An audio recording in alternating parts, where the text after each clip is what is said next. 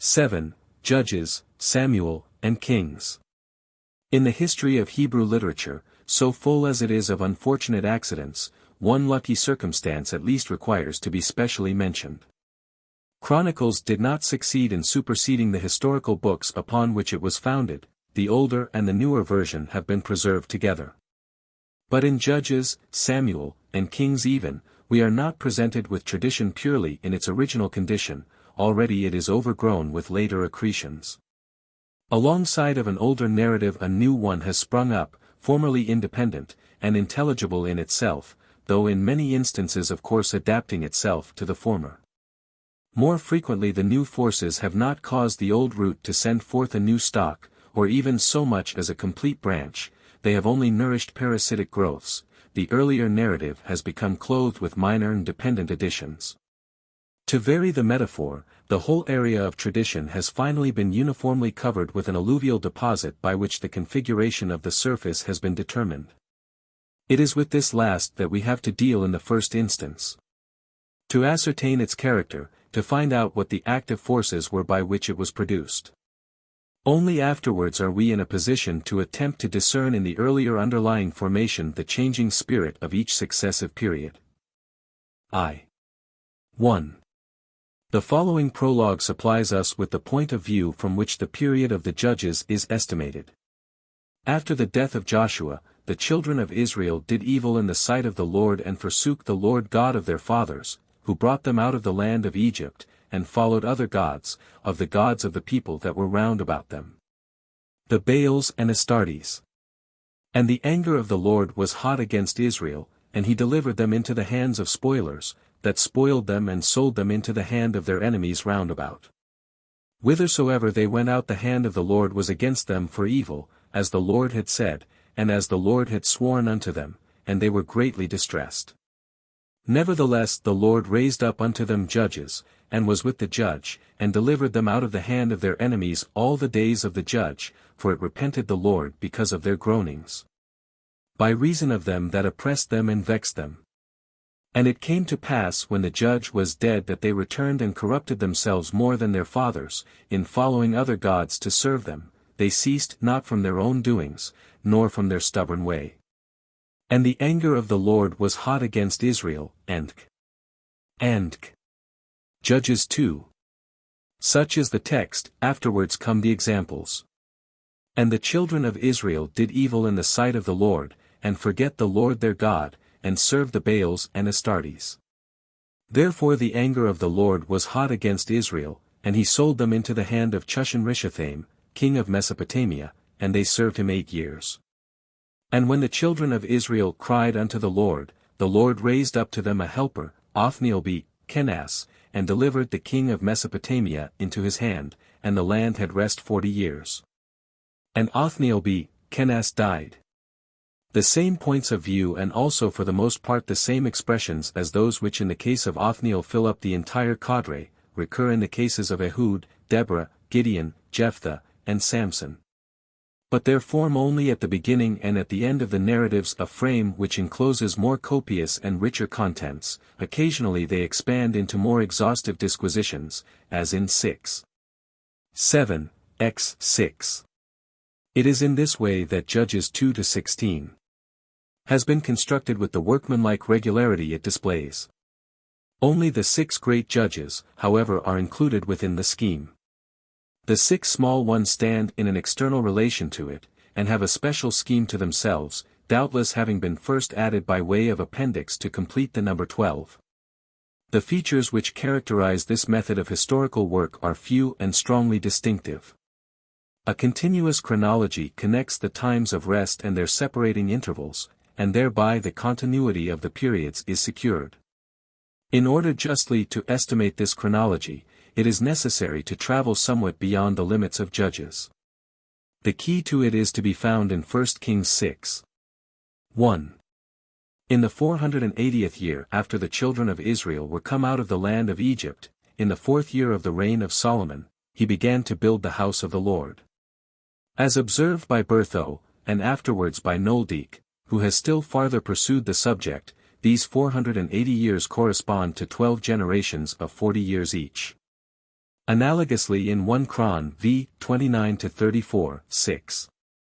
2-8, 12 high priests from Aaron to Ahimaaz are assumed for the same period of time, and the attempt was made to make their successions determine those of the generations, number 35. 28. Now it is certainly by no means at once clear how this total is to be brought into accord with the individual entries. Yet even these make it abundantly plain that 40 is the fundamental number of the reckoning. The wandering in the wilderness, during which the generation born in Egypt dies out, lasts for 40 years, the land has 40 years of rest under Othniel, Deborah, and again under Gideon, it has 80 under Ehud. The domination of the Philistines lasts for 40 years, the duration also of David's reign. On the necessary assumption that the period of the Philistines, Judges 13. 1, which far exceeds the ordinary duration of the foreign dominations, coincides with that of Eli, 1 Sam. 4. 18, and at the same time includes the 20 years of Samson, Judges 16. 31, and the 20 of the interregnum before Samuel, 1 Sam. 7. 2, we have already 8 by 40 accounted for, while 4 by 40 still remain. For these we must take into account first the years of the two generations for which no numbers are given, namely, the generation of Joshua and his surviving contemporaries, Judges 2. 7, and that of Samuel to Saul, each, it may be conjectured, having the normal 40, and the two together certainly reckoning 80 years. For the remaining 80 the most disputable elements are the 71 years of interregna or of foreign dominations, and the 70 of the minor judges. One perceives that these two figures cannot both be counted in, they are mutually exclusive equivalents. For my own part, I prefer to retain the interregna, they alone, so far as we can see at present, being appropriate to the peculiar scheme of the Book of Judges.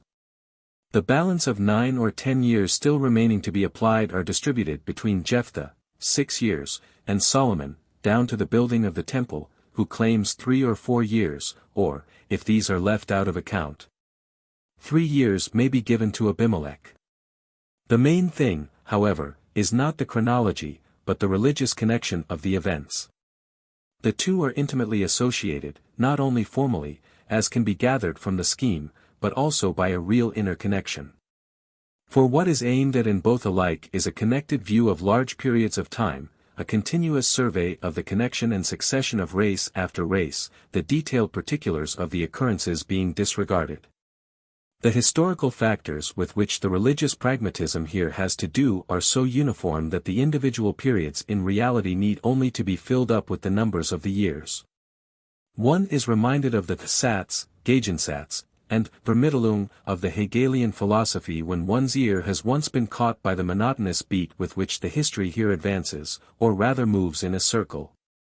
Rebellion, affliction, conversion, peace, rebellion, affliction, conversion, peace. The sole subjects of all that is said are Jehovah and Israel. Their mutual relation alone it is that keeps the course of things in motion, and that too in opposite directions, so that in the end matters always return to their original position. They did what was evil in the sight of Jehovah, they went a-whoring after strange gods, such is the uninterrupted keynote. Although Jehovistic monolatry is so potently recommended from without, it yet takes no firm root, never becomes natural to the people, always remains a precept above and beyond their powers. For decennia on end indeed they hold fast to it, but soon their idolatrous tendency, which has only been repressed by fear of the judge during his lifetime, again finds expression, they must have a change. Now this rebellion is indeed quite indispensable for the pragmatism, because otherwise there would be nothing at all to tell, it is on the unrest in the clock that the whole movement depends. But at the same time this is of course no extenuation. The conduct of the people is manifestly totally inexcusable, the main actions, the deeds of the judges, are for this manner of historical treatment always only proofs of Israel's sin and of the unmerited grace of Jehovah that puts them to shame. That all this is no part of the original contents of the tradition, but merely a uniform in which it is clothed, is admitted. Numero Deus impar gaudet. It is usual to call this later revision Deuteronomistic. The law which Jehovah has enjoined upon the fathers, and the breach of which he has threatened severely to punish. 2. 15:21, is not indeed more definitely characterized, but it is impossible to doubt that its quintessence is the injunction to worship Jehovah alone and no other God. Now in this connection it is impossible to think of the priestly code, for in that document such a command is nowhere expressly enjoined, but, on the contrary, is assumed as a matter of course. Deuteronomy, on the other hand, has in fact no precept on which it lays greater emphasis than that "Hear, O Israel, that Jehovah is the only God, and the worship of strange gods the sin of sins." This precept was apprehended much more clearly by contemporaries than the moral demands in the interest of humanity and kindness which are also insisted on in Deuteronomy, but are not new, being derived from older collections. On this side alone, in so far as it follows up the monotheism of the prophets into its practical consequences within the sphere of worship, has Josiah's law book had historical importance. On this side alone has it continued to act upon Ezekiel and those who came after him. If, then, the norm of the theocratic relationship assumed in the redaction of the Book of Judges is to be sought in a written Torah, this can indubitably only be that of Deuteronomy.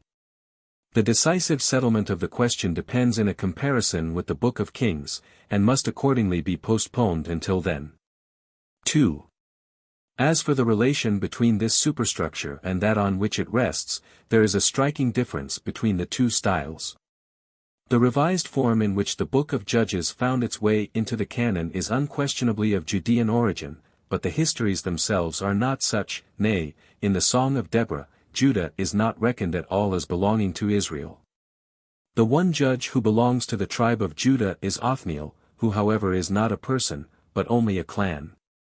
What is said of him is quite void of contents, and is made up merely of the schematic devices of the redactor, who has set himself to work here, so as to make the series open with a man of Judah. The selection of Othniel was readily suggested by Judges I, 12-15. Here again we have an exception which proves the rule. More important are the inner differences which reveal themselves. To begin with the most general, the historical continuity on which so much stress is laid by the scheme, is in no way shown in the individual narratives of the Book of Judges. These stand beside one another unconnectedly and without any regard to order or sequence, like isolated points of light which emerge here and there out of the darkness of forgetfulness. They make no presence of actually filling up any considerable space of time, they afford no points of attachment whereon to fasten a chronology.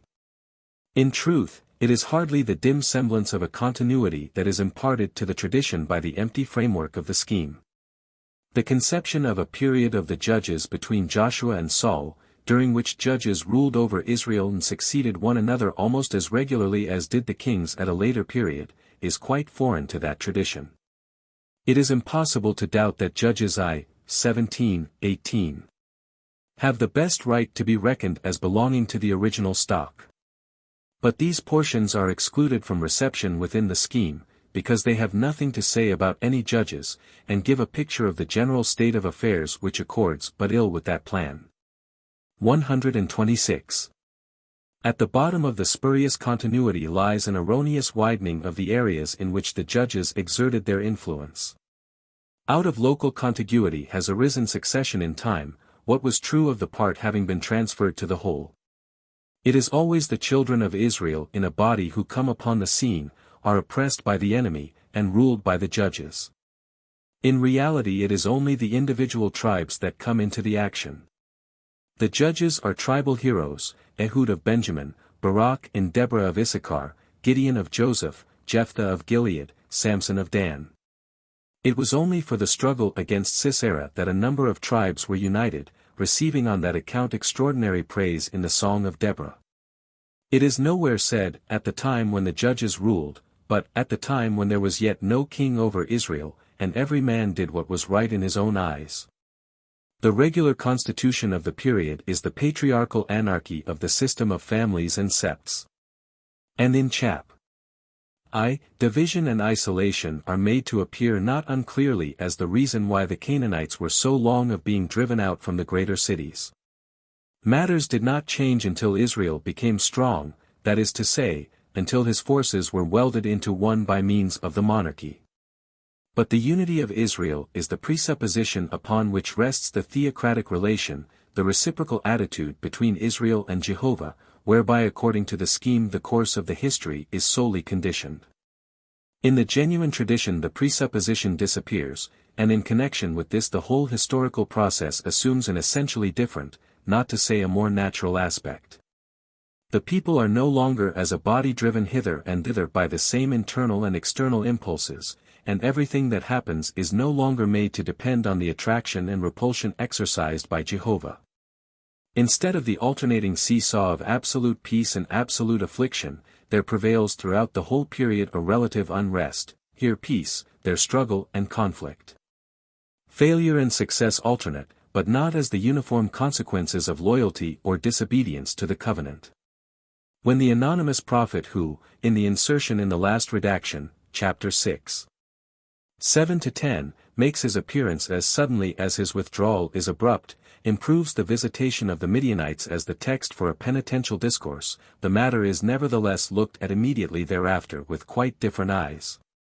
For to the greeting of the angel, Jehovah is with thee, thou mighty man of valour, Gideon answers, if Jehovah be with us, why then is all this befallen us? And where be all his miracles, of which our fathers told us? He knows nothing about any guilt on the part of Israel. Similarly the heroic figures of the judges refuse to fit in with the story of sin and rebellion, they are the pride of their countrymen. And not humiliating reminders that Jehovah had undeservedly again and again made good that which men had destroyed. Finally, with what artificiality the sins which appear to be called for are produced, is incidentally made very clear. After the death of Gideon we read in chapter 8. 33, the children of Israel went a-whoring after the Baals, and made Baal-berith their god. But from the following chapter it appears that Baal or El-berith was only the patron god of Shechem and some other cities belonging to the Canaanites. The redactor transforms the local worship of the Canaanites into an idolatrous worship on the part of all Israel. In other cases his procedure is still more simple, for example, in Ex 6 seek. Where the number 7 in the case of the deities corresponds with the number 7 of the nations mentioned in that connection. Ordinarily he is content with Baals, or Astartes, or Asherahs, where the plural number is enough to show how little of what is individual or positive underlies the idea, not to mention that Asherahs are no divinities at all, but only sacred trees or poles. In short, what is usually given out as the peculiar theocratic element in the history of Israel is the element which has been introduced by the redaction. Their sin and grace are introduced as forces into the order of events in the most mechanical way, the course of events is systematically withdrawn from all analogy, miracles are nothing extraordinary, but are the regular form in which things occur. Are matters of course, and produce absolutely no impression. This pedantic supernaturalism, sacred history, according to the approved recipe, is not to be found in the original accounts. In these Israel is a people just like other people, nor is even his relationship to Jehovah otherwise conceived of than is for example that of Moab to Chemosh, chapter 11. 24. Of theophanies and manifestations of the Godhead there is no lack, but the wonders are such as to make one really wonder. Once and again they interrupt the earthly nexus, but at the same time they form no connected system. They are poetry, not prose and dogma. But on the whole the process of history, although to appearance rougher and more perplexed, is nevertheless in reality much more intelligible, and though seemingly more broken up, actually advances more continuously. There is an ascent upward to the monarchy, not a descent from the splendid times of Moses and Joshua, Judges I, 28-35, 13. 5:18. 1. One narrative, it is true, apart from that relating to Othniel, which is not to be reckoned here, is exactly what sacred history ought to be in order to fit into the theoretical scheme, I mean Judges 19-21. To appreciate it rightly it will be well first of all to cast a glance upon the preceding narrative relating to the migration of the tribe of Dan to the north. The Danites, 600 strong, fall upon the Canaanite town of Laish not because it lies within the limits assigned to the people of God, and because its conquest is a duty, though they inquire of the oracle. They are nevertheless far from relying on the divine right so plainly made known in the book of Joshua, but because it is inhabited by a peaceable and unsuspecting people, which is quite defenseless against such a band of desperadoes. And they have as little scruple in practicing the same treachery to Israelites such as Micah. They take it that might is right, and recognize no restraining consideration. Their conduct is natural to the verge of absolute shamelessness. And yet they are pious in their way. How highly they value Jehovah they show by this, that they steal his image out of the house of God, and the priest who keeps it into the bargain. As for the religious usages mentioned in the 2 chapters, hardly an abomination forbidden by the law is wanting: the private sanctuary in the possession of the Ephraimite Micah, the grandson of Moses as priest in his service and pay, ephod and teraphim as the requisite necessaries in the worship of Jehovah. And yet all this is so recounted by the narrator as if it were all quite regular and void of offense, although his purpose in doing so is not to narrate temporary departures from rule, but the origin of permanent institutions at a chief sanctuary of ancient Israel. One is translated into another world on passing from this to the narrative immediately following, about the shameful deed of the Benjamites and their exemplary punishment. A greater or more instructive contrast as regards religious history is hardly to be found in all the Old Testament. In Judges XX-21. It is not as invariably elsewhere the individual tribes which act, not even the people Israel, but the congregation of the covenant, which has its basis in the unity of worship. The occasion of their action is a sin committed in their midst which must be done away. It is the sanctity of the Theocracy which brings these 400,000 men to arms and fills them at once with unction and with sanguinary zeal. The clerical instincts have entirely taken possession of this uniform mass, have passed into their flesh and blood, and molded them into a single automaton, so that all that takes place is invariably done by all at once. No individuals come to the front, not even by name, still less by deeds of valor. The moral tone is anything but heroic. When the godless reprobates of Gibeah seek to assail the person of the Levite who is passing the night there, he hands over to them his wife in order to save himself, and all Israel finds nothing objectionable in this revolting act of cowardice. The opinion probably being that by his conduct the holy man had kept the sinners from still graver guilt. Of the Mosaic law not a word is said in these chapters, but who could fail to perceive that the spirit which finds its expression in the law pervaded the community which acted thus? Had we more narratives of similar contents we should be able to solve many a riddle of the Pentateuch. Where under the monarchy could we find an Israel so united, vigorous, earnest, so willing to enter upon the severest conflict for the sake of the highest ends? Thus Berthaud, rightly feeling that this story has a quite exceptional position, and contradicts all that we learn from other quarters of the period of the Judges or even the Kings. Only we cannot reckon it a proof of the historic value of the story, that it gives the lie to the rest of the tradition in the books of Judges, Samuel, and Kings, and is homogeneous not with these books but with the law. On the other hand, the writer betrays himself with a self-contradiction, when, unconsciously remembering the preceding chapters, he laments the disorganization of the time he is dealing with. 19. 1, 21. 25, and yet describes Israel to us as existing in a religious centralization, such as demonstrably was never attained in the earlier life of the nation, but only came about as a consequence of the exile, and is the distinctive mark of Judaism. As this narrative is not one of those included in the Deuteronomistic scheme of the Book of Judges, there may be a question whether it presupposes the Deuteronomic law only, or the priestly law as well. Its language has most points of contact with Deuteronomy, but one extremely important expression and notion, that of the congregation of the children of Israel, points rather to the priestly code. The same may be said of Phinehas ben Eleazar ben Aaron, XX. 28. The latter, however, occurs but once, and that in a gloss which forms a very awkward interruption between, and the children of Israel inquired of Jehovah, and the word, saying, which belongs to that phrase.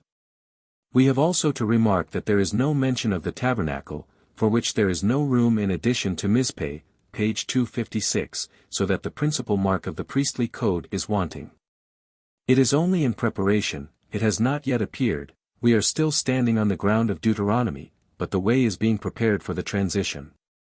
3. Going a step further back from the last revision, we meet with an earlier effort in the same direction, which, however, is less systematically worked out, in certain supplements and emendations, which have here and there been patched on to the original narratives. These may be due in part to the mere love of amplification or of talking for talking's sake, and in so far we have no further business with them here. But they originated partly in the difficulty felt by a later age in sympathizing with the religious usages and ideas of older times. 2 instances of this kind occur in the history of Gideon. We read, 6:25-32, that in the night after his call Gideon destroyed, at the commandment of Jehovah, the altar of Baal in Ophrah, his native town, as well as the Asherah which stood beside it. And that in place of it he built an altar to Jehovah, and burned on it a yearling bullock, with the wood of the Asherah for fuel. The next morning the people of Ophrah were full of indignation, and demanded that the author of the outrage should be given up to them to be put to death. His father, however, withstood them, saying, Will ye contend for Baal? Will ye save him?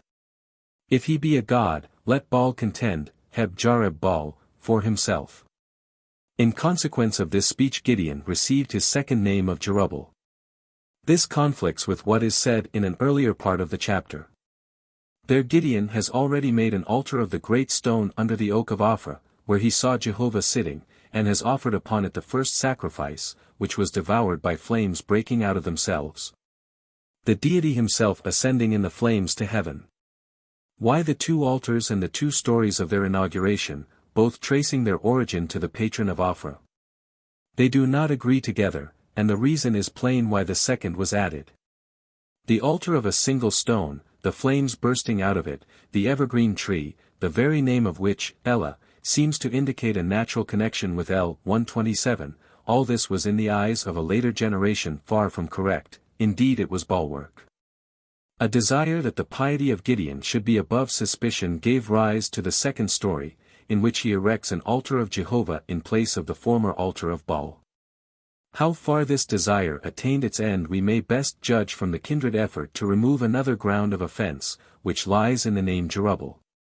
In accordance with the occasion out of which the name is said to have arisen, it is said to mean, let Baal contend.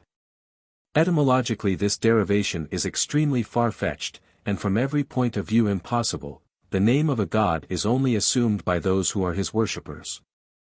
In Hebrew antiquity Baal and El are interchangeable and used indifferently. Jehovah himself is spoken of up to the times of the prophet Hosea as the Baal, i.e., the Lord. This is distinctly proved by a series of proper names in the families of Saul and David, Ishbal, Meribal, Buljada, to which we may now add the name Jeroboam given to the conqueror of Midian. If then even in the time of the kings Baal was by no means simply the antipode of Jehovah, whence the hostile relation of the 2 deities, which Jeroboam displays by the acts he does, although he praises the great Baal by wearing his name. The view, also, that the Asherah was incompatible with the worship of Jehovah, does not agree with the belief of the earlier age, according to Deuteronomy 16:21, these artificial trees must have stood often enough beside the altars of Jehovah. The inserted passage itself betrays in a remarkable manner that its writer felt this sort of zeal for the legitimate worship to be above the level of the age in question. We receive the impression that the inhabitants of Ophrah do not know their worship of Baal to be illegitimate, that Gideon also had taken part in it in good faith, and that there had never been an altar of Jehovah in the place before. Of a somewhat different form is a correction which is to be found at the close of the history of Gideon, 8:22 seek. After the victory over the Midianites, the Israelites are said to have asked Gideon to be king over them. This he declined out of regard to Jehovah the sole ruler of Israel, but he asked for the gold nose rings which had been taken from the enemy, and made of them an image of Jehovah, an ephod, which he set up in Ophrah to be worshipped. And all Israel went thither a-whoring after it. And it became a snare to Gideon and to his house. Now the way in which such a man acts in such a moment is good authority for the state of the worship of Israel at the time, and not only so. But we cannot impute it to the original narrator that he chose to represent his hero as showing his thankfulness to the deity by the most gratuitous declension from his worship. as in fact crowning his victory with an act of idolatry.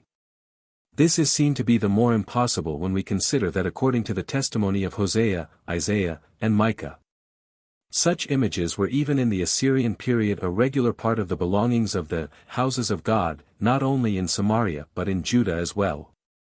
We have also to remember that the contradiction between a human kingship and the kingship of Jehovah, such as is spoken of in these verses, rests upon theories which arose later, and of which we shall have more to say. 128 Studer will thus be correct in his assertion that the old tradition could not see anything in Gideon's refusing the gold for himself and dedicating it to God but a fine proof of his unselfishness and piety. And that in 8:22-27 we have a secondary product, in which the original features of the story are distorted so as to make them suit later tastes. The second hand has unfortunately supplanted in this instance the work of the first. The older narrative breaks off, 8:21, with the words, Gideon took away the ornaments that were on the necks of the camels of the kings. What he did with them we do not learn. But naturally we must suppose that it was of them that he made the ephod. According to the secondary passage, which begins immediately after 8:21. He used for this purpose the nose rings which the whole of Israel had taken from all the Midianites, amounting in weight to 1,700 shekels. Besides the ornaments of the kings and of their camels. The proportion is similar to that between the 600 Danites in chapter 18 and the 25,700 Benjamites in chapter 20, or between the 40,000 men of Israel in V8 and the 400,000 in XX 2:4.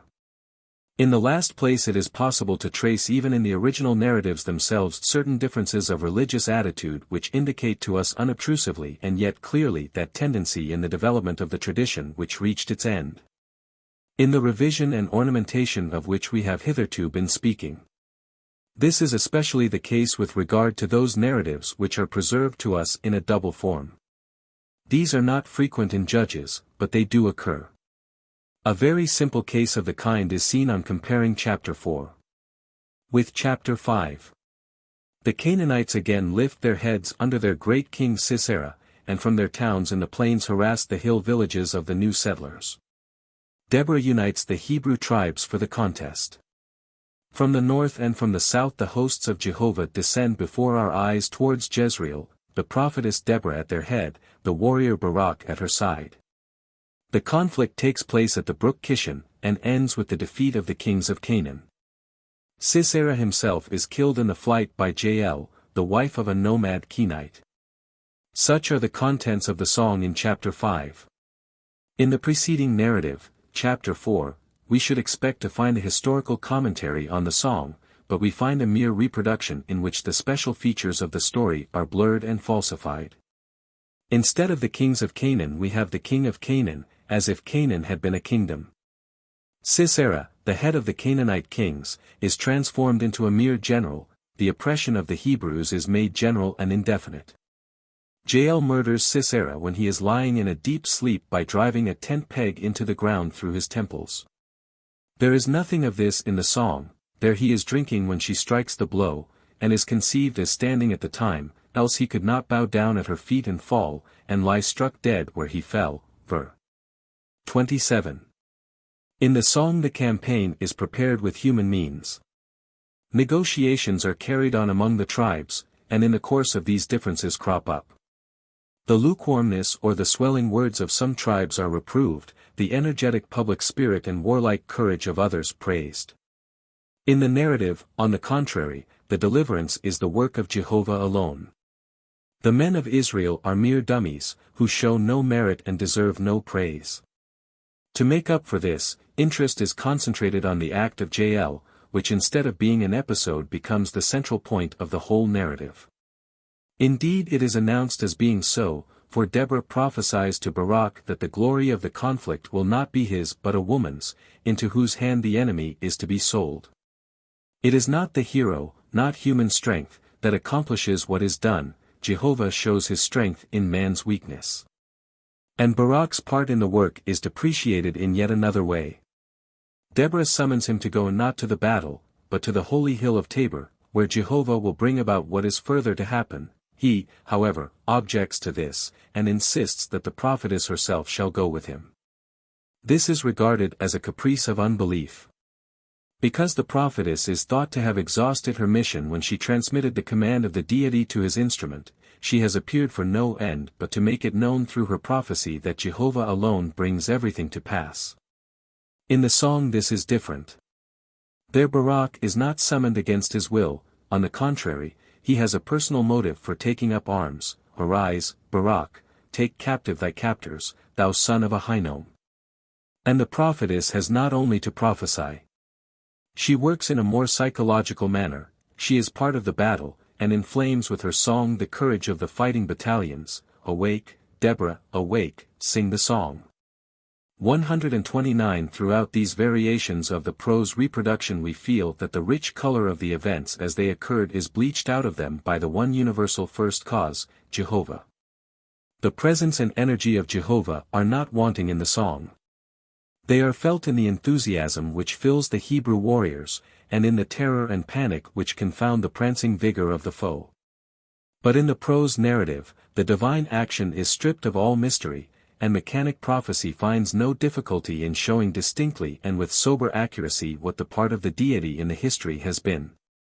But the more special the intervention of deity, the further is it from us, the more precise the statements about it, the less do we feel it to be there.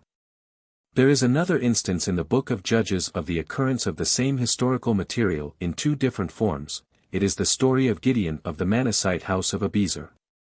Studer saw that there is a break between 8:3 and 8:4, and that the two stories, from the one of which we pass to the other at that point, have to be understood separately. 8:1-3 is the conclusion of the first story. We have been told how, after the success of the first attack on the Midianites, Gideon raised the levy of all Israel for the pursuit. And how then the Ephraimites seized the fords of the Jordan before the arrival of the flying nomads and got the two leaders of the Midianites into their hands. Now we hear in conclusion that the Ephraimites, elated by their success, began to find fault with Gideon, but that he pacified their wrath by saying, "What have I done now in comparison of you? Is not the gleaning of the grapes of Ephraim better than the vintage of Abiezer? God hath delivered into your hand the princes of Midian, and what was I able to do in comparison of you?" A domestic contention like this about the respective shares in the victory could only arise when the victory had been gained, when the strife with the enemy was fought out. The metaphor of harvest and gleaning shows that the victory was complete and all the fruits of it gathered in. Chapter 8:1-3 concludes the business, and the following narrative is not a continuation of what has gone before, but a second version of the story in which many of the circumstances are quite different. According to 7:23 seek. There was a great army on foot, but in 8:4 seek. Gideon has only his own 300 men with him. In 8:1-3 the vintage and the gleaning are over and the object of the fighting is attained, but in 8:4 seek. Gideon pursues the enemy without any interruption, and when he asks the men of Succos and Penuel for bread for his wearied and hungry troops, they inquire sarcastically whether he is already certain of success, so that it should be necessary for them to espouse his cause. The two chiefs who in the former account are called the princes Oreb and Zeb, and are already taken, are here called the kings Zebah and Zalmunna, and are not taken yet. Unfortunately the beginning of 8:4 seek is not preserved, and we cannot make out whether the pursuit in which we find Gideon here engaged was preceded by an action. Such a supposition is not exactly impossible, yet the distance to which the nomads had carried their booty, and their carelessness in camp, make it more likely that the occurrence was like that in 1 Sam, XXX. This, however, makes no difference as to the particulars with regard to which the two narratives conflict with each other. But how did the difference arise? This we shall best learn by comparing the beginnings of the two stories. We remark that the second, as it stands, wanted a beginning, but what is wanting may be to some extent supplied from what follows. According to 8:4 seek. Gideon's aim is to get hold of the two kings of the Midianites. These appear all through as the particular enemies whom he is pursuing, as to the rest of the Midianites he is more or less indifferent. And the reason, as we learn from 8:18 seek, is that the 2 kings had slain his brothers at Tabor. It is to take vengeance for them that he sets out to pursue the slayers, and does not rest till they are in his hand. It is the duty of blood revenge which causes him to take the warpath with his household. Unconcerned by the disproportion in numbers between his followers and theirs, it is the powerful sentiment of family which sets him in motion and causes him to become, as it were incidentally, the liberator of Israel from the spoilers. In the first account, 6:11-8. 3. These natural motives have completely disappeared, and others have taken their place which are almost of an opposite character. Before anything has happened, before the Midianites have made their yearly incursion, Gideon, who expects nothing of the kind, is summoned by a theophany to battle against them. When they arrive he is seized by the Spirit and sets out against them. What is human in him has no part in the act he is called to do, flesh and blood set themselves against it. He is impelled by the direct impulse of Jehovah, and here, of course, he goes forth in behalf of the public interests of Israel, against the Midianites, not against their princes personally. And accordingly everything possible is done to cast the man into the shade behind the deity. Gideon, according to the second account a distinguished and royal man, is in the first of a poor house and family. In the second story he is remarkable for irrepressible energy, but here he is timid and shrinking up to the last moment, and new miracles have constantly to be wrought to encourage and strengthen him. The 32,000 men with whom he takes the field he is ordered by Jehovah to send away all but 000 and again all but 300, lest Israel vaunt themselves against me, and say, mine own hand hath saved me. The weapons with which the nocturnal attack of the 300 is made are torches, pitchers, and trumpets. The men have not a hand left to hold swords. 7:20, and the hostile army has accordingly to do itself the work of its own destruction. 7:22. Few of the deviations of the religious version from the natural one are not transparent. One of these few is the removal of the scene to this side of the Jordan. Most of them are at once recognizable as due to the process of glorification, illumination, and religious inflation, by which the body of the tradition is etherealized and the story lifted up into the region of the air. For example, the company of Gideon at the main action, the attack on the hostile camp, consists of 300 men in chapter 7. As well as in chapter 8, but in chapter 7. To draw out the significance of the small number, they are treated as the last residuum of what was at first quite a considerable army, and this gives rise to a long story. We may also remark that chapter 6 begins with the relation in which the judge stood to the sanctuary of his native town, while chapter 8 closes with this. In the one case he discovers by a theophany, like the patriarchs in Genesis, the sacredness of the altar stone under the oak. In the other he sets up, in far more realistic fashion, the plated image, ephod, he has made of the golden ornaments of the Midianite kings. History has to take account principally, if not exclusively, of the natural version, which is dry in tone and lets things speak for themselves, not overlaying the simple story with the significance of its consequences. The relation, however, is somewhat different from that which we found existing between Judges 4 and chapter 6. Seek is not based directly on chapter 8. But was probably formed from independent oral material. Though the local color is lively, the historical reminiscences are extremely vague, and there has been a much freer growth of legend than in Jud 4, producing pictures of greater art and more naivete. But in the field of miracle poetry is manifestly earlier than prose. In the case of those narratives which have come down to us in double form, the difference of standpoint is unmistakable. But it may also be perceived in cases where we have no direct parallels to compare. How noticeably does the story of Abimelech differ, say from that of Jephthah which follows it, in the rich detail of its facts, and in the spontaneous interest it shows in the secondary and subordinate links in the chain of events. There is no gilding with a supernatural nimbus, facts are simply and plainly set down such as they are, the moral is left to speak for itself as the story goes on.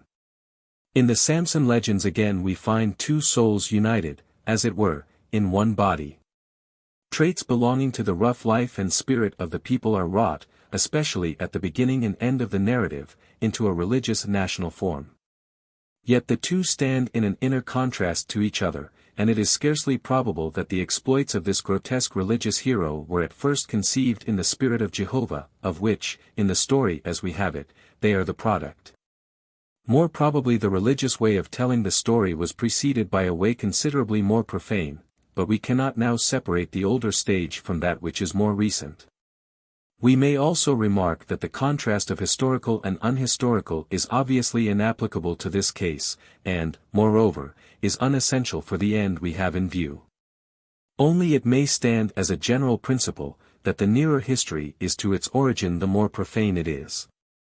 In the pre-Deuteronomic narratives, the difference is to be recognized less in the kind of piety than in the degree of it. 2. 1. The comprehensive revision which we noticed in the book of Judges has left its mark on the books of Samuel too. As, however, in this case the period is short, and extremely rich in incident, and really forms a connected whole, the artificial frame and network does not make itself so much felt. Yet it is by no means wanting, as the dates of themselves indicate, whose place in the chronological system was shown above. It is worthy of notice how very loosely these are fitted into their context. In 1 Samuel 4:18 seek. We read, "And when the messenger made mention of the ark of God, Eli fell backwards off his seat, and his neck brake, and he died, for he was an old man and heavy, and he judged Israel 40 years. And when his daughter-in-law, the wife of Phinehas, who was with child, heard the tidings, etc." The statement of the date is not altogether inappropriately dragged in, indeed, yet it is easy to see that it is dragged in. In 2 Sam 2:8-13 we read, "Abner, the captain of Saul's host, took Ishbaal the son of Saul, and brought him over the Jordan to Mahanaim, and made him king over Gilead and Geshur, and Jezreel, and Ephraim, and Benjamin, and all Israel. Ishbaal was 40 years old when he began to reign over Israel, and he reigned 2 years. But the house of Judah followed David. And the time that David was king in Hebron was 7 years and 6 months. And Abner and the servants of Ishbaal went out from Mahanaim to Gibeon, and Joab with the servants of David went out to meet him." The words in italics manifestly interrupt the connection. And with regard to Ishbaal's dates we have also to remark that from what we learn of him elsewhere he was, in the first place, still in the years of pupilage, and in the next must have reigned as long in Mahanaim as David in Hebron. The number 2 connected with his reign is to be explained as in the case of Saul, 1 Sam 13. 1 Saul was years old when he began to reign, and he reigned 2 years over Israel. In this verse, which is not found in the LXX, the number for the years of his life is wanting. And originally the number for the years of his reign was left out too. The 2 is quite absurd, and has grown out of the following word for year, which in Hebrew has a somewhat similar appearance. In company with the chronological formulas, we find also the religious, 1 Sam 7:2-4, while the ark abode in Kirjath-jearim, it was 20 years, and all the house of Israel came together after Jehovah. And Samuel spake unto the whole house of Israel, saying, If ye do return to Jehovah with all your hearts, then put away the strange gods and the Astartes from among you, and prepare your hearts unto Jehovah, and serve him only. And he will deliver you out of the hand of the Philistines. And the children of Israel did put away the Baals and Astartes, and serve Jehovah only. We are not told, in what precedes this passage, of any act of declension from Jehovah, and according to chapter 4. The Israelites showed no want of faith in Jehovah in the unfortunate battle with the Philistines. This taking for granted that the yoke of a foreign rule was laid on them as a punishment for their sins is characteristic. A further example occurs in the speech of Samuel, 1 Sam 12. Which, as the introduction to the time of the kings, may be compared with Judges 2, the introduction to the time of the judges. Stand still that I may reason with you before Jehovah of all the righteous acts of Jehovah with which he did right to you and to your fathers. When Jacob was come into Egypt, your fathers cried to Jehovah, and he sent Moses and Aaron and brought your fathers out of Egypt and made them dwell in this land. And when they forget Jehovah their God, he sold them into the hand of Sisera, captain of the host of Hazor, and into the hand of the Philistines, and the Moabites, and they fought against them. And they cried unto Jehovah, and said, We have sinned, because we have forsaken Jehovah and have served Baal and Astarte, but now deliver us out of the hand of our enemies and we will serve thee. And Jehovah sent Jeroboam, and Barak, and Jephthah, and Samuel, and delivered you out of the hand of your enemies on every side, and ye dwelt safe. And when ye saw that Nahash the king of the children of Ammon came against you, ye said unto me, Nay, but a king shall reign over us, when Jehovah your God is your king. Now therefore behold the king whom ye have desired. Behold, Jehovah has set a king over you. If ye will hear Jehovah and serve him and obey his voice, and not rebel against the commandment of Jehovah, good, but if ye rebel against the commandment of Jehovah, then shall the hand of Jehovah be against you as it was against your fathers. It is the familiar strain, rebellion, affliction, conversion, peace, Jehovah the keynote, and the first word and the last. The eye does not dwell on the details of the story. The gaps in the tradition are turned to account as well as its contents, which are concentrated at so few points. Details are regarded only as they bear on the whole. The periods are passed in review in a broad and general style, and the law enunciated which connects them with one another. In doing this Samuel seems to presuppose in his hearers a knowledge of the biblical history in a distinct form. And he even speaks without hesitation of his own historical significance.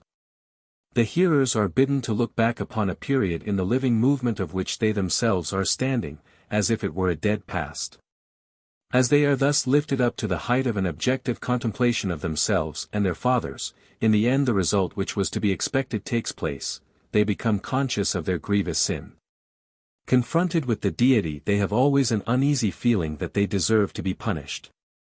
2. The Deuteronomist revision asserts itself, it is true, only in these two places, or rather this one place. But this is the principal epoch in the book, the transition to the monarchy which is associated with the name of Samuel. And on this account the revision here acts the more trenchantly. It is not only an addition to give a new flavor to the older tradition, it changes the nature of the tradition entirely. For the passages we have just quoted from it are merely fragments of a considerable connected historical scheme. The first piece of this scheme, 7:2-17, first claims our attention.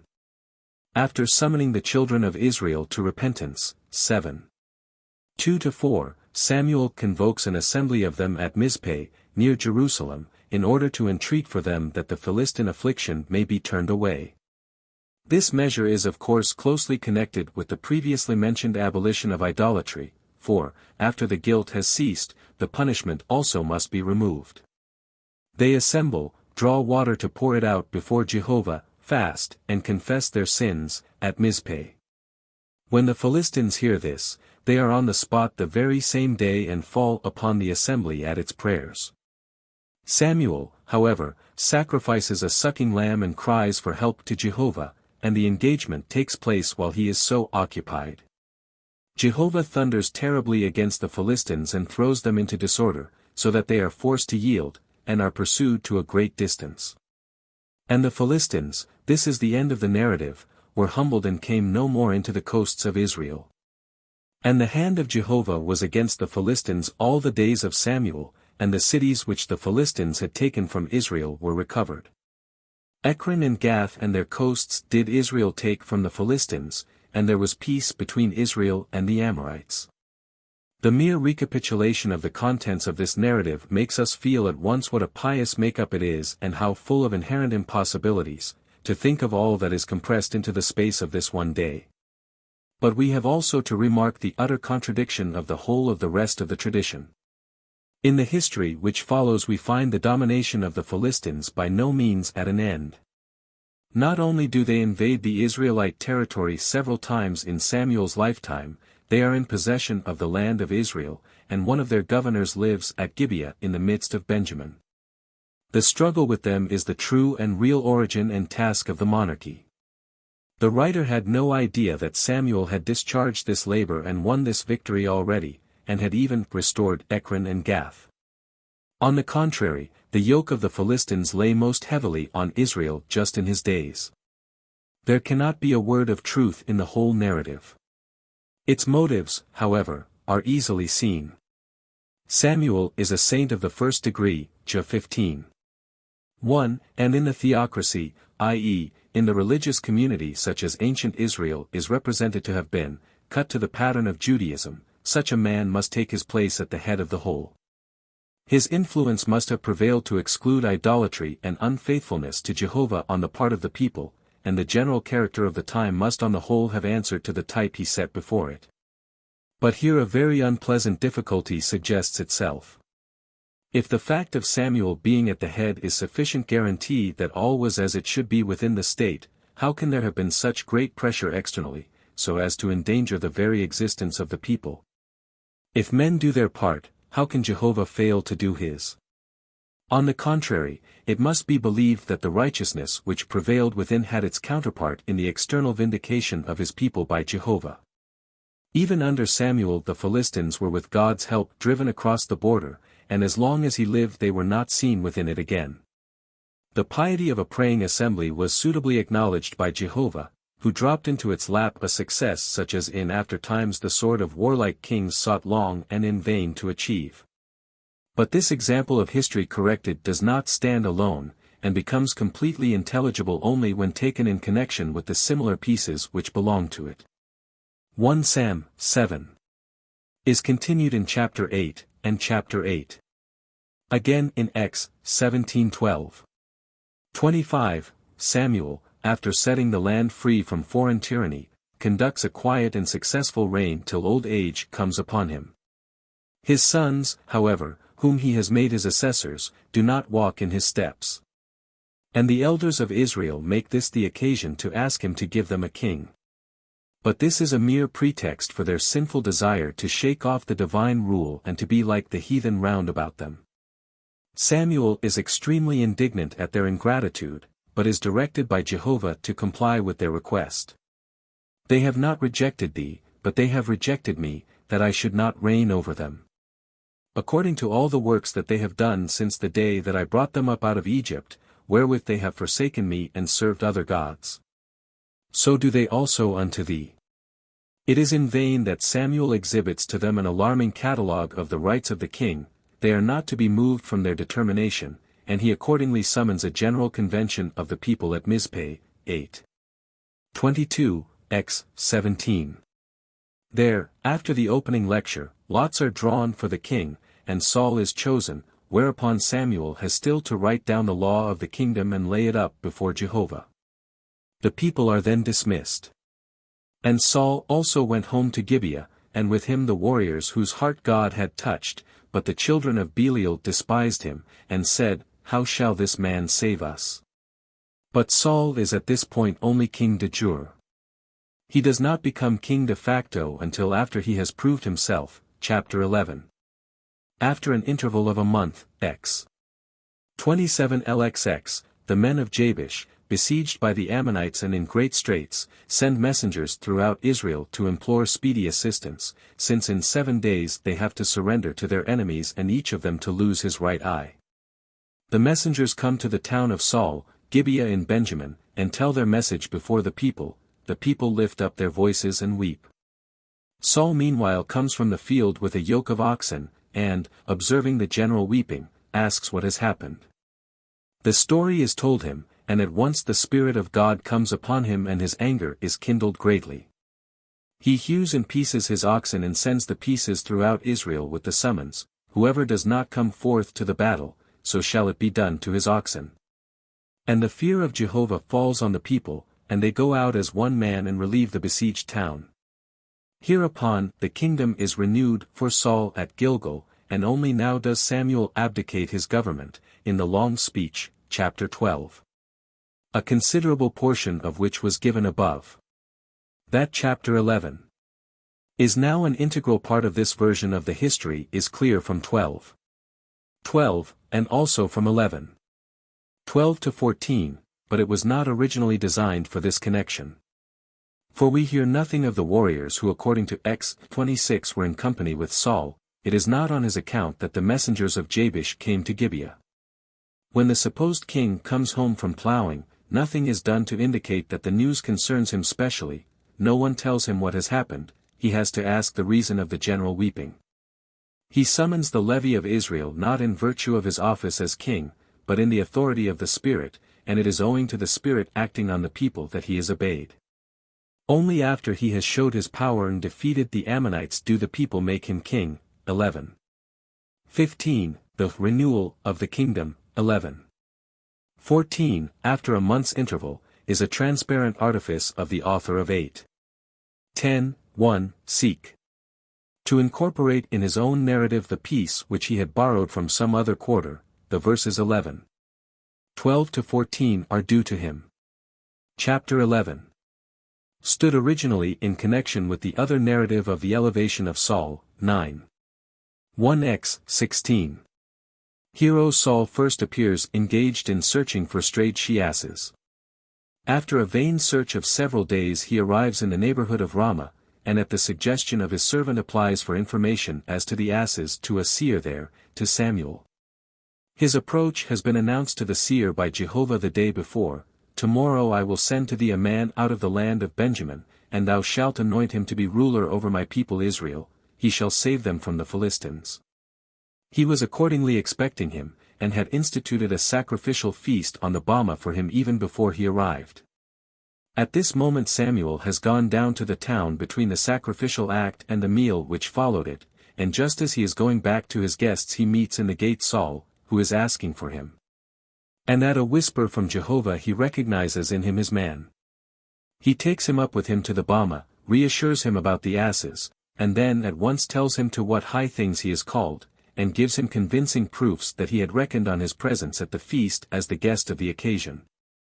He then gives him lodgings for the night, and accompanies him on his way next morning. The servant is sent on a little way before. Samuel stands still and anoints Saul, for a sign that he is chosen by Jehovah to be the king and deliverer of Israel, and in conclusion instructs him that, when the opportunity for action comes, he is to use it, in the consciousness that God is with him. On his way home 3 signs come to pass which the seer had announced to him. He is thus assured that all that was said to him was true, his heart is changed by degrees till he cannot contain himself. On his arrival at Gibeah his acquaintances are struck with his strange demeanor, but he does not disclose even to his most intimate friend at home what Samuel had said to him, but waits for the things that shall come to pass. This is the point arrived at in Acts 16. It is clear that thus far no conclusion has yet been reached. The seed that is sown must spring up, the changed spirit must produce its effects. And this requirement is abundantly satisfied if chapter 11 is regarded as immediately continuing the story from Acts 16. After about a month, the opportunity presents itself for Saul to act, which Samuel had bidden him to look for. While others are weeping at the disgrace which threatens an Israelite town at the hands of the Ammonites, he is filled with the Spirit and with rage. The arrow is still in his heart from that conversation. And he now does what his hand finds to do. The result is a great success. The word of the seer finds its fulfillment in the most natural way in the world. If chapter 11 belongs originally to the narrative of 9. 1, Acts 16, it follows at once that the other sections are dependent and later. But what is the inner relation of the one version to the other? They coincide in their ideas here and there. In the one story Saul seeks the asses and finds the crown, in the other he hides himself among the stuff and is drawn forth king.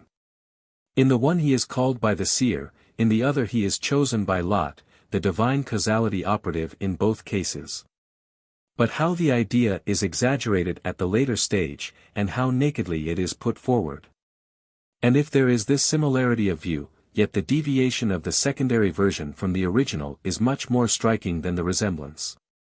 For its tendency we are prepared by chapter 7. Samuel has set his countrymen free from their enemies, and ruled over them afterwards in righteousness and prosperity. Why then should they desire a change in the form of government? They have just as much and as little reason for desiring this as for the falling away from Jehovah. which also is a periodical craving on their part. Whenever they have had some year's rest, it is the expression of the deep-seated heathenism of their nature. That is the account of chapter 8. With what belongs to it. Chapter 9. Seek, however, gives quite a different account. Here, at the end of the period of the Judges, Israel is not at the summit of power and prosperity, but in a state of the deepest humiliation, and the means of saving the people from this state is seen in the monarchy alone. And this difference is closely connected with another as to the view taken of the authority of Samuel. In chapter 8. As in chapter 7. He is the vicegerent of Jehovah, with unlimited authority. He feels the institution of the monarchy to be his own deposition, yet the children of Israel by no means rebel against him, they come to him to ask him for a king. He might have refused the request. He might also have given them a ruler according to his own good pleasure, but as a correct theocrat he leaves the decision to Jehovah. At the end he solemnly lays down the government he has hitherto carried on, and hands it over to his successor. The latter is superior to him in point of title, but not in point of power. Indeed, in the latter respect he is rather inferior to Samuel, being a mere earthly prince. 12:23 Seek. But how do matters stand in chapter 9? Seek. Here Samuel is quite a stranger to Saul, who knows neither his name nor his residence. Only his servant has heard of Samuel, who enjoys a high reputation as a seer in his own neighborhood. What we are to think of when we read of a seer of that period, we are clearly and circumstantially informed, for Samuel is consulted as to the whereabouts of strayed she-asses. And a fee of 1/4 of a silver shekel is tendered to him for his advice. This seer stands, it is clear, above the average of those who practiced the same calling, yet his action on the history is quite within the limits of what was possible. Say to Calchas, it exhibits not a trace of the legislative and executive power of a regent of the Theocracy. He does not bring help, he only descries help and the helper. The very event which, according to chapter 8, Seek, involved the removal of Samuel from his place and his withdrawal to the background of the history, is here the sole basis of his reputation. The monarchy of Saul, if not his work, is his idea. He announces to the Benjamite his high calling, interpreting in this the thoughts of the man's own heart. 9:19. With this his work is done, he has no commission and no power to nominate his successor in the government. Everything else he leaves to the course of events and to the Spirit of Jehovah, which will place Saul on his own feet. In the great difference which separates these two narratives we recognize the mental interval between two different ages. In the eyes of Israel before the exile, the monarchy is the culminating point of the history, and the greatest blessing of Jehovah. It was preceded by a period of unrest and affliction, when every man did what was right in his own eyes, and the enemies of Israel accordingly got everything their own way. Under it the people dwell securely and respected by those round about. Guarded by the shelter of civil order, the citizen can sit under his own vine and his own fig tree. That is the work of the first two kings, who saved Israel from his spoilers, and gave him power and rest. No difference is made between them in this respect, the one commenced the work which the other completed. 1 Sam. 9:16, 14. 48, 2 Sam. 3:18, 19. 9. Before them there was no breathing space left in the hard work of fighting, but now there is time to think of other things. Even Deuteronomy, which was written not long before the exile, regards the period before the monarchy as a time of preparation and transition, not to be counted complete in itself. Israel must first acquire fixed seats and a settled way of living. And then Jehovah also will choose a seat for himself and make known his desires with regard to the cultus. David brought things so far that the people had room and struck firm roots into the ground, and ceased to tremble before their enemies, who had kept them on the strain from the beginning, and all the days of the judges. And under his successor the time came when the temple could be built and higher interests receive attention. That Hebrew antiquity knew nothing of any hostility or incompatibility between the heavenly and the earthly ruler is plain from the title anointed of Jehovah, and from the hope of the prophets. whose ideal future would be incomplete without a human king. The ancient Israelites were as fully conscious as any other people of the gratitude they owed to the men and to the institutions by whose aid they had been lifted out of anarchy and oppression, and formed into an orderly community, capable of self-defense. Of this the books of Samuel afford the most eloquent testimony. 130. The position taken up in the version of 1 Sam. 7. 8, x. 17 seek. 12. Presents the greatest possible contrast to this way of thinking. There, the erection of the monarchy only forms a worse stage of backsliding from Jehovah. There can be no progress beyond the Mosaic ideal, the greater the departure from it the greater the declension. The capital sin of placing a human ruler on the throne of Jehovah makes even the period of the judges appear not quite black. Dark as the colors are with which that period is generally painted, it held fast to the original form of the Theocracy, and so appears somewhat brighter. At last indeed, to heighten the contrast, it is represented as a splendid age. Under the rule of Samuel, everything was as it should be. Should we ask, how were things then? What was exactly the nature of the theocratic constitution? We receive, it is true, no satisfactory answer to the question.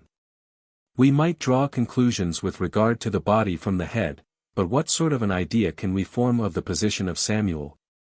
As he appears in these chapters, we entirely fail to dispose of him in any of the categories applicable to the subject. He is not a judge, not a priest, not a prophet, if at least we use these words with their true historical meaning. He is a second Moses. Yes, but that does not tell us much. So much only is clear, that the theocracy is arranged on quite a different footing from the kingdoms of this world, and that it amounts to a falling away into heathenism when the Israelites place a king at their head like other nations. And he keeps courtiers and ministers, officers and soldiers, horses and chariots. It is accordingly a spiritual community. The spiritual character of the regent places this beyond doubt. Samuel admonishes the people to give up idolatry. He presides at the great day of repentance at Mizpeh, which forms an epoch in the sacred history, and Jehovah can refuse nothing to his prayers and cries. 12. 1:7. God forbid, he says in taking leave of them. 12. 23, that I should cease to pray for you and teach you the good way. Such is his position, and the citizens of the theocracy have the corresponding duty of cultivating the worship of Jehovah, and not withdrawing themselves from the guidance of the representative of deity. They do not need to trouble themselves about means for warding off the attacks of their enemies. If they fast and pray, and give up their sins, Jehovah hurls back the foe with his thunder and lightning, and so long as they are pious he will not allow their land to be invaded. All the expenses are then naturally superfluous by which a people usually safeguards its own existence. That this view is unhistorical is self-evident, and that it contradicts the genuine tradition we have seen. The ancient Israelites did not build a church first of all, what they built first was a house to live in, and they rejoiced not a little when they got it happily roofed over. 11. 15.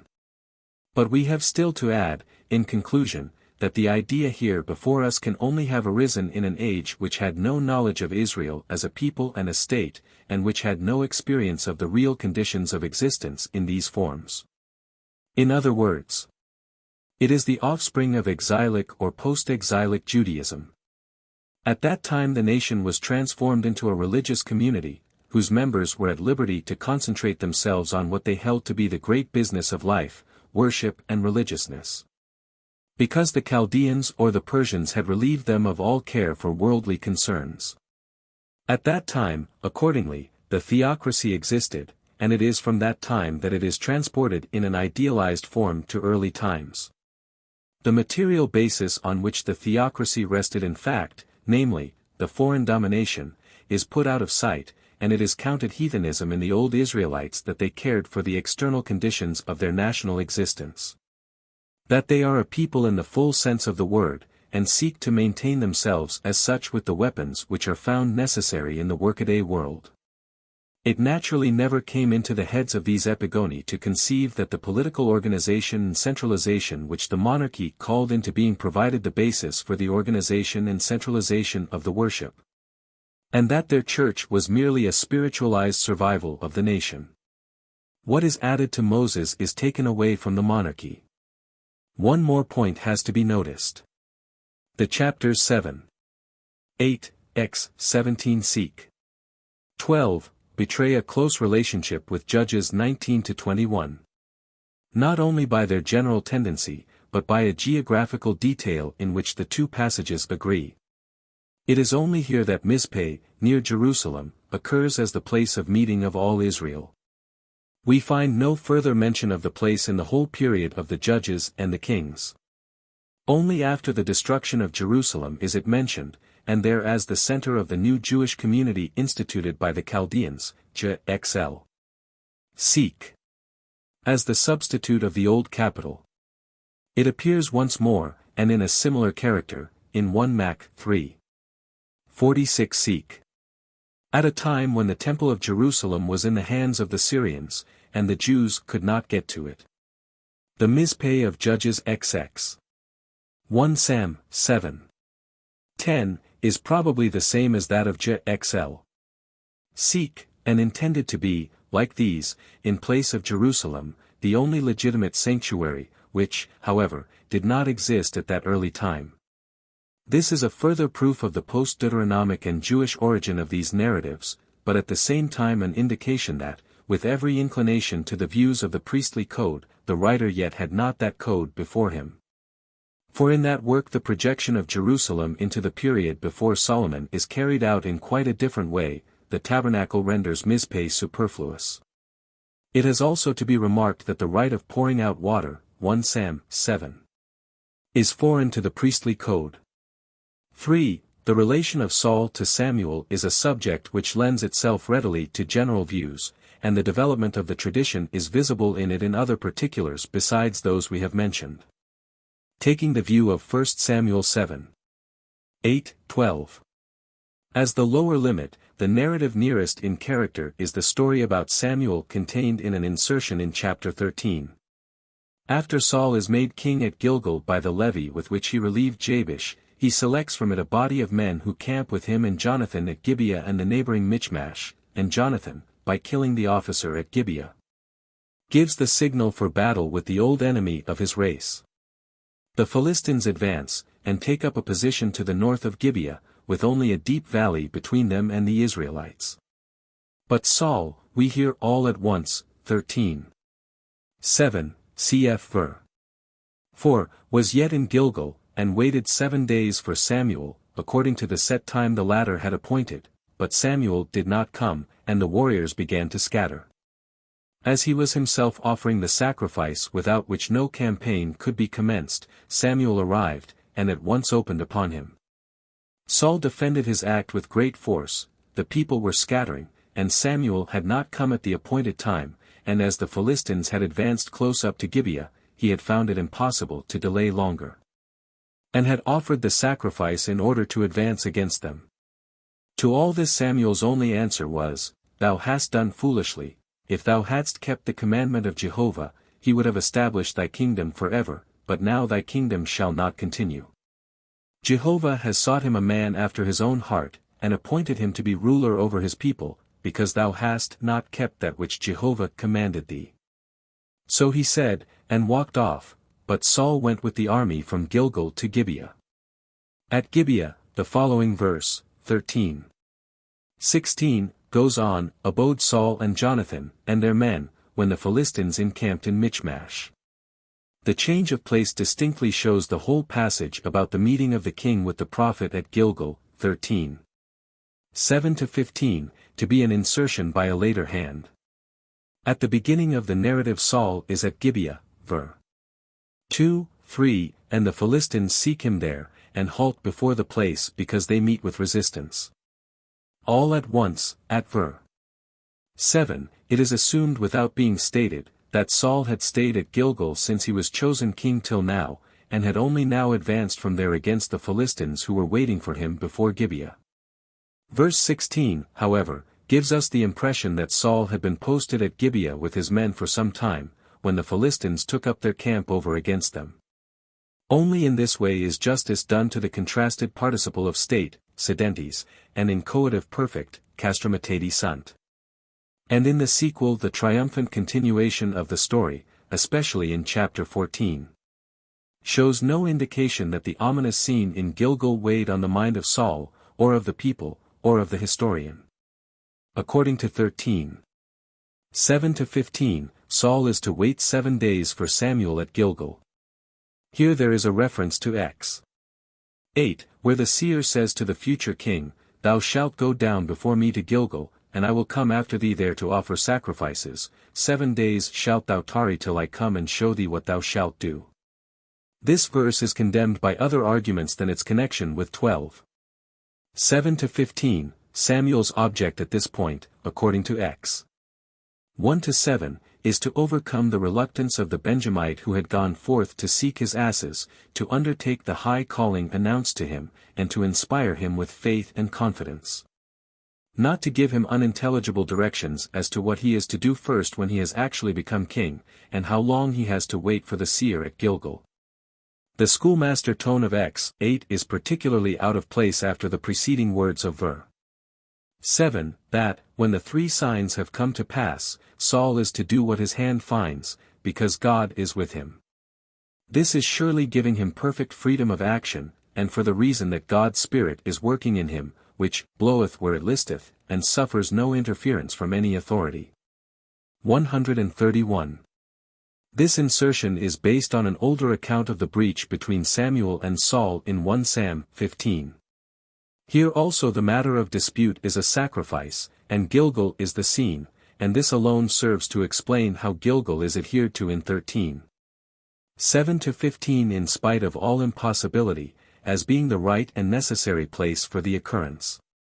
Jehovah, by the mouth of Samuel, commands the king to devote the Amalekites to destruction because of an act of treachery they had committed against Israel in ancient times, and to spare no living thing. Saul accordingly makes war on the Amalekites and defeats them, but he does not carry out the proscription entirely, as he spares the best of their cattle and their king Agag, whom he takes prisoner.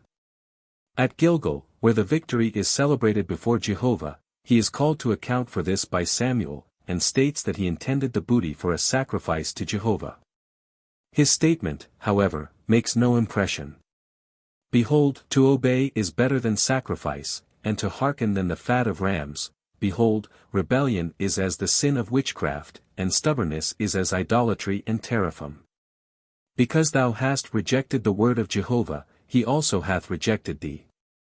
The king acknowledges his guilt, and tries to pacify Samuel, but the latter turns from him in anger, and when Saul lays hold of him, his mantle tears.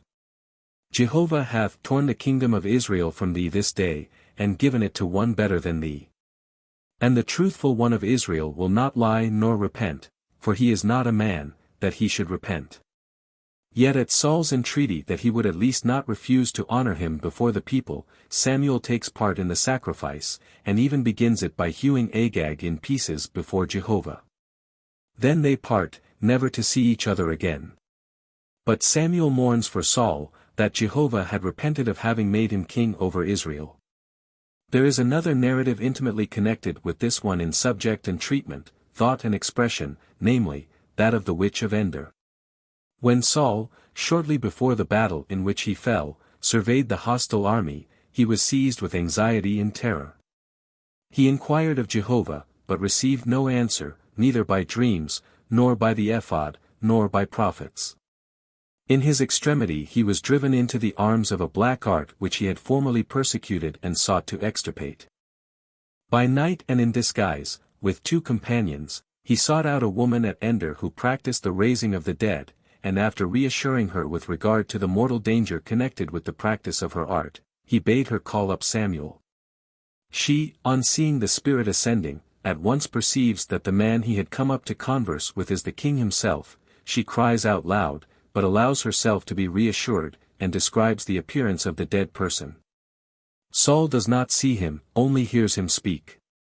Why hast thou disquieted me, to bring me up? Jehovah doeth to thee as he spake by me, he rends the kingdom out of thy hand, and gives it to another, because thou obeyedst not the voice of Jehovah, nor executedst his fierce wrath upon Amalek. Tomorrow shalt thou and thy sons be with me, and Jehovah also shall deliver the host of Israel into the hands of the Philistines. At these words Saul falls all his length on the ground. He had eaten nothing all the day before and all night. He is with difficulty induced to take some food, then he rises up with his men to go and meet his fate. 1 Sam 28. 3-25. Comparing with this original the copy in 13. 7-15, we are struck, in the first place, with the placing of the rupture so much earlier. Scarcely is Saul made king when he is deposed, on the spot, at Gilgal. And for what reason? Samuel has fixed, in a purely arbitrary fashion, the time he is to wait, and Saul waits, and makes arrangements for departure only when the time has run out, although the need is pressing, and for this he is rejected. It is clear that Samuel has from the first felt towards him as a legitimate prince feels to a usurper. He has arranged so as to find an occasion to show unmistakably where they both stand. Strictly speaking, he did not find the occasion, Saul having observed the appointed time. But the opinion is present, though unexpressed, that the king was not entitled to sacrifice, either before the expiry of the 7 days or at any time. His sacrificing is regarded as sacrilege. And thus the autonomous theocracy stands all at once before our eyes, which no one thought of before Ezekiel. We are reminded of the stories of Joash and Uzziah in the Chronicles. The incidents in 1 Sam 15:28 are similar, but the spirit of the narrative is different and more antique. The rejection does not come here with such mad haste, and we do not get the impression that Samuel is glad of the opportunity to wash his hands of the king. On the contrary, he honors him before the people, he mourns that Jehovah has rejected him, and Saul, who never again sees him alive, turns to him dead in the hour of his extremity, and does not regard him as his implacable enemy. Again, in the former case the king's offense is that he has too low an estimate of the sacredness of sacrifice, and fails to regard the altar as unapproachable to the laity, while in the latter case he is reproached with attaching to sacrifice far too high a value. In the former case, in fine, the deity and the representative of the deity act with absolute caprice, confront men stiffly with commands of incredible smallness, and challenge them to opposition. In the latter, the conduct of Samuel is not, supposing it to have been the custom to devote enemies to destruction, unintelligible, nor his demeanor devoid of natural spirit. He appeals not to an irresponsible position, but to the manifest truth that obedience is better than the fat of rams. Not that chapters 15 and 28 belong to the original growth of the tradition. In the case of 28, 3-25 it is easy to show the insertion, the thread of 28. 1, 2, coming from chapter 27, is continued at 29. 1, according to 28. For the Philistines have advanced as far as Shunem in Jezreel, in 29. 1 they are only at Aphek in Sharon, and they do not go on to Jezreel till 29. 11, to prove an insertion in the case of chapter 15.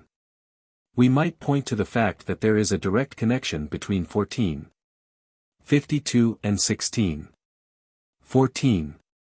But this must be proved somewhat circumstantially. Let it suffice, then, to say that in the preceding narrative of Saul's history, the war with the Amalekites appears in quite a different light. 9. 1x 16, 11. 13, 14, cf. also number 24. 7. The occasion of it, according to 14. 48, lay in the needs of the time, and the object was the very practical one of saving Israel out of the hands of them that spoiled them. There is nothing here to suggest that the campaign was undertaken in consequence of a religious command, to punish the Amalekites for an offense over which long ages had passed. An information about which could only be gathered from historical books dealing with the age of Moses. Both the narratives, chapter 15, as well as chapter 28, are preludes of events afterwards to happen. At chapter 16, David appears upon the scene. He is thenceforth the principal person of the story, and thrusts Saul on one side. Chapter 15 is the prophetic introduction to this change. The fact had been handed down that Saul was chosen by Jehovah to be king. How was it possible that in spite of this his rule had no continuance?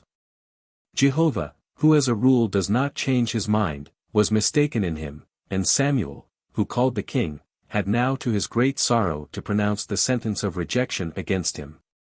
The occasion on which he does this is evidently historical, namely, the festival of victory at Gilgal, at which the captured leader of the Amalekites was offered up as the principal victim. The sacrifice of Agag being quite repugnant to later custom, it was sought to account for it by saying that Saul spared the king, but Jehovah required his death, and caused him to be hewn in pieces at the altar by Samuel. The rest could easily be spun out of this, it is superfluous to discuss how. Chapter 28, again, is related to chapter 15. As the second step to the first. No proof is wanted to show that this is the prophetic shadow cast before the fall of Saul in his last fight with the Philistines. His turning to the witch to call up to him the departed Samuel suggests in the most powerful way his condition of God-forsakenness since Samuel turned away from him. And, to conclude, the general coloring of the hostile relation between Saul and Samuel is borrowed from the actual relations which must have come to subsist between the prophets and the kings, particularly in the kingdom of Samaria, 1 Kings 14. 7. In their treatment of this relation our narratives manifestly take up the prophetic position, and the doctrinal ideas of which they are made the vehicles clearly show them to be prophetic conceptions. 4. David is the first hero of Judah whom we meet with, and he at once throws all others into the shade. His acts are narrated to us in two detailed and connected works which are mutually complementary. The first of these is contained in 1 Sam 14. 52 to 2 Sam 8:18, and in it we are circumstantially informed how David rose to the throne. There follows his principal achievement as king, the humiliation of the Philistines and the foundation of Jerusalem, the work concluding with a short notice of other remarkable circumstances. This narrative is preserved to us complete, only not in the earliest form, but with many interruptions and alterations. The second work, 2 Sam 9-2 Kings 2. Is mutilated at its commencement, but otherwise almost completely intact, if 2 Sam 21-24 be removed. It tells chiefly of the occurrences at the court of Jerusalem in the later years of the king, and carefully traces the steps by which Solomon, whose birth, with its attendant circumstances, is narrated at the outset, reached the throne over the heads of his brothers Amnon, Absalom, and Adonijah, who stood before him. Both works are marked by an essentially historical character. The treatment is much more detailed, while not nearly so poetical as in the history of Saul, 1 Sam 9. Seek. There are no exaggerations, such as 14:46 seek. The second is the better work of the two, and frequently affords us a glance into the very heart of events, showing us the natural occasions and human motives which gave rise to the different actions. The point of view is, however, the narrow one of Jerusalem, for example. The real reasons of the revolt of the men of Judah under Absalom are scarcely even hinted at. The leading sentiment of the writer, there can be no doubt, is enthusiasm for David. But his weaknesses are not concealed, the relations prevailing at his court, far from edifying as they are faithfully reported. And the palace intrigue which placed Solomon upon the throne is narrated with a naivete which is almost malicious. The first work, 1 Sam 16-2 Sam 8, gives a less circumstantial narrative, but follows the thread of events not less conscientiously, and is based on information little inferior to that of the second. The author's partisanship is more noticeable, as he follows the style of a biographer, and makes David the hero of the history from his very first appearance, although King Saul is the ruling and motive power in it. But Judaistic leanings were unavoidable, and they have not gone so far as to transform the facts, nor indeed operated in a different way or to a greater degree here than local interest in the tribal hero, which is always the earliest motive for narration, has done in other cases. This praise applies to 1 Sam 16. Seek, however, only so far as its original form goes.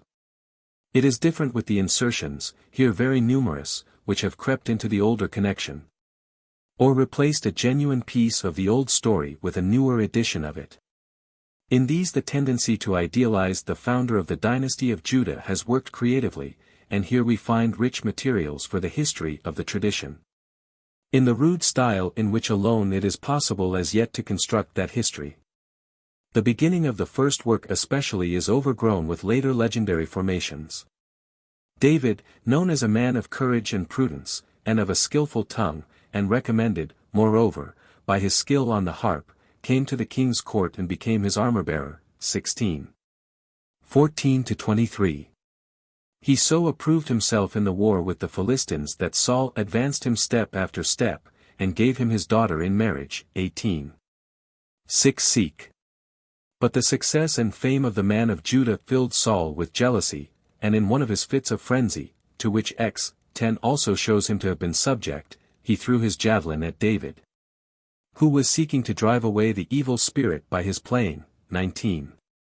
8-10, David agreed with Jonathan that it was advisable for him to absent himself, but this only confirmed the king's suspicions, which prompted him to destroy the priests of Nob. Because their head had provided David with food and consulted the oracle for him. 21:2-7, 22.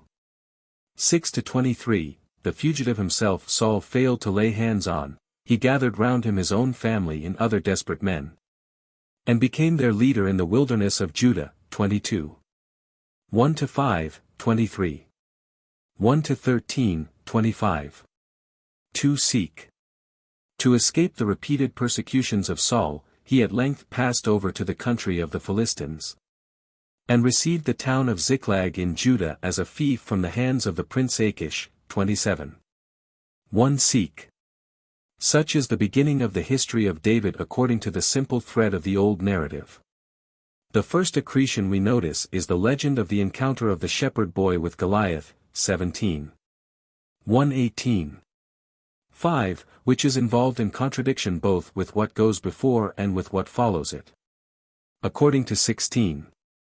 14-23, David, when he first came in contact with Saul, was no raw lad, ignorant of the arts of war, but a mighty valiant man, skillful in speech, and of a goodly presence, and according to 18. 6 the women sang at the victorious return of the army, Saul has slain his thousands of the Philistines, and David his tens of thousands, so that the latter was the leader of Israel beside the king, an approved and well-known man. Evidently something of a different nature must originally have stood between 16. 23 and 18. 6. Now the fate of the story of Goliath. 17. 1:18. 5. Involves that of the story of the anointing of David. 16. 1-13, which is dependent on it. 16. 12, 17. 42, and, as we have already decided that chapter 15 is a secondary production. 14. 52 joins on at once to 16. 14, in 18. 6 Seek. Where we are told of the origin of Saul's jealousy, several of the worst additions and interruptions are wanting in the LXX, especially the first throwing of the javelin. 18. 9-11, and the betrothal to Merab. 18. 17-19. The insertions are most varied and confusing in the account of the outbreak of the hostility of Saul and of David's flight. Chapters 19.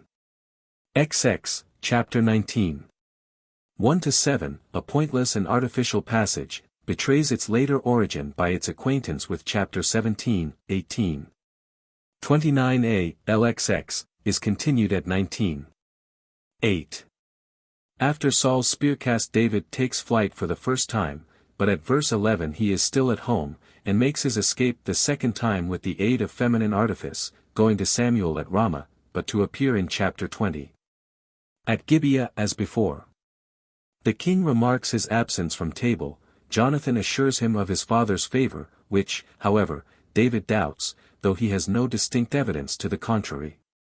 When quite certain of the deadly hatred of the king, David takes flight in earnest, in chapter 21. Seek. We find him at Nob on his way to Judah, but at 21. 10 He goes away afresh from the face of Saul. It is evident that in reality and in the original narrative the flight took place only once, and that it must from the first have been directed to the place of refuge, i.e., to Judah. This is enough to dispose of 19. 11-24, the 20th chapter is impossible in the connection, at least in its present form, and in chapter 21. Verses 8-10 and 11-16 must be left out. In the section which deals with the freebooter life of David, chaps. 23-27. Considerable pieces have been added, 27. 7-12 of course is one, but also the encounters of David with his pursuers. There are two versions, the one, 26. 1-25, is placed before chapter 27. On account of verse 19, the other, 23. 14-24. 22, is placed before chapter 25. To avoid too near a contact. There is a good deal of verbal coincidence between the two, and we are entitled to regard the shorter and more pointed version, chapter 26, as the basis. But the sequence, 26. 25, 27. 1, shows beyond a doubt that chapter 26 does not belong to the original tradition. The process of inserting the additions naturally was not completed without all sorts of editorial changes in the older materials, e.g., 16. 14. Though proceeding from the same root, these offshoots are by no means of the same nature, nor do they all belong to the same stage of the process. Some of them are popular legends and unconscious fictions. Of this nature is the story of Michal, who takes the part of her husband against her father, lets him down in the evening with a rope through the window, detains the spies for a time by saying that David is sick. And then shows them the household god which she has arranged on the bed and covered with the counterpane, 19. 11-17. The scenes in which Saul and David meet are of a somewhat different color. Yet we notice that the conviction that the latter is the king of the future does not interfere with the recognition of the former as the king de facto and the anointed of Jehovah. Saul too appears not wicked, but blinded. The secondary version, 23. 14 Seek. Contains, not to speak of the distinctly later insertion between verse 15 and 19, in addition to the touching features of the story, a good-natured jest, telling how the two played hide-and-seek round a hill, which took its name from the circumstance.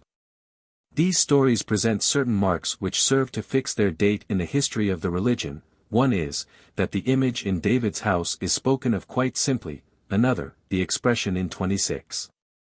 19, If Jehovah have stirred thee up against me, let him accept an offering, but if it be men, cursed be they before Jehovah, because they have driven me out this day from the fellowship in the land of Jehovah, and obliged me to serve other gods. It is perhaps not by mere chance that this speech is wanting in the parallel version, and that there is added in place of it a formal act of recognition which Saul pays at the end to his destined successor. As for the story of Goliath, it is also quite artless, but its religious coloring is much more marked. The speech with which David goes to meet the giant is characteristic on this side, 17. For seek. Thou comest to me with a sword and with a spear, but I come unto thee in the name of Jehovah of hosts, whom thou hast defied. This day will he deliver thee into mine hand, that all the earth may know that there is a God in Israel, and that this assembly, equals Israel, may know that Jehovah saveth not with sword and spear, for the battle is his. This approaches to the religious language of the post-Deuteronomic time. According to 2 Samuel 21. 19, Goliath of Gath, whose spear shaft was as thick as a weaver's beam, 132 fought in the wars, not in Saul's time, but in that of his successor, and was killed, not by a shepherd boy but by a warrior of Bethlehem named Elhanan. The theme of David and Jonathan has no doubt a historical basis, but for us it is found only in second-hand versions. The story of the farewell, chapter 20, must be placed in this category. Yet it appears to point back to an earlier basis, and the earlier story may very possibly have belonged to the connection of the original work. For the shooting of the arrow could only have a meaning if it was impossible for the two friends to have an interview. But as the story goes, they come together and speak out freely what they have in their hearts, and so the dumb signal is not only superfluous, but unintelligible and meaningless. But if the most characteristic trait of the whole story does not fit into it as it now stands, that is just saying that the story has not come down to us in its true form. Originally Jonathan only discharged the arrow, and called to his boy where it lay, and David, hid in the neighborhood of the shooting range, heard in the call to the boy the preconcerted signal. In calling that the arrow was nearer him or beyond him, Jonathan was apparently telling the boy, but in reality telling his friend, to come towards him or go farther away from him. The latter was the case, and if so, the friends could not enter into conversation. The tearful farewell then disappears, and the sentimental speeches spoken before it in the same style, in which Jonathan virtually admits that his father is right, and yet decidedly espouses David's cause, disregarding the fact that David will deprive him of his inheritance. 133. Chapter 18. 6 Seek. Manifests tendency in a bad sense, even apart from the additions of the Masoretic text. Here Saul's enmity against David is carried back to the very beginning of their relations together, and even his friendship is represented as dissembled hatred. All the honors with which the king covers his armor-bearer are interpreted as practices to get rid of him. He makes him his son-in-law in order to expose him to deadly danger in his efforts to procure the 100 foreskins of the Philistines which were the price of the daughter. The connection cannot dispense with 18. 6 Seek. But at the same time it is beyond doubt that the venomous way of interpreting the facts is a mark of later revision. For Saul here practices his perfidies with the cognizance of his servants, who must therefore have been well aware of his disposition towards David. But the old narrator proceeds on the opposite assumption, that his hatred appeared all at once, and that David had been held by all up to that time to be one of the king's favorite servants, cf 21. 2:22. 14 Seek, not to speak of chapter 20. And this alone agrees with the nature of Saul as it is everywhere described to us. It is a characteristic circumstance that the corruption of the tradition is greatest in those narratives in which Samuel enters into the history of David. There are 2 insertions of this kind. According to 19. 18-24 David flees to the old man at Ramah, where the school of the prophets is. Saul sends messengers to take him, but these, when they come near Samuel and see him in command of a troop of ecstatic enthusiasts, are seized by the frenzy like the rest. The second set of messengers whom Saul sends, and the third, fare no better. And Saul has at last to come himself. But he also is drawn into the vortex, tears off his clothes and dances before Samuel and David, the only self-possessed spectators of the bacchantic company, till he falls down. And he lies naked as he is a whole day and a whole night upon the ground, whence the proverb, is Saul also among the prophets? But that David when he fled in earnest and went in the direction of Judah, instead of amusing himself by going first towards the north, is perfectly evident. As much so as that it is a serious abuse of the spirit of prophecy to make it serve ends which are foreign to its nature, and turn it into a mere instrument for the personal safety of David, who had no need whatever to wait for Saul at Ramah to play him a trick there. The narrative, which is unknown to the author of 15:35, arose out of the proverb which is quoted in it, but this receives elsewhere, Ex. 12, a much more worthy interpretation. We can scarcely avoid the suspicion that what we have before us here is a pious caricature. The point can be nothing but Samuel's and David's enjoyment of the disgrace of the naked king. For the general history of the tradition the most interesting circumstance is that Samuel has here become the head of a school of prophets and the leader of their exercises. In the original view of the matter, chaps. 9, X. He appears alone and independent, and has nothing to do with the companies of the ecstatics, the Nebi'im. He is a ray or seer, not a Nabi or prophet. True, it is asserted in the gloss, 9, that the 2 words mean the same thing, that what is now called Nabi was formerly called ray. But that is scarcely quite correct. The author of 9X knows the name Nabi very well too, but he never applies it to Samuel. He only uses it, in the plural, of the troops of Jehovah, intoxicated dervishes.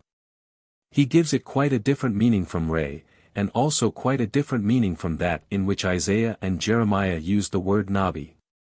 134. We cannot doubt that these distinctions rest on a historical basis, and only gradually melted away in later times, so that Samuel the seer need not be degraded into one of the flagellants.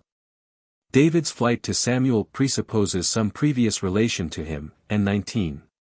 18 seems to point back to 16. 1-13. In this piece David's career begins with his being anointed king in Saul's place at Jehovah's command, when a mere shepherd boy, who was not even counted in the family he belonged to. But in the sequel no one knows anything about this. Even in the story of Goliath, which in other respects harmonizes better with 16. 1-13 than any other piece, the older brothers, here 3, not 7, know nothing of the anointing of the youngest, although they were present and heard their own claims discussed. 17. 28. In the stories of David's persecution also, chapter 24. 26, Saul alone is the sacred person, the anointed of Jehovah, not David. A belief that David is chosen for high things by God is quite a different matter from an anointing which has already taken place in fact. And if consequent and antecedent be inseparable, we must remember how, according to 15. 35, Samuel not only withdraws himself from Saul till his death, but also feels grieved for him till his death. It is a harsh transition from 15. 35, Samuel came no more to see Saul till the day of his death, because he mourned over him, to 16. 1, and Jehovah spake to him, How long wilt thou mourn for Saul, seeing I have rejected him? But it appears clearly that the appointment of the successor was connected with, and a consequence of, the deposition of the predecessor. The anointing of David by Samuel is at the same time the set-off to the anointing of Saul by Samuel. This is clearly seen on comparing Acts 6:11. 6, and the Spirit of God leapt upon Saul, with 16. 13:14, and the Spirit of Jehovah leapt upon David, and it departed from Saul. In the former case the inspiration is a momentary foaming over, in the latter, the leaping notwithstanding, it is a permanent property. And this difference alone leaves no doubt as to where the original is to be looked for, and where the imitation. Saul alone, according to the old tradition, was made king in a divine, i.e., an overpowering and ideal manner. David was made king in a tedious human way, and after many intermediate stages. Of Saul alone was it originally told that the sudden outbreak of the Spirit with which he, unelected as he was, summoned the levy of Israel, placed himself at its head, defeated the Ammonites, and became king, was quietly prepared by an old seer, who pointed out to him his great calling, and filled him with confidence in himself by secretly anointing him in the name of Jehovah. All that was known of David was how by his own energy he raised himself from a soldier to be the leader of a band, from that to be the vassal prince, under the Philistines, of Ziklag and Judah. And from a vassal prince to be the independent and powerful king of Israel. He also was anointed, not, however, beforehand by God, but after his elevation, by the elders of Judah and Israel. But this human origin and this inferiority in point of divine consecration to a predecessor whose kingdom, as it turned out, Jehovah had not made to stand, was found by a later age to be unworthy of him. He must at least have received his anointing from Samuel as well as Saul. And this was accordingly made good by the legend, 16. 1-13, it is a step further on this downward path that in the Judaistic version, X 17 seek, all mention is omitted of the anointing of Saul. We return to Samuel. The books of Samuel take their name from him, and he is a figure of great importance, if not for the history itself, yet for the history of the tradition, the progress of which may be measured by the change of view about his person. In the views taken about him we may distinguish 4 stages. Originally, 9. 1x. 16, he is simply a seer, but at the same time a patriotic Israelite, who feels deeply the need of his country, and uses his authority as seer to suggest to the ear and to the mind of one whom he recognizes as fit for the purpose. His destination to be Israel's deliverer and leader. This relation between seer and warrior must be held fast and regarded as historical if Samuel is to mean anything at all. Similar instances are those of Deborah and Barak in earlier times, and later, that of Elisha and Hazael, and still more, that of Elisha and Jehu. Samuel's greatness consists in this, that he rouses to activity the man who comes after him, and is greater than he. After kindling the light which now burns in its full brightness, he himself disappears. But his meteoric appearance and disappearance excited wonder, and this in early times produced a story of his youth, in which, while still a boy, he predicts the ruin of premonarchical Israel, 1 Sam 1-3. After he has done this, darkness closes completely around him. Even in chapter 4. He has completely disappeared. And when we meet him again he is an old man.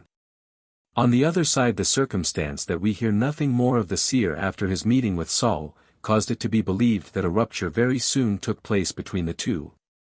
This belief we meet with at the second stage of the tradition, which is represented by the prophetical narratives recorded in chaps 16 and 28.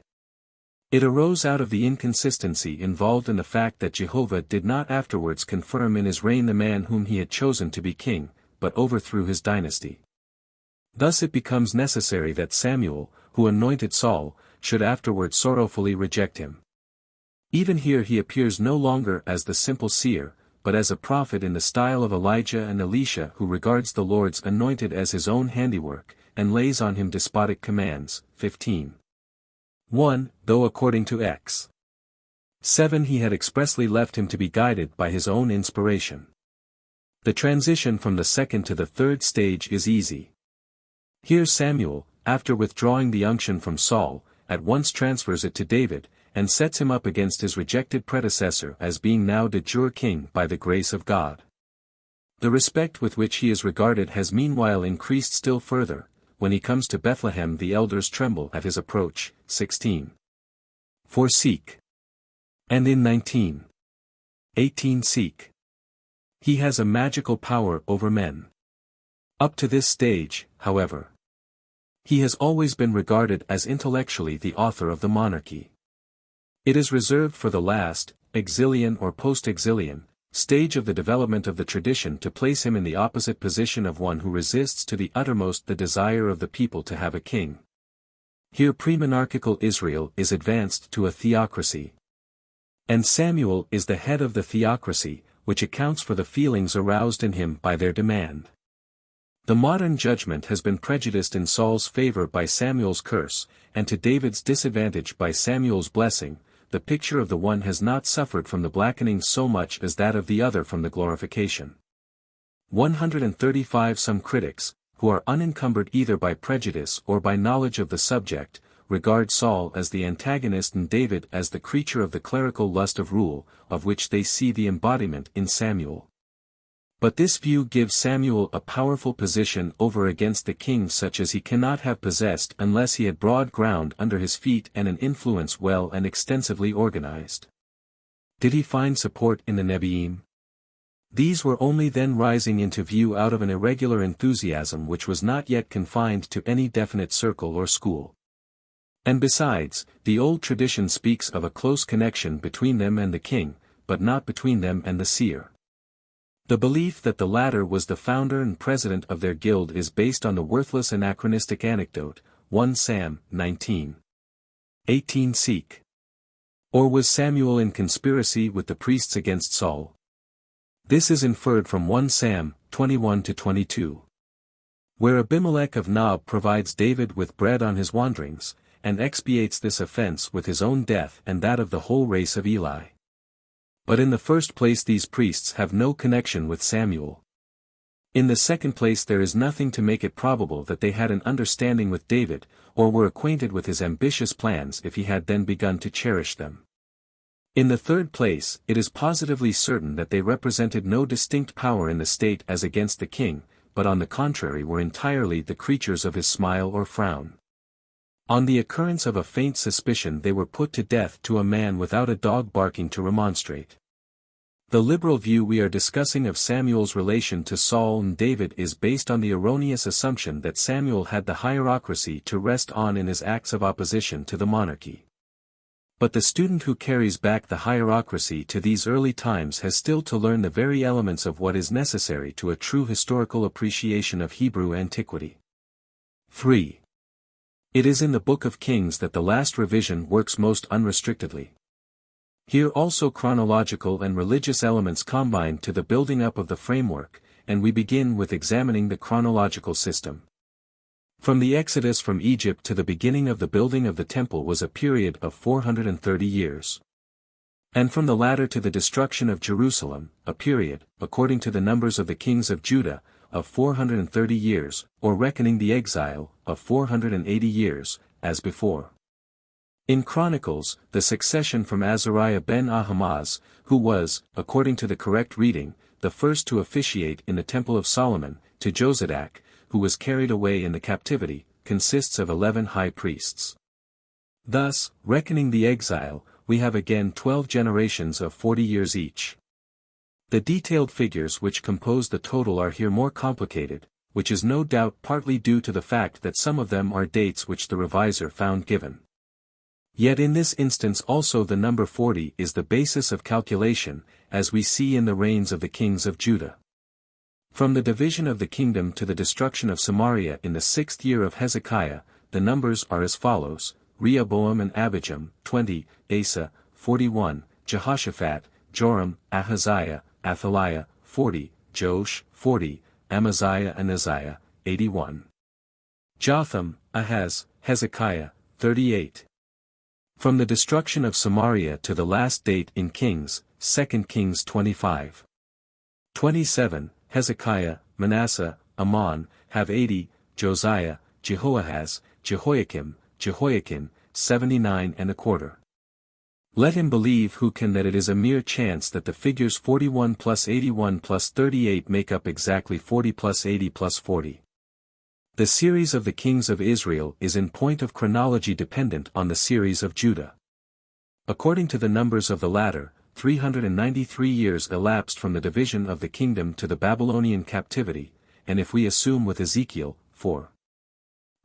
That Samaria fell 150 years earlier than Judah, 243 years remain for the duration of the northern kingdom. The figures given amount in fact to 242 years.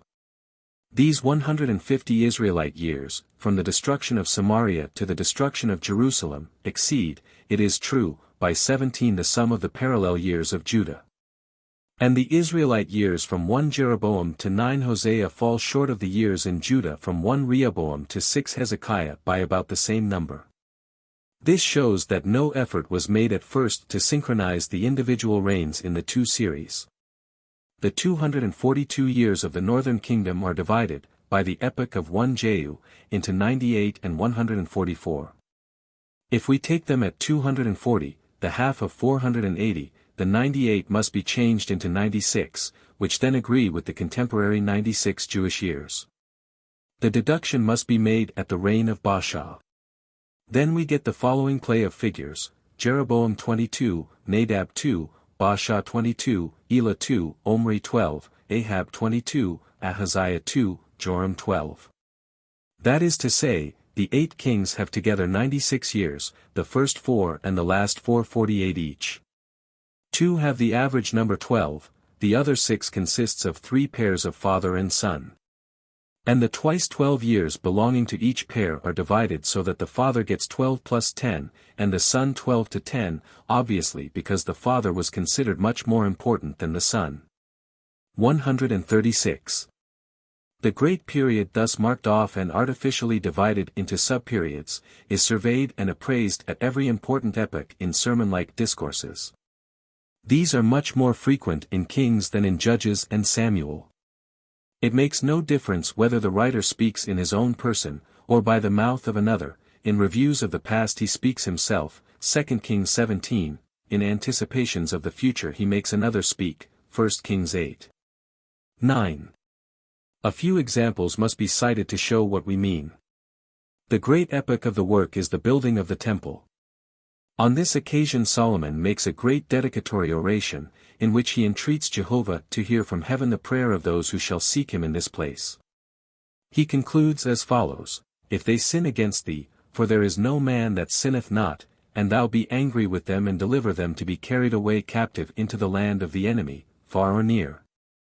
If they then bethink themselves and make supplication to thee, saying, We have sinned and have done perversely and are guilty, and so return unto thee with all their heart and all their soul in the land of the enemies which led them away captive. And pray unto thee toward their land which thou gavest unto their fathers, the city which thou hast chosen, and the house which thou hast built for thy name, then hear thou in heaven their prayer and their supplication, and maintain their cause. And forgive thy people their unfaithfulness, and give them compassion before them that carried them away captive, that they may have compassion upon them. For they be thy people and thine inheritance, which thou broughtest forth out of Egypt from the midst of the furnace of iron, and didst separate them to thyself from among all the people of the earth, as thou spakest by Moses thy servant. What Jehovah answered to this we learn in chapter 9. I have heard thy prayer and thy supplication which thou hast made before me. I have hallowed this house, to put my name there for ever, and mine eyes and my heart shall be there perpetually. If thou wilt walk before me, as did David thy father, in integrity of heart and in uprightness, to do all that I have commanded thee, and wilt keep my statutes and my judgments, I will establish the throne of thy kingdom upon Israel for ever. As I promised to David thy father, saying, There shall not fail thee a man upon the throne of Israel. But if ye or your children turn away from me, and will not keep my statutes and my judgments which I have set before you, but worship other gods, then will I cut off Israel out of the land which I have given them. And this house which I have hallowed for my name I will cast out of my sight, and Israel shall be a proverb and a byword among all people, and this house a ruin. And when they ask, Why hath Jehovah done thus to this land and to this house? The answer shall be, Because they forsook Jehovah their God, who brought forth their fathers out of the land of Egypt, and have taken hold upon other gods, and have worshipped them and served them. The division of the kingdom is also a very marked era in the history. It is introduced by a prophecy of Abijah to the first Jeroboam. Behold, I rend the kingdom out of the hand of Solomon, and will give 10 tribes to thee. But he shall have 1 tribe for my servant David's sake, and for Jerusalem's sake, the city which I have chosen. Because he has forsaken me, and worshipped Astarte of Sidon, and Chemosh of Moab, and Milcom of Ammon, and has not walked in my ways to do that which is right in my eyes, my statutes, and my judgments, like David his father. And it shall be, if thou wilt hearken unto all that I command thee, and wilt walk in my ways, and do what is right in my sight, to keep my statutes and my commandments as David my servant did, that I will be with thee and build thee a sure house as I built for David, and will give Israel unto thee. And I will for this afflict the seed of David, but not for ever. We pass over a series of prophecies in a similar strain which occur regularly at the changes of dynasty in the northern kingdom, and cite only the concluding words which accompany the fall of the kingdom of the 10 tribes, 2 Kings 17. This fall came about, because the children of Israel sinned against Jehovah their God, which brought them up out of the land of Egypt, and feared other gods, and walked in the statutes of the heathen whom they had driven out. And in the innovations of the kings of Israel, and because the children of Israel imputed to Jehovah their God things which are not so, and built them high places in all their cities. From the tower of the watchman to the fenced city, and they set up pillars and asherahs on every high hill and under every green tree, and there they sacrificed in all the high places. As did the people whom Jehovah had driven out before them, and wrought wicked things to provoke Jehovah to anger, and served the abominations which Jehovah had forbidden.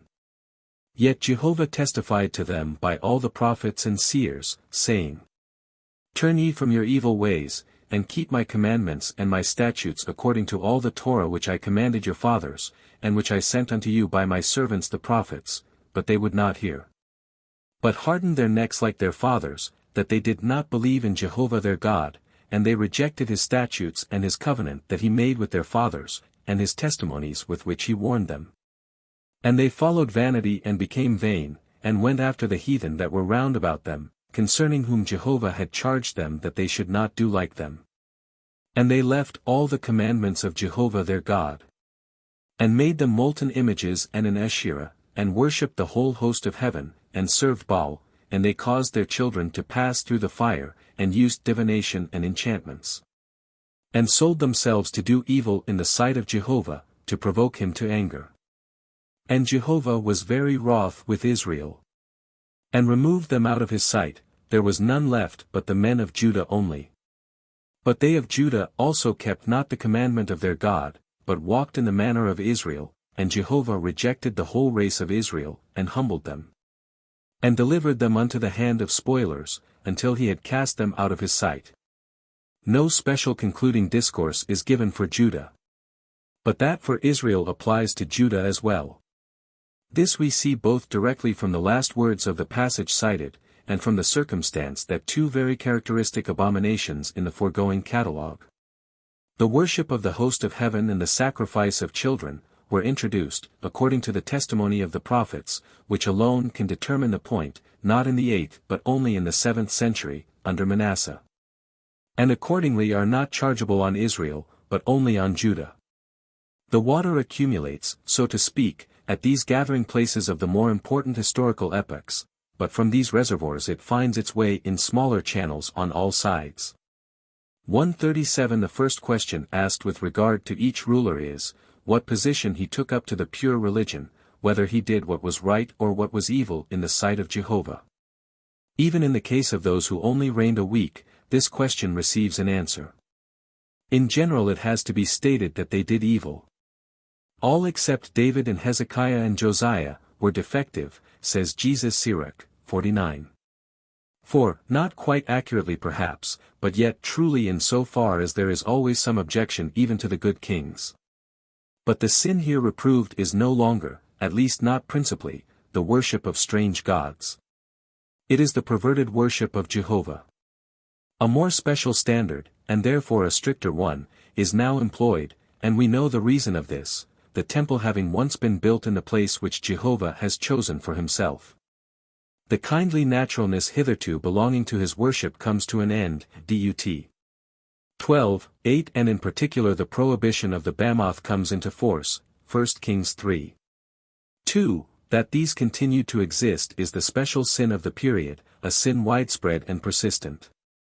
It is aggravated by the fact, that with the Bamoth all kinds of unlawful abuses crept into the worship of Jehovah, Maxibas and Asherahs, evergreen trees, and prostitutes of both sexes. Israel, continually compared with Judah in the matter, is further charged with a second great sin, the sin of Jeroboam, i.e., the golden calves at Bethel and at Dan.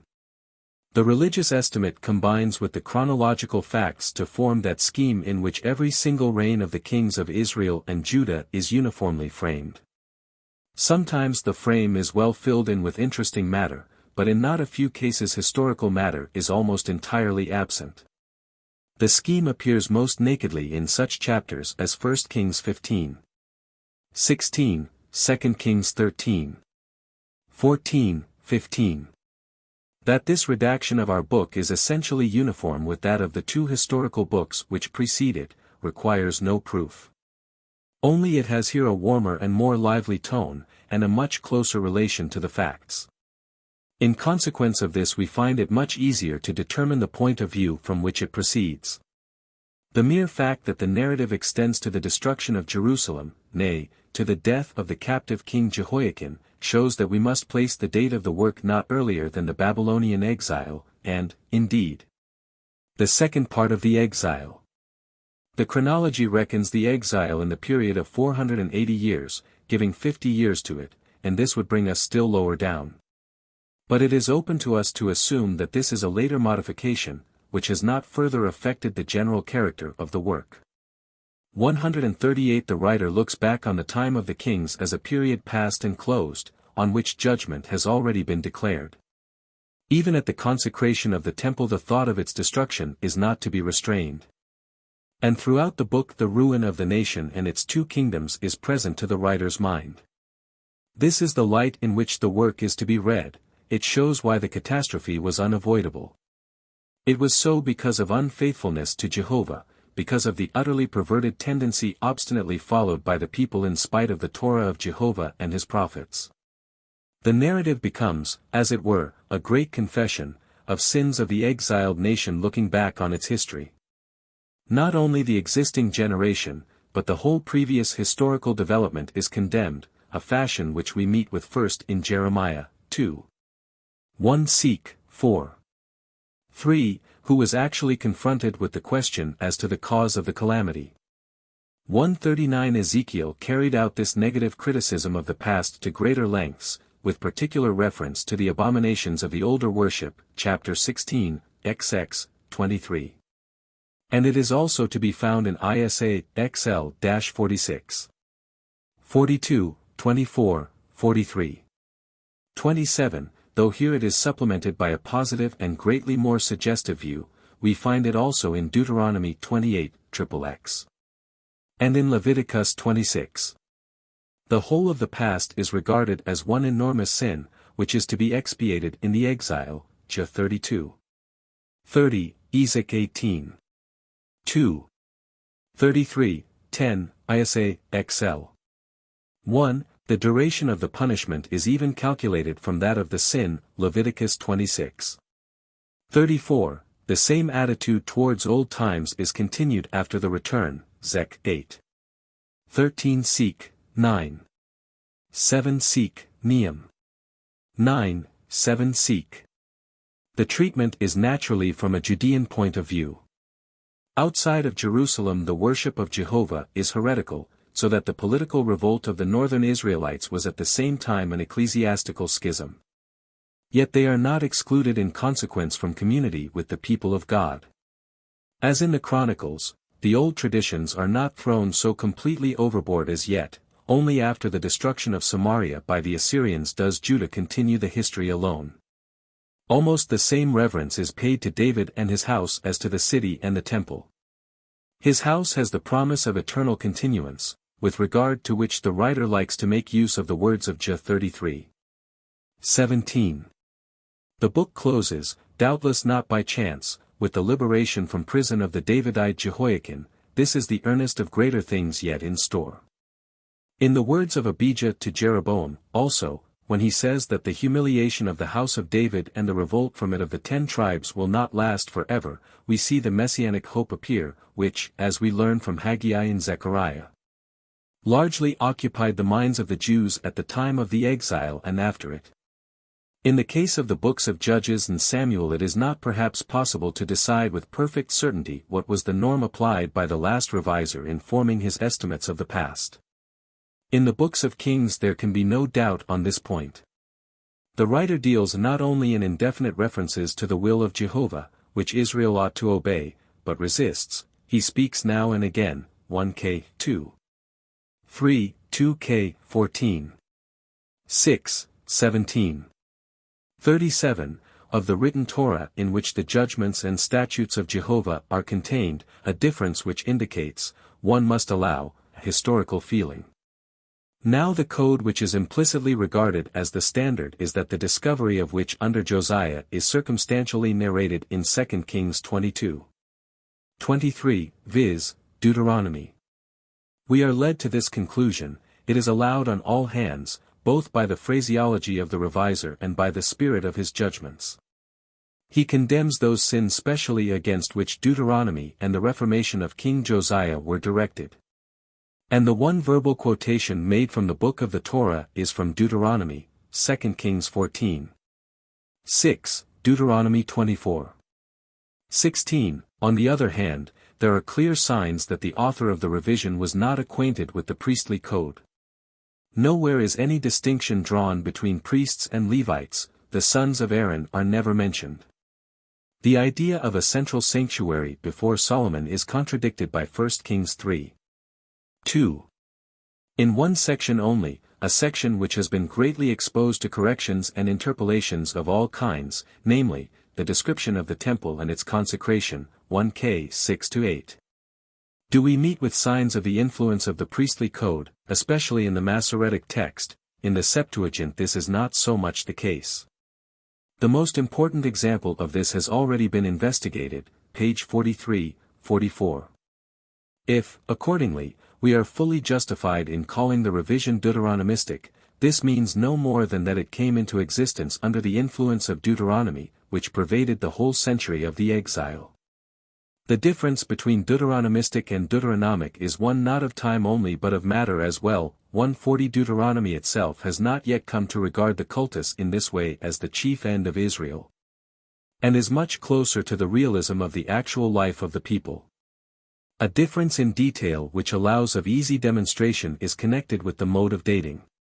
The last reviser distinguishes the months not by their old Hebrew names, Ziph, Bul, Ethanim, but by numbers, commencing with spring as the beginning of the year. In this he differs not only from his older sources, 1 Kings 6. 37, 38, 8. 2, but also from Deuteronomy. 2, this revision is, as we expect to find, alien to the materials it found to work on, so that it does violence to them. They have been altered in particular by a very one-sided selection, which is determined by certain religious views. In these views an interest in the prophets mingles with the interest in worship. It is not meant that the selection is due entirely to the last reviser, though it is thoroughly according to his taste. Others had probably worked before him in this direction. But for us it is neither possible nor important to distinguish the different steps in the process of sifting through which the traditions of the time of the kings had to pass. The culminating point of the whole book is the building of the temple. Almost all that is told about Solomon has reference to it. This at once indicates to us the point of view. It is one which dominates all Judaistic history. The history is that of the temple rather than of the kingdom. The fortunes of the sanctuary and its treasures, the institution and arrangements of the kings with reference to worship, we are kept au courant about these, but about hardly anything else. The few detailed narratives given, 2 Kings 11 seek. 16. 22, seek, have the temple for their scene, and turn on the temple. Only in 18. Seek. Does the prophetical interest predominate? As for the kingdom of Israel, the statements about the cultus of that state are very scanty and for the most part rather vague. Here the prophetical narratives come to the front, generally such as are told from the prophetic point of view, or at least tell of the public appearances and acts of the prophets. Here and there we are told of occasions on which the northern kingdom came in contact with Judah. Here the Jewish feeling appears which dictated the selection. What is merely historical, purely secular, is communicated only in the scantiest measure. Often there is nothing but the names and succession of the kings. We learn hardly anything about King Omri, the founder of the town of Samaria and refounder of the kingdom, who seems to have reduced Judah also to the position of a dependent ally, nor do we learn more about Jeroboam II, the last great ruler of Israel, while the conflict with the Assyrians and the fall of Samaria are dispatched in a couple of verses which tell us scarcely anything at all. Sometimes a brilliant breaks in on the surrounding night, 2 Kings 9. X. But after it we grope in the dark again. Only so much of the old tradition has been preserved as those of a later age held to be of religious value. It has lost its original center of gravity, and assumed an attitude which it certainly had not at first. It may have been the case in Judah that the temple was of more importance than the kingdom, but there can be no doubt that the history of Israel was not entirely, not even principally, the history of prophecy. The losses we have to deplore must have affected the Israelitish tradition most seriously.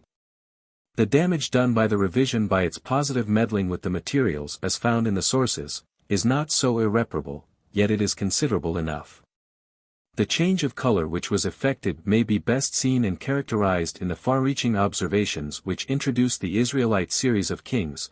Jeroboam said in his heart, "Now shall the kingdom return to the house of David.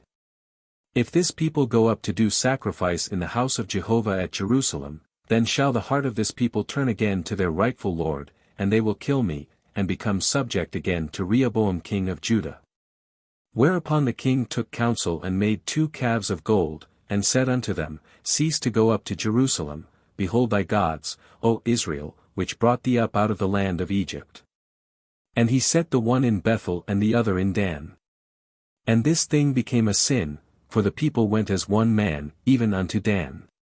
And he made temples of high places, and took priests from the midst of the people which were not of the house of Levi. Whomsoever he would he installed as priest of the high places, 1 12. 26-30, 13. 33.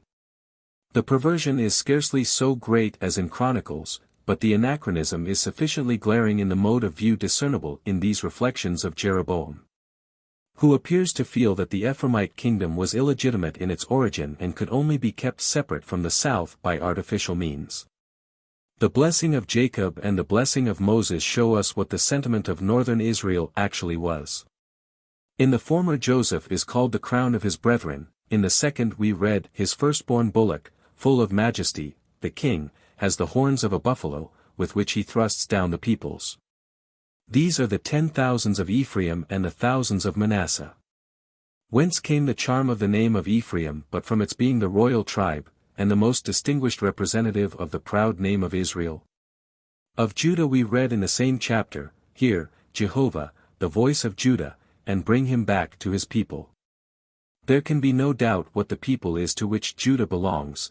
We cannot but agree with Graf, that this tribe is here regarded as the alienated member, and its reunion with the greater kingdom spoken of as the desire of Judah itself. And this is not so remarkable when we reflect that the part belongs to the whole and not the whole to the part. Only by long experience did Judah learn the blessing of a settled dynasty, and Ephraim the curse of perpetual changes on the throne. Judah's power of attraction for the inhabitants of the northern kingdom is thought to lie in the cultus of the Solomonic temple. And Jeroboam is said to have tried to meet this by creating new sanctuaries, a new form of the worship of Jehovah, and a new order of priesthood. The features in which the Samaritan worship differed from the Jewish pattern are represented as intentional innovations of the first king, in whose sin posterity persisted. But in making Bethel and Dan temples of the kingdom, that he set up high places, is a statement which need not be considered. Jeroboam did nothing more than Solomon had done before him. Only he had firmer ground under his feet than Solomon, Bethel and Dan being old sanctuaries, which Jerusalem was not. The golden calves, again, which he set up, differed in their gold but not in their object from the ephods and idols of other kinds which were everywhere to be found in the older houses of God, e.g. from the brazen serpent at Jerusalem. 141 Even Eichhorn remarked with force and point, that though Elijah and Elisha protested against the imported worship of Baal of Tyre, they were the actual champions of the Jehovah of Bethel and Dan, and did not think of protesting against his pictorial representation. Even Amos makes no such protest. Hosea is the first who does so. As for the non-Levitical priests whom the king is said to have installed, all that is necessary has been said on this subject above, page 138 seek. A remarkable criticism on this estimate of the Samaritan worship follows immediately afterwards in the avowal that that of Judah was not different at the time, at any rate not better. In the report of Rehoboam's reign we read, 1 Kings 14. 22 seek. They of Judah also set up high places and pillars on every high hill, and under every green tree, and whoredom at sacred places was practiced in the land. This state of things continued to exist, with some fluctuations, till near the time of the exile. If then the standard according to which Samaria is judged never attained to reality in Judah either, it never existed in ancient Israel at all. We know the standard is the book of the law of Josiah, but we see how the facts were not merely judged, but also framed, in accordance with it. One more instance is worthy of mention in this connection. King Solomon, we are told, had, besides the daughter of Pharaoh, many foreign wives, from Moab, Ammon, and other peoples, intermarriage with whom Jehovah had forbidden, Deuteronomy 17:17. And when he was old, they seduced him to the worship of their gods, and he erected on the Mount of Olives at Jerusalem high places for Chemosh of Moab, and for Milcom of Ammon, and for the gods of his other wives. As a punishment for this Jehovah announced to him that his kingdom should be torn from him after his death and given to his servant, and also raised up adversaries to him, in Hadad the Edomite, who freed Edom, and in the Syrian Rezin Eliada, who made Damascus independent. And by the prophet Abijah of Shiloh, he caused the Ephraimite Jeroboam, who then had the supervision of the forced labor of the house of Joseph in the fortification of the city of David, to be nominated as the future king of the 10 tribes. So we read in 1 Kings 11. But Edom, and, as it appears, Damascus as well, broke away from the kingdom of David immediately after his death. 11. 21 Seek, 25. And the fortification of the citadel, in which Jeroboam was employed when incited to revolt by Abijah, though it falls somewhat later, yet belongs to the first half of Solomon's reign, since it is connected with the rest of his buildings. 9. 15, 24. Now Solomon cannot have been punished by anticipation, in his youth, for an offense which he only committed in his old age. And the moral connected with these events is contradicted by chronology and cannot possibly be ascribed to the original narrator. The Deuteronomistic revision betrays itself, in fact, in every word of 11. 1-13. To the original tradition belongs only the mention of the many wives, without the reprobation attached to it, and the statement about the building of the altars of Chemosh and Milcom and perhaps Astarte, on the Mount of Olives, where they stood till the time of Josiah. 2 Kings 23. 13. The connection of the two events, in the relation of cause and effect, belongs to the last editor, as well as the general statement that the king erected altars of the gods of all the nationalities represented by his wives. In the books of Kings, it is true, the tradition is not systematically translated into the mode of view of the law, as is the case in Chronicles. What reminds us most strongly of Chronicles is the introduction from time to time of a prophet who expresses himself in the spirit of Deuteronomy and in the language of Jeremiah and Ezekiel, and then disappears. 142. In this way the law is introduced into the history in a living way, the prophets keep it effective and see it applied, according to the principle stated, 2 Kings 17. 13, which is founded on Jah 7. 25, Deuteronomy 18. 18. Jehovah testified to them by all the prophets and seers saying, Turn ye from your evil ways and keep my commandments and statutes, according to all the Torah which I commanded your fathers and which I sent unto you by my servants the prophets. The most unblushing example of this kind, a piece which, for historical worthlessness may compare with Judges 19-21. Or 1 Sam. 7. Seek, or even stands a step lower, is 1 Kings 13. A man of God from Judah here denounces the altar of Bethel, at which King Jeroboam is in the act of offering sacrifice, in these terms, O altar, altar, behold a son shall be born to the house of David, Josiah by name. And upon thee shall he offer the priests of the high places, that burn incense upon thee, and men's bones shall be burned upon thee. And to guarantee the truth of this prophecy, to be fulfilled 300 years afterwards, he gives the sign that the altar shall burst asunder, and the ashes of the sacrifice upon it be poured out, which at once takes place. This legend, however, does not really belong to the Deuteronomist, but is a still later addition, as is easily to be seen from the fact that the sentence 12:31 is only completed at 13:34. It deserves remark that in the two verses which introduce the 13th chapter, 12:32 Seek, the Feast of Tabernacles is fixed, in accordance with the priestly code, as the 15th of the 7th month. 3. In this case also we are able to discern considerable shades and gradations in the sources the reviser had at command. In the books of Kings for the first time we meet with a series of short notices which arrest attention, in the surroundings they are in, by their brevity in directness of statement and the terseness of their form, and have the semblance of contemporary records. In spite of their looseness of arrangement these form the real basis of our connected knowledge of the period, and the religious chronological framework is regularly filled in with them, e.g. 1 Kings 14-16. Their loose connection and neutral tone made it specially easy for later editors to interweave with them additions of their own, as has actually been done to no small extent. 143 These valuable notes commence even with Solomon, though here they are largely mixed with anecdotic chaff. They are afterwards found principally, almost exclusively, in the series of Judah. Several precise dates point to something of the nature of annals. 144 And with these the characteristic then might be thought to be connected, which frequently introduces the short sentences, and as it now stands is generally meaningless. In what circles these records were made, we can scarcely even surmise. Could we be certain that the reference to the royal temple of Judah, which is a prevailing feature of them, is due not to selection at a later time but to the interest of the first hands? We should be led to think of the priesthood at Jerusalem. The loyalist, perfectly official tone would agree very well with this theory, for the sons of Zadok were, down to Josiah's time, nothing else than the obedient servants of the successors of David, and regarded the unconditional authority claimed by these kings over their sanctuary as a matter of course. 2 16. 10 Seek, 12. 18. These notices, however, as we have them, are not drawn from the documents themselves, but from a secondary compilation, perhaps from the two sets of chronicles cited at the end of each reign of the kings of Israel and those of Judah, from which at all events the succession of the rulers appears to the drawn.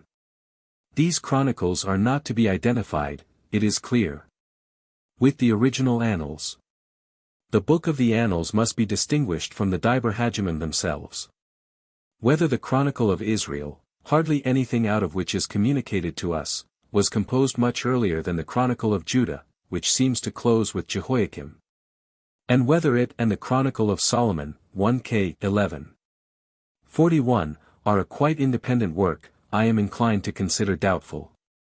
The excerpts from the Annals are interrupted by more extensive episodes which are interwoven with them, and are also embraced in the Deuteronomistic scheme. Of these the Jewish ones are the minority, the greater part are Samaritan, but they all belong to a very limited period of time. I select the miraculous history of Elijah as an example of these, to show the sentiment and the change of sentiment in this instance also. The prophet Elijah, from Tishbe in Gilead, appears before King Ahab of Samaria, and says, "By the life of Jehovah the God of Israel, whom I serve, there shall not be dew nor rain these years but according to my word." The story begins abruptly. We require to know that Ahab, stirred up by Jezebel, has been propagating in Israel the worship of the Tyrian Baal, and has killed the prophets of Jehovah by hundreds. This is the reason of the punishment which comes on him and his land. 18. 13, 22. Elijah vanishes as suddenly as he appeared. We find him again at the brook Cherith, which flows into the Jordan, then in the land of Baal with a widow at Sarepta. While following his fortunes we are made to feel in a simple and beautiful way the severity of the famine. Ahab in the meantime had sent out messengers to take him, and had required of every state to which the vain search had extended, an oath that he was not to be found there. Now, however, necessity obliged him to think of other things. He had to go out himself with his minister Obadiah to seek fodder for the still remaining war horses. Amos 7. 1. In this humiliating situation he all at once met the banished man. He did not believe his eyes. "Is it thou, O troubler of Israel? I have not troubled Israel, but thou and thy father's house." After this greeting Elijah challenged the king to institute a contest between the 450 prophets of Baal, and him, the only prophet of Jehovah left remaining. A trial by sacrifice took place on Mount Carmel before the whole people. Each party was to prepare a bullock and lay it on the altar without setting fire to the wood, and the divinity who should answer by fire was the true God. The prophets of Baal came first and sought after their own manner to influence their deity. They shouted and leapt wildly, wounded themselves with swords and lances till they were covered with blood, and kept up their raving ecstasy from morning till midday, and from midday till evening. During this time Elijah looked at them and mocked them, saying, "Cry louder, for he is a god, either he is talking, or he is somehow engaged, or he is asleep and must be awaked." At last his turn came. He repaired the altar of Jehovah, which was broken down, spread the pieces of the sacrifice upon it, and, to make the miracle still more miraculous, caused them to be flooded 2 or 3 times with water. Then he prayed to Jehovah, and fire fell from heaven, and consumed the sacrifice. The people, up to this point divided in their mind, now took the side of the zealot for Jehovah, laid hold of the prophets of Baal, and slaughtered them down below at the brook. A great storm of rain at once came to refresh the land. This triumph of Elijah was only a prelude. When Jezebel heard what had happened, she swore vengeance against him, and he fled for his life to Beersheba in Judah, the sanctuary of Isaac. Wearied to death, he lay down under a juniper bush in the wilderness, and with the prayer, "It is enough, now, O Jehovah, take away my life," he fell asleep. Then he was strengthened with miraculous food by a heavenly messenger, and bidden to go to Horeb, the mount of God. He arrived there after a long journey, and withdrew into a cave. A rushing wind sweeps past. The wind and the earthquake and the lightning are the forerunners of Jehovah, and after them he comes himself in the low whispering that follows the storm. His head covered, Elijah steps out of the cave and hears a voice ask what ails him. Having poured out his heart, he receives the divine consolation that his cause is by no means lost. That the direst vengeance, the instruments of which he is himself to summon to their task, is to go forth on all the worshippers of Baal. And that those 7,000 who have not bowed their knee to Baal shall gain the day. Thou shalt anoint Hazael to be king over Damascus, and Jehu ben Nimshi shalt thou anoint to be king over Israel, and Elisha ben Shaphat to be prophet in thy room. And him that escapeth the sword of Hazael shall Jehu slay, and him that escapeth the sword of Jehu shall Elisha slay. The account of the execution of these commands by Elijah is at present wanting. We shall soon see why it was omitted. The conclusion of chapter 19 only tells us that he called Elisha from the plough to follow him. Of the account of the judgment which overtook the worshippers of Baal, this group of narratives contains only the beginning, in chapter 21. Ahab wanted to have a vineyard which was situated beside his palace in Jezreel, his favorite residence, but Naboth, the owner, was unwilling to enter on a sale or an exchange. The king was angry, yet thought he could do no more in the matter. But Jezebel of Tyre had other notions of might and right and said to him, "Dost thou now govern the kingdom of Israel? Be of good courage, I will get thee the vineyard." She wrote a letter to the authorities of the town, and got Naboth put out of the way by means of corrupt judges. As Ahab was just going to take possession of the vineyard which had fallen into his hands, his enemy came upon him. The prophet Elijah, always on the spot at the right moment, hurled the word at him, "Hast thou killed and also taken possession? Behold, in the place where dogs licked the blood of Naboth, shall dogs lick thy blood also." Here this story breaks off. What follows is not the true continuation. The thread of the narrative 17 to 19. 21, is also broken off here, without reaching its proper conclusion. The victory of Jehovah over Baal, of the prophet over the king, is wanting. The story of Naboth is, as we said, only the introduction to it. We are sufficiently informed about the facts, but informed the narratives do not answer to the announcement in chapter 19. And 21, they are drawn from other sources. According to 19:1-7, the Syrian wars ought to result in vengeance on the worshippers of Baal, and specially on the idolatrous royal house, but in the narrative of the wars, 1 Kings XX 22, 2 Kings 7:9, this point of view does not prevail. On the contrary, Ahab and Joram there maintain themselves in a manly and honorable way against the superior power of Damascus. It is only after the extirpation of Baal worship under Jehu that affairs took an unfortunate turn, and Hazael, who brought about this change, was not anointed by Elijah but by Elisha. 2K 8:7 Seek 145. The massacre at Jezreel, 2, which is predicted in the thread of 1K 21:19, would need to be told otherwise than in 2K 9x, to form a proper literary sequel to the story of Naboth. According to 1K 21:19, the blood of Ahab is to be shed at Jezreel. According to 2K 9:25, his son's blood was shed there, to avenge Naboth. It is true, the explanation is appended in 21:27-29, that, as the king took to heart the threats of Elijah, Jehovah made a supplementary communication to the prophet that the threat against Ahab's house would only be fulfilled in the days of his son. But who does not see in this an attempt to harmonize conflicting narratives? 146. A whole series of subordinate discrepancies might be mentioned, which prove that 2K 9 X does not look back to the story of the murder of Naboth as told in 1k. 21, according to 9. 25, 26, the dispute was not about the vineyard, but about the field of Naboth, which lay some distance from the town. His family was put to death along with him, and on the following day, when Ahab rode out in company with Jehu and Ben-Deker to take possession of the field. The word of the prophet, not framed so specially against him personally, met him, "Surely I have seen yesterday the blood of Naboth and of his sons, and I will requite it in this plat." With the help of these other accounts, among which there is a considerable group of uniform character, 1k, XX.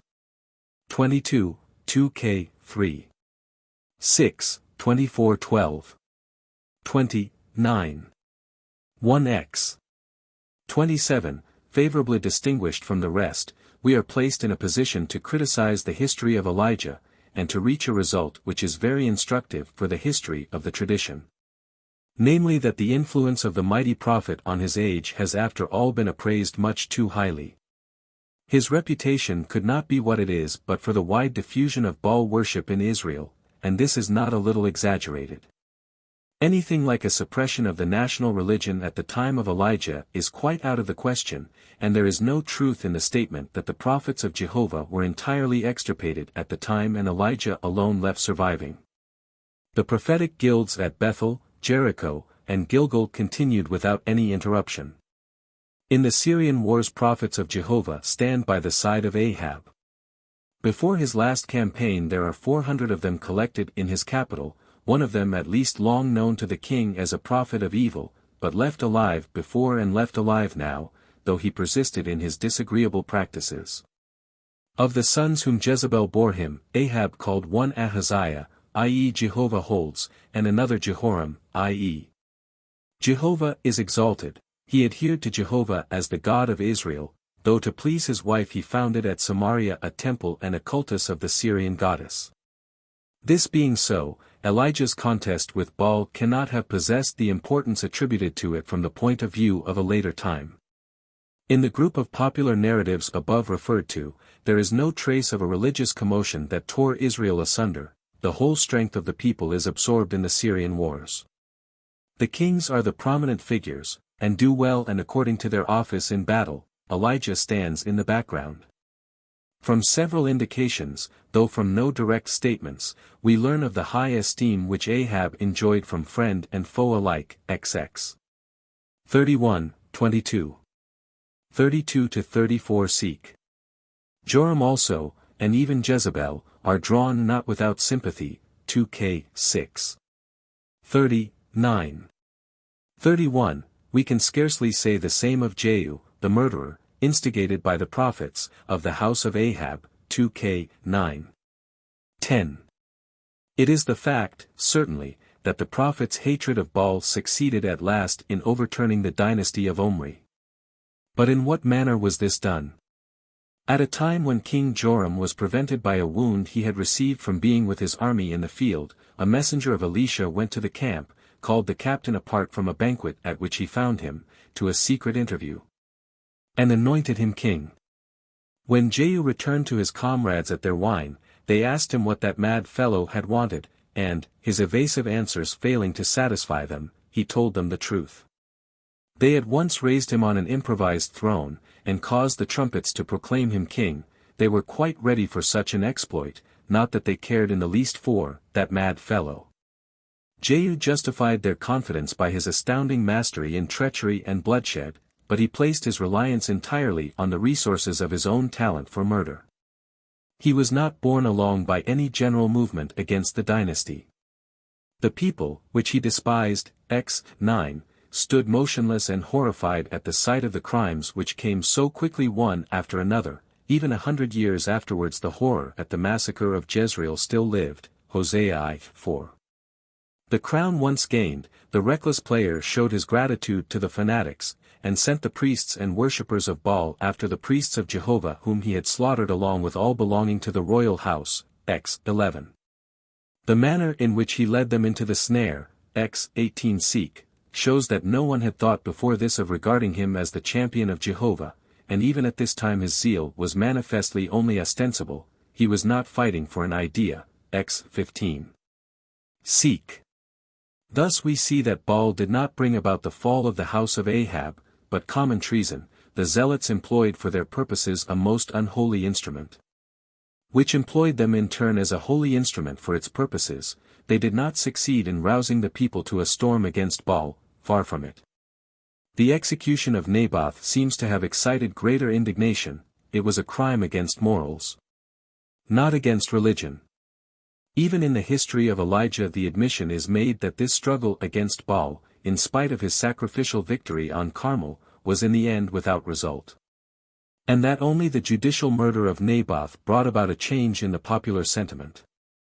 But according to 2K 9:25, this murder proved a momentous event, not because it led, as we should expect, to a popular agitation, but from the fortuitous circumstance that Jehu was a witness of the never-to-be-forgotten scene between Ahab and Elijah, and seemed therefore to the prophets to be a fit person to carry out his threatenings.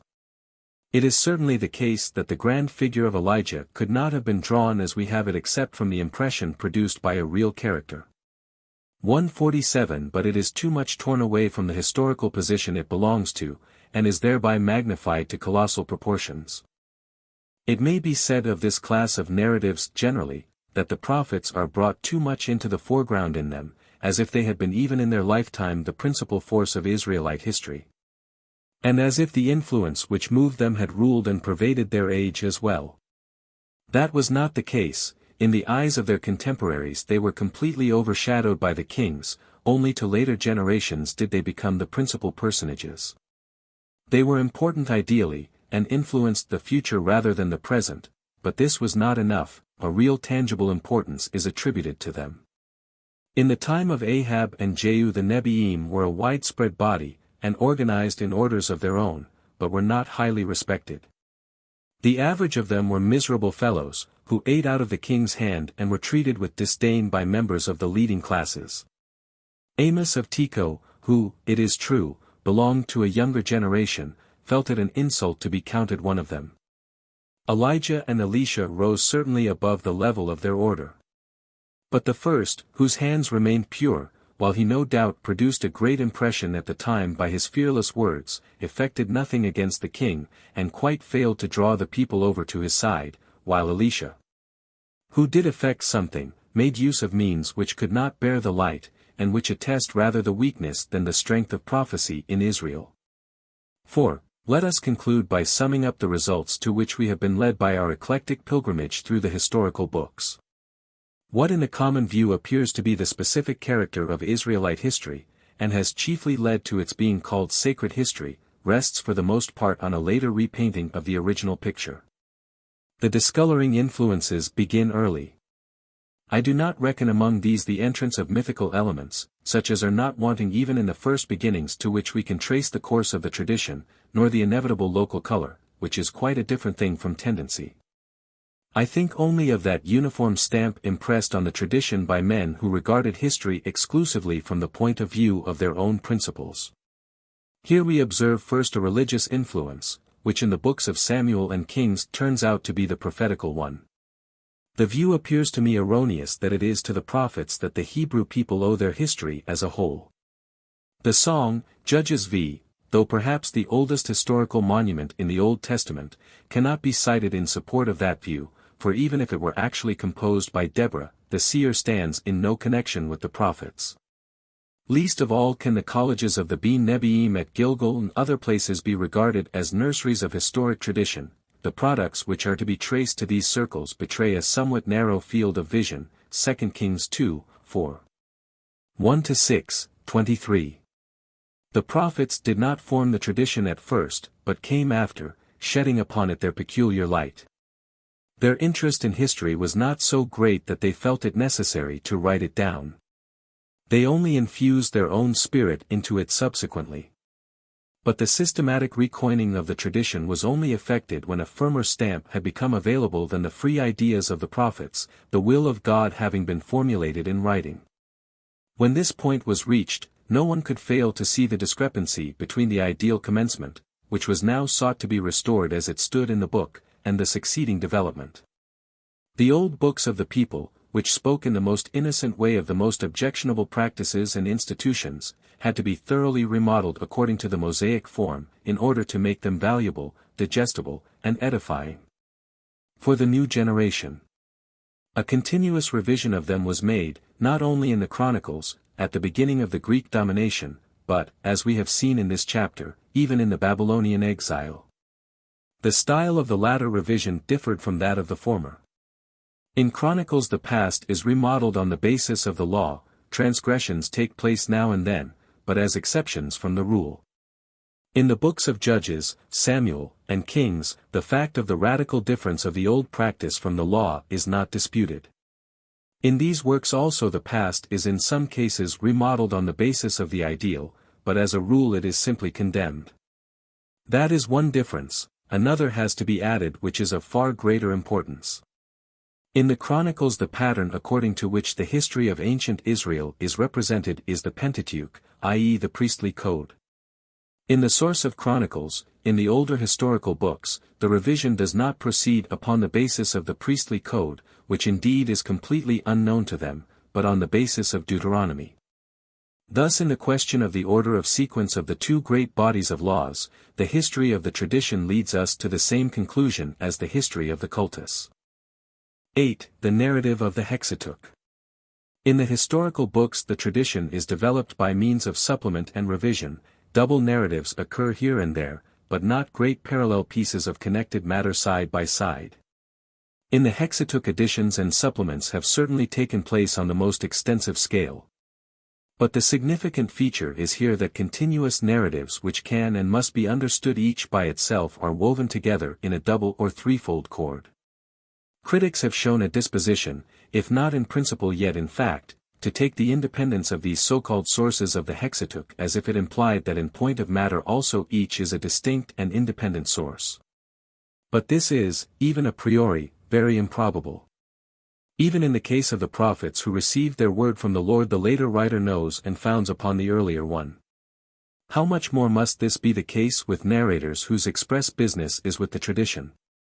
Criticism has not done its work when it has completed the mechanical distribution.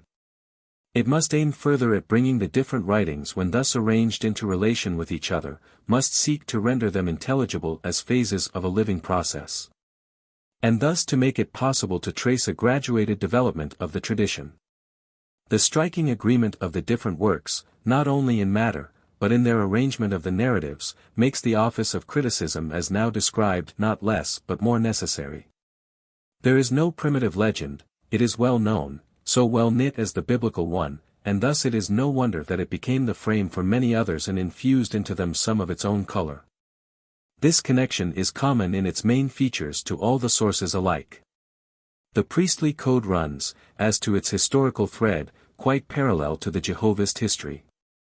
This alone made it possible to interfuse the two writings as we now have them in the Pentateuch. That this was not done altogether without violence is less to be wondered at than that the violence which was done is so small, and particularly that the structure of each writing is left almost unimpaired. This can only be explained from the intimate agreement of the two works in point of plan. When the subject treated is not history but legends about prehistoric times, the arrangement of the materials does not come with the materials themselves, but must arise out of the plan of a narrator, even the architecture of the generations, which forms the scaffolding of Genesis, is not inseparably bound up with the matters to be disposed of in it. From the mouth of the people there comes nothing but the detached narratives, which may or may not happen to have some bearing on each other. To weave them together in a connected whole is the work of the poetical or literary artist. Thus the agreement of the sources in the plan of the narrative is not a matter of course, but a matter requiring explanation, and only to be explained on the ground of the literary dependence of one source on the other. The question how this relation of dependence is to be defined is thus a much more pressing one than is commonly assumed. 148. This, however, is not the place to attempt a history of the development of the Israelite legend. We are only to lay the foundation for such a work, by comparing the narrative of the priestly code with the Jehovistic one. In doing so we shall see that but man, Mythologus, page 122 seek, is right in asserting against a wet, Beiträge, 2. That, the Jehovistic form of the legend is the earlier of the 2.149. 1. The Bible begins with the account of the priestly code of the creation of the world. In the beginning is chaos. Darkness, water, brooding spirit, which engenders life, and fertilizes the dead mass. The primal stuff contains in itself all beings, as yet undistinguished, from it proceeds step by step the ordered world. By a process of unmixing, first of all by separating out the great elements. The chaotic primal gloom yields to the contrast of light and darkness. The primal water is separated by the vault of heaven into the heavenly water, out of which there grows the world above the firmament which is withdrawn from our gaze, and the water of the earth, the latter, a slimy mixture, is divided into land and sea, whereupon the land at once puts on its green attire. The elements thus brought into existence, light, heaven, water, land, are then enlivened, pretty much in the order in which they were created, with individual beings. To the light correspond the lamps of the stars, fishes to the water, to the heaven the birds of heaven, and the other creatures to the land. The last act of creation is markedly emphasized. And God said, Let us make man after our likeness. And let them have dominion over the fish of the sea, and over the fowl of the air, and over the cattle, and over all the living creatures of the earth, and over every creeping thing that creepeth upon the earth. So God created man after his own image, in the image of God created he him, and he created them male and female. And God blessed them, and said, Be fruitful and multiply, and replenish the earth, and subdue it, and have dominion over the fish of the sea, and over the fowl of the air, and over every living thing that moveth upon the face of the earth. And God said, Behold, I have given unto you every herb bearing seed, which is upon the face of all the earth, and every tree with seed fruits, to you it shall be for food, and to every beast of the earth and to every fowl of the air. And to everything that creepeth upon the earth, wherein there is life, I have given the green herb for meat. Thus the heavens and the earth were made and all the host of them, and on the seventh day God ended his work, and blessed the seventh day, and hallowed it.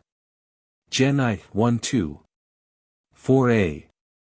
It is commonly said that the aim of this narrative is a purely religious one. The Israelite certainly does not deny himself in it. The religious spirit with which it is penetrated even comes at some points into conflict with the nature of its materials. The notion of chaos is that of uncreated matter. Here we find the remarkable idea that it is created in the beginning by God. Brooded over by the Spirit, it is further of a nature for development to take place out of it, and the trait that the creation is represented throughout as a separation of elements which in chaos were mixed together. Betrays even now the original design, but in the Hebrew narrative the immanent spirit has yielded to the transcendent God, and the principle of evolution is put aside in favor of the fiat of creation. Yet for all this the aim of the narrator is not mainly a religious one. Had he only meant to say that God made the world out of nothing, and made it good, he could have said so in simpler words, and at the same time more distinctly. There is no doubt that he means to describe the actual course of the genesis of the world, and to be true to nature in doing so, he means to give a cosmogonic theory. Whoever denies this confounds two different things, the value of history for us, and the aim of the writer.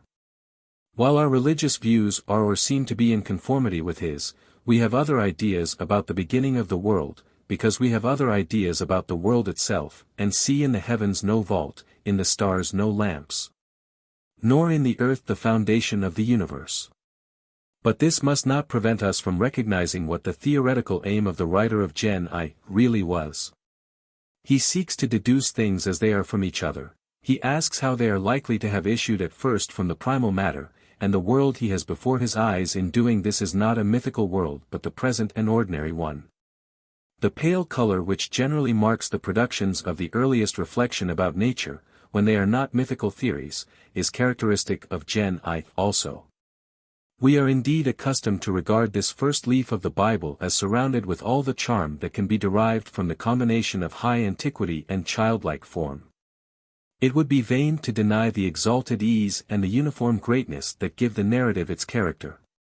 The beginning especially is incomparable. The earth was without form and void, and darkness lay upon the deep, and the Spirit of God moved upon the water. Then God said, Let there be light, and there was light.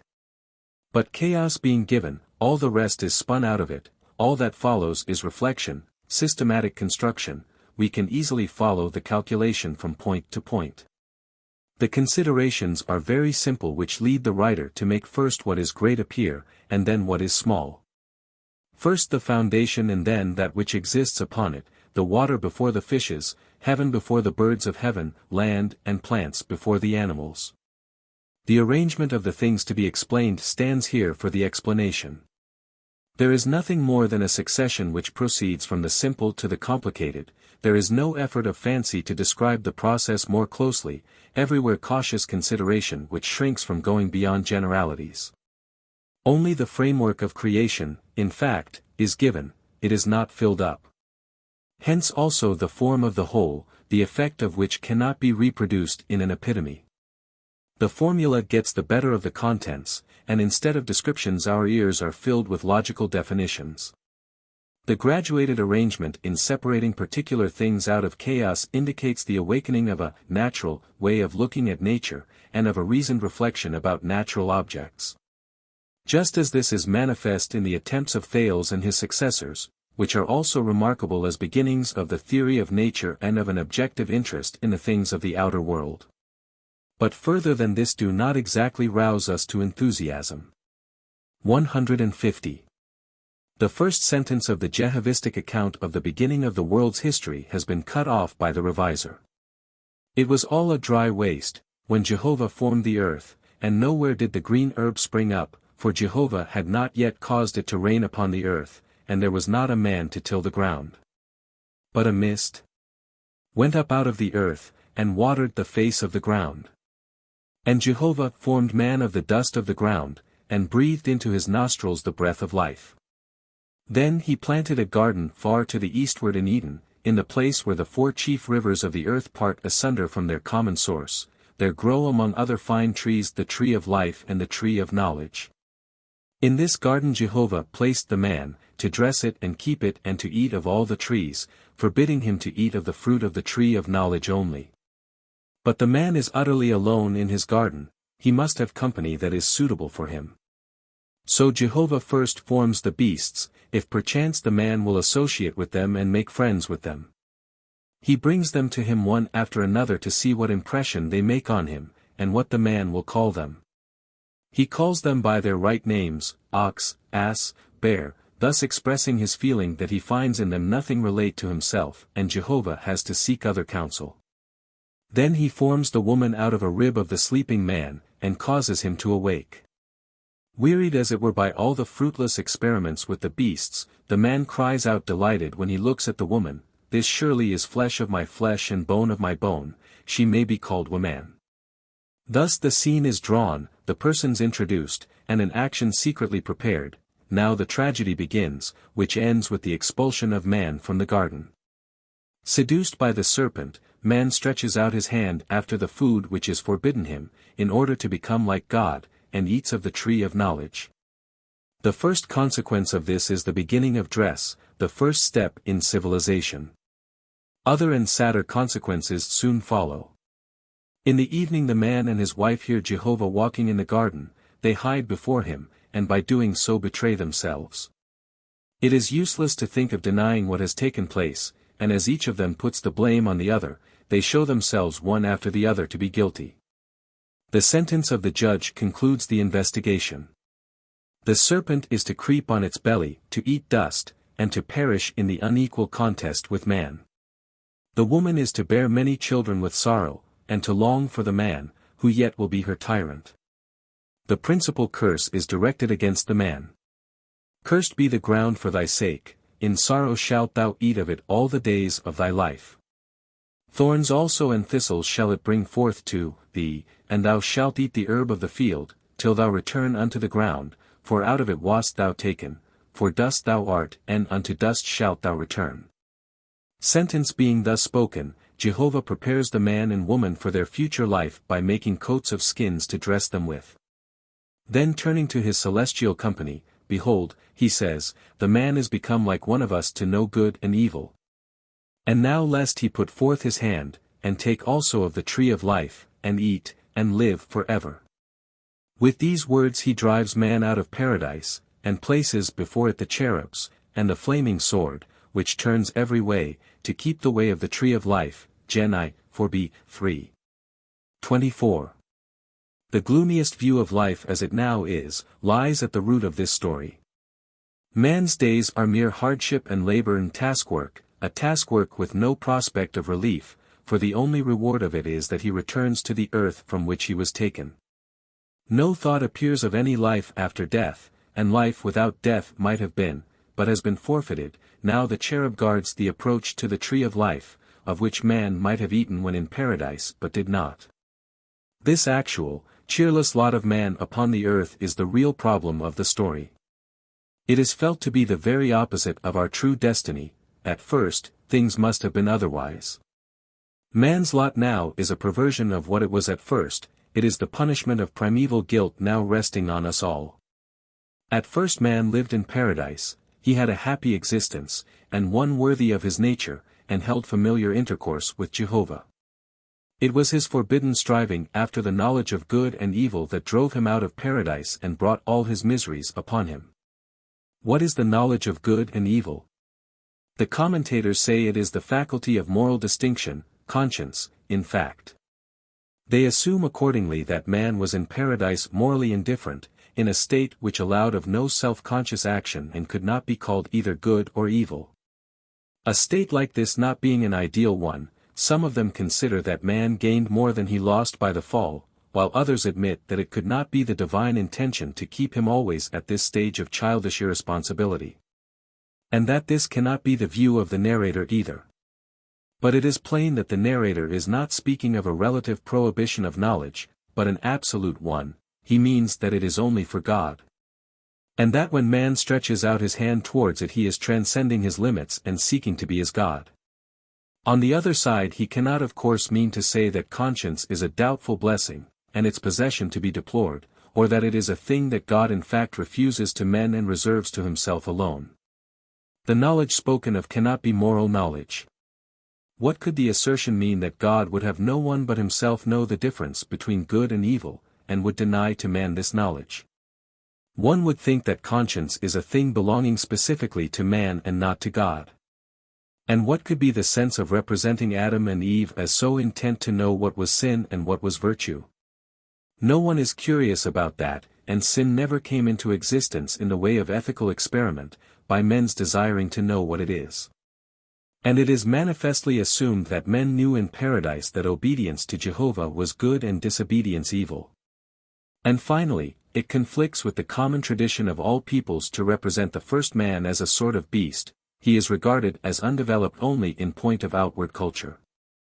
The knowledge which is here forbidden is rather knowledge as such, general knowledge, or getting the eyes opened, as it is afterwards called. This is what transcends, in the writer's view, the limits of our nature. Prying out the secret of things, the secret of the world, and overlooking, as it were, God's hand to see how he goes to work in his living activity, so as, perhaps, to learn his secret and imitate him. For knowledge is to the ancient world also power, and no mere metaphysic. This knowing in the highest sense is the attribute of God alone, who stands in the creative center of things and penetrates and surveys the whole. It is sealed to man, who has to labor and weary himself at little things. And yet the forbidden good has the most powerful attraction for him. He burns to possess it, and instead of resigning himself in trust and reverence he seeks to steal the jewel which is jealously guarded from him, and so to become like God, to his own sorrow. This explanation is not new. It is the old and popular one, for which reason also Goethe adopted it in Faust. One objection certainly may be taken to it: the words are not merely knowledge, but knowledge of good and evil. But good and evil in Hebrew mean primarily nothing more than salutary and hurtful. The application of the words to virtue and sin is a secondary one, these being regarded as serviceable or hurtful in their effects. Good and evil as spoken of in Gen. 2, 3. Point to no contrast of some actions with others according to their moral distinctions. The phrase is only a comprehensive one for things generally, according to the contradictory attributes which constitute their interest to man. As they help or injure him, for, as said, he desires to know not what things are metaphysically, but what is the use of them. 151. Besides the lengthier expression we have the shorter one, knowledge, simply, 3. 6. And it must also be remarked that the phrase is not, know the good and the evil, but know good and evil. But more, we must regard this knowledge not as it affects the individual, but in the light of history. What is meant is what we call civilization. As the human race goes forward in civilization, it goes backward in the fear of God. The first step in civilization is clothing, and here this is the first result of the fall. The story is continued in chapter 4. Adam's sons begin to found cities. Jubal is the first musician. Cain discovers the oldest and the most important of the arts, that of the smith, hence the sword and bloody vengeance. Of the same tendency is the connected story of the city and the Tower of Babel, in which is represented the foundation of the great empires and cities of the world, which concentrate human strength and seek to use it to press into heaven itself. In all this we have the steps of man's emancipation. With his growing civilization grows also his alienation from the highest good, and, this is evidently the idea, though it is not stated, the restless advance never reaches its goal after all. It is a Sisyphus labor. The Tower of Babel, which is incomplete to all eternity, is the proper symbol for it. The strain is that strain of unsatisfied longing which is to be heard among all peoples. On attaining to civilization they become aware of the value of those blessings which they have sacrificed for it. 152. It was necessary to discuss the notion of knowledge at some length, because the misunderstanding of this point on the part of philosophers and theologians has cast over our story an appearance of modernness, which has, in its turn, done something to influence general opinion as to the age of this story compared with the other. Having got rid of this impression we turn to those features of Gen 2. 3, which help to determine positively its relation to chapter 1. What has been untruly asserted of Gen I, is true of Gen 2. 3. The Jehovist narrative does shine by the absence of all efforts after rationalistic explanation, by its contempt for every kind of cosmological speculation. The earth is regarded as being at first not moist and plastic but, as in Job 38. 38, hard and dry, it must rain first in order that the desert may be turned into a green meadow, as is the case still every year when the showers of spring come. The ground further requires cultivation by man that the seed may spring forth.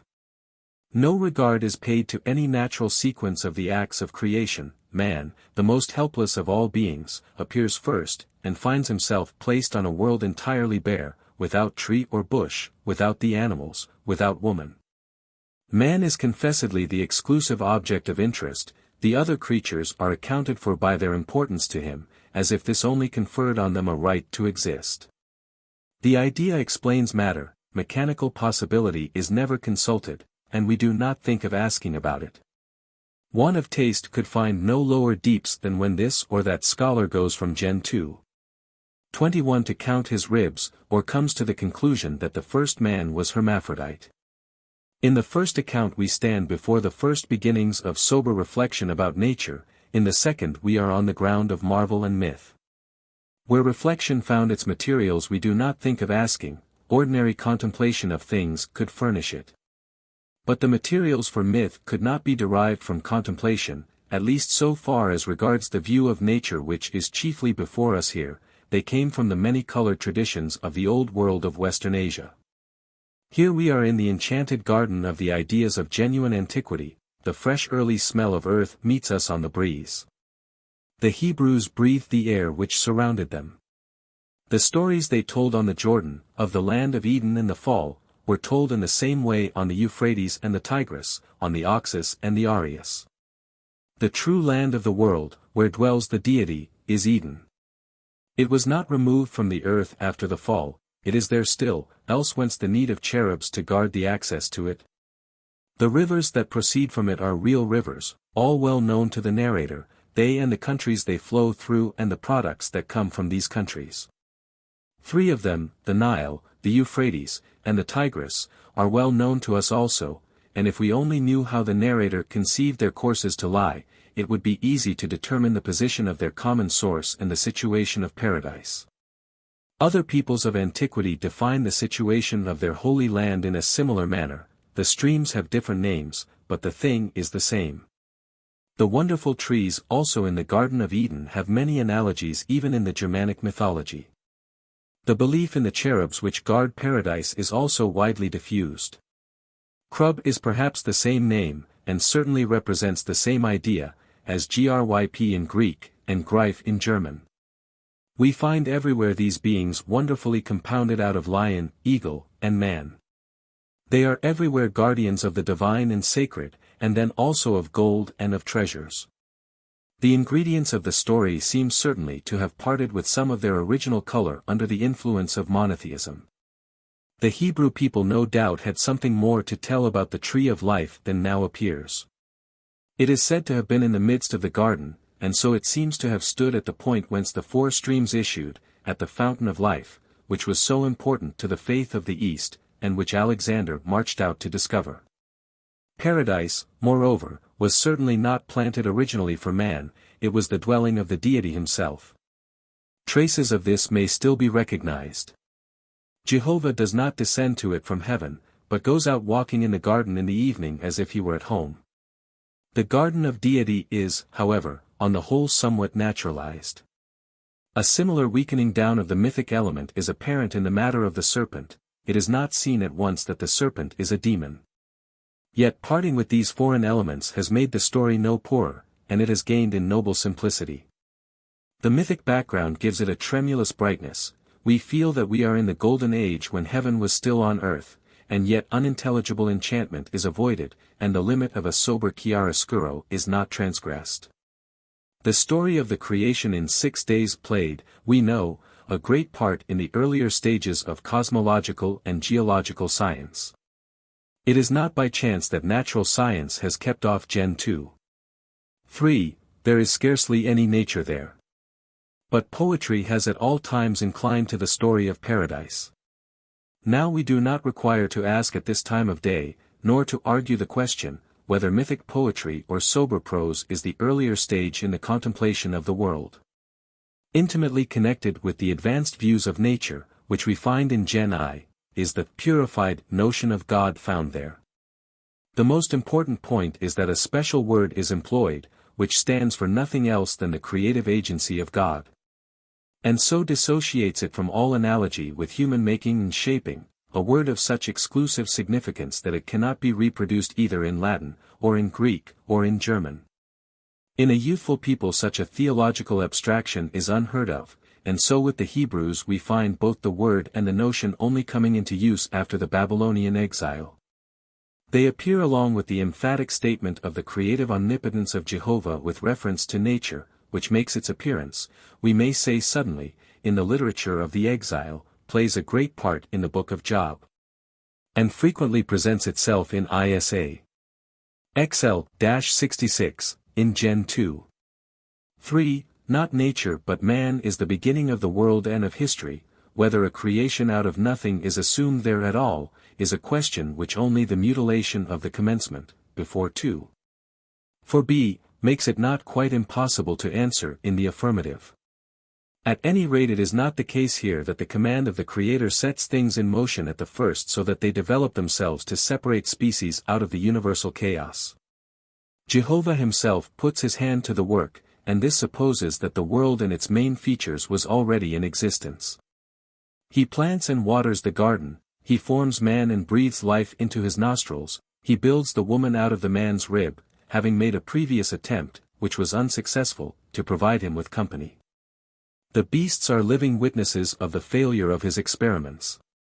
In other respects, too, he proceeds like a man. In the evening when it grows cool he goes to walk in the garden, and when there discovers by chance the transgression which has taken place, and holds an investigation in which he makes not the least use of his omniscience.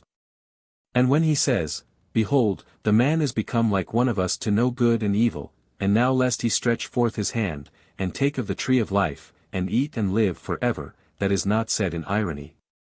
Any more than when he expresses himself on the occasion of the building of Babel. Behold, the people is one, and they have all one language, and this is only the beginning of their doings, and now nothing will be too difficult for them that they have imagined to do.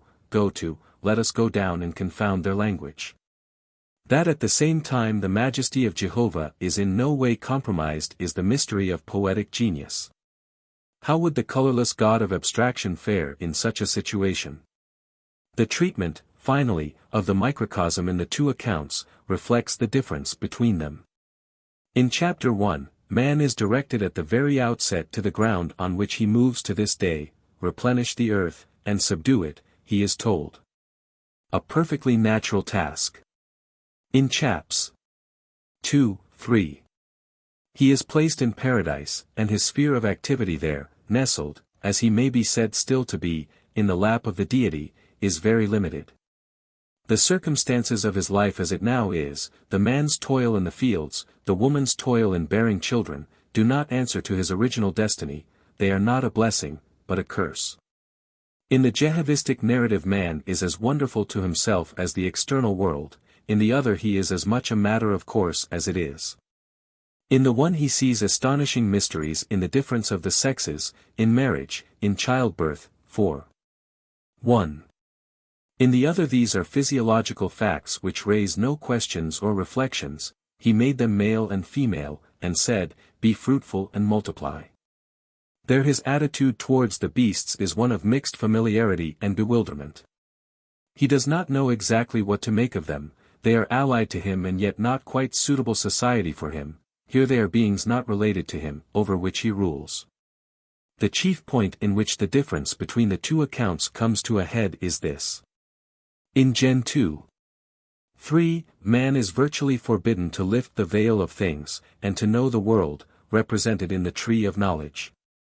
In Gen I, this is the task set him from the beginning, he is to rule over the whole earth, and rule and knowledge come to the same thing, they mean civilization.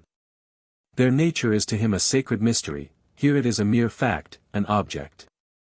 He is no longer bewildered over against nature, but free and superior. There it is a robbery for man to seek to be equal with God, here God makes him at first in his own image and after his own likeness, and appoints him his representative in the realm of nature. We cannot regard it as fortuitous that in this point Gen I asserts the opposite of Gen 2:3, the words spoken with such emphasis, and repeated I 27, v. 1, 9. 6, sound exactly like a protest against the view underlying Gen 2:3. A protest to be explained partly by the growth of moral and religious cultivation, but partly also no doubt due to the convulsive efforts of later Judaism to deny that most firmly established of all the lessons of history. That the sons suffer for the sins of the fathers. 153. What are generally cited as points of superiority in Gen I over Gen 2:3, are beyond doubt signs of progress in outward culture. The mental individuality of the two writers, the systematizer and the genius, cannot be compared, and the difference in this respect tells nothing of their respective dates, but in its general views of God, nature, and man. Gen I stands on a higher, certainly on a later, level. To our way of thinking its views are more intelligible, simpler, more natural, and on this account they have been held to be also older. But this is on the one hand to identify naturalness with originality, two things which every one knows not to be the same. And on the other hand it is applying a standard to prehistoric tradition which applies to historical tradition only, freedom from miracle and myth count in favor of the latter, but not of the former. But the secret root of the manifest preference long shown by historic critical theology for Gen I appears to lie in this, that scholars felt themselves responsible for what the Bible says, and therefore liked it to come as little as possible in conflict with general culture. 154. 2. After the beginning of the world we have in Gen 1-11. Both in the priestly code and in the Jehovist, the transition from Adam to Noah, cap. 4, v. Then the flood, 6-9, then the transition from Noah to Abraham, cap. X 11. In the dry names, which are enumerated in Gen V and Gen 4. But man recognized the remains of an historical connection once woven together out of primitive stories. These narratives were evidently mythological, their original contents are destroyed both in Gen V, Q, and in Gen 4. JE, but only the list of the Jehovist now bears the appearance of a ruin. In the other the fragments have been used for a careful new building in which they no longer look like fragments. Here they are made to serve as the pillars of a chronology which descends from Adam to Moses, computing the period from the one to the other as 2,666 years.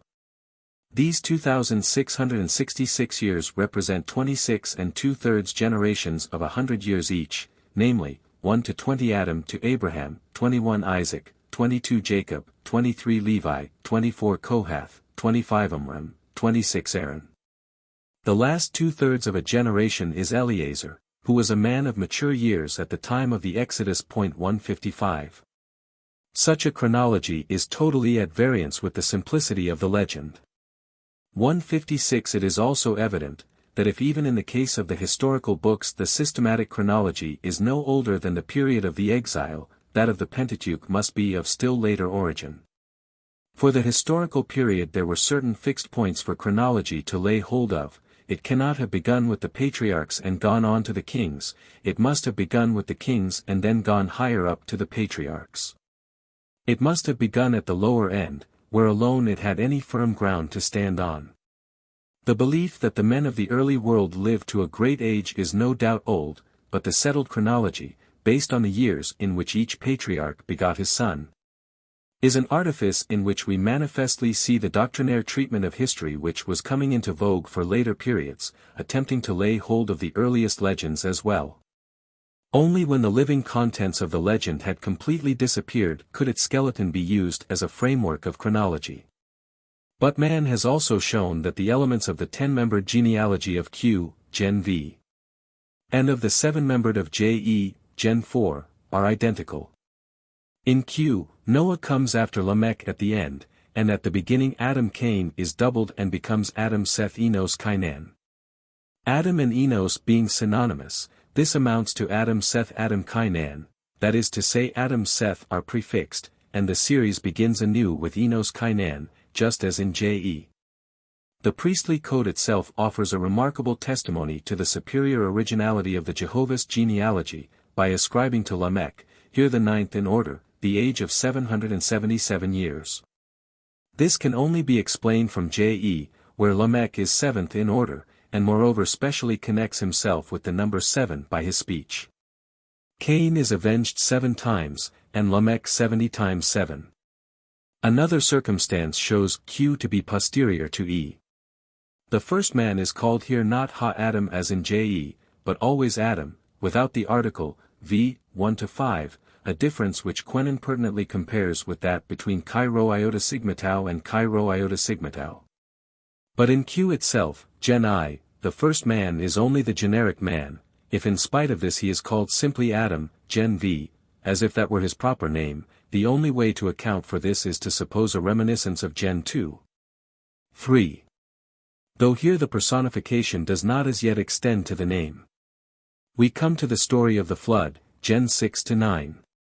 In JE the flood is well led up to, in Q we should be inclined to ask in surprise how the earth has come all at once to be so corrupted, after being so far in the best of order, did we not know from JE.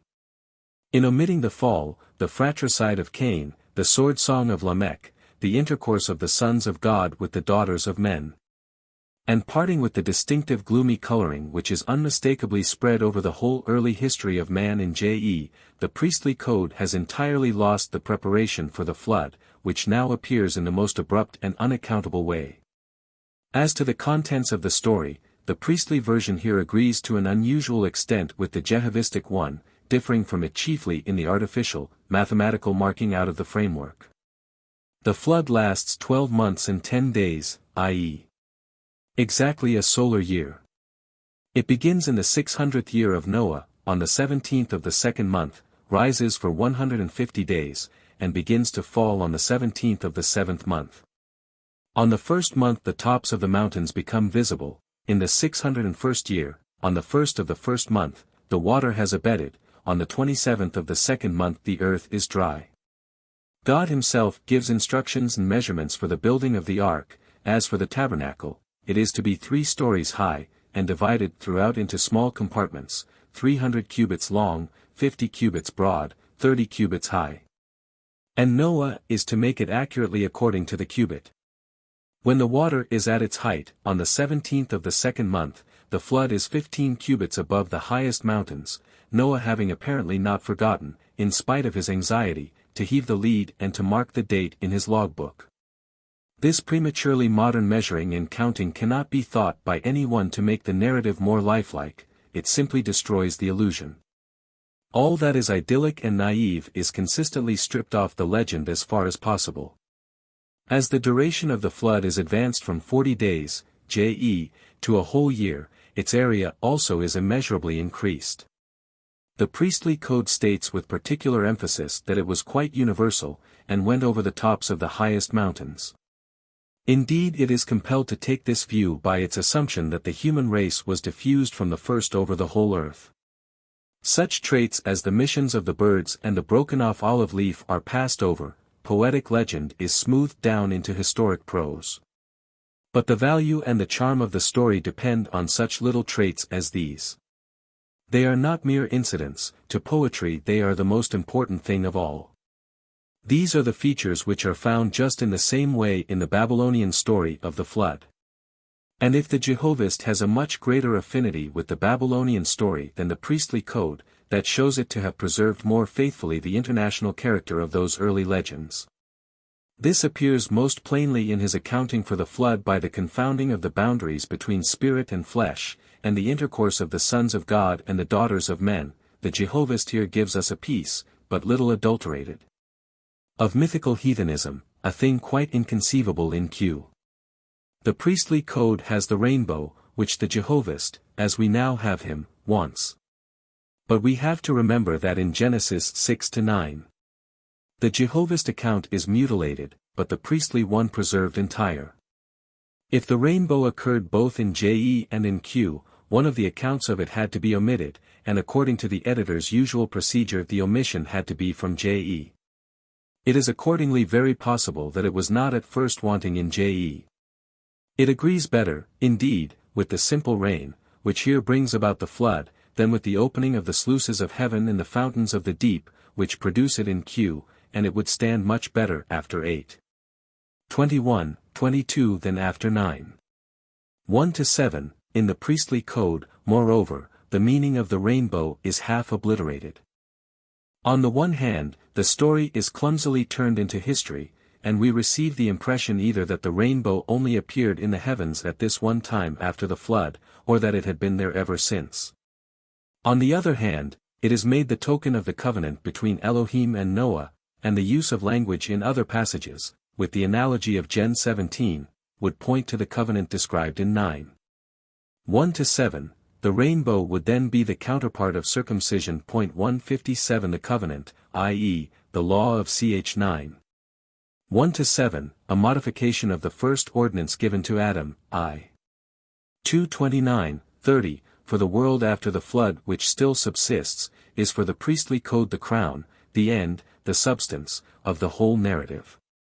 Its interest in the law always completely absorbs the simple interest of its story. We have also to remark that in this source vengeance for the spilling of blood is not the affair of the relatives but the affair of God, and that it is demanded for man as man, whether master or slave, and no money compensation allowed. The word sounds simple and solemn: whoso sheddeth man's blood, by man shall his blood be shed, for in the image of God made he man.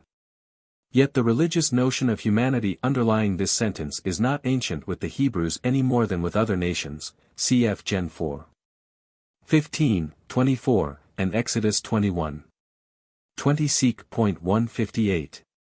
The ark lands, according to Q, on Mount Ararat. In JE, as we have it, no landing place is named. But this is not original, as mythic geography belongs to the Jehovist in all other passages where it occurs. In Q the primitive history is never localized, the whole earth is given to man for a dwelling from the first. In JE, on the contrary, they live first in the land of Eden far to the east, and presumably high up in the north. Expelled from Eden they come to the land of Nod, where Cain builds the town of Enoch, and departing from this district, which is still far to the east, they settle in the land of Shinar, at the mouths of the Euphrates and Tigris, where they build the town of Babel. Shinar is the point of departure of that history of the world which is no longer merely mythical, it is the home of the present human race. In this point the contrast is very noticeable between the local definiteness of the Jehovist legend, which lends it the character of the idyllic, and the vague generalness of the other. In Shinar, according to J.E., Gen 11. 1-9, men are still all together, and they desire to remain together there. Not to be scattered, they build a great city, which is to hold them all, and to make themselves a name, they add to it a high tower which is to reach heaven. Jehovah, perceiving in these attempts the danger of further progress in the same direction, comes down to confound their language. And by such violent means brings about the dispersion of the human race by the unity of which he feels himself threatened. In Q it is understood that men are scattered over the whole earth, they are never represented as all living at one point, and pains are accordingly taken to describe the flood as quite universal. The division of the people comes about quite simply in the way of genealogy, and the division of the languages is not the cause but the result of it. Accompanying this we find once more a notable difference in point of mental attitude. What J.E. regards as unnatural, and only to be understood as a violent perversion of the original order, is in Q the most natural thing in the world. The period between the flood and Abraham is filled up in Q by another 10-membered genealogy, which, to judge from the analogy of Genesis 4, had probably only 7 members in J.E. It cannot have been wanting there, and may have passed straight from Shem to Heber, and left out the grandfather Nahor, X 21, 24, 24. 15, 29. 5, who is even less to be distinguished from his grandson of the same name than Adam from Enos. The original dwelling place of the Terahites is, according to Q, not the Mesopotamian Haran, Kari, as in J.E. 12. 1, 24. 4, but Ur-Kasdim, which can only mean Ur of the Chaldees. From their Terah, the father of Abraham, Nahor, and Haran, is said to have emigrated with Abraham and Lot, the son of Haran, who was already dead. If this was so, Nahor must have stayed at Ur-Kasdim, and Haran must have died there. But neither of these assumptions is consistent with the indications of the narrative. The different aspirates notwithstanding, it is scarcely allowable to separate the man Haran from the town Haran and to make him die elsewhere. It is equally impossible to regard Ur in Chaldea as the residence of Nahor, whether the grandfather or the grandson of the same name matters nothing. For it is obviously not without relation to real facts that the place, which in any case must be in Syria, where the Nahorites Laban and Rebekah dwell, is called in J the town of Nahor, and in E Haran. Even in Q though Nahor stays in Ur, Laban and Rebekah do not live in Chaldea, but in Padan Aram, i.e., in Mesopotamian Syria. What helps to show that Ur-Kasdim does not belong to the original form of the tradition, is that even in Serug the father of Nahor, we are far away from Babylon towards the west. Serug is the name of a district which borders Haran on the north. How can the son of Serug all at once leap back to Ur-Kasdim? What the reasons were for making Babylon Abraham's point of departure, we need not now consider. But after having left Ur-Kasdim with Terah, it is curious how he only gets as far as Haran, and stays there till his father's death. In Q also it is from Haran that he enters Palestine. Here, if anywhere, we have in the doubling of the point of departure an attempt to harmonize and to gain a connection with J.E. 3. The view is happily gaining ground that, in the mythical universal history of mankind in Gen 1-11. The Jehovist version is more primitive than the priestly one.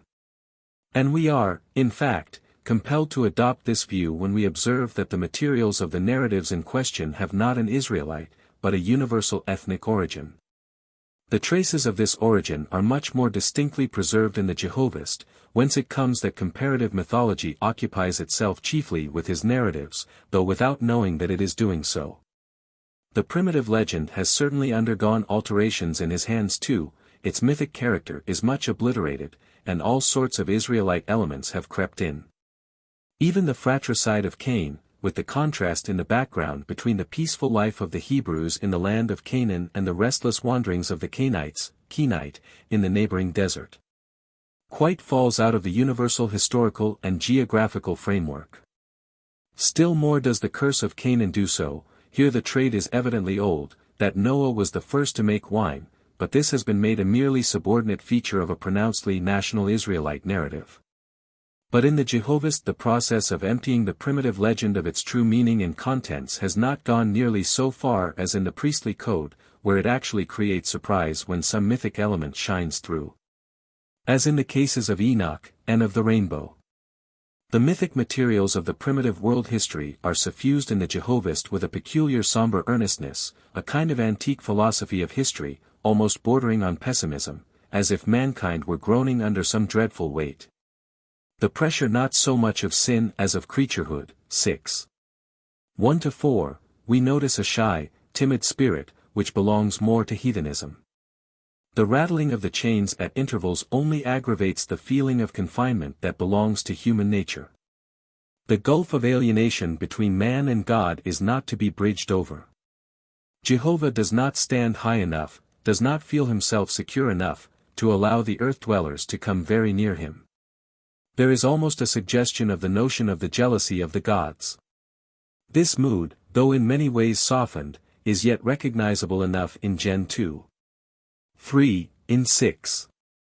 1-4, and 11. 1-9, in the priestly code it has entirely disappeared. Here man no longer feels himself under a secret curse, but allied to God and free, as Lord of nature. True, the priestly code also recognizes in its own fashion the power of sin, this we saw in the chapter on sacrifice. But sin as the root of ruin, explaining it and capable of being got rid of, is the very opposite of blind, not to be averted fate. The slavery of sin and the freedom of the children of God are in the gospel correlated. The mythical mode of view is destroyed by the autonomy of morality, and closely connected with this is the rational way of looking at nature, of which we find the beginnings in the priestly code. This view of nature presupposes that man places himself as a person over and outside of nature, which he regards as simply a thing. We may perhaps assert that were it not for this dualism of Judaism, mechanical natural science would not exist. The removal of color from the myths is the same thing as the process of Hebraising them. The priestly code appears to Hebraise less than the Jehovist, it refrains on principle from confounding different times and customs. But in fact it Hebraises much more, it cuts and shapes the whole of the material so that they may serve as an introduction to the Mosaic legislation. It is true that the Jehovist also placed these ethnic legends at the entrance to his sacred legend, and perhaps selected them with a view to their forming an introduction to it. For they are all ethical and historical in their nature, and bear on the problems of the world of man, and not the world of nature. 159 But with the Jehovist justice was yet done to some extent to the individuality of the different narratives. In the priestly code their individuality is not only modified to suit the purpose of the whole, but completely destroyed. The connection leading up to the Torah of Moses is everything, the individual pieces have no significance but this. It follows of course from this mode of treatment that the connection itself loses all living reality. It consists, apart from the successive covenants, in mere genealogy and chronology. De Wet thinks all this beautiful because it is symmetrical and intelligible, and leads well up to a conclusion. But this will not be everyone's taste. There is such a thing as poetical material without manufacture. How loosely the narratives of the primitive history are connected with each other in the Jehovist we see very clearly in the section dealing with the flood. It disagrees both with what goes before and with what follows it. The genealogy Gen 4. 16-24 issues not in Noah but in Lamech. Instead of Shem, Ham, and Japhet, the sons of Noah, we have Jabal, Jubal, Tubal, the sons of Lamech, as the inaugurators of the second period. We have also the characteristic difference, that Shem, Ham, and Japhet give us a division of mankind according to nations, while Jubal, Tubal give a division according to guilds, which are necessarily those of the same people. As no people consists entirely of musicians or entirely of smiths. And it is undoubtedly the aim of chapter 4. 16 Seek to describe the origin of the present civilization, not of that which is extinct, having been destroyed by the flood. Tubal-Cain is the father of the smiths of the present, not of those before the flood, Jubal the father of the musicians, Jabal of the shepherds of the narrator's own period, hence they stand at the end of the genealogy and open the second period. But as Gen 4. 16-24 does not look forward to the flood, so neither does Gen 11. 1-9, the building of the Tower of Babel, look back to it. This piece is obviously not the continuation of chapter 10. That chapter brought us to a point at which the earth was occupied by different peoples and different tongues, and here, 11. 1, we are suddenly carried back to a time when the whole earth was of one language and one speech. Can this have been the time when Noah's family made up the whole population of the earth? Or in other words, does 11. 1-9 go back before chap X and join on to 6-9? Manifestly not, the whole earth, 11. 1, is not merely Shem and Ham and Japhet. The multitude of men who seek by artificial means to concentrate themselves, and are then split up into different peoples, cannot consist of only one family. The point of view is quite different from what it would be if chaps 6-9 were taken into account. The narrator knows nothing of the flood, which left Noah's family alone surviving out of the whole world. Nor would it avail to place 11. 1 at a period so long subsequent to the flood that the family might have increased again to a great people. Even this would not give the requisite connection with the idea of Noah and his 3 sons. If the latter united themselves afterwards in one family, and one coherent people thus grew out of them, which was then split up by a higher power into different languages, then Shem, Ham, and Japhet entirely lose their significance as the great heads of the nations. The fact is simply this, that the whole section of the flood, Gen 6-9, is an isolated piece without any connection with the rest of the narrative of the Jehovist. Another strange erratic boulder is the intercourse of the sons of God with the daughters of men, Gen 6. 1-4, the connection between this piece and the story of the flood which follows it, is of the loosest. And it is in entire disagreement with the preceding part of the Jehovist narrative, as it tells of a second fall of man, with a point of view morally and mentally so different from that of the first, that this story can in no wise be regarded as supplementing or continuing that one. In Gen 6. 1-4 morality has nothing to do with the guilt that is incurred. We have further examples which illustrate the fragmentary character of the Jehovist primitive history as we have it, in the story of the fratricide of Cain, and the curse of Canaan, which indeed ought not to be here at all, but belong by rights to the history of the patriarchs. We may close this section by reproducing the words in which but man, 208 seek, indicates his disagreement with De Wet in regard to the treatment of the early legends of the Bible. They are well worth noting. Thoroughly familiar with the antiquities of the race in whose sacred writings these monuments have been preserved to us, De Wet recognizes and follows the national spirit of that race in their most ancient records. In this way he discovers amidst these ruins the thread of an old connection, a kind of epos, the theme of which was the glorification of the people of Israel, a theme which finds a prelude even in the primitive history of the human race. This view is of the first importance for the object he has before him, which is the true criticism of these books, and for the moment other considerations must necessarily yield to it.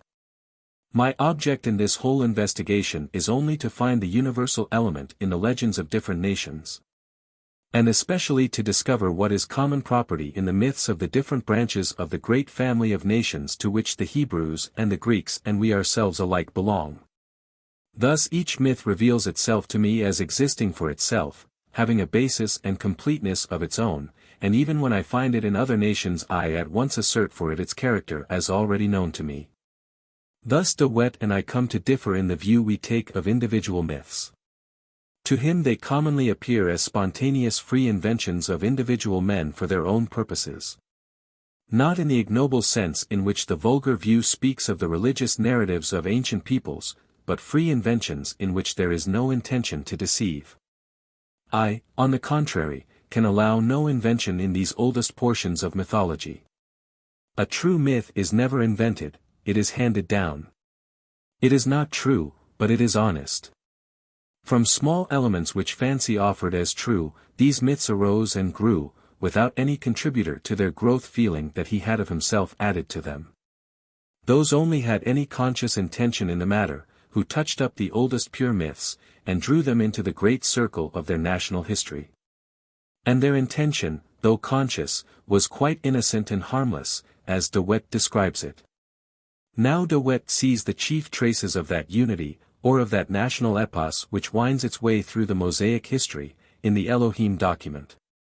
For his critical purpose, therefore, this document is the most important, and it he for the most part follows.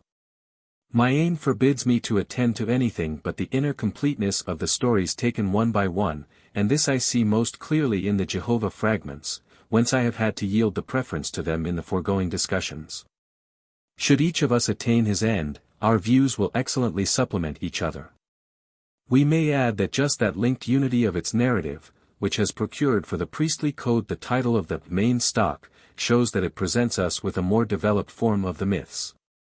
While the Jehovist, just because of the defective connection, in form, of his fragments, which long caused him to be regarded as a mere filler-up of the fundamental work, must be judged to stand nearer to the fountain. 2. 1. In the history of the patriarchs also, the outlines of the narrative are the same in Q and in JE.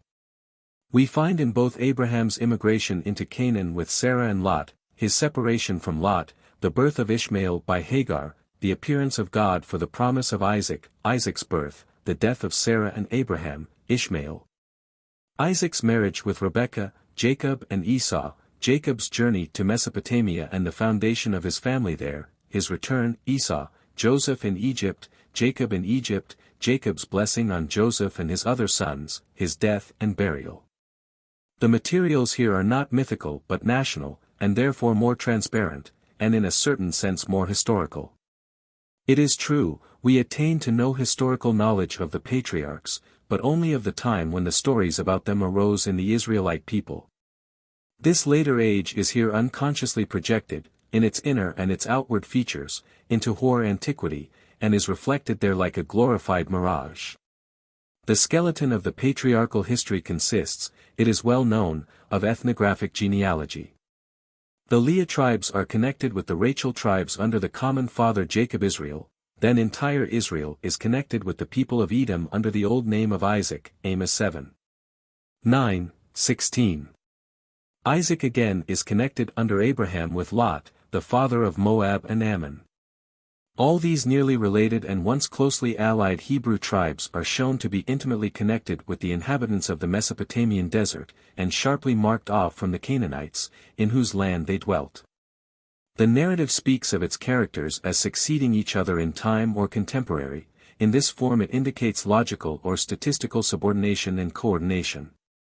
As a fact, the elements are generally older than the groups and the smaller groups than the greater. The migrations which are mentioned of peoples and tribes are necessary consequences of the assumed relationship.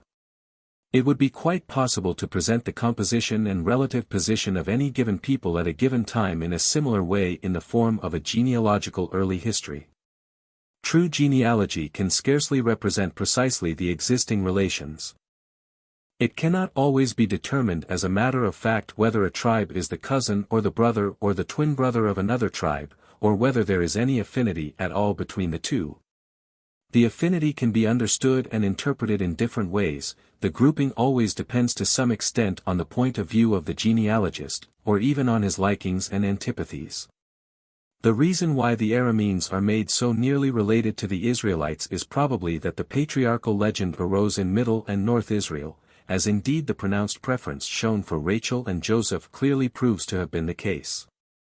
Did the legend belong originally to Judah, it is likely that more prominence would be given to the Cainite, Kenite, tribes of the peninsula of Sinai, which, as it is, are too much thrust into the background. For there can be no doubt that in the earliest history of Israel these tribes were of no small importance. Nor are apparent contradictions wanting in the ethnographic genealogy.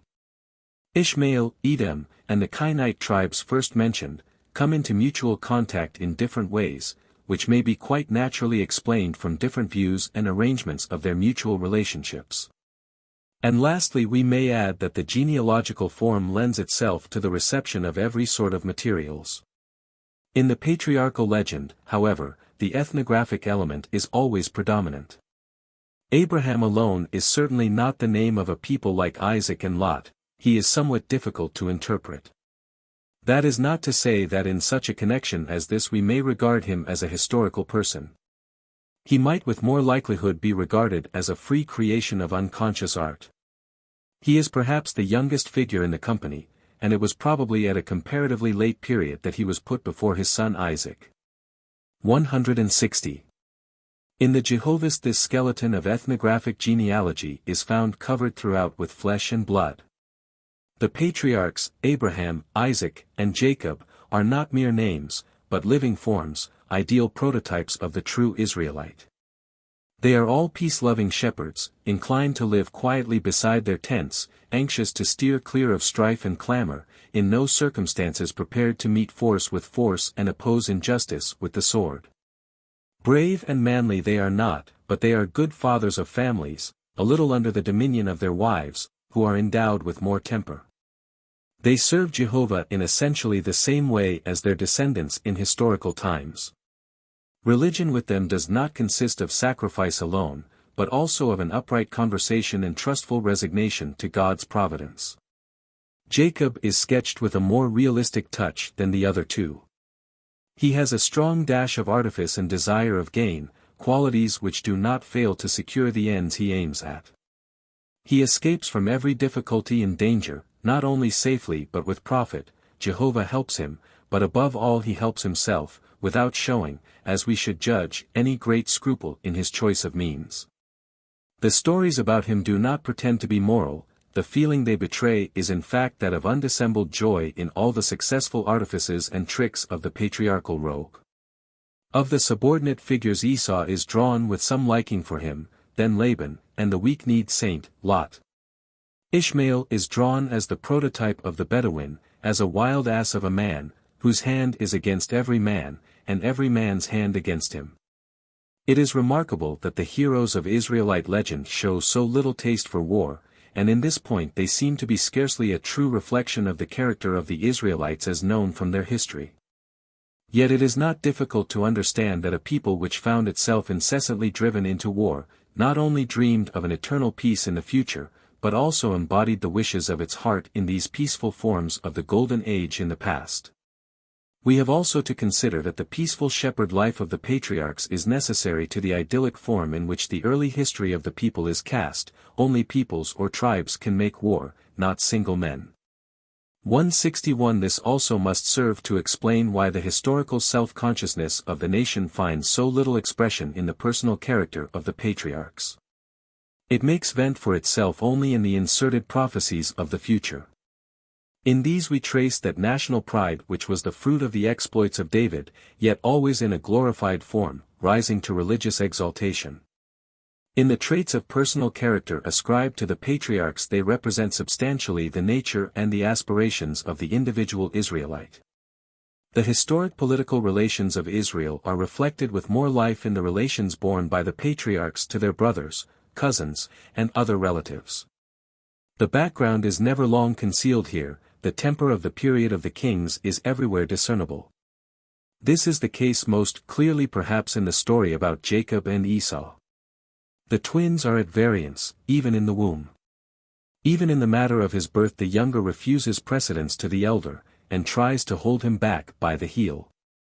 This is interpreted to the anxious mother by the oracle at Beersheba as follows: 2 nations are in thy womb, and 2 peoples are separated from thy bowels, and the one people shall be stronger than the other. And the elder shall serve the younger. The boys grow up very different. Esau is a rough and sunburnt hunter, ranges about in the desert, and lives from day to day without care. Jacob, a pious, smooth man, stays at home beside the tents, and understands the value of things which his unsophisticated brother disregards. The former is the favorite of his father, the autochthonous Isaac, the latter is preferred by the mother, the Aramean Rebekah.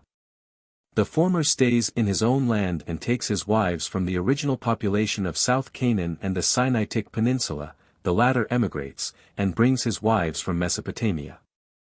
Thus the contrast is distinctly prefigured, which at a later time appeared, between the rough Edom, sprung from the soil and having his roots in it, and smoother, more civilized Israel, which had more affinity with the great powers of the world. By means of deceit and trickery the younger brother succeeds in depriving the elder of the paternal blessing and of the right of the firstborn. The elder, in consequence of this, determines to kill him, and the situation becomes strained. Edom was a people and a kingdom before Israel, but was then overshadowed by Israel, and even subjugated at last by David, hence the fierce hatred between the brother nations, of which Amos speaks. The words of the blessing of Jacob show this quite distinctly to be the historical basis of the legend, a basis of which the Jews were perfectly conscious. We hear in the blessing of repeated attempts of the Edomites to cast off the yoke of Israel. And it is predicted that these efforts will be at last successful. Thus the stories about Jacob and Esau cannot have taken form even in outline, before the time of David, in their present form, Gen 27. 40. Their outlook extends to times still later.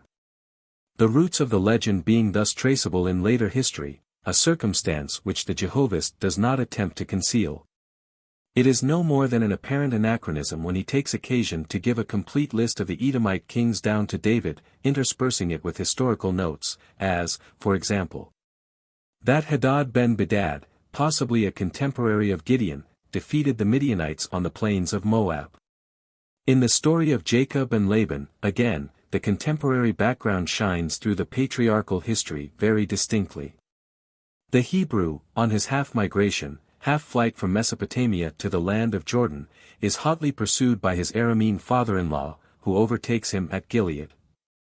There they treat with each other and pile up a heap of stones, which is to be the boundary between them, and which they mutually pledge themselves not to overstep with hostile intentions.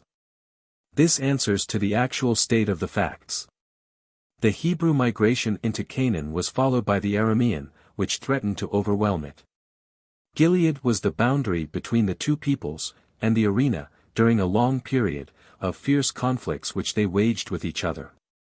The blessing of Jacob, in the oracle on Joseph, also mentions the Syrian wars. The archers who pressed Joseph hard, but are not able to overcome him, can be no other than the Arameans of Damascus, to whose attacks he was exposed for a whole century. Joseph here appears always as the pillar of the North Israelite monarchy, the wearer of the crown among his brethren, a position for which he was marked out by his early dreams.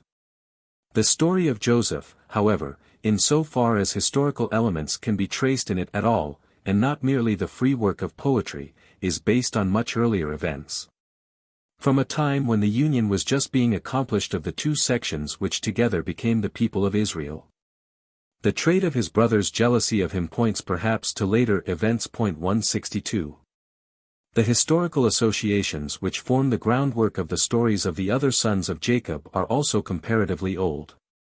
They afford us almost the only information we possess about the great change which must have taken place in the League of the Tribes soon after Moses.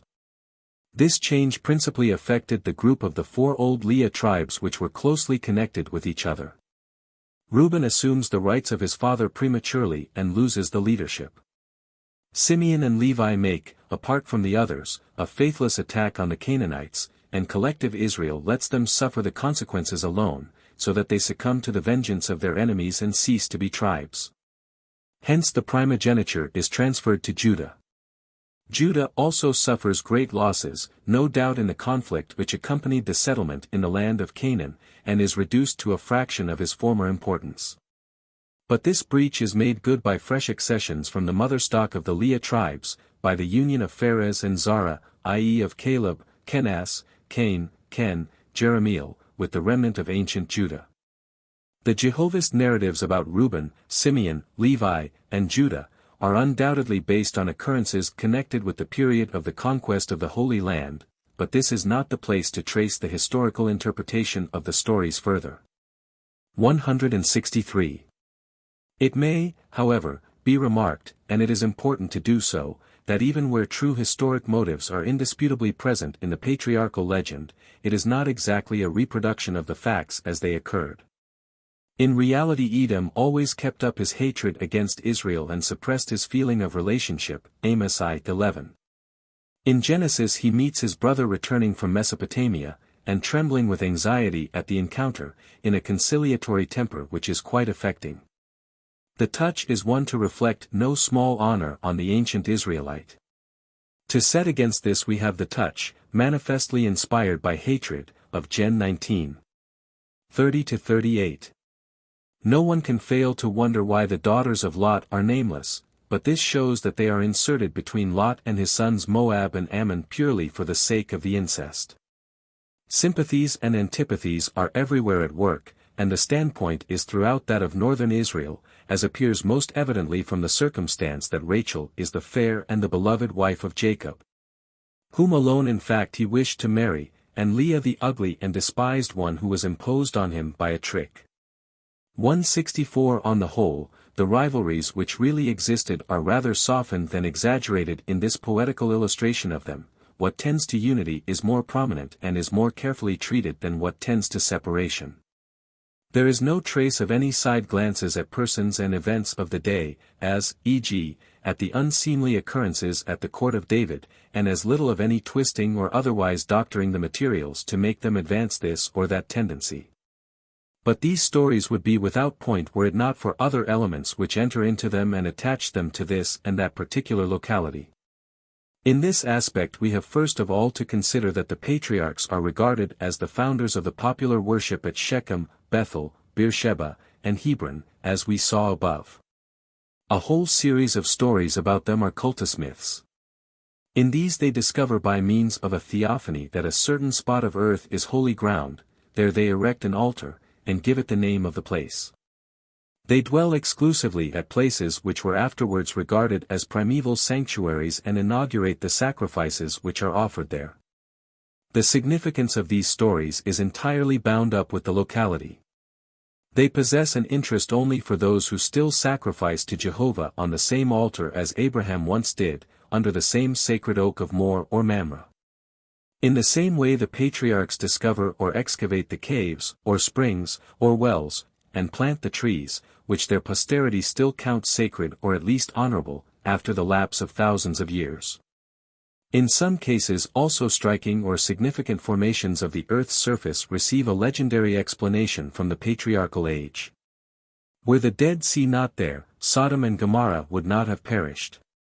Were there not a small flat tongue of land projecting into the marsh from the southeast, Lot would have directed his flight straight to the mountains of his sons Moab and Ammon, and would not have made the detour by Zor.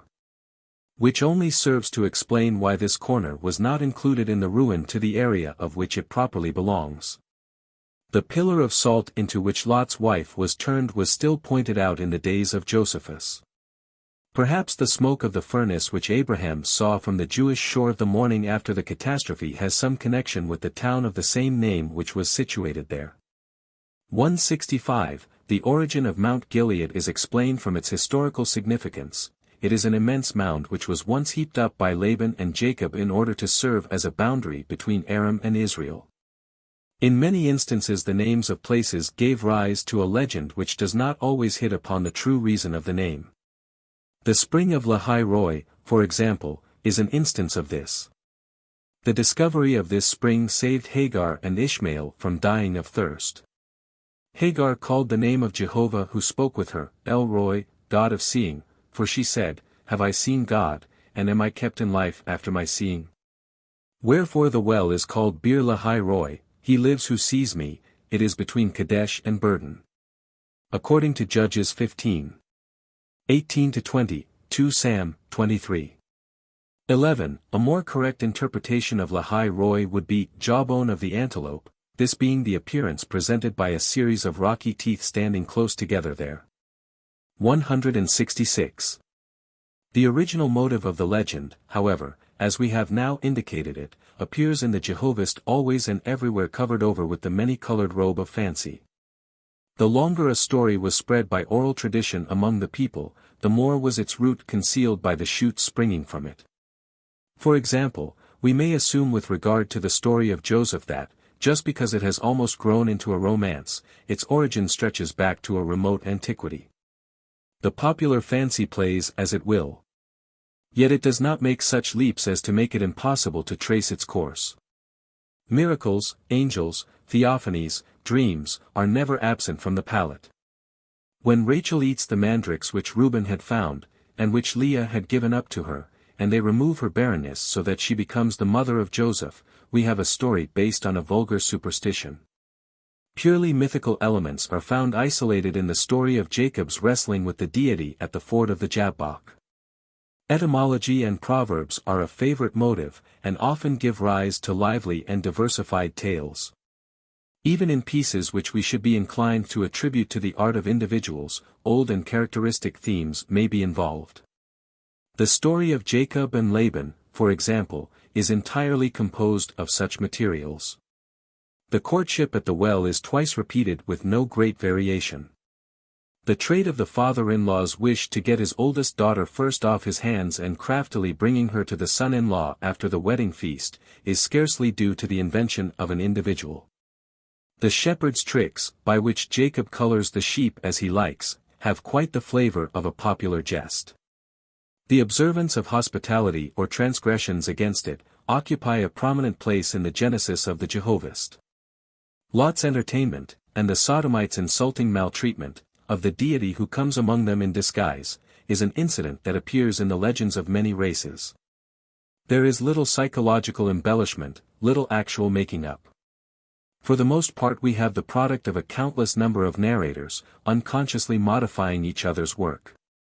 How plastic and living the materials must have been even in the 9th and 8th century, we see from the manifold variants and repetitions of the same stories, which, however, scarcely change the essential character of the themes. One more trait must be added to the character of the Jehovist. Each of his narratives may be understood by itself apart from the rest, the genealogy serves merely to string them together. Their interest and significance is not derived from the connection in which they stand. Many of them have a local color which bespeaks a local origin. And how many of them are in substance inconsistent with each other, and stand side by side only by compulsion? The whole literary character and loose connection of the Jehovah's story of the patriarchs reveals how gradually its different elements were brought together, and how little they have coalesced to a unity. In this point the patriarchal history of the Jehovist stands quite on the same footing with his legend of the origins of the human race, the nature of which we have already demonstrated. 2. It is from the Jehovistic form of the legends that we derive our picture of the patriarchs, that picture which children learn at school and which they find it easy to retain. To compare the parallel of the priestly code it is necessary to restore it as a whole, for few are aware of the impression it produces. And Abram was 75 years old when he departed out of Haran. And Abram took Sarai his wife, and Lot his brother's son, and all their substance that they had gathered, and the souls that they had gotten in Haran, and they went forth to go into the land of Canaan, and into the land of Canaan they came. 12. 4b, 5. And the land was not able to bear them that they might dwell together, for their substance was great so that they could not dwell together. And they separated themselves the one from the other. Abram dwelled in the land of Canaan, and Lot dwelled in the cities of the Kicker. 167 And it came to pass when God destroyed the cities of the Kicker, that God remembered Abram, and sent Lot out of the midst of the overthrow, when he overthrew the cities in which Lot dwelt. 13, 6, 11b, 12ab, 19. 29. And Sarai was barren, she had no child. And Sarai, Abram's wife, took Hagar the Egyptian, her maid, after Abram had dwelt 10 years in the land of Canaan, and gave her to her husband Abram to be his wife. And Hagar bare Abram a son. And Abram called his son's name which Hagar bare, Ishmael. And Abram was 86 years old when Hagar bare Ishmael to Abram. 11. 30, 16. 3, 15, 16, then follows the covenant of God with Abram, whose name he now changes to Abraham, and the institution of circumcision as the mark of those who belong to the covenant. Then the announcement of the birth of Isaac by Sarai, now 90 years old, who is henceforth to be called Sarah, and Isaac's nomination as heir of the covenant in place of Ishmael, chapter 17.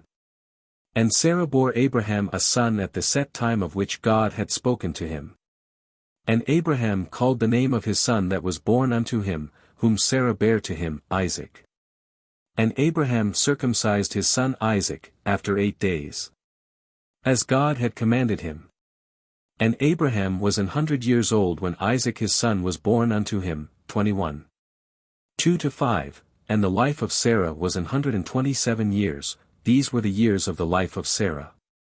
And Sarah died in Kirjatharba. The same is Hebron in the land of Canaan, 23. 1, 2. Then comes the treaty of Abraham, reported with all due legal accuracy, with Ephron the Hittite, from whom he purchases the cave of Machpelah, which is over against Mamre, for a family burying place, 23. And these are the days of the years of Abraham's life which he lived, 175 years. And Abraham gave up the ghost, and died in a good old age, an old man and full of years, and was gathered to his fellow tribesmen. And his sons Isaac and Ishmael buried him in the cave of Machpelah, in the field of Ephron ben Zohar the Hittite, which is before Mamre, the field which Abraham purchased of the sons of Het. There was Abraham buried and Sarah his wife. And after Abraham was dead, God blessed his son Isaac, 25. 7-11a, next come the Toldoth, generations, of Ishmael according to the regular practice of first exhausting the collaterals, 25. 12-17, these are the Toldoth of Isaac the son of Abraham. Abraham begot Isaac, and Isaac was 40 years old when he took Rebekah to wife, the daughter of Bethuel the Syrian of Padan Aram, the sister to Laban the Syrian. And Isaac was 60 years old when Esau and Jacob were born, 25. 19, 20. 26c, and Esau was 40 years old when he took to wife Judith the daughter of Beri the Hittite, and Bashemath, the daughter of Elon the Hittite, and they were a grief of mind unto Isaac and to Rebekah. And Rebekah said to Isaac, I am weary of my life because of the daughters of Het. If Jacob also take such wives of the daughters of Het, of the daughters of the land, what good shall my life do to me? Then Isaac called Jacob and blessed him and charged him, saying, Thou shalt not take a wife of the daughters of Canaan. Arise, go to Padan Aram to the house of Bethuel thy mother's father, and take thee a wife from thence of the daughters of Laban thy mother's brother. And El Shaddai will bless thee, and make thee fruitful and multiply thee, and give thee the blessing of Abraham, to thee and to thy seed with thee, that thou mayest inherit the land wherein thou art a stranger, which God gave unto Abraham. And Isaac sent away Jacob. And he went to Padan Aram unto Laban ben Bethuel, the Syrian, the brother of Rebekah, Jacob and Esau's mother. And Esau saw that Isaac blessed Jacob, and sent him to Padan Aram to take him a wife from thence, and that as he blessed him, he gave him a charge, saying, Thou shalt not take a wife of the daughters of Canaan. Now Jacob hearkened to his father, and went to Padan Aram. But Esau saw that the daughters of Canaan pleased not Isaac his father. Then went Esau unto Ishmael, and took unto the wives which he had Mahalath the sister of Nebaioth to be his wife, 26. 34 Seek, 27. 46. 28, 1-9. And Laban gave unto his daughter Leah Zilpah his maid for her handmaid. And he gave him Rachel his daughter to wife. And Laban gave to Rachel his daughter Bilhah his handmaid to be her maid, 29. 24, 28b. 29, and the sons of Jacob were 12. The sons of Leah, Reuben, Jacob's firstborn, Simeon, Judah, Issachar, Zebulun. The sons of Rachel, Joseph and Benjamin. The sons of Bilhah, Rachel's handmaid, Dan and Naphtali. The sons of Zilpah, Leah's handmaid, Gad and Asher. These are the sons of Jacob, which were born to him in Padan Aram, 35. 23-26. And Jacob took all his goods which he had gotten, the gear of his property which he had gotten in Padan Aram, to go home to Isaac his father in the land of Canaan, XXX. 18. And God appeared unto Jacob when he was coming home from Padan Aram, and blessed him, and God said unto him, Thy name is Jacob, thy name shall not be called any more Jacob, but Israel shall be thy name. And God said unto him, I am El Shaddai, be fruitful and multiply, a nation and a company of nations shall be of thee, and kings shall come out of thy loins, and the land which I gave Abraham and Isaac. To thee will I give it, and to thy seed after thee will I give the land. And God went up from him in the place where he talked with him. And Jacob called the name of the place where God spake with him Bethel, 35. 9-13. 15. And they departed from Bethel, and when there was but a little way to come unto Ephrath, Rachel died, and was buried there in the way to Ephrath, the same is Bethlehem, 35. 16a, 19, cf 48. 7. 49, 31. And Jacob came unto Isaac his father unto Mamre, unto Kirjatharba, which is Hebron, where Abraham and Isaac dwelt as strangers. And the days of Isaac were 180 years. And Isaac gave up the ghost, and died. And was gathered unto his people, being old and full of days, and his sons Esau and Jacob buried him, 35.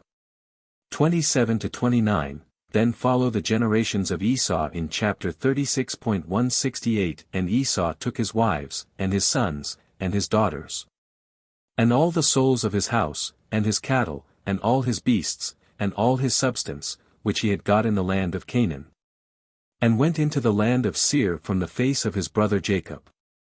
For their riches were more than that they might dwell together. And the land of their sojourn could not bear them because of their cattle. And Esau dwelt in Mount Seir, Esau is Edom. And Jacob dwelt in the land of the sojourn of his father, in the land of Canaan, 36. 6-8. 37, 1.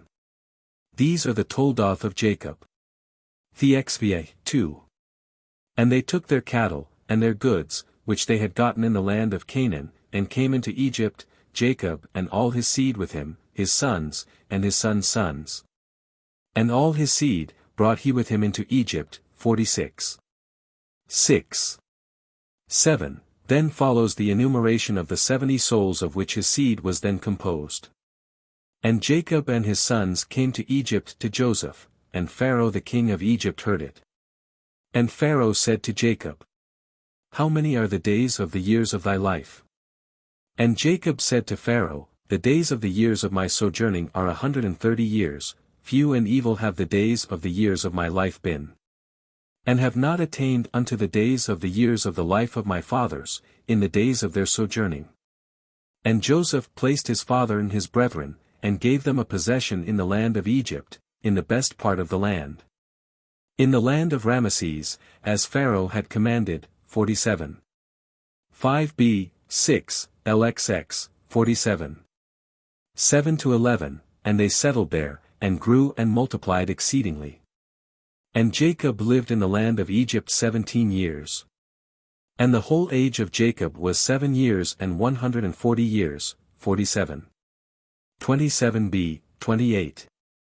And Jacob said unto Joseph, El Shaddai appeared unto me at Luz, in the land of Canaan, and blessed me, and said unto me, Behold, I will make thee fruitful and multiply thee. And I will make of thee a multitude of peoples, and will give this land to thy seed after thee for an everlasting possession. And now thy 2 sons which were born unto thee in Egypt, before I came unto thee in Egypt, are mine, Ephraim and Manasseh shall be mine, as Reuben and Simeon. And the issue which thou begettest after them shall be thine, and shall be called after the name of their brethren in their inheritance. And when I came from Padan, Rachel died to me in the land of Canaan, in the way, when there was but a little way to come into Ephrath, and I buried her there, in the way to Ephrath, the same is Bethlehem, 48. 3-7, NV, 7. Cf 49.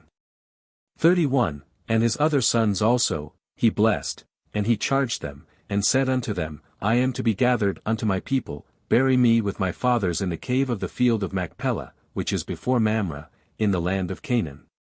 Which field Abraham bought from Ephron the Hittite, for a hereditary burying place. There they buried Abraham and Sarah his wife, there they buried Isaac and Rebekah his wife.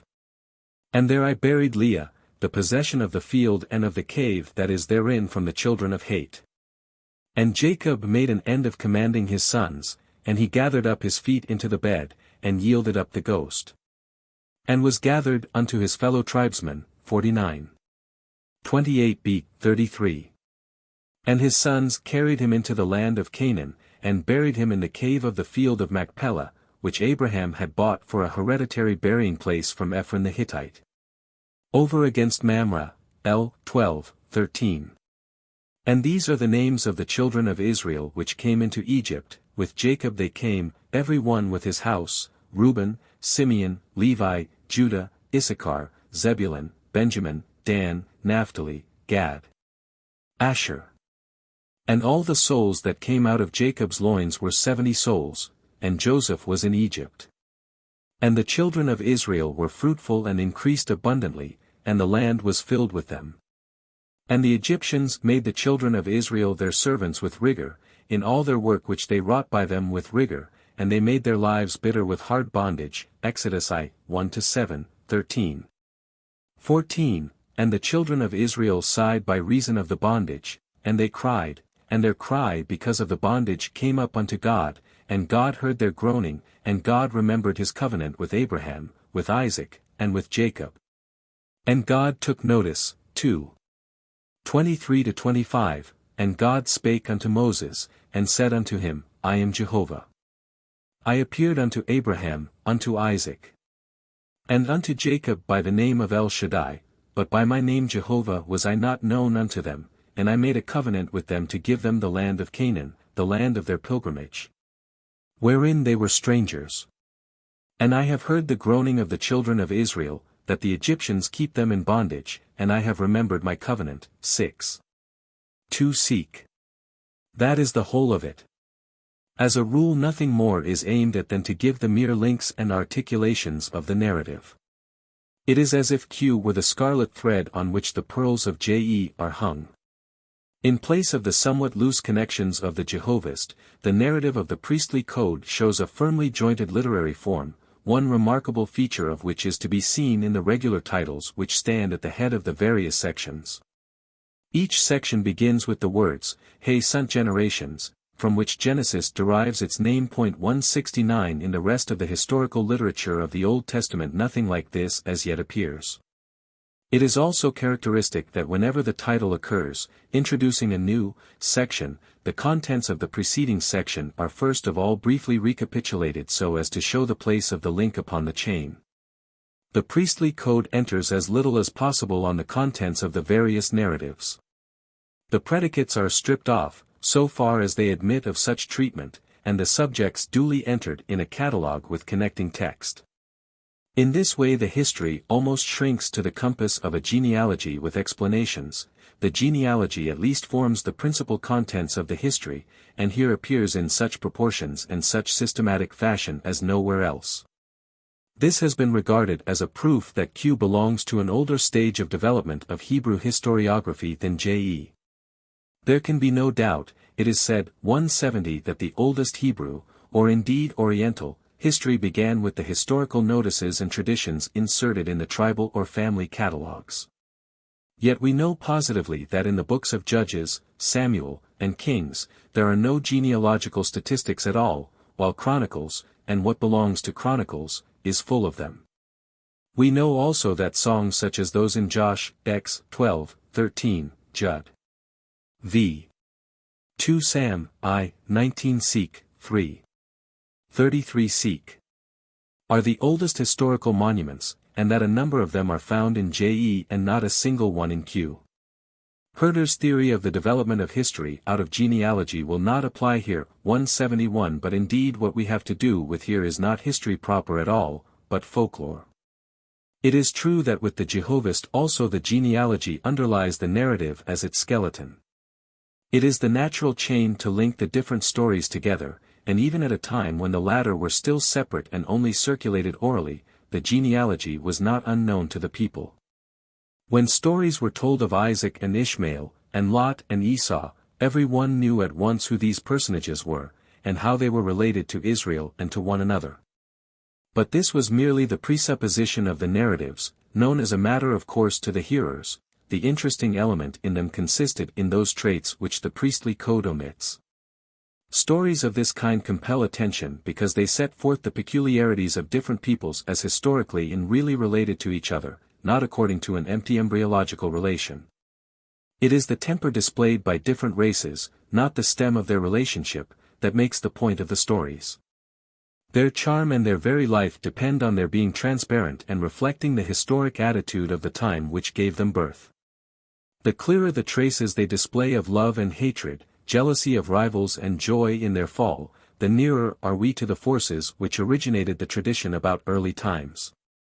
In the priestly code all those stories are absent in which there is anything morally objectionable, those for example in which the cowardice of the patriarchs endangers the honor of their wives, those of Sarah's cruel jealousy of Hagar, and of the unlovely contention of Leah and Rachel for husband and children, of the incest of Lot's daughters, of the violation of Dinah. All hatred, and strife, and deceit in the patriarchal family disappear. Lot and Abraham, Isaac and Ishmael, Jacob and Esau, agree to separate, of the tricks of Laban and Jacob to each other, of the treachery of Simeon and Levi to Shechem.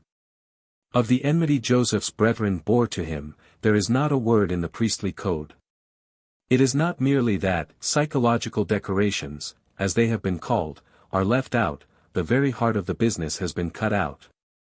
That Moab and Ammon, Ishmael and Edom, were Hebrew peoples, all more nearly or more distantly related to the Israelites, that the Arameans too were closely connected with the Hebrews by blood and by marriage. That this tribe lives in one district contiguous to Palestine, that in another, this is what the priestly code has to tell. Dry ethnographical and geographical facts like these are presented in a genealogical form. All we learn of the patriarchs is their marriages and births and how they separated to the various dwelling places of their descendants. And folklore could not possibly be directed to such facts as these at a period when these relations were all matters of fact and familiar to every child. The priestly code, moreover, strips the legends of the patriarchs of their local as well as their historical color. They are kept at a distance from all the places of the sacredness of which the Jehovist makes them the founders. 172 No historical geography is needed in order to understand the narrative of the priestly code in Genesis, but that is only to say that it stands quite away from the soil out of which oral tradition arises. It deals in no etymology, no proverbs, nor songs, no miracles, theophanies nor dreams, and is destitute of all that many-colored poetic charm which adorns the Jehovistic narratives. But this proves not its original simplicity but its neglect of the springs from which legend arises, and of its most essential elements. 173 What remains is anything but historical objectivity, it is the formula and nothing more. As with the legend of the beginnings of things, so with the legend of the patriarchs, what is essential and original is the individual element in the several stories. The connection is a secondary matter, and only introduced on the stories being collected and reduced to writing. But in the priestly code the individuality of the several stories is simply destroyed, to such an extent is the connection dwelt on. What meaning is there in the statement that Jacob was all at once called Israel, i.e., fight God? 35. 10. If no mention is made of his wrestling with El, which was the occasion of his change of name. Have we anything like the true history of Joseph in the priestly code? Can we regard it as the original history, when the destruction of Sodom and Gomorrah is dismissed in a subordinate clause, as is done in 19:29? The remarkable admission has been made 174 that it is plain from the summary manner of reporting of the priestly code, that the author could have told his story at much greater length, had it been consistent with the plan of his work to do so. And that this certainly points to sources where greater detail was used. The more detailed source, however, which is thus taken for granted, need by no means, it is said, have been a written one, and least of all the Jehovistic narrative before us. On the contrary, we are told, the state of the case is best satisfied by the assumption that the author held a more detailed narrative to be unnecessary, because the oral tradition, living in the mouth of the people, was quite able to fill in the colors in his outlines and to convert his chronistic notices into living pictures. But this is merely an attempt to elude the necessity for exactly comparing the priestly code and the Jehovist. The question is, which of the two writings stands nearest to the starting point? Is it the one which attaches most importance to elements which are foreign to the nature of oral tradition altogether and only added in literary composition? It would be a curious thing if the writing down of the tradition began with writing down what the legend did not contain. What is set before us in the priestly code is the quintessence not of the oral tradition, but of the tradition when already written down. And the written account of the primitive history which it employs is the Jehovistic narrative. The order in which the popular legends are there placed here becomes the very kernel of the narrative. There the plan was hidden behind the execution, but here it comes forward not indeed essentially changed, but sharp and accentuated, as the principal feature of the whole. 3. The Jehovist still lives in the spirit of the legend, but the priestly code is strange to that spirit, and does violence to the legend, by treating it from its own point of view, which is quite different from the old one. Moral and religious culture is further advanced, and hence the removal of real or apparent offenses against morality and of notions which are too childish or superstitious, or even mythical. If the Godhead appears, it must not be patent to the senses, at least it must not be seen in visible form. Jehovah speaks with Jacob, but not in a dream from the heavenly ladder, he reveals himself to Moses, but not in the burning bush. The notion of revelation is retained, but the subsidiary incidents which must be added to make a concrete of the abstract, are stripped off. It is a matter of indifference under what forms or through what media a man receives revelation, if only the fact stands sure. In other words, revelation is no longer a living reality of the present, but a dead dogma for the past. The progress of culture in the priestly code is most of all evident in the learned historical treatment with which the legend is overlaid.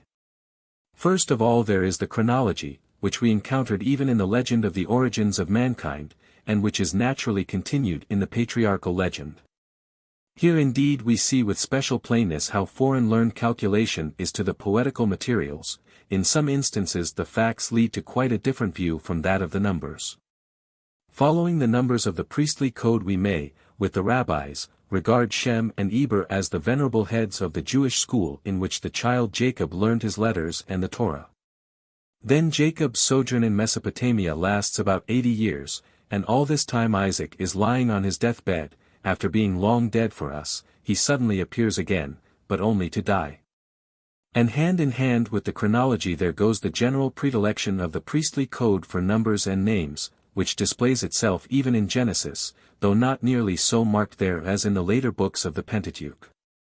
Oral folklore can very well contain round numbers, such as the 12 sons and the 70 souls of the family of Jacob, the 12 wells and the 70 palm trees at Elim, the 70 elders and the 12 spies. But a chronological system, whole lists of exact and considerable numbers, bare catalogues of personal names, none of them having any significance, dates and measurements such as those in the account of the flood in the priestly code, require writing even to originate, not to speak of transmitting them. These art products of pedantry take the place of the living poetic detail of the Jehovist narrative. The element of episode has to give way to the seriousness of dry history. It is also a mark of historical pedantry that the mixing up of the period of the patriarchs with a later period is avoided as anachronistic. In the Jehovist the present everywhere shines through, he in no way conceals his own age. We are told that Babylon is the great world city, that the Assyrian Empire is in existence, with the cities of Nineveh and Kala and Rezin, that the Canaanites had once dwelt in Palestine, but had long been absorbed in the Israelites. The writer of the priestly code is very careful not to do anything like this. 175 He brushes up the legend and makes history of it according to the rules of art. He kills it as legend, and deprives it of all real value, such as it possesses, not indeed for the history of primitive times, but for that of the age of the kings. The history of the first men and of the patriarchs is divided by the priestly code into 3 periods, each of them opened by a covenant. The covenant with Adam, Gen I 28:2. 4, is the simplest. It is not called a covenant, but it is the basis of the second covenant with Noah, 9. 1-17, which modifies it in important particulars, and brings it nearer to the present age. The covenant with Abraham, Gen 17. Which alone is ratified with the succeeding patriarchs, does not apply to the whole of mankind, but only to Abraham's seed, and especially to Israel. The first sign of the covenant is the Sabbath, Gen 2. 3, Comp Exodus 31. 12 Seek, Isaac XX. 12:20, the second the rainbow, Gen 9. 12, the third circumcision, 17. 10. The first parent of mankind is enjoined to use a purely vegetable diet. The father of mankind after the flood receives permission to slaughter animals. But he is expressly ordered not to eat flesh in the blood, and besides, to shed the blood of no man. What is said to Noah remains good for Abraham. But to the latter God promises that his posterity by Sarah shall possess the land of Canaan, and this is further assured by the purchase of the cave of Machpelah for a family burying place. The purchase being executed according to all the forms of law, with prolonged negotiations. Further, God reveals himself to Abraham as El Shaddai, and under this name he also manifests himself to Isaac, 28. 3, and Jacob, 35. 11, repeating to them the promise of the possession of the land. It is pointed out with emphasis that God was not known to the pre-Mosaic time under his Israelite name, that he revealed himself to the patriarchs only as El Shaddai, and as Jehovah first to Moses, Exodus 6. 2-3. With a similar intention, which is not far to seek, the time of the patriarchs is kept free of the other Mosaic forms of worship, hence we have here no sacrifices nor altars, no distinction of clean and unclean beasts, nor anything of the kind. Now till within a short time ago, there was a great inclination, no one will be found at this date to acknowledge that he felt it, to admire the sobriety and faithfulness of the priestly code. As shown in this observance of the different religious stages. But in fact we can only admire these advantages in it, if we believe that the religion was at first naturalistic, that then all at once it became a good deal more positive, and then quite positive in the year 1500 BC. How can we regard it as showing historical faithfulness, that the patriarchs were allowed to slaughter, but not to sacrifice, and that first the Sabbath was introduced, then the rainbow, then circumcision, and at last sacrifice, under Moses? It is natural that Jacob at Bethel should give tithes of all that he possesses, unnatural that the eponymous hero should not in worship above all things have left a good example to his posterity. What is it but a theory, that the name Jehovah was first revealed to Moses, and through him to the Israelites, and that it was quite unknown before? A theory which certainly cannot be upheld, for Moses could have done nothing more irrational than to introduce a new name for the God of their fathers, to whom he directed his people, and yet a theory which, from the correlation between Jehovah the God of Israel and Israel the people of Jehovah, readily suggests itself, and is not altogether peculiar to the author of the priestly code. 176 He had a pattern which suggested certain lines, and these he traces strongly and with a system, and he even goes so far as to avoid the name of Jehovah even in his own narrative of the pre-Mosaic period. Even when speaking in his own person, he says Elohim, not Jehovah, down to Exodus 6. The 3 periods and the 3 corresponding covenants of the early age are preliminaries to the 4th period and the 4th covenant. The narrator everywhere has an eye to the Mosaic law, and the thought of it determined the plan which comes so prominently into view in his representation of the origins of human history. The great features of this plan are the great official transactions of Jehovah with the patriarchs. In these we have not a narrative but only speeches and negotiations. The preliminary laws are given in them, which, as they advance step by step, prepare the way for the great law, namely, the Mosaic. The law of worship has taken the place of the legend of worship. In the legend the sacred usages and customs arise, as it were, spontaneously, in connection with any occasion, placed in the early sacred time, which may serve to account for them. Jehovah does not make it statutory that the sinew of the thigh may not be eaten, but he wrestles with Israel, and injures the sinew of his thigh during the wrestling, and for this reason the children of Israel do not eat thereof. In the following story it is explained how it came about that the Israelites circumcise young boys, Exodus 4:25 seek.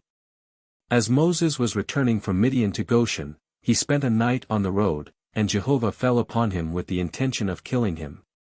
His wife, Zipporah, however, took a flint and cut off the foreskin of her son, and touched Moses with it, saying, "Thou art a blood bridegroom to me."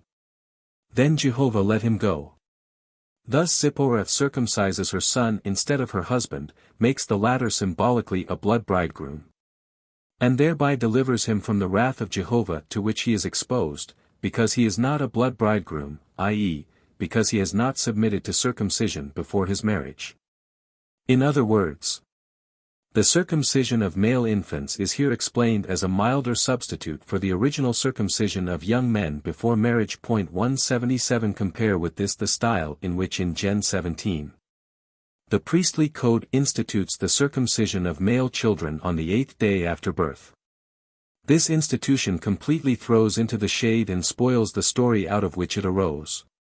Namely, the promise of the birth of Isaac as a reward to Abraham of the hospitality he showed Jehovah at Hebron. But there is more than a difference in form.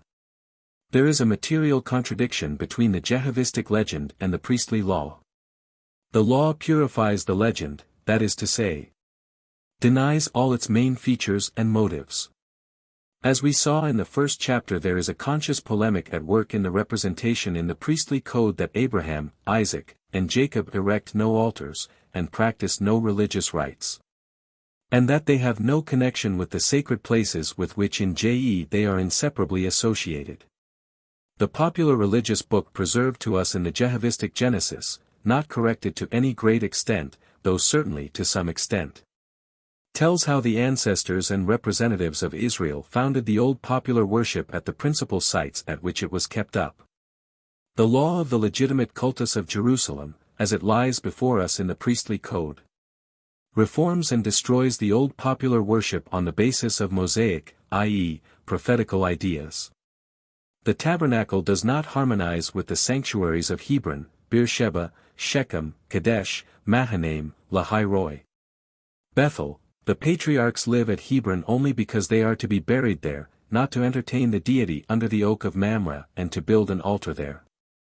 The heretical Maxibas, trees and wells, disappear. And with them the objectionable customs, that God should have summoned Abraham to offer up to him his only son is an idea the priestly code could not possibly entertain.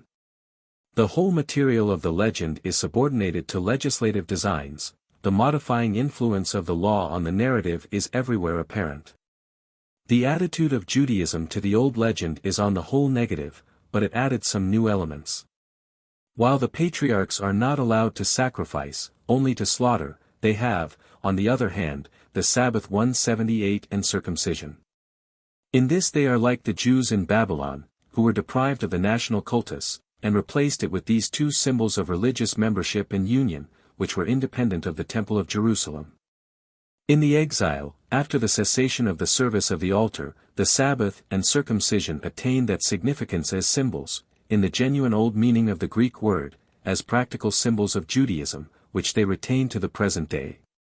The emphasis is noteworthy with which the priestly code always insists on the fact that the patriarchs sojourned in a strange land, that they were Jerem.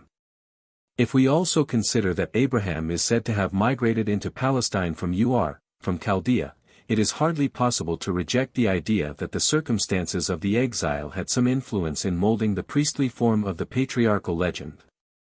In spite of all the efforts of the historian, and all the archaic appearance of his work, it may in that case still be the fact that the surroundings of the narrator found positive expression in his description of the patriarchal times. 3. In the Jehovistic history book Genesis is a most important part, and occupies at least a half of the whole work. In the priestly code, Genesis quite disappears in comparison with the later books. Only with the Mosaic legislation does this work arrive at its own ground, and it at once stifles the narrative under a mass of legislative matter. Here also there is a thin historical thread running parallel to the Jehovist, but we constantly lose sight of it from the repeated interruptions made by extensive ritual laws and statistical statements. These last 4 books of Moses have been made quite unreadable by a most melancholy, most incomprehensible, revision. The course of the history is everywhere interrupted by the insertion of innumerable laws, with regard to the greater part of which it is impossible to see any reason for their being inserted where they are.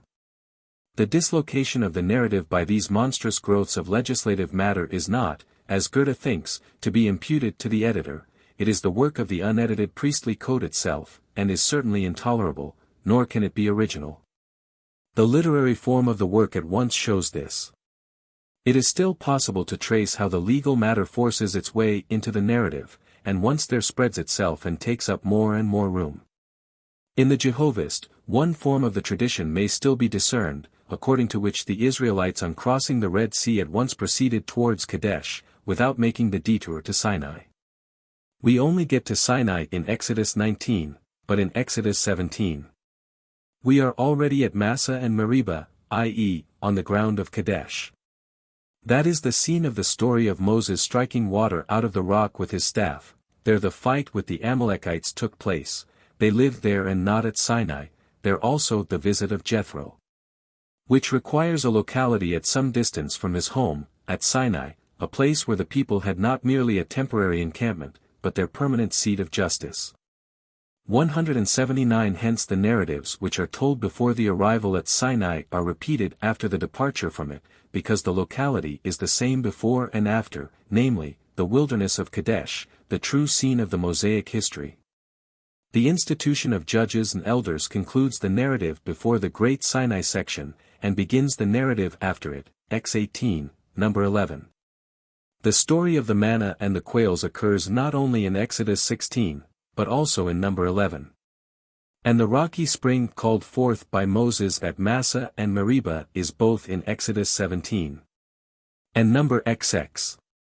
In other words, the Israelites arrived at Kadesh, the original object of their wanderings, not after the digression to Sinai but immediately after the Exodus, and they spent there the 40 years of their residence in the wilderness.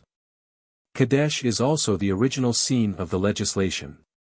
There he made them statute and judgment, and there he proved them, we read in a poetical fragment, before the Sinai section, Exodus 15. 25, which is now placed in the narrative of the healing of the waters at Marah, but stands there quite isolated and without bearing on its context. The curious conjunction of judgment and trial points unmistakably to Massa and Meribah, i.e. judgment and trial place, that is, to Kadesh, as the place spoken of. But the legislation at the seat of judgment at Kadesh is not represented as a single act in which Moses promulgates to the Israelites once for all a complete and comprehensive body of laws. It goes on for 40 years, and consists in the dispensation of justice at the sanctuary, which he begins and the priests and judges carry on after him according to the pattern he set. This is the idea in the extremely instructive narrative in Exodus 18, of which Kadesh is the scene. And in this way the Torah has its place in the historical narrative, not in virtue of its matter as the contents of a code, but from its form as constituting the professional activity of Moses. It is in the history not as a result, as the sum of the laws and usages binding on Israel, but as a process. It is shown how it originated, how the foundation was laid for the living institution of that Torah which still exists and is in force in Israel. The true and original significance of Sinai is quite independent of the legislation. It was the seat of the deity, the sacred mountain, doubtless not only for the Israelites, but generally for all the Hebrew and Kenite tribes of the surrounding region. The priesthood of Moses and his successors was derived from the priesthood there. There Jehovah appeared to him in the burning bush when he was keeping the sheep of the priest of Midian, from there he sent him to Egypt. There, to the Israelites, Jehovah still dwelt long after they had settled in Palestine. In the Song of Deborah he is summoned to come from Sinai to succor his oppressed people and to place himself at the head of his warriors. According to the view of the poet of Deuteronomy 33. The Israelites did not go to Jehovah to Sinai, but the converse. He came to them from Sinai to Kadesh, Jehovah came from Sinai and shone from Seir unto them. He lightened from Mount Paran and came to Meribath Kadesh 180. But it is not difficult to see how it came to be thought more seemly that the Israelites should undertake the journey to Jehovah. This was at first put in the form that they appeared there before the face of Jehovah to worship him and offer him a sacrifice, Exodus 3:12, and at their departure they received the ark instead of Jehovah himself, who continued to dwell on Sinai, Exodus 33. For the ark represents Jehovah, that constitutes its significance, and not the tables of the law, which were not in it at first. It was a further step to make Sinai the scene of the solemn inauguration of the historical relation between Jehovah and Israel. This was done under the poetic impulse to represent the constituting of the people of Jehovah as a dramatic act on an exalted stage. What in the older tradition was a process which went on quietly and slowly, occupied completely the whole period of Moses, and was at the beginning just such as it still continued to be, was now, for the sake of solemnity and vividness, compressed into a striking scene of inauguration.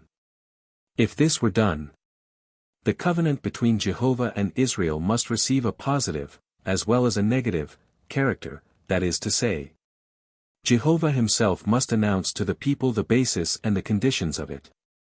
Thus the necessity arose to communicate in this place the contents of the fundamental laws. And so the matter of the legislation made its way into the historical narrative. But that it did not belong originally to this place we see from the confusion which obtains even in the Jehovistic Sinai section, Exodus 19-24. 32-34, the small bodies of laws which are here communicated may in themselves be old enough, but they are forced into the narrative. It is only of what is relatively the most recent corpus, the Decalogue, in E.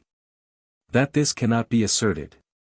As the Jehovistic work was originally a pure history book, so Deuteronomy, when it was first discovered, was a pure law book. 181 These two works, the historical and legal, were at first quite independent of each other. Only afterwards were they conjoined, perhaps that the new law might share in the popularity of the old people's book, and at the same time infuse into it its own spirit. It made it the easier to do this, that, as we have just seen, a piece of law had already been taken up into the Jehovistic history book. To the Decalogue, at the beginning of the period of the 40 years, was now added Deuteronomy at the close of that period. The situation, of which the law itself knows nothing, is very well chosen, not only because Moses is entitled when making his testament to anticipate the future and make a law for the time to come, but also because, the law being placed at the close of his life, the thread of the narrative is not further interrupted, the law being simply inserted between the Pentateuch and the book of Joshua. This combination of Deuteronomy with the Jehovist was the beginning of the combination of narrative and law. And the fact that this precedent was before the author of the priestly code explains how, though his concern was with the Torah alone, he yet went to work from the very outset and comprised in his work the history of the creation, as if it also belonged to the Torah. This manner of setting forth the Torah in the form of a history book is not in the least involved in the nature of the case, on the contrary, it introduces the greatest amount of awkwardness.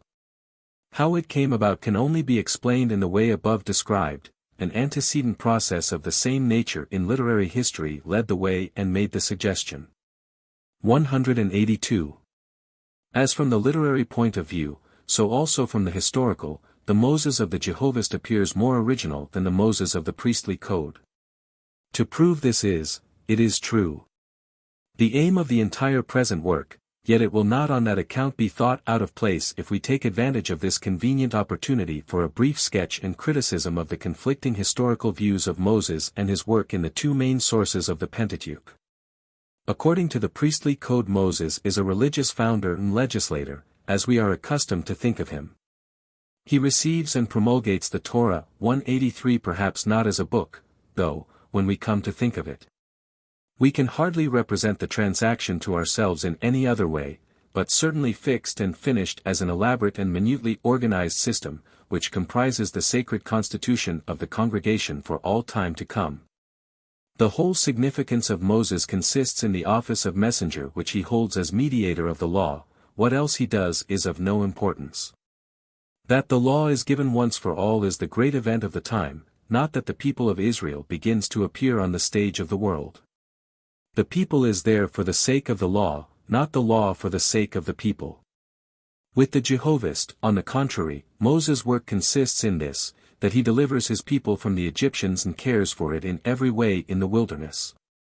In the prelude scene from his youth, when he smites the Egyptian and seeks to adjust the dispute of his brethren, Exodus 2:11 seek, his whole history is prefigured. His care for the Israelites embraces both catering for their sustenance, and making and preserving peace and order among them, number 11. The Torah is but a part of his activity, and proceeds from his more general office as the guardian of the young people, who has, as it were, to teach the fledgling to fly, number 11. 12, according to Exodus 18. His Torah is nothing but a giving of counsel. A finding the way out of complications and difficulties which had actually arisen. Individuals bring their different cases before him, he pronounces judgment or gives advice. And in so doing teaches the people the way they should go. Thus he is the beginner of the teaching of Jehovah which lives on after him in priest and prophet. Here all is life and movement, as Jehovah himself, so the man of God is working in a medium which is alive, is working practically, by no means theoretically, in history, not in literature. His work and activity may be told in a narrative, but the contents of it are more than a system, and are not to be reduced to a compendium. It is not done and finished off. It is the beginning of a series of infinite activities. In the priestly code the work of Moses lies before us clearly defined and rounded off, one living 1,000 years after knows it as well as one who saw it with his eyes. It is detached from its originator and from his age, lifeless itself. It has driven the life out of Moses and out of the people, nay, out of the very deity. This precipitate of history, appearing as law at the beginning of the history, stifles and kills the history itself. Which of the two views is the more historical? We can accordingly be at no loss to decide. It may be added that in the older Hebrew literature the founding of the nation and not the giving of the law is regarded as the theocratic creative act of Jehovah. The very notion of the law is absent, only covenants are spoken of, in which the representatives of the people undertake solemn obligations to do or leave undone something which is described in general terms. Another point of difference must be mentioned here, though indeed it is a matter which has been before us more than once already. That which is in the priestly code the subject matter of the Torah of Moses, namely, the institution of the cultus, the Jehovah's traces to the practice of the patriarchs, one more result of the difference between law and legend. The Moses of the priestly code conflicts not only with the future, but with the past, he comes into collision with history on every side. That view is manifestly the only natural one according to which the worship is not specifically Israelite, not a thing instituted by Moses in obedience to a sudden command of the deity, but an ancestral tradition. But at the time when the priestly code was drawn up the worship was certainly the one thing that made Israel Israel. In it the church, the one congregation of worship, takes the place of the people even in the Mosaic age, sorely against history, but characteristically for the author's point of view. Now even such authorities as Bleek, Hupfeld, and Noble have been misled by the appearance of historical reality which the priestly code creates by its learned art here as well as in the history of the patriarchs. They have regarded the multiplicity of numbers and names, the minute technical descriptions, the strict keeping up of the scenery of camp life, as so many signs of authentic objectivity. Noldyk made an end of this critical position once for all, but Colenso is properly entitled to the credit of having first torn the web asunder. 184 The boldness with which numbers and names are stated, and the preciseness of the details about indifferent matters of furniture, do not prove them to be reliable, they are not drawn from contemporary records, but are the fruit solely of late Jewish fancy, a fancy which, it is well known, does not design nor sketch, but counts and constructs, and produces nothing more than barren plans. Without repeating the description of the tabernacle in Exodus 25. Word for word, it is difficult to give an idea how circumstantial it is. We must go to the source to satisfy ourselves what the narrator can do in this line. One would imagine that he was giving specifications to measurers for estimates, or that he was writing for carpetmakers and upholsterers. But they could not proceed upon his information, for the incredibly matter-of-fact statements are fancy all the same, as was shown in chapter 1. The description of the tabernacle is supplemented in the book of Numbers by that of the camp. The former being the center, this is the circle drawn about it, and consists of an outer ring, the 12 secular tribes, a middle ring, the Levites, and an innermost one. The sons of Aaron, a mathematical demonstration of the theocracy in the wilderness. The 2 first chapters contain the census of the 12 tribes, and their allocation in 4 quarters, nothing but names and numbers. To this first census chapter 34 adds another at the close of the 40 years, in which the various detailed figures are different, but the total is about the same. This total, 600,000 warriors, comes from the older tradition, but is proved to be quite worthless by the fact that in a really authentic document the levy of Israel in the time of Deborah is stated to be 40,000 strong. Still, the priestly code is entitled to the credit of having made the total a little less round, and of having broken it up into artificial component parts. The muster of the people is followed in number 3. 4. By the dedication of the tribe of Levi to the sanctuary, in compensation for the firstborn males of the Israelites who up to that time had not been sacrificed nor yet redeemed. There are 22,273 firstborn males to be provided for, and there are 22,000 male Levites above a month old. The 273 extra firstborn males are specially redeemed at 5 shekels a head. What accuracy! But what of the fact that a people of at least 2 millions has only 22,273 firstborn males, or say 50,000 firstborn of both sexes? This gives an average of 40 children to every woman, for the firstborn in the sense of the law is that which first opens the womb. The continuation of number 3. 4, is in chapter 8. As the Levites are an offering of firstlings to the sanctuary on the part of the people, which, however, is not to be sacrificed but made over to the priests, the characteristic rite of this sort of sacred due has to be gone through with them. Namely, an act imitating that of throwing into the flame of the altar, Aristes 31, L. 5, to think of Moses and Aaron heaving the 22,000 men. Not less striking as an example of this kind of fiction is the story of number 31. 12,000 Israelites, 1,000 from each tribe, take the field against Midian, extirpate without any fighting, at least nothing is anywhere said of this important point, the whole people, slay all the men and a part of the women. Take captive the unmarried girls, and suffer themselves no loss whatever. The latter point is asserted very definitely. The captains of thousands and the captains of hundreds came to Moses, and said to him, Thy servants have taken the sum of the men of war which are under our charge, and there lacketh not one of us. Of the immeasurable booty of men and cattle Jehovah assigns half to those who took the field and took part in the battle, the other half to the congregation. And the former are to give the 500th part to the priests, the latter the 50th part to the Levites. The execution of this order is especially reported as follows: the booty which the men of war had taken was 675,000 sheep, 72,000 beeves, 61,000 asses, and 32,000 women that had not lain by man. And the half which was the portion of them that went out to war was 337,500 sheep, and Jehovah's tribute of the sheep was 675, 36,000 beeves, tribute to Jehovah 72, 30,500 asses, tribute to Jehovah 61, 16,000 persons, tribute to Jehovah 32. And Moses gave the tribute to Jehovah to Eleazar the priest. But the other half, which Moses divided to the children of Israel, the half due to the congregation, was 337,500 sheep, 36,000 beeves, 30,500 asses, 16,000 persons. And of the children of Israel's half Moses took one of 50 and gave them to the Levites. The calculation of the contribution to Jehovah was quite easy for Moses, as the 500th part of the half is equivalent to the 1,000th part of the whole, he had only to leave off the thousands from the first totals. In conclusion, the captains brought offerings to Jehovah of golden dishes, chains, bracelets, rings, and earrings, altogether 16,750 shekels weight, as atonement for their souls, but that was only the gold which the captains had taken as booty.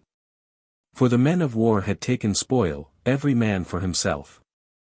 We may perhaps be allowed to speculate as to the relation between these 16,750 shekels which in this passage the captains alone offer to the tabernacle of the gold ornaments of the Midianites, and the 1,700 shekels which in Judges 8. The whole people dedicate of the gold ornaments of the Midianites to set up an image in Ophrah. It is less easy to account on the theory of pure fiction for the numerous names sometimes arranged together like a catalogue than for reported circumstances and numbers. There can certainly be no doubt that the 40 places which are mentioned in the list of encampments in the wanderings, really existed in the region the Israelites are reported to have traversed. But he who is satisfied with this as evidence that we have before us here a historical document of primitive antiquity, will never be disturbed by criticism. Was it such a difficult matter to find out 40 definite stations in the wilderness for the 40 years of the wanderings?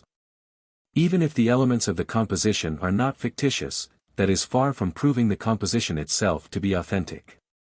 And in the case of lists of the names of persons, the elements are often of an extremely doubtful nature, and here it is well to keep in view the principle of Vatka, Op. Cit. p.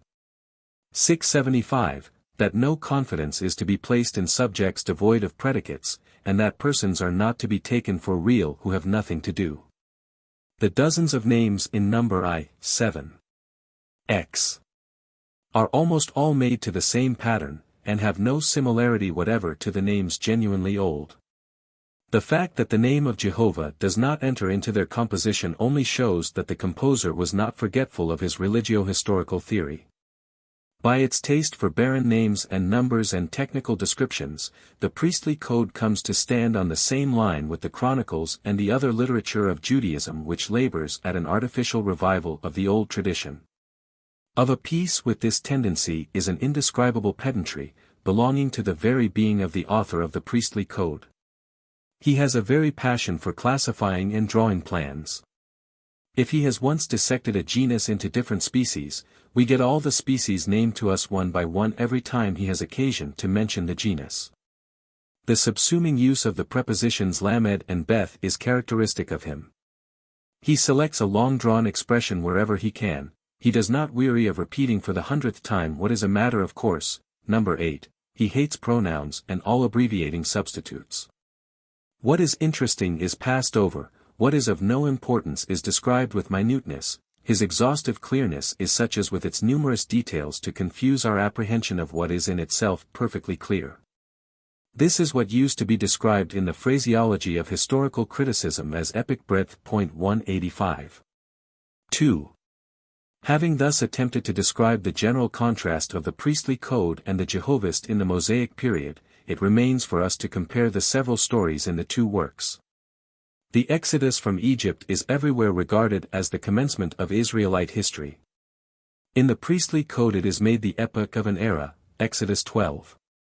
2, which is afterwards dated from, not only in years but even in months and days. It is unquestionable that this precise style of dating only came into use among the Hebrews at a very late period. We find in the historical books only one statement of the month in which an event took place, 1 Kings 6:38, and in that case the day is not given.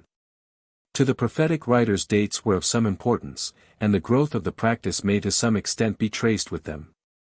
Amos first came forward 2 years before the earthquake. 186. The most precise date in Isaiah is the year in which King Uzziah died. Numbers of years are first found in Jeremiah, the 13th year of King Josiah, and a few more instances. All at once there was a change. Haggai and Zechariah, prophets who grew up in the Babylonian exile, always give dates, not only the year and month, but the day of the month as well.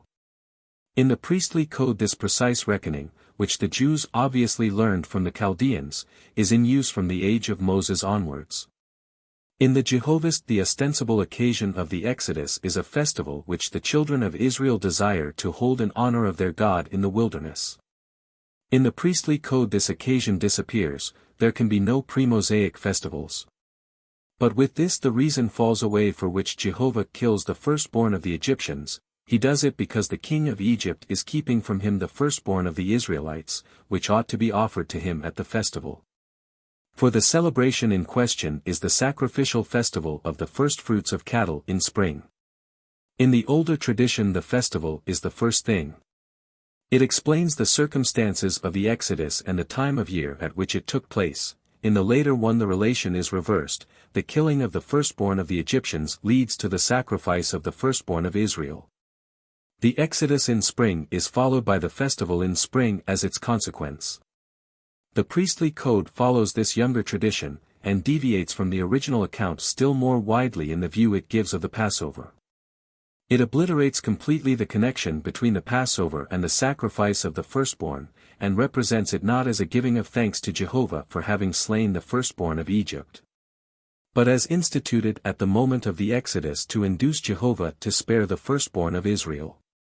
How all this is to be understood and judged of we have discussed more at large in the chapter on the festivals. As to the accounts given in the two sources of the crossing of the Red Sea, all we can say is that of the Jehovist, J, is the more complicated.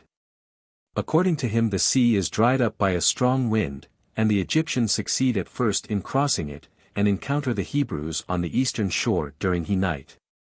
But in the morning watch Jehovah turned, in the pillar of fire and of the cloud, against the host of the Egyptian, and overthrew the host of the Egyptian, and hindered the wheels of his chariot and caused him to drive heavily. Then the Egyptian said, I will flee before Israel, for Jehovah fighteth for them against Egypt. But the sea turned back towards morning to its ordinary level, and the Egyptians fled against it, and Jehovah shook them into the midst of the sea. Exodus 14. 24, 25, 27. According to the priestly code 187 the waves meet over the pursuers, before they reach the further shore. The idea is much simpler, but poorer in incidental features.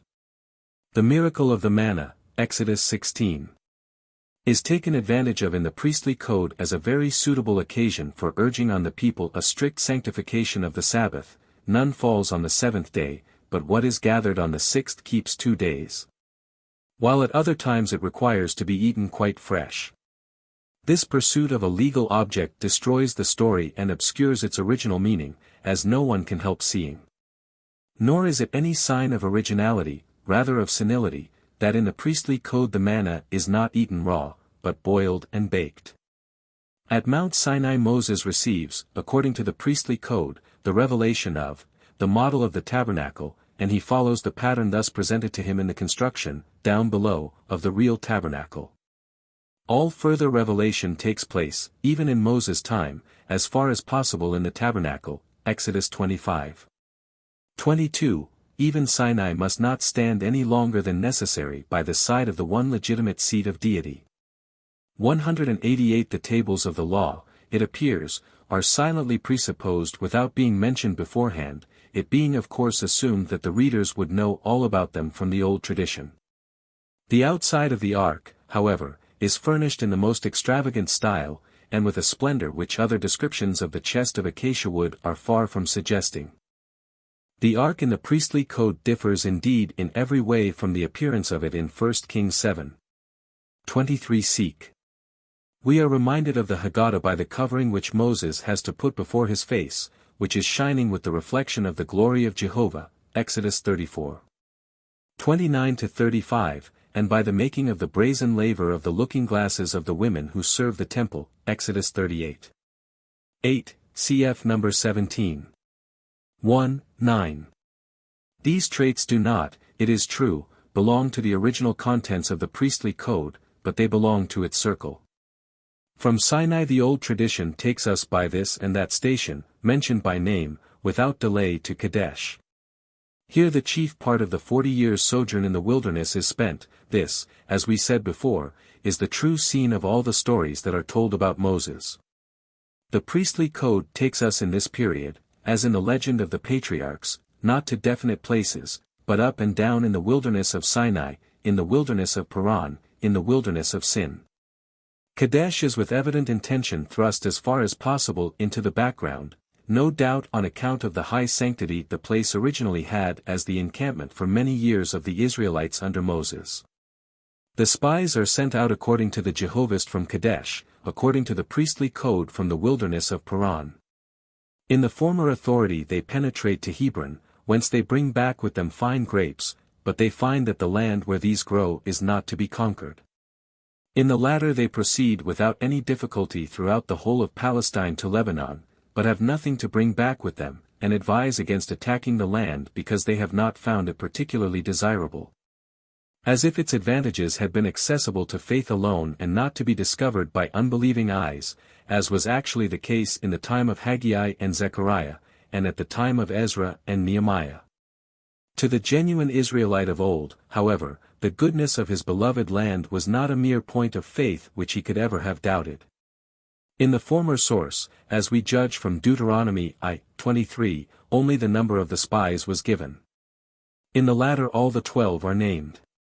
In the former Caleb is the only good spy, in the latter Caleb and Joshua. At first probably neither the one nor the other belonged to this story. But Caleb easily came to be named as an exception, because he actually conquered the district from Kadesh to Hebron, which the spies had declared it impossible to take, and which the Israelites, alarmed by their account, had not ventured to attack. Joshua, again, was added from the consideration that, according to the principle enunciated by the Jehovist in number 14. 23-24, he must have shared the merit of Caleb, because he partook of the same exceptional reward with him. In the Jehovist Moses alone instructs the spies and receives their report on their return, in the priestly code Moses and Aaron do so. In the oldest source of the Jehovist, Aaron has not yet made his appearance. In the priestly code Moses must not do any public act without him. 189 Moses is still the moving spirit here as well as there, but Aaron is the representative of the Theocracy. And pains are taken to secure that he shall never be absent ere the representatives of the Theocracy are brought face to face with the community. The desire to introduce the leader of the hierocracy, and with its leader the hierocracy itself, into the Mosaic history, has borne the most remarkable fruits in the so-called story of the rebellion of the company of Korah. According to the Jehovistic tradition the rebellion proceeds from the Reubenites, Dathan, and Abram, prominent members of the firstborn tribe of Israel, and is directed against Moses as leader and judge of the people. According to the version of the main stock of the priestly code, the author of the agitation is Korah, a prince of the tribe of Judah, and he rebels not only against Moses, but against Moses and Aaron as representing the priesthood. In a later edition, which, to judge from its style, belongs likewise to the priestly code, but not to its original contents, the Levite Korah appears at the head of a revolt of the Levites against Aaron as high priest, and demands the equalization of the lower with the higher clergy. Starting from the Jehovistic version, the historical basis of which is dimly discerned to be the fall of Reuben from its old place at the head of the brother tribes, we have no difficulty in seeing how the second version arose out of it. The people of the congregation, i.e., of the church, having once come on the scene, the spiritual heads, Moses and Aaron, take the place of the popular leader Moses, and the jealousy of the secular grandees is now directed against the class of hereditary priests, instead of against the extraordinary influence on the community of a heaven-sent hero. All these changes are the natural outcome of the importation of the hierocracy into Mosaic times. From the second version we can go further and understand the origin of the third. In the earlier version the princes of the tribe of Reuben were forced to give way to a prince of the tribe of Judah. In the progress of time Korah the prince of the tribe of Judah is replaced by the eponymous head of a post-exilic Levitical family, of the same name. The contest between clergy and aristocracy is here transformed into a domestic strife between the higher and the inferior clergy, which was no doubt raging in the time of the narrator. Thus the three versions are developed, the origin and collocation of which appears from every other point of view to be an insoluble enigma. The one arises out of the other in the direct line of descent. The metamorphoses took place under the influence of great historical changes which are well known to us. And in the light of Jewish history from Josiah downwards they are by no means unintelligible. 190. We come to the migration of the Israelites to the land east of the Jordan. According to the Jehovist, the neighboring tribes place obstacles in their way, and the land in which they desire to settle has to be conquered with the sword. The priestly code tells us as little of all this as in an earlier instance of the war with Amalek. From all it says we should imagine that the Israelites went straight to their mark and met with no difficulty in the region in question. The land is ownerless, and the possession of it is granted by Moses and Eleazar to the two tribes Reuben and Gad, number 32. But that war may not be completely wanting under Moses. We have afterwards the war with the Midianites, on which we have already commented, number 31. There is not much story about it. Only numbers and directions, and in verse 27 there is a suspicion of 1 Sam, XXX. 24. As if that passage were the groundwork of the whole. The passage is extremely interesting as showing us the views taken of war by the Jews of the later time who had grown quite unaccustomed to it.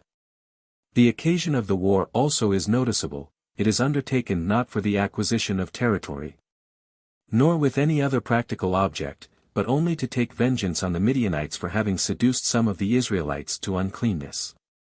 The elders of Midian, so the story goes, went to the soothsayer Balaam to ask his advice as to what should be done against the Israelite invaders. He suggested a means by which the edge of the invasion might be broken. The Midianites should give their daughters to the Israelites for wives, and so deprive the holy people of their strength, the secret of which lay in their isolation from other peoples. The Midianites took Balaam's advice and succeeded in entangling many of the Israelites with the charms of their women, in consequence of which Jehovah visited the faithless people with a severe plague. The narrative of the priestly code up to this point has to be pieced together from number 31. 8, 16 and Joshua 13. 22, and from what is implied in the sequel of it. At this point the portion of it begins which is preserved to us, number 25. 6 Seek. And we are told how the plague was ultimately stayed. A certain man coolly brings a Midianitish woman into the camp before the very eyes of Moses and the weeping children of Israel. Then the young hereditary priest Phinehas takes a spear, transfixes the godless pair, and by this zeal averts the anger of Jehovah. This narrative is based on the Jehovistic one, which is also preserved to us only in part, number 25. 1-5, about the backsliding of Israel in the camp of Shittim to the service of Baal-peor, to which they were seduced by the daughters of Moab. In the priestly code the idolatry has quite disappeared, all but some unconscious reminiscences, and no sin is alleged but that of whoredom, which in the original story merely led up to the main offense. This is done manifestly with the idea that marriage with foreign women is in itself a falling away from Jehovah, a breach of the covenant. This change was extremely suitable to the circumstances of exilic and post-exilic Judaism, for in these later days there was no immediate danger of gross idolatry. But it took a good deal of trouble to prevent heathenism from making its way into the midst of the people under the friendly form of mixed marriages. The version of the priestly code, however, mixes up with the Baal-peor story of the Jehovist the figure of Balaam, which is also borrowed from the Jehovist but entirely transformed in the process. In the form under which he appears in the early history he transgresses all the ideas of the priestly code. An Aramean seer, who is hired for money and makes all sorts of heathen preparations to prophesy, but who yet is not an impostor, but a true prophet as much as any in Israel, who even stands in the most intimate relations with Jehovah. Though cherishing the intention of cursing Jehovah's people, that is too much for exclusive Judaism. The correction is effected by the simple device of connecting Balaam with the following section, and making him the intellectual instigator of the devilry of the Midianitish women. And in this new form which he assumes in the priestly code he lives on in the Haggadah. The reason for changing the Moabites into Midianites is not made clear, but the fact is undoubted that the Midianites never lived in that part of the world. In the book of Numbers the narrative sections, which are in the style and color of the priestly code, have more and more the character of mere additions and editorial supplements to a connection which was already there and had a different origin. The independent main stock of the priestly code, the Book of the Four Covenants, or the Book of Origins, more and more gives way to later additions, and ceases altogether, it appears, at the death of Moses. It is at least nowhere to be traced in the first half of the book of Joshua, and so we cannot reckon as part of it those extensive sections of the second half, belonging to the priestly code, which treat of the division of the land. Without a preceding history of the conquest, these sections are quite in the air. They cannot be taken as telling a continuous story of their own, but presuppose the Jehovistic Deuteronomic work. In spite of distaste to war and to records of war, 1 Chron. 22. 8:28. 3. An independent work like the Book of the Four Covenants could not possibly have passed over the wars of Joshua in silence. A comparison of the different accounts of the entry of the Israelite tribes into the occupation of the conquered land may close this discussion. The priestly code, agreeing in this with the Deuteronomistic revision, represents the whole of Canaan as having been made a tabula rasa, and then, masterless and denuded of population, submitted to the lot. First the tribe of Judah receives its lot, then Manasseh and Ephraim, then the two tribes which attach themselves to Ephraim and Judah, Benjamin and Simeon, and lastly the 5 northern tribes, Zebulun, Issachar, Asher, Naphtali, Dan. These are the inheritances which Eleazar the priest, and Joshua ben Nun, and the heads of the tribes of the children of Israel divided for an inheritance by lot in Shiloh before Jehovah at the door of the tabernacle. According to the Jehovist, Judah and Joseph appear to have had their territory allocated to them at Gilgal, 14:6, and not by lot, and to have entered into occupation of it from there. A good while afterwards the land remaining over is divided by lot among the 7 small tribes still unprovided for, from Shiloh, or perhaps originally from Shechem, 18:2-10, Joshua alone casts the lot and gives instructions. Eleazar the priest does not act with him. Even here the general principle of the priestly code, which knows no differences among the tribes, is somewhat limited, but it is much more decidedly contradicted by the important chapter, Judges I. The chapter is, in fact, not a continuation of the book of Joshua at all, but a parallel to it, which, while it presupposes the conquest of the East Jordan lands, does not speak of the West Jordan lands as conquered, but tells the story of the conquest, and that in a manner somewhat differing from the other source. From Gilgal, where the angel of Jehovah first set up his tent, the tribes march out one by one to conquer their lot by fighting, first Judah, then Joseph. We hear only of these two, and with regard to Joseph we only hear of the very beginning of the conquest of his land. There is no mention of Joshua, nor would his figure as Commander-General of Israel suit the view here given of the situation. Though it would very well admit of him as leader of his tribe. The incompleteness of the conquest is acknowledged unreservedly. The Canaanites lived on quietly in the cities of the plain, and not till the period of the monarchy, when Israel had grown strong, were they subdued and made tributary. This chapter, as well as the main stem of the book of Judges, corresponds to the Jehovistic stratum of the tradition, to which also passages in Joshua, of an identical or similar import, may be added without hesitation. The angel of Jehovah is enough to tell us this. The difference which exists between it and the Jehovistic main version in the book of Joshua is to be explained for the most part by the fact that the latter is of Ephraimite origin, and in consequence ascribes the conquest of the whole land to the hero of Ephraim or of Joseph, while Judges I leans more to the tribe of Judah.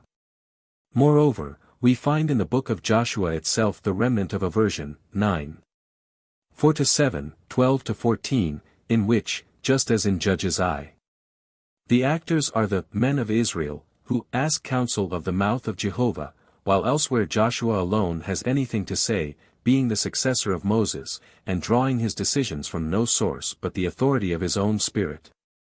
And finally, we have to consider Exodus 23:20, where also there is a correspondence with Judges I, in the fact that not Joshua but the angel of Jehovah, Judges v. 23, is the leader of Israel, and that the promised land is not conquered all at once but gradually, in the process of time.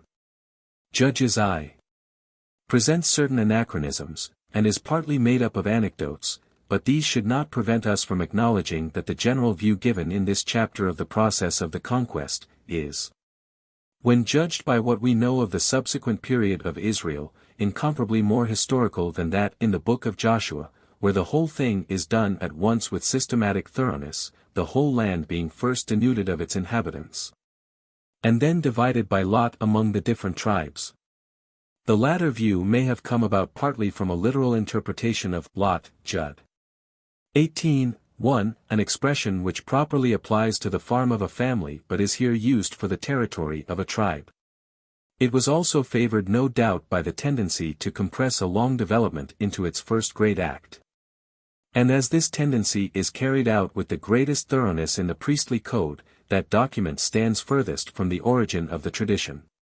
191. The same conclusion is led up to by the circumstance that the tribe of Joseph is never mentioned, one of the two tribes, Ephraim and Manasseh, being always spoken of instead, and that these two tribes are almost put out of sight by Judah. And yet Joshua, the leader of Ephraim, is leader here also of all Israel, having been preserved from the old original tradition, which was Ephraimitic. It involves no contradiction that, in comparing the versions of the tradition, we should decline the historical standard in the case of the legend of the origins of mankind and of the legend of the patriarchs, while we employ it to a certain extent for the epic period of Moses and Joshua. The epic tradition certainly contains elements which cannot be explained on any other hypothesis than that there are historical facts underlying them.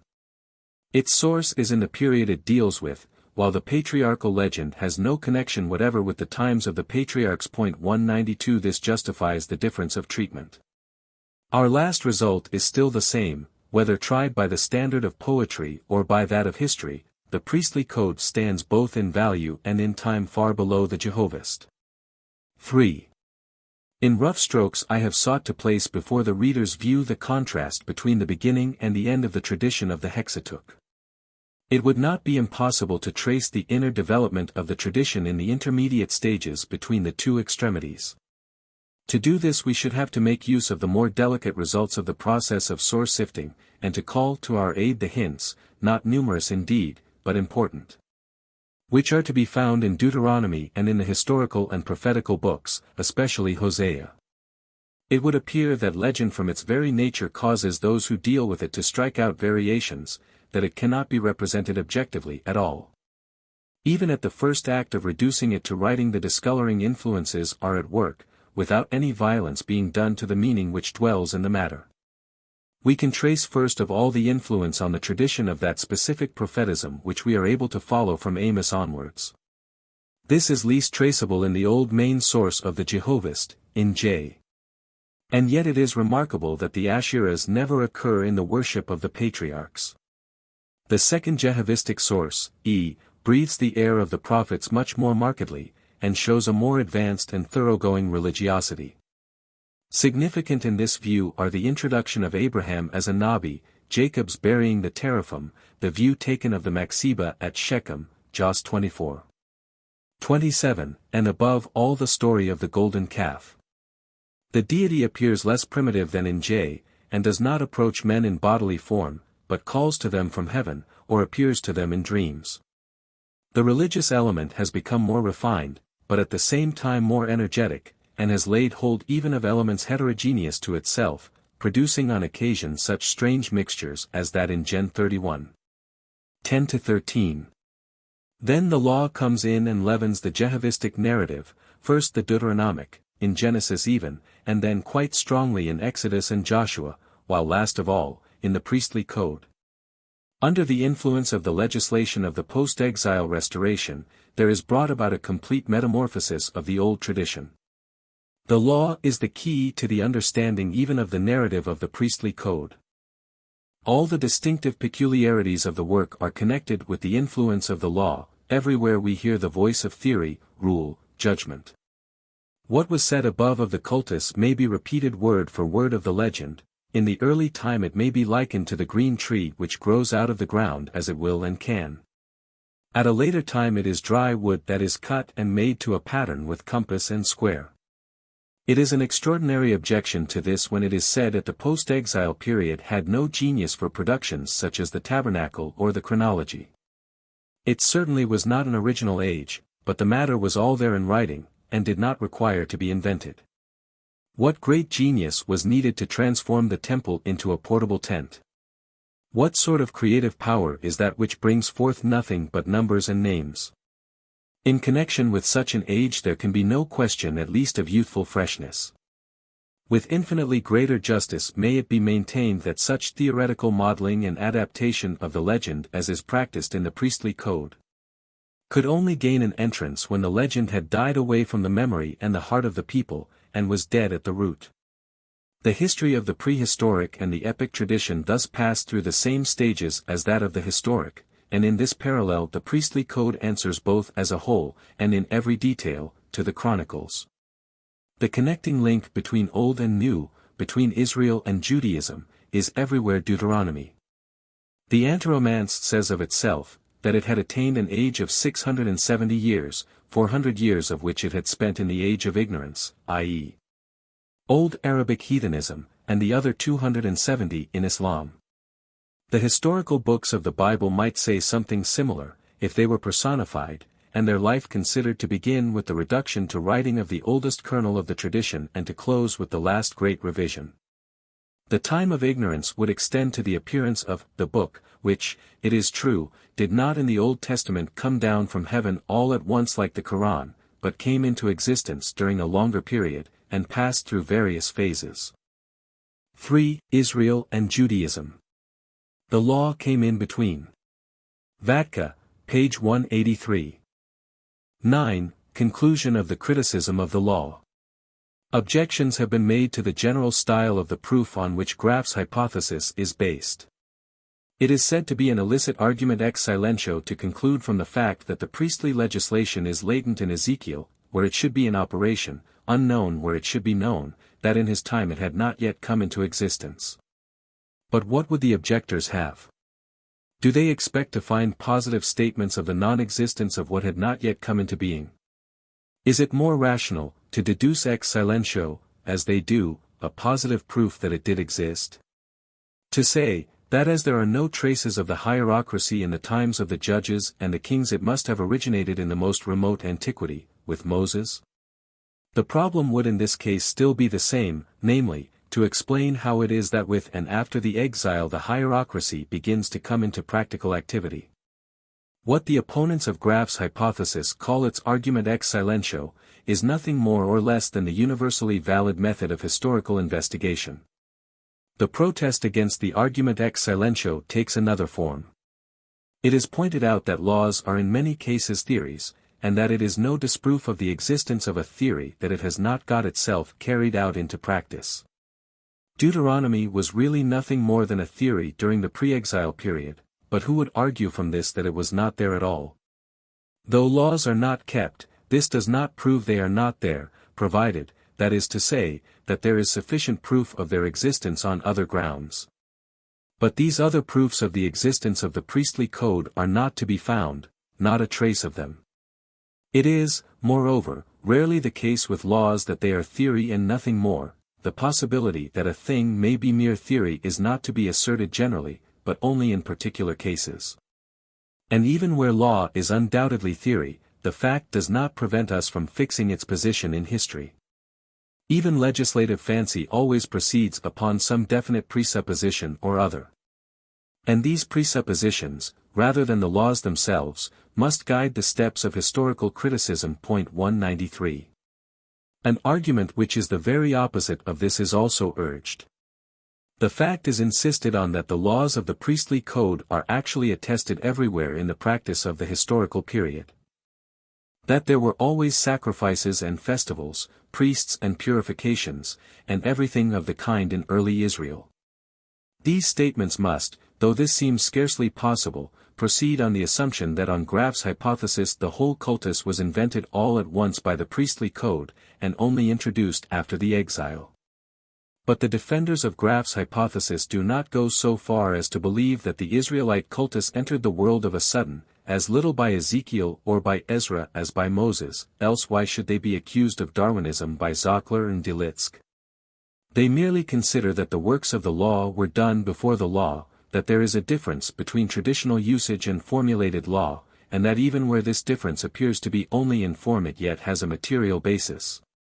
being connected with the centralization of the worship and the hierocracy which that centralization called into existence. Here also the important point is not the matter, but the spirit which is behind it, and may everywhere be recognized as the spirit of the age at one period or another. All these objections, meanwhile, labor under the same defect, namely, that they leave out of view that which is the real point at issue. The point is not to prove that the Mosaic law was not in force in the period before the exile. There are in the Pentateuch 3 strata of law and 3 strata of tradition, and the problem is to place them in their true historical order. So far as the Yahwist and Deuteronomy are concerned, the problem has found a solution which may be said to be accepted universally. And all that remains is to apply to the priestly code also the procedure by which the succession and the date of these two works has been determined, that procedure consisting in the comparison of them with the ascertained facts of Israelite history. 194. One would imagine that this could not be objected to. But objections have been raised. The procedure which, when applied to Deuteronomy, is called historico-critical method, is called, when applied to the priestly code, construction of history.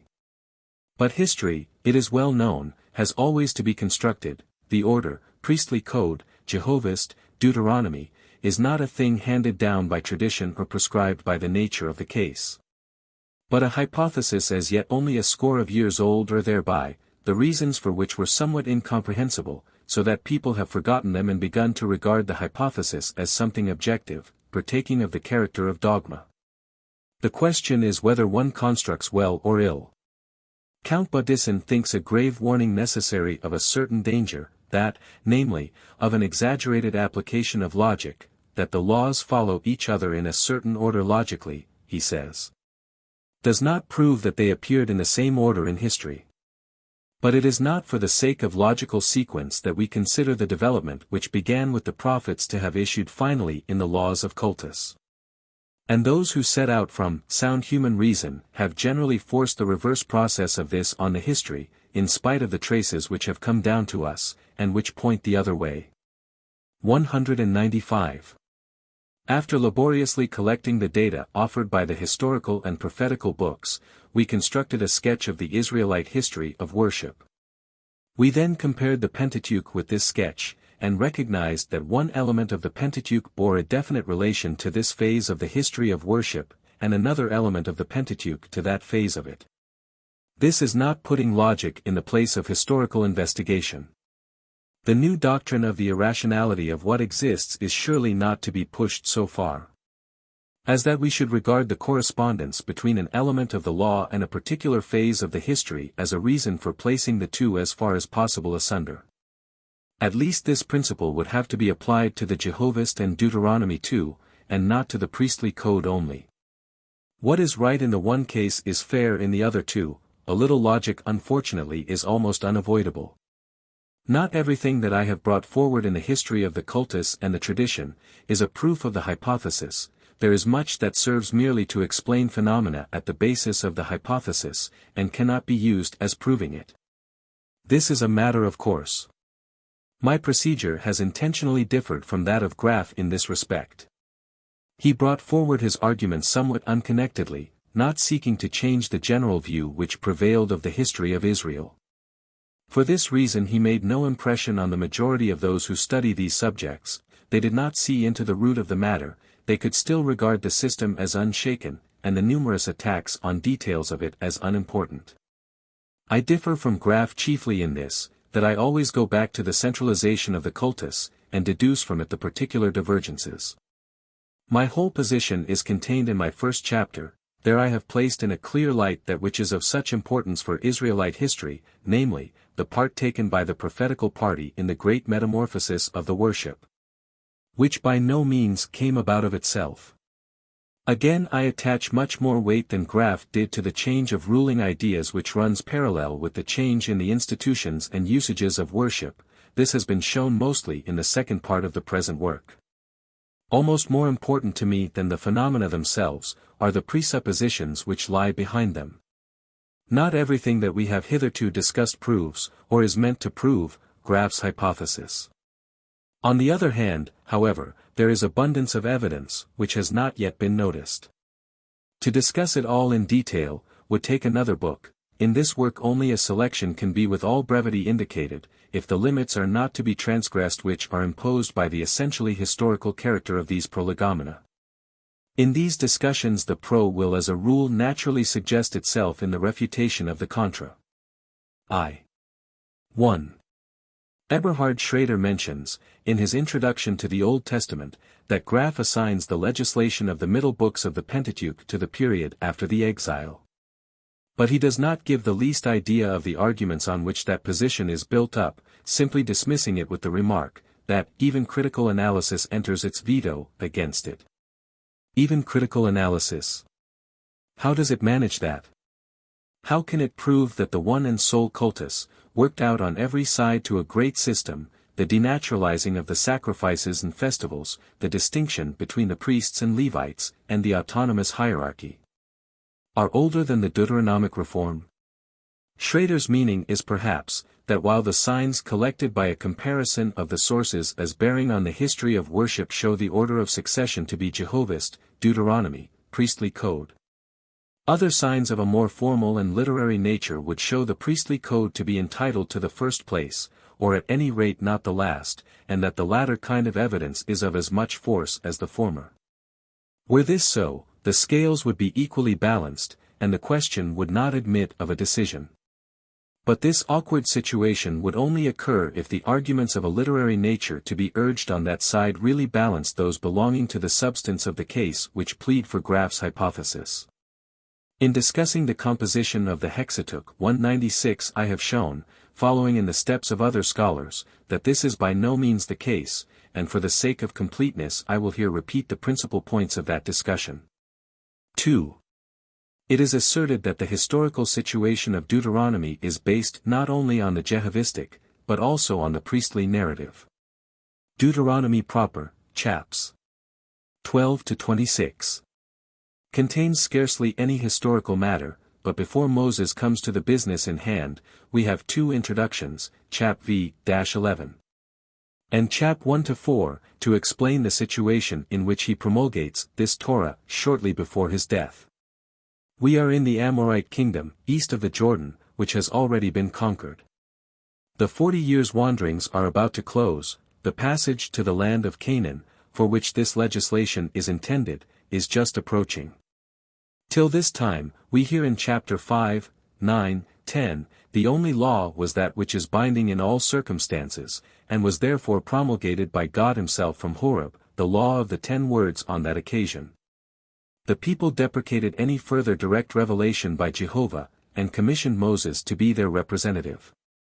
And he accordingly betook himself to the sacred mount, stayed there 40 days and 40 nights, and received the 2 tables of the Decalogue, and besides them the statutes and laws which now, 40 years after, he is on the point of publishing, as they will come into force at the settlement. In the meantime the golden calf had been made down below, and when Moses descended from the mount, in his anger he broke the tables and destroyed the idol. Then he betook himself for a second period of 40 days and nights to the mount, pleaded for mercy for the people and for Aaron.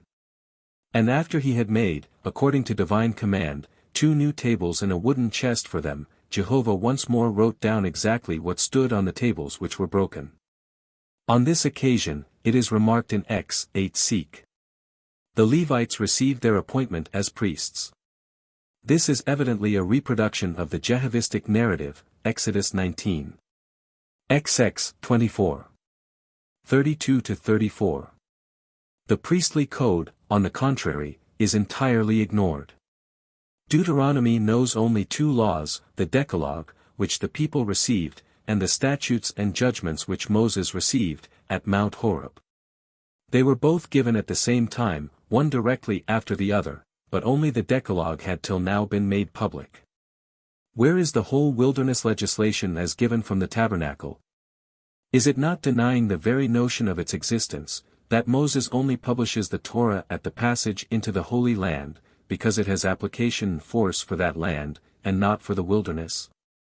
Apart from the fact that the Deuteronomist, according to chapter 12, knew nothing of a Mosaic central sanctuary, can he have read what we now read between Exodus 24 and 32? He passes over all that is there inserted from the priestly code. Noldeek finds, it is true, 197 a reminiscence of that code in the Ark of Acacia wood, Deuteronomy x. 1. But the Ark is here spoken of in a connection which answers exactly to that of the Yahwist, Exodus 32. 33. And is quite inconsistent with that, of the priestly code, Exodus 25. Seek. It is only instituted after the erection of the golden calf, not at the very beginning of the divine revelation, as the foundation stone of the Theocracy. True, the Ark is not mentioned in J.E., Exodus 33, as we now have it.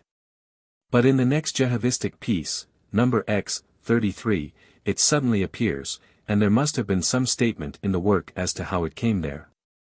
The tabernacle also appears ready set up in 33. 7.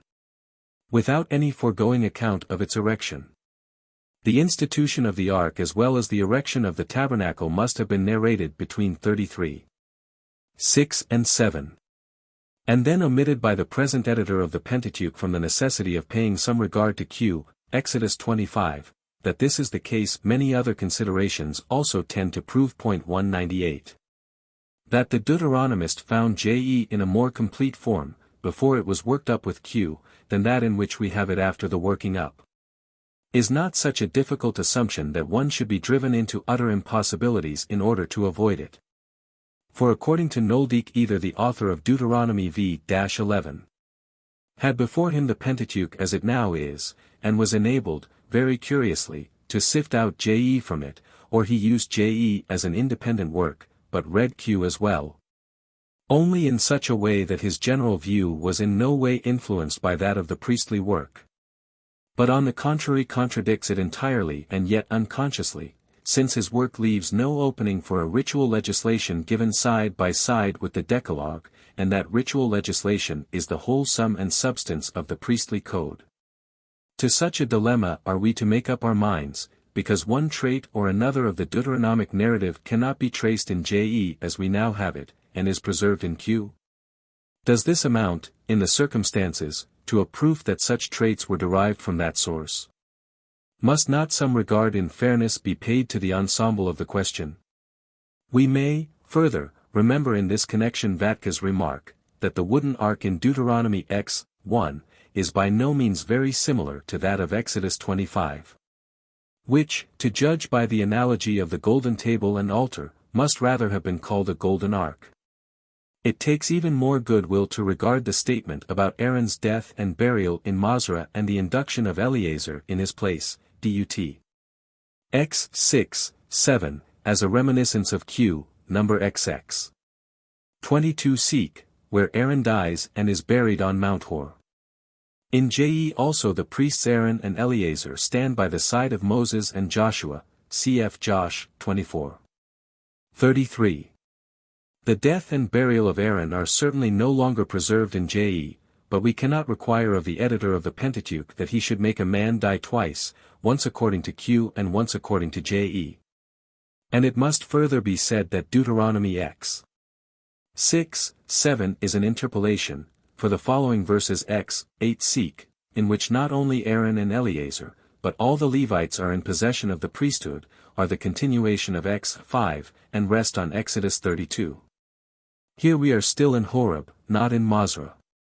The historical thread which runs through Deuteronomy v-9 x may be traced further in chaps 1-4. After their departure from Horeb the Israelites come straight to Kadesh Barnea, and from this point, being commanded to invade the hill land of Judea, they first send 12 spies to reconnoiter the country, guided thereto by their own prudence. But also with the approval of Moses. Caleb is one of the spies, but not Joshua. After penetrating as far as the brook Eshcol they return, and though they praise the goodness of the land, yet the people are so discouraged by their report, that they murmur and do not venture to advance. Jehovah is angry at this, and orders them to turn back to the wilderness, where they are to wander up and down till the old generation is extinct and a new one grown up. Seized with shame they advance after all, but are beaten and driven back. Now they retreat to the wilderness, where for many years they march up and down in the neighborhood of Mount Seir, till at length, 38 years after the departure from Kadesh, they are commanded to advance towards the north. But to spare the brother peoples of Moab and Ammon. They conquer the territory of the Amorite kings, Sihon of Heshbon and Og of Bashan. Moses assigns it to the tribes of Reuben and Gad and the half-tribe of Manasseh, on condition that their army is to yield assistance in the remaining war. The continuous report comes to an end with the nomination of Joshua as future leader of the people. This same narrative, with the addition of some scattered particulars in the book of Deuteronomy 199, will serve perfectly well as a thread to understand J.E. What, on the contrary, is peculiar to the priestly code is passed over in deep silence, and from Exodus 34. Deuteronomy takes us at once to number X. While not a few of the narratives which Deuteronomy repeats or alludes to, occur only in J.E. and not in Q, the converse does not occur at all. And in those narratives which are found both in J.E. and in Q, Deuteronomy follows, in every case in which there is a distinct divergence, the version of J.E.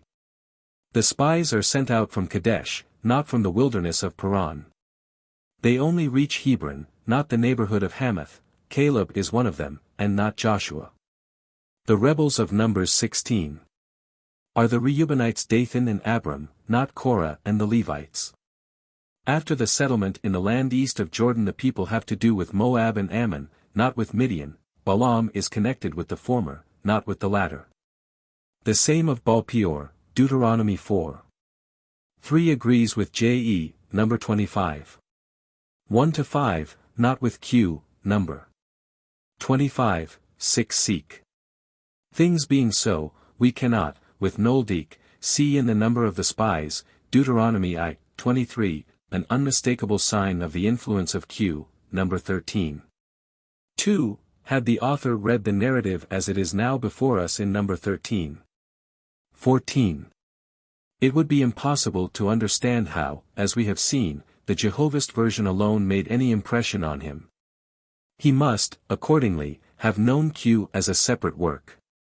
But it is a bold step to argue from such a small particular to the use of a source which everywhere else is entirely without influence and unknown, especially as the priority of this source is by no means established on independent grounds, but is to be proved by this alleged use of it.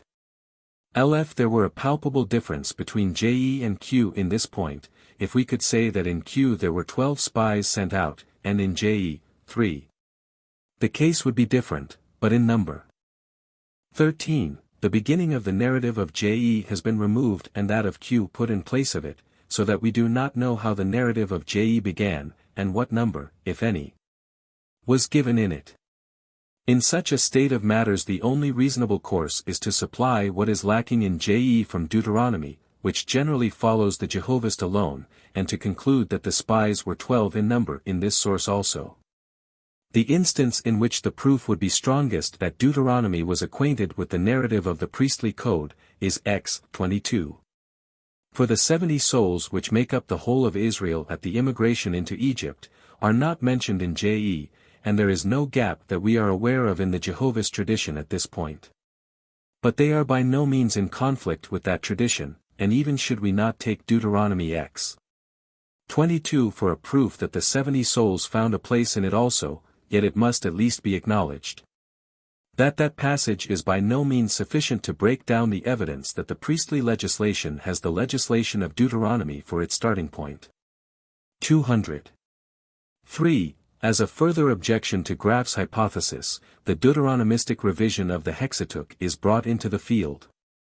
That revision appears most clearly, it is said, in those parts which follow the Deuteronomic Torah and point back to it. It used to be taken for granted that it extends over the priestly portions as well as the Jehovistic, but since the occasion arose to look into this point, it is found that it is not so. The traces which Noldik brings together on the point are trifling, and besides this do not stand the test. He says that the Deuteronomistic account of the death of Moses, Deuteronomy 32. 48 seek, 34. 1 seek. Cannot be regarded as anything else than an amplification of the account of the main stem, Q, which is preserved almost in the same words. But Deuteronomy 34. 1b. 7 contains nothing of Q and 32. 48 to 52 has not undergone Deuteronomistic revision. He also refers to Josh, 9. 27, Joshua made the Gibeonites at that day hewers of wood and drawers of water for the congregation and for the altar of Jehovah even unto this day, in the place which he should choose. The second part of this sentence, he says, is a Deuteronomistic addition to the first, which belongs to the priestly narrative. But Noldyk himself acknowledges that the Deuteronomistically revised verses 9. 22 seek. Are not the continuation of the priestly version 15c, 17 to 21, but of the Jehovistic version 15 16, and between verse 16 and verse 22 there is nothing wanting but the circumstance referred to in verse 26. The phrase hewer of wood and drawer of water is not enough to warrant us to separate verse 27 from 22 to 26, the phrase occurs not only in verse 21 but also in verse 23. The words for the congregation do certainly point to the priestly code, but are balanced by the words which follow, for the altar of Jehovah, which is according to the Jehovistic view. The original statement is undoubtedly that the Gibeonites are assigned to the altar or the house of Jehovah. But according to Ezek 44, the hierarchic services in the temple were not to be undertaken by foreigners, but by Levites. Hence in the priestly code the servants of the altar appear as servants of the congregation. From this it results that is to be preferred in verse 27 to, the latter being a later correction. As such it affords a proof that the last revision of the Hexateuch proceeded from the priestly code, and not from Deuteronomy. As for Josh 18. 3-10, where Noldyk sees in the account of the division of the land another instance of Deuteronomistic addition, I have already indicated my opinion. The piece is Jehovistic, and if the view were to be found in the priestly code at all, that Joshua first allotted their territory to Judah and Ephraim, and then, a good while after, to the other 7 tribes. That source must have derived such a view from J.E., where alone it has its roots. 201 And lastly, Noldyk considers Josh 22 to speak quite decidedly for his view, but in the narrative of the priestly code, 22. 9-34, to which the verses 1-8 do not belong, there is no sign of Deuteronomistic revision to be found. 202. There is a more serious difficulty only in the case of the short chapter, Josh XX, of which the kernel belongs to the priestly code, though it contains all sorts of additions which savor strongly of the Deuteronomistic revision. Kaiser declares these awkward accretions to be glosses of quite a late period. This may seem to be pure tendency criticism. But it is reinforced by the confirmation of the Septuagint, which did not find any of those alleged Deuteronomistic additions where they now are. 203. But were it the case that some probable traces of Deuteronomistic revision were actually to be found in the priestly code, we must still ask for an explanation of the disproportionately greater frequency of such traces in J.E. Why, for example, are there none of them in the mass of laws of the middle books of the Hexateuch? This is undoubtedly in everywhere the fact, and this must dispose us a priori to attach less weight to isolated instances to the contrary, the more so, as Joshua XX shows that the later retouchings of the canonical text often imitate the tone of the Deuteronomist. 2. 1. I have said that in the of Josh 9. 27, we have the addition of a final priestly revision. Such a revision must be assumed to have taken place, if the priestly code is younger than Deuteronomy. But the assumption of its existence does not depend on deduction merely. Quenon argued for it inductively, even before he became a supporter of Graff's hypothesis. 20 For this may be best demonstrated by examining the chapters Leviticus 17-26. At present they are incorporated in the priestly code, having undergone a revision with that view, which in some places adds little, in others a good deal. Viewed, however, as they originally were, they form a work of a peculiar character by themselves, a work pervaded by a somewhat affected religious hortatory tone, which harmonizes but little with the priestly code. The author worked largely from earlier authorities, which explains, for example, how chapter 18 and chapter 20 both find a place in his production. Leviticus 17:26 is incomparably instructive for the knowledge it affords of literary relationships. It is a perfect compendium of the literary history of the Pentateuch. 205. As with Deuteronomy, so with this legislation. It is clear that it goes back to the Jehovistic legislation of Sinai, Exodus XX-23, as its source. It also bears to have been given on Mount Sinai. 25.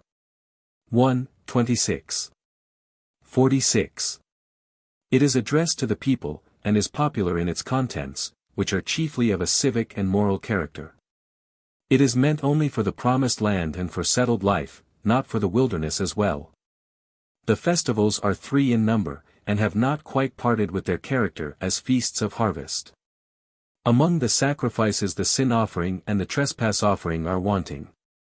The legislation does deal with the cultus to a disproportionate extent, but the directions about it do not go into technical details, and are always addressed to the people.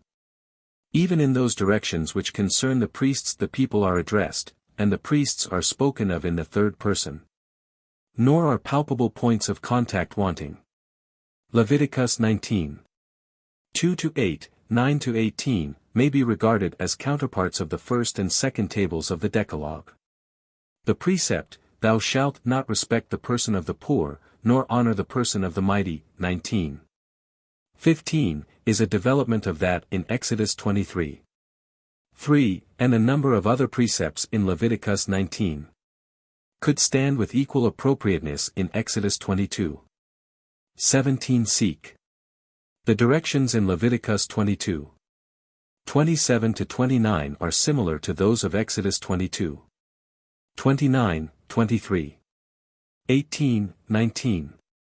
In the same way those of Leviticus 24:15-22 are based both in contents and form on Exodus 21:12.206 in 24:22 we notice a polemical reference to Exodus 21:20 seek, 26 seek. In 25:1-7 the whole of the expressions of Exodus 23:10, 11 are repeated. In XX 24, we have the Jehovistic phrase, "a land flowing with milk and honey." Yet Leviticus 17-26 only takes its starting point from the Jehovistic legislation, and modifies it very considerably, somewhat in the manner of Deuteronomy. There is a demonstrable affinity with Deuteronomy both in the ideas and in the expressions. Common to both is the care for the poor and the undefended. To both humanity is a main object of legislation. If a stranger sojourn with thee in your land, ye shall not vex him, he shall be unto you as one born among you, and thou shalt love him as thyself, for ye were strangers in the land of Egypt. 19:34. Leviticus 17. Seek. Attaches great importance to unity of worship. It is still a demand, not a presupposition. 17:8 seek, 19:30-26. 2. The motive of it is to guard against heathen influences and to secure the establishment of a monotheism without images. 207 This is quite recognizable, and forms an important point of contact with Deuteronomy. The same contact may be observed in the prohibition of certain observances of mourning. 19:27 Seek. The calculation of Pentecost from the beginning of barley harvest. 23:15 The 7 days' duration of the Feast of Tabernacles, and the cheerful sacrificial feasts which are to accompany its observance. Add to this a similarity by no means slight in the color of the language, e.g., in 18:1-5, 24-30, 19:33-37, XX 22 Seek, 25:35 Seek. Some of the phrases may be mentioned. When ye are come into the land that I shall give you, ye shall rejoice before Jehovah. I am Jehovah that brought you up out of the land of Egypt. Ye shall keep my commandments and statutes and laws, to do them. But the legislation we have here is further advanced than Deuteronomy. In the festivals the joint sacrifice of the congregation is already prominent. 23:9-22, the priests are not the Levites, but the sons and brothers of Aaron, their income has grown materially, their separate holiness has reached a higher point.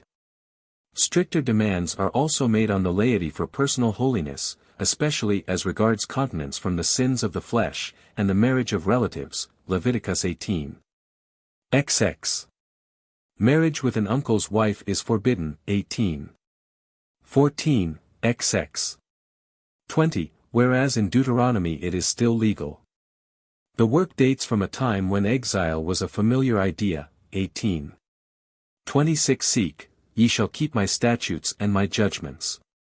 And shall not commit any of those abominations, for the men that were in the land before you did these things. And the land vomited them out. Take care that the land spew not you out also as it spurred out the nations that were before you. Similarly XX. 23 Seek, and in a legislative work such utterances prove more than they would in a prophecy. Now as our section departs from Deuteronomy, it approaches to Ezekiel. This is its closest relationship, and that to which attention has been most drawn. It appears in the peculiar fusion of cultus and morality, in the notion of holiness, in a somewhat materialistic sense, as the great requirement of religion, and in the fact that the demand of holiness is made to rest on the residence of the people near the sanctuary and in the Holy Land. 208 But the affinity is still more striking in the language, many unusual phrases, and even whole sentences from Ezekiel are repeated in Leviticus 17. Seek. 209 The 10th of the 7th month is in Leviticus 25. 9 As in Ezekiel, New Year's Day, not, as in the priestly code, the Great Day of Atonement. This led Graf to regard Ezekiel himself as the author of this collection of laws in Leviticus, and Colenso and Kaiser followed him. But this is out of the question, notwithstanding the numerous points of contact both in linguistic and material respects. The agreement is by no means complete. Ezekiel knows no seed of Aaron, and no wine at the sacrifices, Leviticus 23. 13 His festival legislation shows considerable differences, and in spirit is more akin to the priestly code. And if he were the author he would have said something about the proper place in the cultus of the Levites and of the prince. The corpus in question, which Klosterman called, not inappropriately, the law of holiness, inclines from Ezekiel towards the priestly code, in such pieces as 17. 21, 22. It takes some closeness of attention to see the differences from the latter, though in fact they are not inconsiderable. It stands between the two, somewhat nearer, no doubt, to Ezekiel. How are we to regard this fact? Jehovist, Deuteronomy, Ezekiel, are a historical series. Ezekiel, law of holiness, priestly code, must also be taken as historical steps, and this in such a way as to explain at the same time the dependence of the law of holiness on the Jehovist and on Deuteronomy. To assume that Ezekiel, having the Pentateuch in all other respects as we have it, had a great liking for this piece of it, and made it his model in the foundation of his style of thought and expression, such an assumption does not free us from the necessity of seeking the historical order, and of assigning his natural place in that order to Ezekiel. We cannot argue on such a mere chance. Now the question is not a complicated one, whether in the law of holiness we are passing from the priestly code to Ezekiel or from Ezekiel to the priestly code. The law of holiness underwent a last revision, which represents, not the views of Ezekiel, but those of the priestly code, and by means of which it is incorporated in that code. This revision has not been equally incisive in all parts. Some of its corrections and supplements are very considerable, e.g., 23. 1-8, 23-38, 24. 1-14, 23. Some of them are quite unimportant, e.g., the importation of the Ohel mode, instead of the Mikdash or the Mishkan, 17. 4, 6, 9, 19. 21 Seek. The trespass offering, 19. 21 Seek, the Kodesh Kodeshim, 21. 22, only in 25. 8 Seek. Is the elimination of the additions difficult? But the fact that the last edition of the law of holiness proceeds from the priestly code, is universally acknowledged. Its importance for the literary history of Israel cannot be overestimated. 2:10. 2. The concluding oration, Leviticus 26. 3-46, calls for special consideration. Earlier scholars silently assumed that this piece belonged to Leviticus 17. 1:26. 2. But many critics, Noldik for example, now regard it as an interpolation in Leviticus of a piece which from its character should be elsewhere. At any rate, the oration is composed with special reference to what precedes it. If it is not taken as a peroration, such as Exodus 23.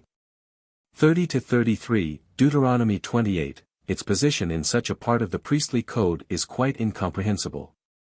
It has, moreover, a palpable connection with the laws in 17-25. The land and agriculture have here the same significance for religion as in chaps 19, 23. 25, the threat of vomiting out, 18. 25 seek, XX. 22, is repeated here more circumstantially.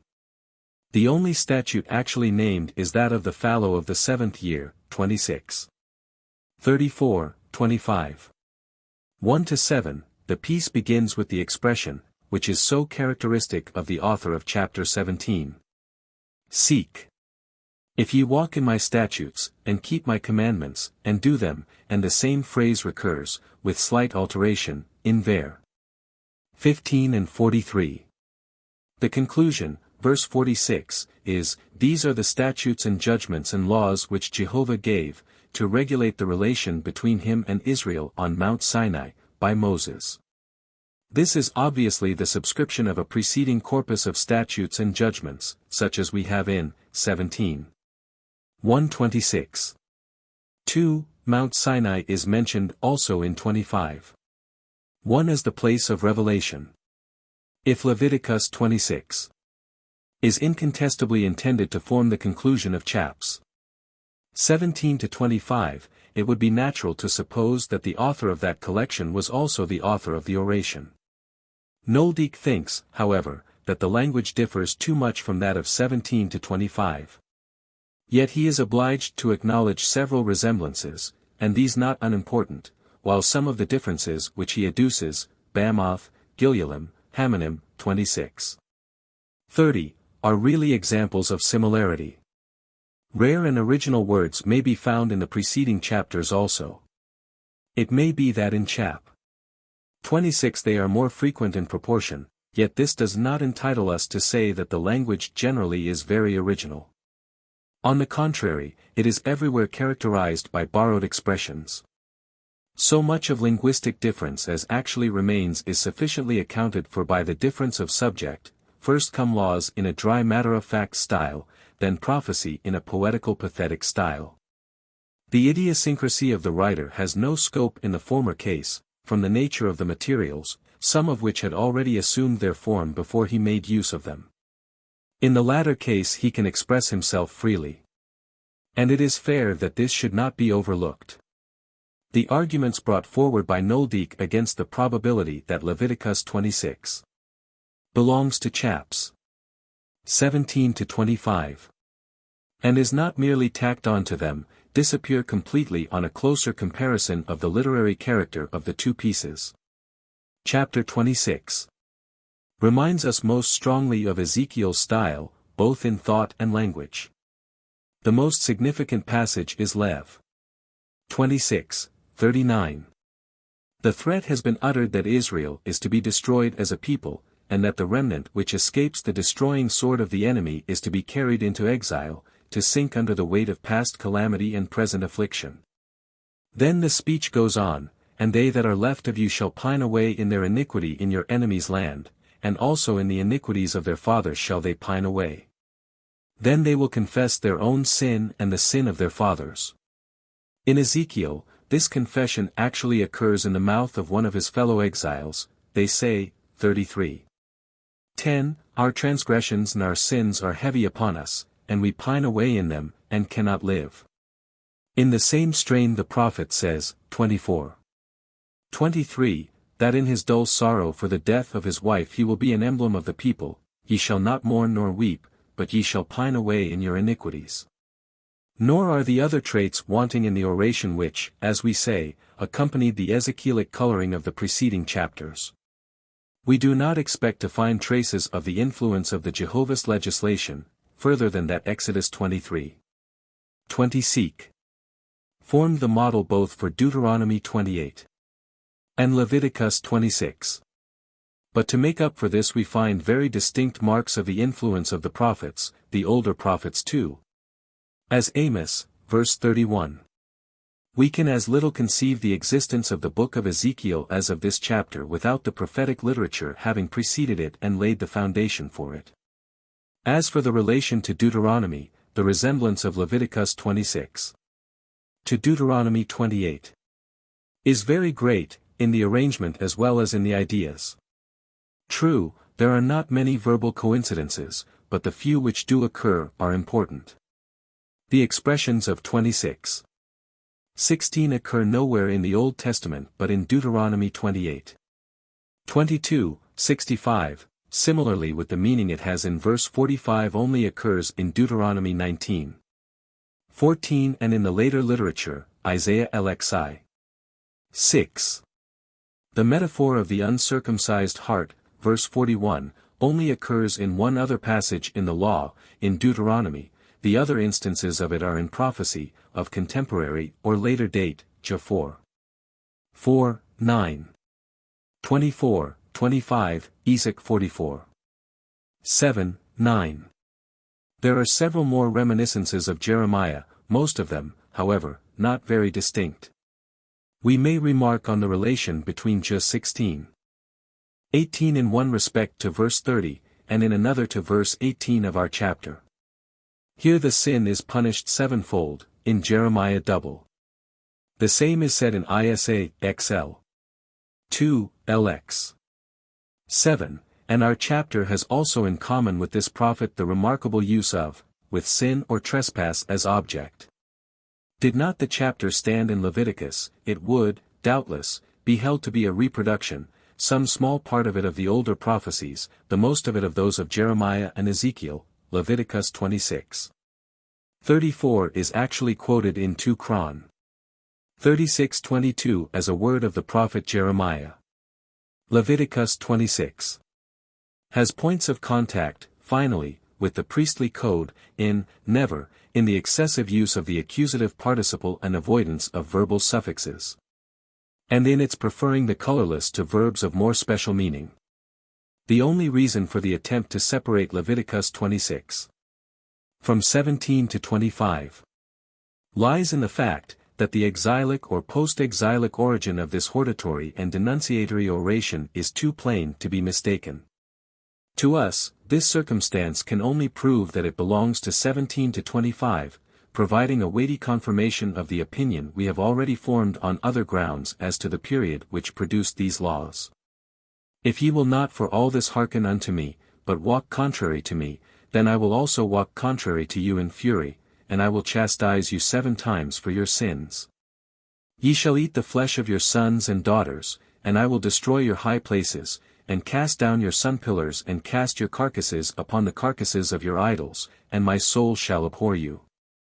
And I will make your cities waste, and bring your sanctuaries into desolation, and I will not smell the savor of your sweet odors. And I will bring the land into desolation, and your enemies who settle therein shall be astonished at it. And I will scatter you among the peoples, and will draw out the sword after you, and your land shall be desolate and your cities ruins. Then shall the land pay her Sabbaths all the years of the desolation when you are in your enemy's land, even then shall the land rest and pay her Sabbaths. As long as it lieth desolate it shall make up the celebration of the Sabbaths which it did not celebrate as long as you dwelt in it.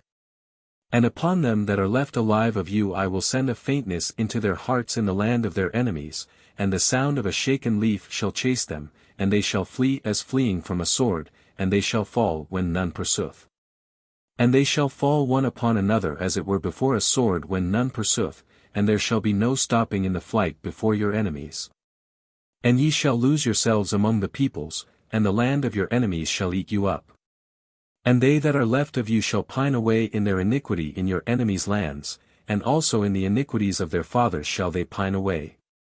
And they shall confess their iniquity and the iniquity of their fathers in regard to their unfaithfulness which they committed against me, and that because they have walked contrary to me, I also walk contrary to them. And bring them into the land of their enemies. Then their uncircumcised heart is humbled, and then they pay their penalty, and I remember my covenant with Jacob, and also my covenant with Isaac, and also my covenant with Abraham, and I remember the land. The land also, left by them, pays its Sabbaths, while she lieth without inhabitant and waste, and they themselves pay the penalty of their iniquity even because, they despised my judgments, and their soul abhorred my statutes. And yet for all that, when they be in the land of their enemies, I have not rejected them, neither have I abhorred them to destroy them utterly, and to break my covenant with them, for I am Jehovah their God. And I will for their sakes remember the covenant of their ancestors whom I brought forth out of the land of Egypt in the sight of the peoples, that I might be their God, I am Jehovah. 26. 27-45. These words undoubtedly cannot have been written before the Babylonian exile. It is said that the Assyrian exile will explain the passage, but where is there any similarity between the oration before us and the old genuine Isaiah? In Ezekiel's day such thoughts, feelings, and expressions as we have here can be shown to have prevailed, but it would be difficult to show that the fall of Samaria gave rise to such depression at Jerusalem, and Leviticus 26 was not written outside Jerusalem, for it presupposes unity of worship. The Jews are addressed here, as in Deuteronomy 29, XXX. And they had no such lively feeling of solidarity with the deported Israelites as to think of them in connection with such threats. I even think it certain that the writer lived either towards the end of the Babylonian exile or after it, since at the close of the oration he turns his eyes to the restoration. In such prophets as Jeremiah and Ezekiel there is a meaning in such forecasting of the joyful future, but here it contradicts both the historical position and the object of the threats. And appears to be explained most naturally as the result of an accident, i.e., of actuality. That in a comparison of Leviticus 26. With Jeremiah and Ezekiel, the former cannot claim priority, appears distinctly from the comparative use of the phrase uncircumcised heart. That phrase originates in Jeremiah 4:9. 24 seek. But in Leviticus 26. It is used as a well-known set term. In the same way the phrase pine away in their iniquity is repeated by Ezekiel as he heard it in the mouth of the people. He is its originator in literature, in Leviticus 26. It is borrowed. 211. The criticism of Leviticus 17. Seek. Leads us to the result, that a collection of laws which took form during the period of the exile was received into the priestly code, and they're clothed with fresh life. We need not then tremble at Schrader's threatening us with critical analysis, and Graff's hypothesis will not be thereby overturned. 2 or 3 further important traces of the final priestly revision of the Hexateuch may here find mention. In the story of the flood the verses 7:6-9 are an editorial addition, with the object of removing a contradiction between J and Q. It shares the ideas and speaks the language of the priestly code. In the title of Deuteronomy the verse, "It came to pass in the 40th year, in the 11th month, on the first day of the month, that Moses spake unto the children of Israel according to all that Jehovah had given him in commandment unto them," is shown by the most undoubted signs to belong to the priestly code, and is intended to incorporate Deuteronomy in that work. We have already shown that the priestly code in the book of Joshua is simply a filling up of the Jehovistic Deuteronomistic narrative. That the priestly code consists of elements of 2 kinds, first of an independent stem, the Book of the Four Covenants, Q, and second, of innumerable additions and supplements which attach themselves principally to the Book of the Four Covenants. But not to it alone, and indeed to the whole of the Hexateuch, this assertion has not, strange to say, met with the opposition which might have been expected. Rissel has even seen in the twofold nature of the priestly code a means to maintain the position of the Book of the Four Covenants before the exile. He sacrifices the additions. and places the necessary interval between them and the main body of the work. He thinks the close affinity between the two parts is sufficiently explained by the supposition that they both issued from the same circle, that of the priesthood of Jerusalem. Were it the case that the Temple of Jerusalem was as autonomous and as solely legitimate in the days of Solomon as in those of a foreign domination, that the priests had as much to say under Ahaz, Hezekiah, and Josiah as after the exile. If it were allowable to represent them according as it suits one's views, and not according to the historical evidence, if, in short, there were no Israelite history at all, such an explanation might be allowed to stand. The secondary part of the priestly code of necessity draws the primary part with it. The similarity in matter and in form, the perfect agreement in tendencies and ideas, in expressions and ways of putting things, all compel us to think that the whole, if not a literary, is yet a historical, unity. 3. It has lately been the fashion to regard the language of the priestly code as an insuperable barrier to the destructive efforts of tendency criticism. But it is unfortunate that this veto of language is left as destitute of detailed proof, by Delitzsch, Ream, and Dillman, as the veto of critical analysis by Schrader.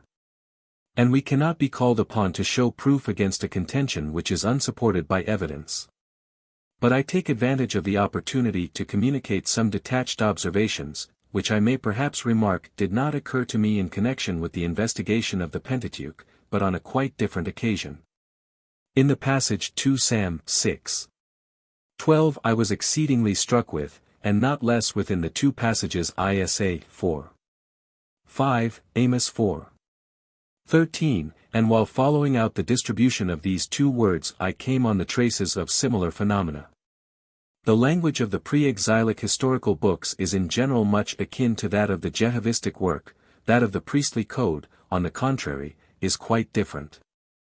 It is common enough to interpret this fact, as if the latter belonged to an earlier period. But not to mention that in that case the code must have been entirely without influence on the history of the language, it agrees ill with this view. That on going back to the oldest documents preserved to us of the historical literature of the Hebrews we find the difference increasing rather than diminishing.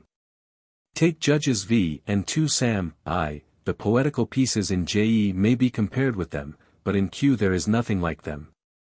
And on the other hand, it is in the narratives which were introduced very late into the history, such as Judges 19-21, 1 Sam 7:8, X 17 Seek 12, 1 Kings 13, and the apocryphal additions in 1 Kings 6-8. That we recognize most readily some linguistic approximation to the priestly code. And as in the historical so also in the prophetical literature. The speech of Amos, Isaiah, Micah, answers on the whole to that of the Jehovist, not to that of the priestly author.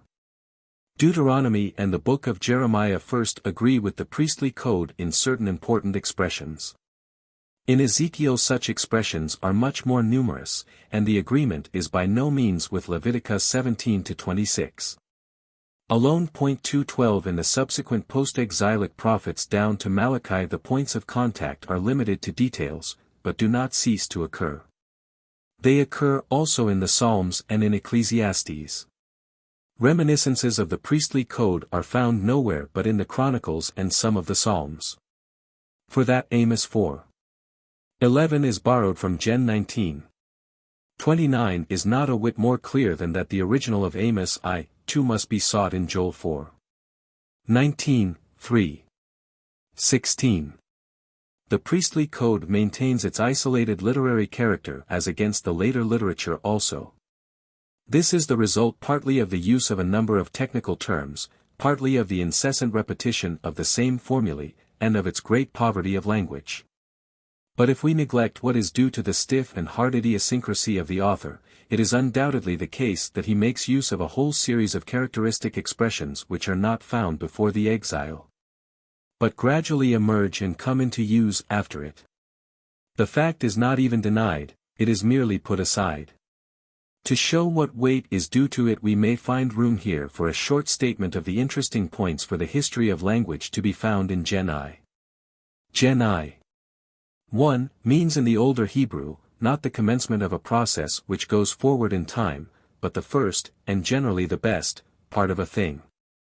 In the sense of a beginning in time, as the contrary to, it is first found in a passage of Deuteronomy, 11:12, then in the titles in the book of Jeremiah, 26. 1:27. 1:28. 1:49. 34, and in Isa, 46. 10, and lastly in the Hagiographa, Job 8. 7, 42. 12, PR 17. 14, Ecclesiastes 7. 8, in Gen X, 10 has a different meaning from that in J 26. 1 in the one it is the principal part of the kingdom. In the other it is the beginning of the reign. In the beginning was in the early time, if absolute, if relative, point 213. We have already spoken of the word, a word remarkable for its specific theological import. Apart from Amos 4:13 and Isa 4:5 it is first found outside the priestly code in the Deuteronomist in Exodus 34:10, Number 16:30, Deuteronomy 4:32, and in the book of Jeremiah, 31:22, then in Ezek 21:35-28. 13:15, Mal 2:10. In Psalms Lee 12:89. 13:48, CII. 19, Civ 30, Xlvii. 5, Ecclesiastes 12:1, it occurs, however, most frequently, 20 times in fact, in Isa, XL-66, and curiously enough, never in Job, where we should expect to find it. It has nothing to do with, cut down wood, and, fat, point 214. Gen I, 2, occurs also in Jeremiah 4:23, Isa, 34:11, alone is not so rare, but it also occurs, Isaiah 29:21 accepted, only in the later literature Deuteronomy 32:10, 1 Sam 12:21, Isa 24:10, XL 17:23, Zli 29:44. 9, XLV 18 Seek 49. 4, Licks 4, Job 6. 18, 12. 24, 26. 7, PS, Kvi. 40. The verb, brood, which is common in Aramaic, only recurs in a single passage in the Old Testament, and that a late one, Deuteronomy 32:11, yet the possibility must be conceded that there was no occasion for its more frequent employment. Gen. I 4, and divide oneself, common in the priestly code, is first used by Deuteronomy in the Deuteronomist, Deuteronomy 4:41, X 8:19. 7:29. 10, 1 Kings 8:53, then by Ezekiel, 22:26-39. 14:42. 10, and the author of Isa, XL. Seek. LVI, 3, Licks. 2, it is most used by the writer of Chronicles, 1 Chron. 12:8-23. 13:25. 1, 2 Chron. 25. 10, Ezra 6. 21:8. 24:9. 1, X 8:11-16, Nay X 2:29-13. 3, on Gen I. 5 compare Josephus, Antique I 1, that now would be the first day, but Moses says one day. I could give the reason of this here, but as I have promised, in the introduction, to give such reasons for everything in a separate work, I shall defer the exposition till then. The rabbis also, in Genesis Rabbah, feel the difficulty of the expression, which, however, has its parallel in the, which belongs to the later way of speaking. In Syriac the ordinary expression is. Hence in the New Testament mu alpha sigma alpha beta beta tau omega nu for the first day of the week. Gen I 6, firmament, is found, outside the priestly code, only in Ezek, I, 22-26, X, 1, and in still later writers, PS, 19. 2, CL 1, Dan 12. 3, cf. Job 38. 18.215 Gen I, 10, the C, singular, CI, 22, Leviticus 11. 9, 10, is rare in older times, and belongs to lofty poetical language. It is, on the contrary, frequent in Ezekiel, 10 times, and in the Psalms, 7 times. And occurs besides in Job 6. 3, nay 9. 6, John 2. 4, Dan 11. 45, Gen I 11, kind, a very peculiar word, especially in the form Gemaneu, is found outside of this chapter in Leviticus 14, Gen 6. 20, 7. 14, only in Deuteronomy 14. And Ezek. 47, 10. Gen I 26, likeness, verses 1, 3, does not occur in the earlier literature. It first appears in 2 Kings 16. 10, in a post-Deuteronomic passage, for the writer is that of chapter 11. Seek, 21. Seek. Then in Ezekiel, 15 times, ISA, 13. 4, XL. 18, 2 Chron, 4. 3, PS, 68. 5, it is a borrowed word from Aramaic, and the corresponding verb only came into use in the period when Aramaic began to find its way in. Gen I. 27, male, is in earlier times, for this is the vocalization in Exodus 23. 17, 34. 23, Deuteronomy 16. 16, XX. 13, and if it is right in these passages, as we cannot doubt it is, it must be introduced in Exodus 34. 19, Deuteronomy 15. 19, 1 Kings 11.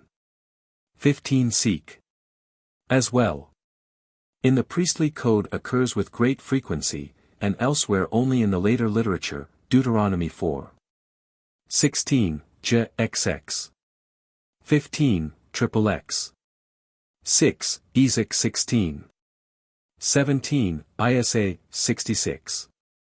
7, Malai 14, Judges 21. 11, 12, 2 Chron, 31. 16. Ezra 8. As for female, matters are even worse. Outside the priestly code it is only found in Jeremiah, 31. 22, and the Deuteronomist, 4. 16. The Jehovist, it is well known, always says, even of the lower animals, the editor of the Hexateuch, on the contrary, always follows the usage of the priestly code. Gen I. 28 attracts attention by the omission of the article with the substantive and its being merely prefixed to the following adjective, as if one should say in Greek, neuro gamma alpha theta instead of neuro gamma alpha theta.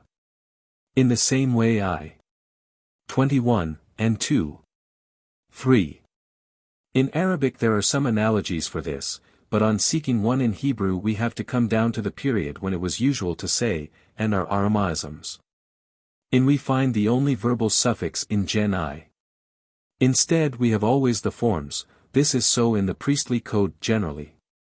In the Jehovistic main work, in J, these substitutes with are only used sometimes and for special reasons. It may be generally asserted that they are more used the later we come down. Parallel with this is the use of in J and in the priestly code, the latter form grows always more frequent in later times. These remarks carry us beyond Gen I, for the priestly code generally I am now able to refer to F. Giesbrecht's essay on the criticism of the Hexateuch. Such words as, are each, by itself, strong arguments for assuming a late date for the production of the priestly code. We cannot believe that such everyday words should never have come into use in the other literature before the exile, if they were in existence. They cannot be counted technical terms, used in Hebrew for sacrifice and offering is simply as if an English writer should say prayer instead of worship. In such comparisons of the vocabulary we have, however, to consider first the working up and revision which has been at work in every part of the books of the Bible, and secondly the caprice of the writers in apparent trifles, such as and, especially outside the Pentateuch. These two agencies have so dislocated the original facts in this matter, that in general we can only deal in proportions, and must be content with showing that a word occurs say 3 times in the other literature and 27 times in an equal extent of the later. 216. 2. The study of the history of language is still at a very elementary stage in Hebrew. In that which pertains to the lexicographer it would do well to include in its scope the proper names of the Old Testament, when it would probably appear that not only Parnak, number 34. 25, but also composite names such as Pedazur, Pedael, Nathanael, Patziel, Eliasaph, point less to the Mosaic than to the Persian period, and have their analogies in the Chronicles. On the other hand, the prepositions and particles would have to be examined. The use of the prepositions Beth and Lamed in the priestly code is very peculiar. That would lead further, to syntax. Or better still, to rhetoric and style, a difficult and little cultivated field of study, but one of great importance and lending itself readily to comparative treatment.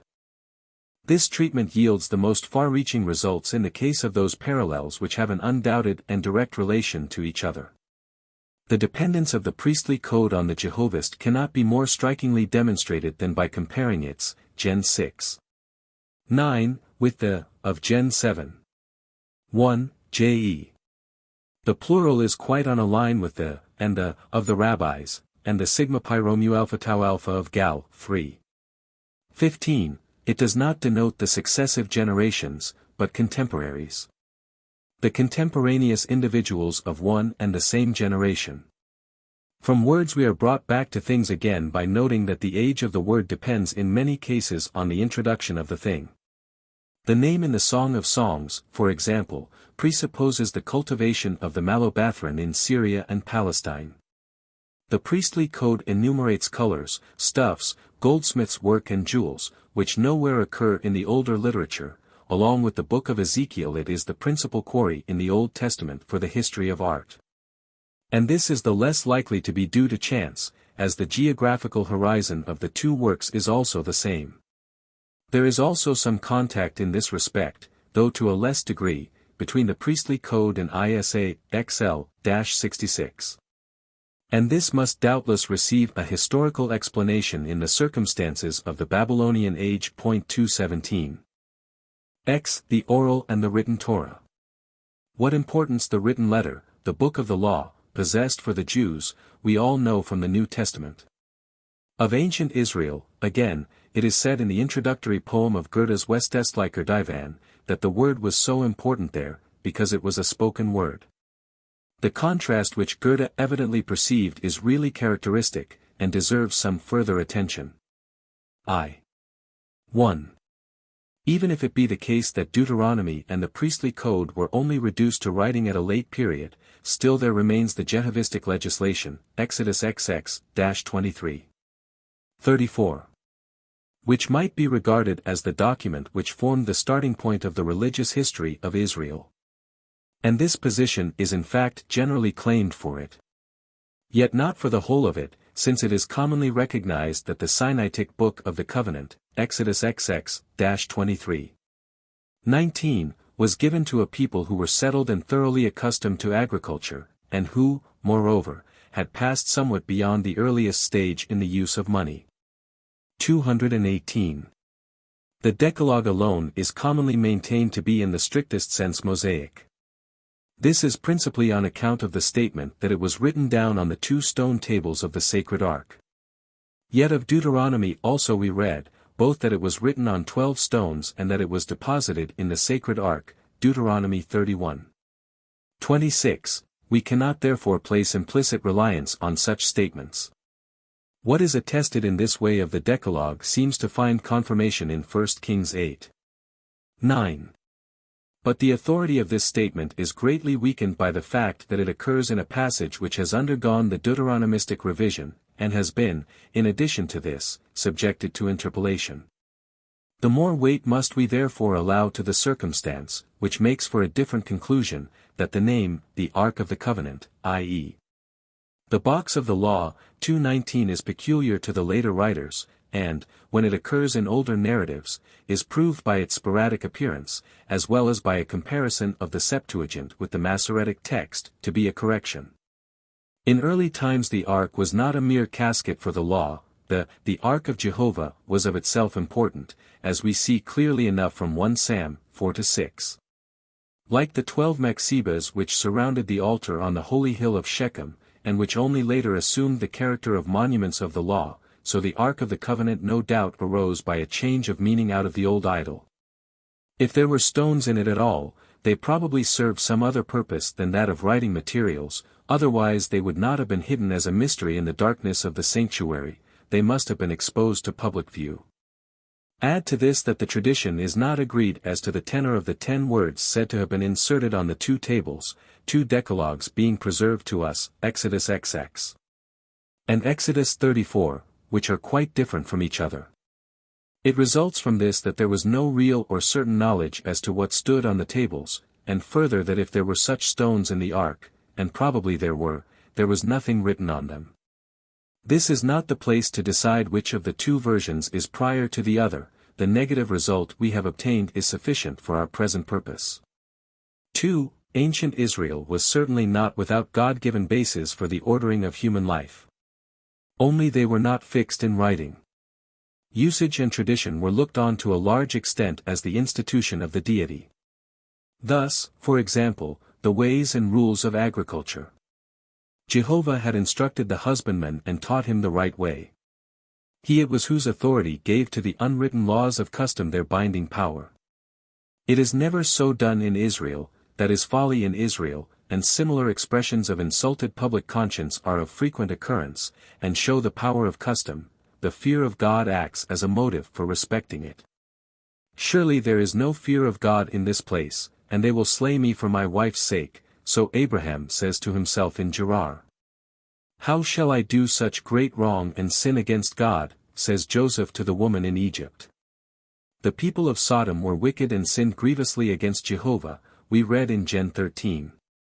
13, similarly Deuteronomy 25.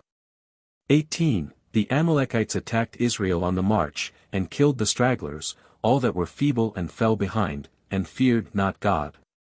We see that the requirements of the deity are known and of force, not to the Israelites only, but to all the world, and accordingly they are not to be identified with any positive commands.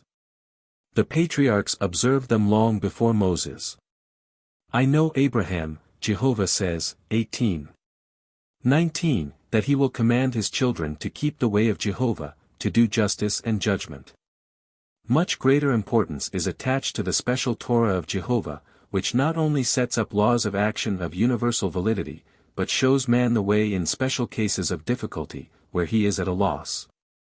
This Torah is one of the special gifts with which Israel is endowed, Deuteronomy 33.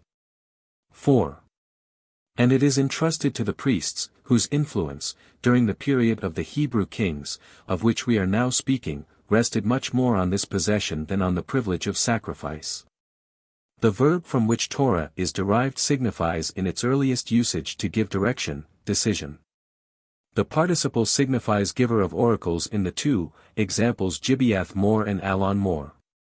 The latter expression is explained by another which alternates with it, Oak of the Soothsayers. Now we know that the priests in the days of Saul and David gave divine oracles by the ephod and the lots connected with it, which answered one way or the other to a question put in an alternative form. Their Torah grew no doubt out of this practice. 2:20 The Urim and Thummim are regarded, according to Deuteronomy 33. 8, as the true and universal insignia of the priesthood. The ephod is last mentioned in the historical books in 1 Kings 2. 26,221 but appears to have remained in use down to the time of Isaiah, Hos 3. 4, Isa, XXX.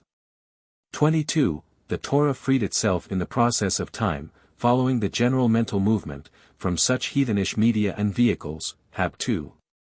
19. But it continued to be an oral decision and direction. As a whole it is only a power and activity of God, or of the priests. Of this subject there can be no abstract, the teaching is only thought of as the action of the teacher.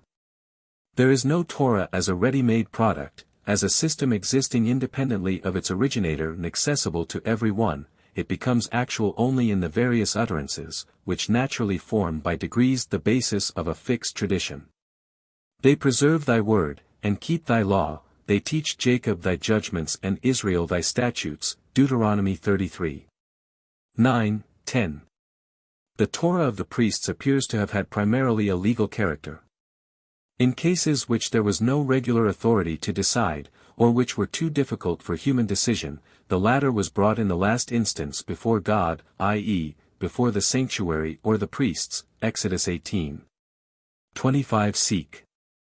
The priests thus formed a kind of supreme court, which, however, rested on a voluntary recognition of its moral authority, and could not support its decisions by force.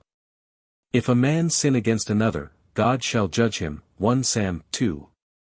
25 says. Very indefinitely.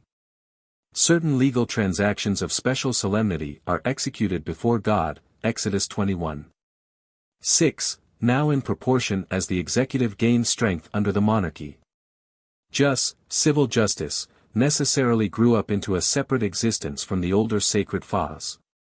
The knowledge of God, which Hosea, chapter 4, regards as the contents of the Torah, has as yet a closer connection with jurisprudence than with theology, but as its practical issue is that God requires of man righteousness, and faithfulness, and goodwill, it is fundamentally and essentially morality.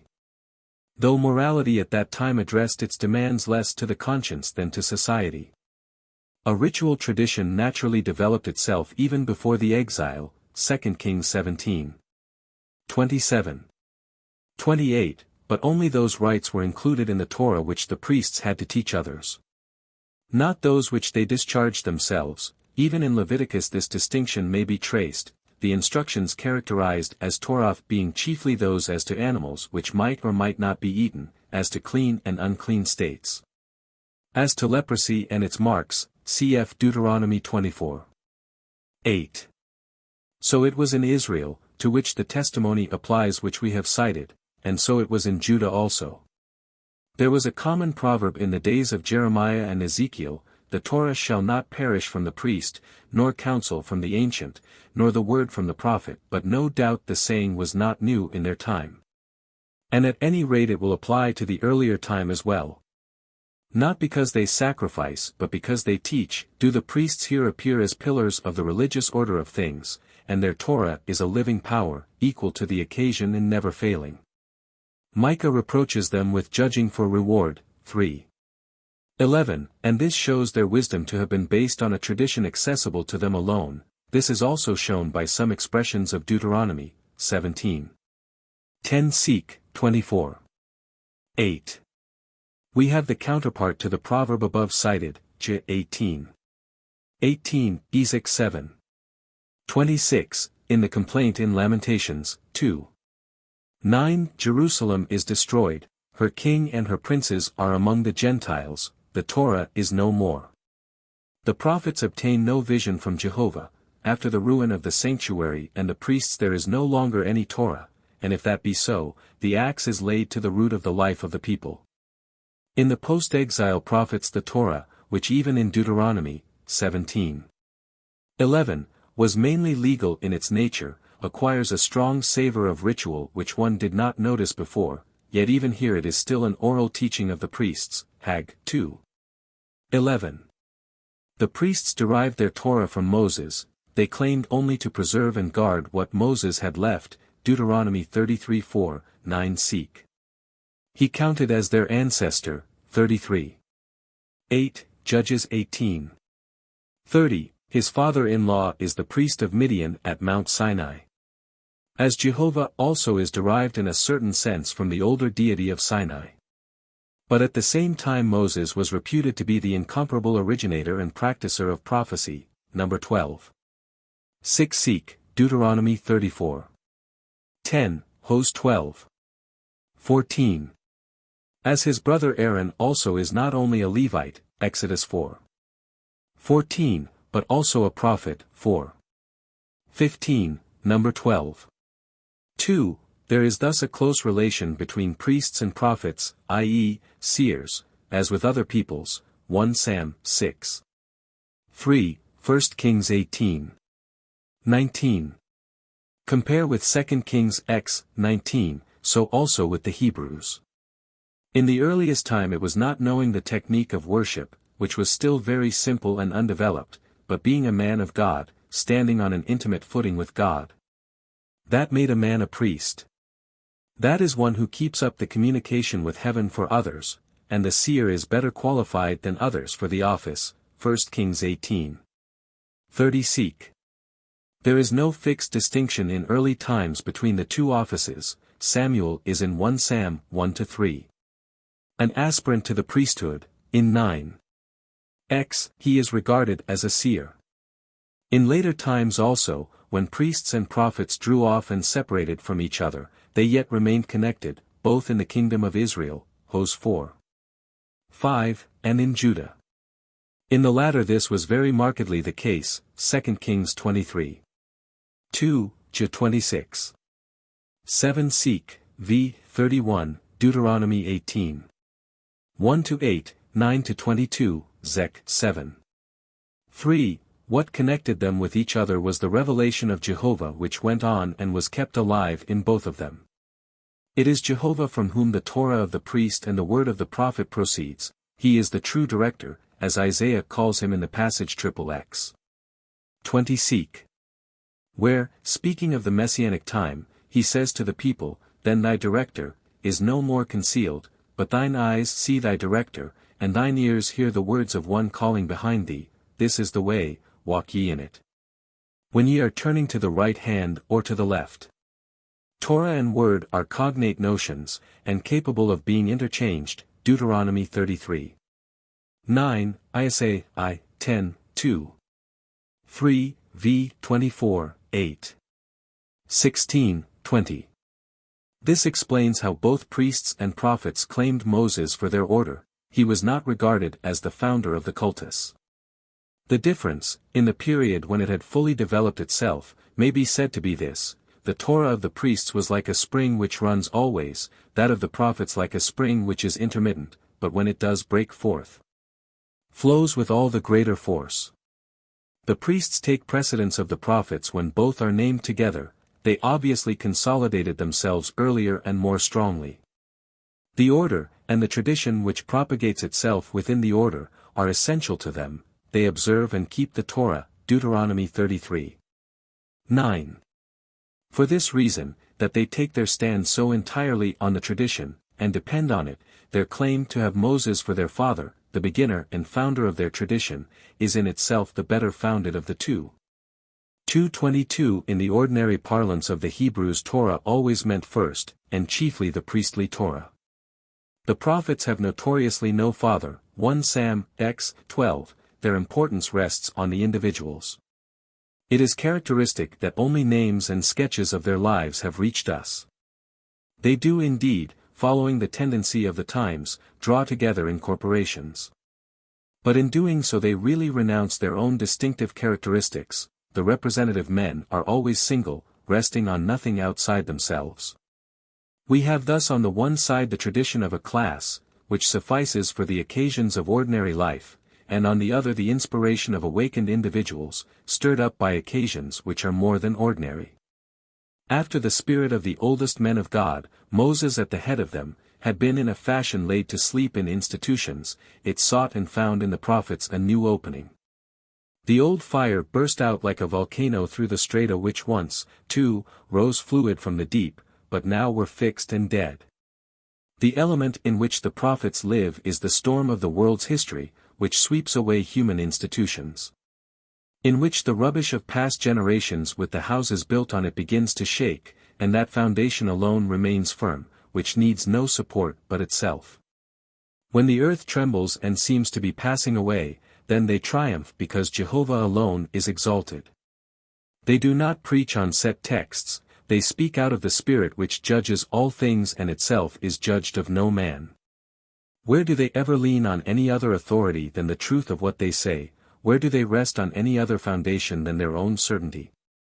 It belongs to the notion of prophecy of true revelation, that Jehovah, overlooking all the media of ordinances and institutions, communicates himself to the individual, the called one, in whom that mysterious and irreducible rapport in which the deity stands with man clothes itself with energy.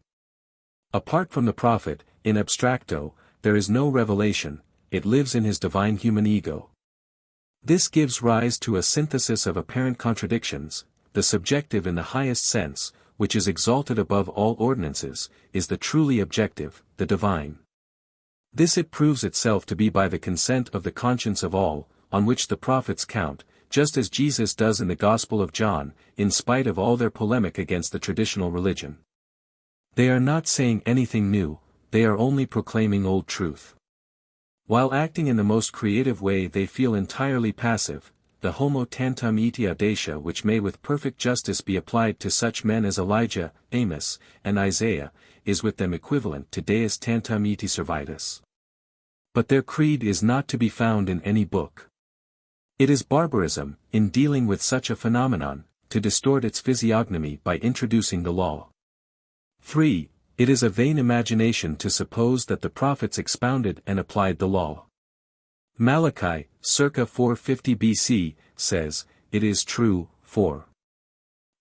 Remember ye the Torah of Moses my servant, but where shall we look for any second expression of this nature?" Much more correctly than modern scholars did these men judge, who at the close of the pre-exilic history looked back on the forces which had molded it, both the divine and those opposed to God.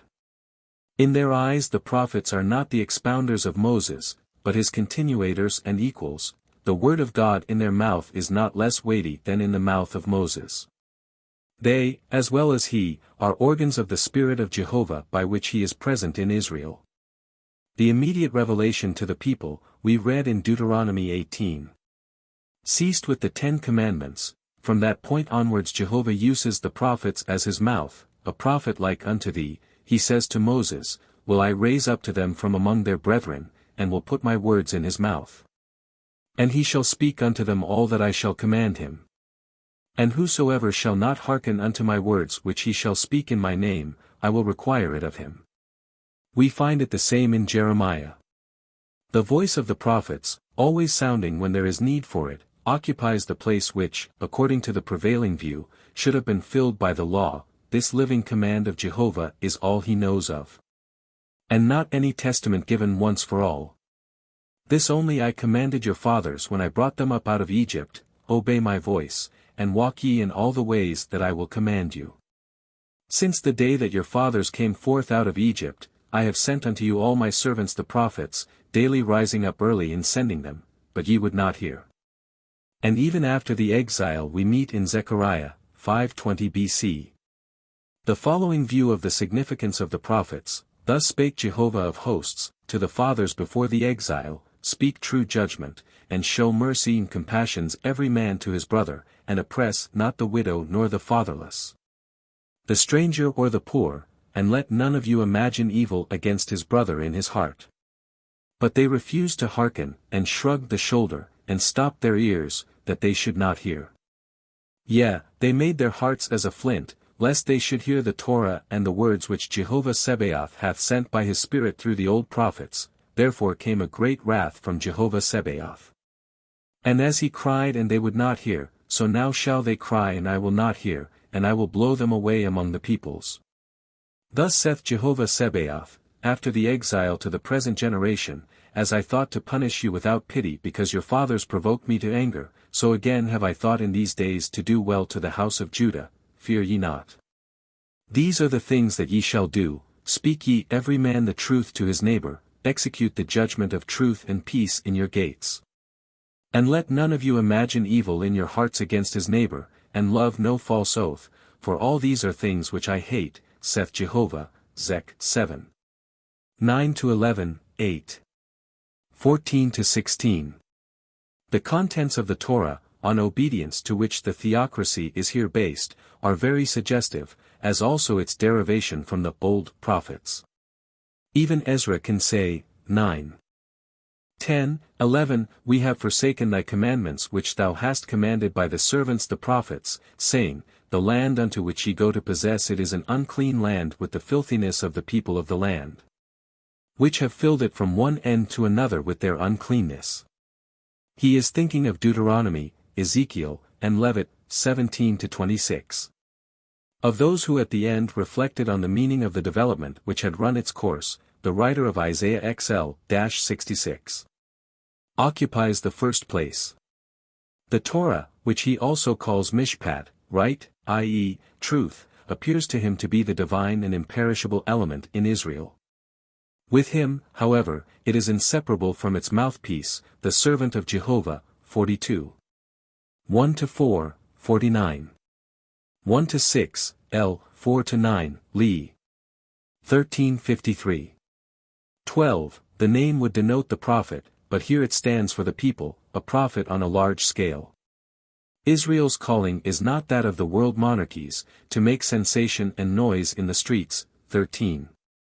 1-4, but the greater one of promulgating the Torah and getting it received. This is to be done both in Israel and among the heathen. What makes Israel a prophet is not his own inner qualities, but his relation to Jehovah, his calling as the depository of divine truth, hence it involves no contradiction that the servant should begin his work in Israel itself. 2:23 Till now he has spent his strength only in the bosom of his own people, which is always inclined to fall away from Jehovah and from itself. Heedless of reproach and suffering he has labored unweariedly in carrying out the behests of his master and has declared his word. All in vain. He has not been able to avert the victory of heathenism in Israel, now followed by its victory over Israel. Now in the exile Jehovah has severed his relation with his people. The individual Hebrews survive, but the servant, the people of Jehovah, is dead. Then is the Torah to die with him, and truth itself to succumb to falsehood, to heathenism? That cannot be, truth must prevail, must come to the light. As to the Apostle Paul, the Spirit is the earnest of the resurrection of those who are born again, so to our author the Torah is the pledge of the resurrection of Israel, the justification of the servant of Jehovah. The final triumph of the cause, which is God's, will surpass all expectations.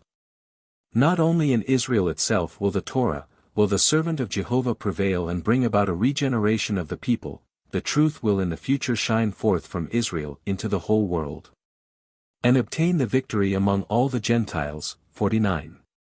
6. Then it will appear that the work of the servant, resultless as it seemed to be up to the exile, has yet not been in vain. It is surely unnecessary for me to demonstrate how uncommonly vivid, I might say how uncommonly historical, the notion of the Torah is as here set forth, and how entirely incompatible that notion is with the Torah of Moses. It might most fitly be compared with the logos of the prologue of John, if the latter is understood in accordance with John x. 35, an utterance certainly authentic, and not according to Philo. As Jesus is the revelation of God made man, so the servant of Jehovah is the revelation of God made a people. The similarity of their nature and their significance involves the similarity of their work and of their sufferings, so that the messianic interpretation of Isa Lee. 1353. 12 is in fact one which could not fail to suggest itself. 224. 2. 1. In the 18th year of King Josiah, 621 BC, Deuteronomy was found and published. In the account of the discovery, 2 Kings 22. 23, it is always called simply the Book of the Torah. It was accordingly the first, and in its time the only book of the kind. It is certainly the case that the prophets had written down some of their speeches before this, and the priests also may before this time have written down many of their precepts. It appears in fact, as Vatka surmises, that we have a monument of their spirit e.g., in the Sinaitic Book of the Covenant. Deuteronomy presupposes earlier attempts of this kind, and borrows its materials largely from them. But on the other hand it is distinguished from them not only by its greater compass but also by its much higher claims. It is written with the distinct intention not to remain a private memorandum, but to obtain public authority as a book. The idea of making a definite formulated written Torah the law of the land, is the important point. 225 It was a first attempt and succeeded at the outset beyond expectation. A reaction set in afterwards, it is true. But the Babylonian exile completed the triumph of the law. Extraordinary excitement was at that time followed by the deepest depression. Amos 8:11 Seek. At such a time those who did not despair of the future clung anxiously to the religious acquisitions of the past. These had been put in a book just in time in Deuteronomy, with a view to practical use in the civil and religious life of the people. The book of the Torah did not perish in the general ruin, but remained in existence, and was the compass of those who were shaping their course for a new Israel. How thoroughly determined they were to use it as their rule we see from the revision of the Hexateuch and of the historical books which was taken in hand during the exile. With the appearance of the law came to an end the old freedom, not only in the sphere of worship, now restricted to Jerusalem, but in the sphere of the religious spirit as well. There was now in existence an authority as objective as could be. And this was the death of prophecy. For it was a necessary condition of prophecy that the tares should be at liberty to grow up beside the wheat. The signs given in Deuteronomy to distinguish the true from the false prophet, are no doubt vague and unpractical, still they show the tendency towards control and the introduction of uniformity, that is the great step which is new. 226 It certainly was not the intention of the legislator to encroach upon the spoken Torah or the free word. But the consequence, favored by outward circumstances, was not to be avoided. The feeling that the prophets had come to an end did not arise in the Maccabean Wars only. In the exile we hear the complaint that the instruction of the priests and the word of the prophets are silent. Lamb 2:9, it is asked where he is who in former times put his spirit in Israel. Isa 63:11. In Nehemiah's time a doubtful question is left unsettled, at least theoretically, till the priest with Urim and Thummim, i.e., with a trustworthy prophecy, shall appear. Nay 7:69. We may call Jeremiah the last of the prophets. 227 Those who came after him were prophets only in name. Ezekiel had swallowed a book, 3:1-3, and gave it out again. He also, like Zechariah, calls the pre-exilic prophets the old prophets, conscious that he himself belongs to the epigoni. He meditates on their words like Daniel and comments on them in his own prophecy. 38:17-39. 8. The writer of Isa. XL, seek. Might with much more reason be called a prophet, but he does not claim to be one. His anonymity, which is evidently intentional, leaves no doubt as to this. He is, in fact, more of a theologian. He is principally occupied in reflecting on the results of the foregoing development, of which prophecy had been the leaven. These are fixed possessions now secured. He is gathering in the harvest. As for the prophets after the exile, we have already seen how Zechariah speaks of the old prophets as a series which is closed, in which he and those like him are not to be reckoned. In the writing of an anonymous contemporary which is appended to his book we find the following notable expression: in that hoped-for day, saith Jehovah, I will cut off the names of the idols out of the land, that they be no more remembered. And also I will cause to cease the prophets and the unclean spirit. And if a man will yet prophesy, his parents shall say unto him, Thou shalt not live, for thou speakest lies in the name of Jehovah, and his parents shall thrust him through when he prophesieth. 13:2-3. 2. Deuteronomy was the program of a reform, not of a restoration. It took for granted the existence of the cultus, and only corrected it in certain general respects. But the temple was now destroyed and the worship interrupted, and the practice of pastimes had to be written down if it was not to be lost. Thus it came about that in the exile the conduct of worship became the subject of the Torah, and in this process reformation was naturally aimed at as well as restoration. We have seen, p. 59, that Ezekiel was the first to take this step which the circumstances of the time indicated. In the last part of his work he made the first attempt to record the ritual which had been customary in the Temple of Jerusalem. Other priests attached themselves to him, Leviticus 17-26. And thus there grew up in the exile from among the members of this profession a kind of school of people who reduced to writing and to a system what they had formerly practiced in the way of their calling. After the temple was restored, this theoretical zeal still continued to work. And the ritual when renewed was still further developed by the action and reaction on each other of theory and practice. The priests who had stayed in Babylon took as great a part, from a distance, in the sacred services, as their brothers at Jerusalem who had actually to conduct them. The latter indeed lived in adverse circumstances and do not appear to have conformed with great strictness or accuracy to the observances which had been agreed upon. The last result of this labor of many years is the priestly code. It has indeed been said that we cannot ascribe the creation of such a work to an age which was bent on nothing but repristination. Granted that this is a correct description of it, such an age is peculiarly fitted for an artificial systematizing of given materials, and this is what the originality of the priestly code in substance amounts to. 228. The priestly code, worked into the Pentateuch as the standard legislative element in it, became the definite, Mosaic law. As such it was published and introduced in the year 444 BC, a century after the exile. In the interval, the duration of which is frequently underestimated, Deuteronomy alone had been known and recognized as the written Torah.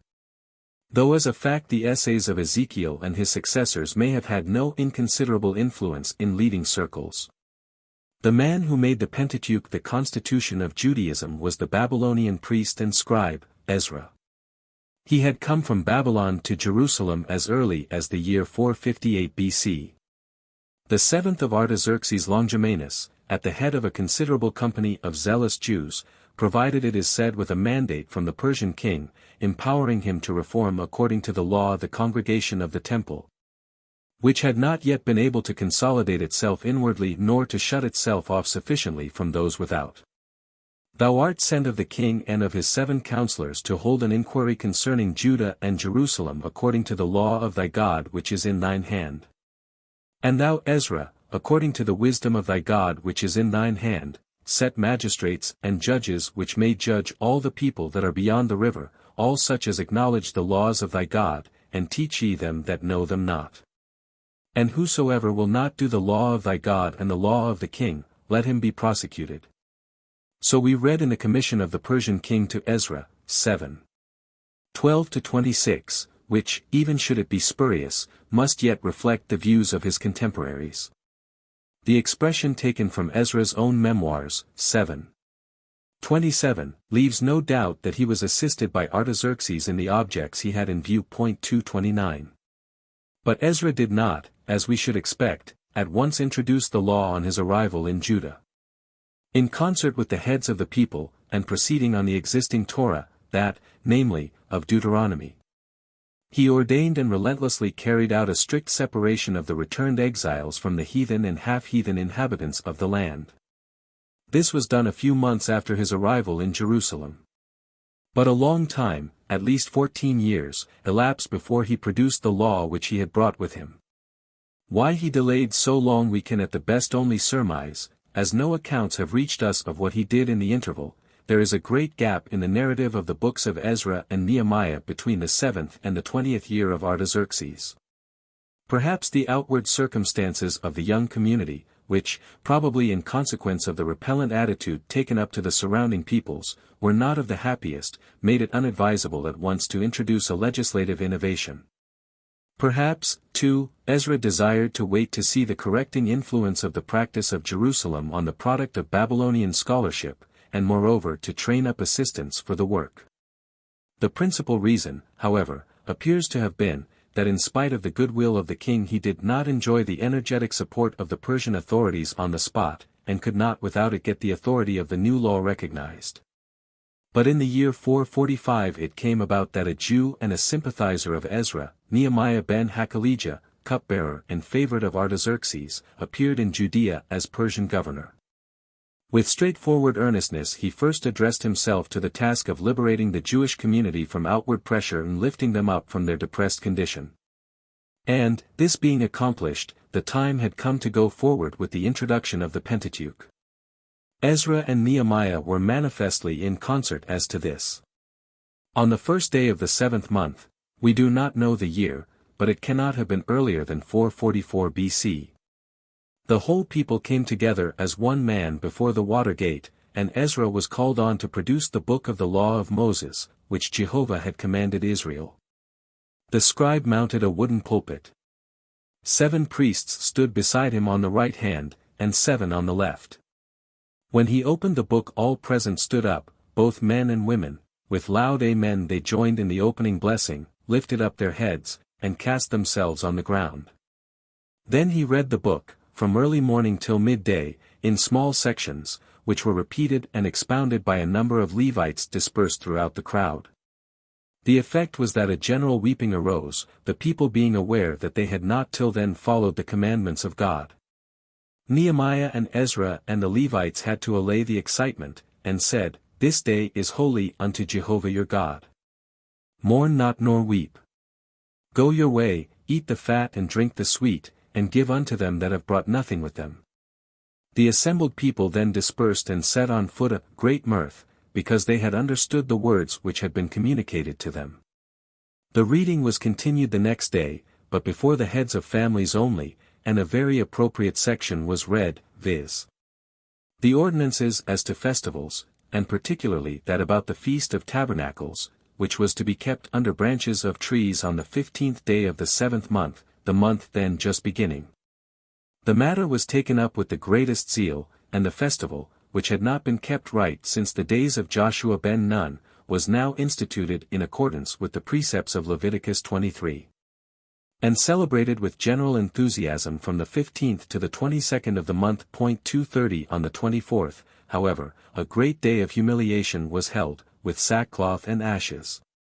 On this occasion also the proceedings began with reading the law, and then followed a confession of sins spoken by the Levites in the name of the people, and concluding with a prayer for mercy and compassion.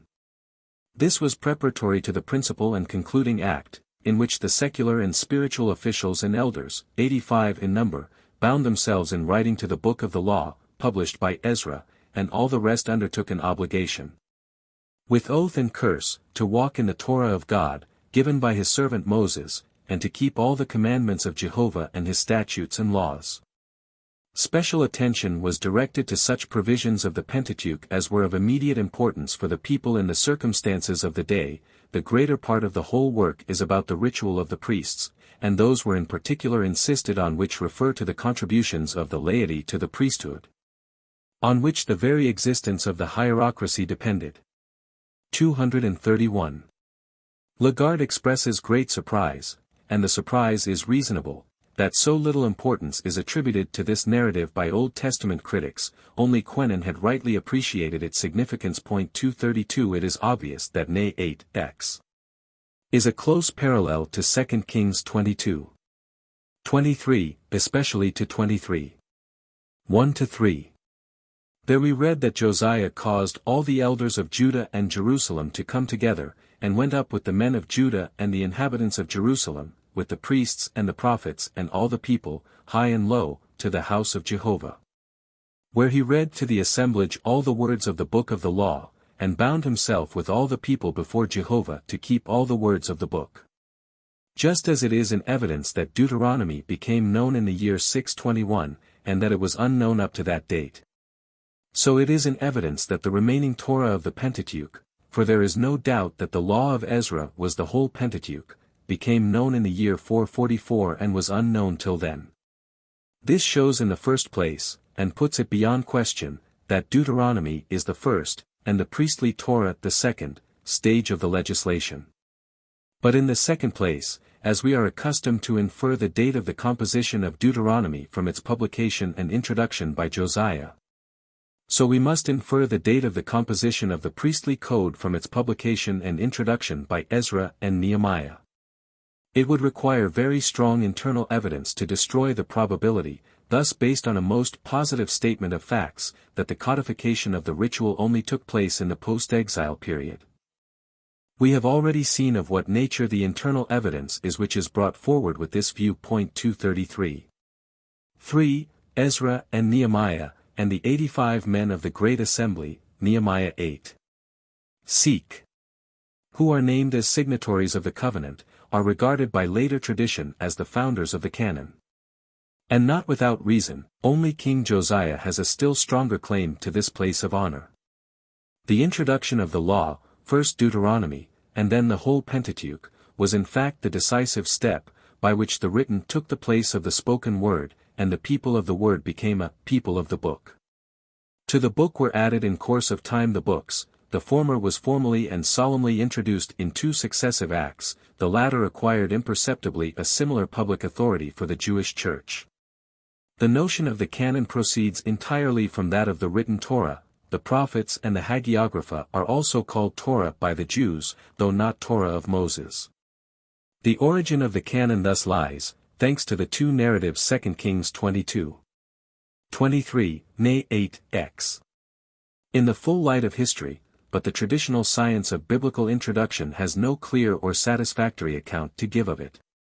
Josiah, the ordinary notion is, introduced the law, but not the canon. Ezra, on the other hand, the canon and not the law. An analogy drawn from the secondary part of the canon, the prophets and hagiographa, is applied without consideration to the primary part, the Torah of Moses. The historical and prophetical books were, in part at least, a long time in existence before they became canonical, and the same, it is thought, might be the case with the law. But the case of the law is essentially different.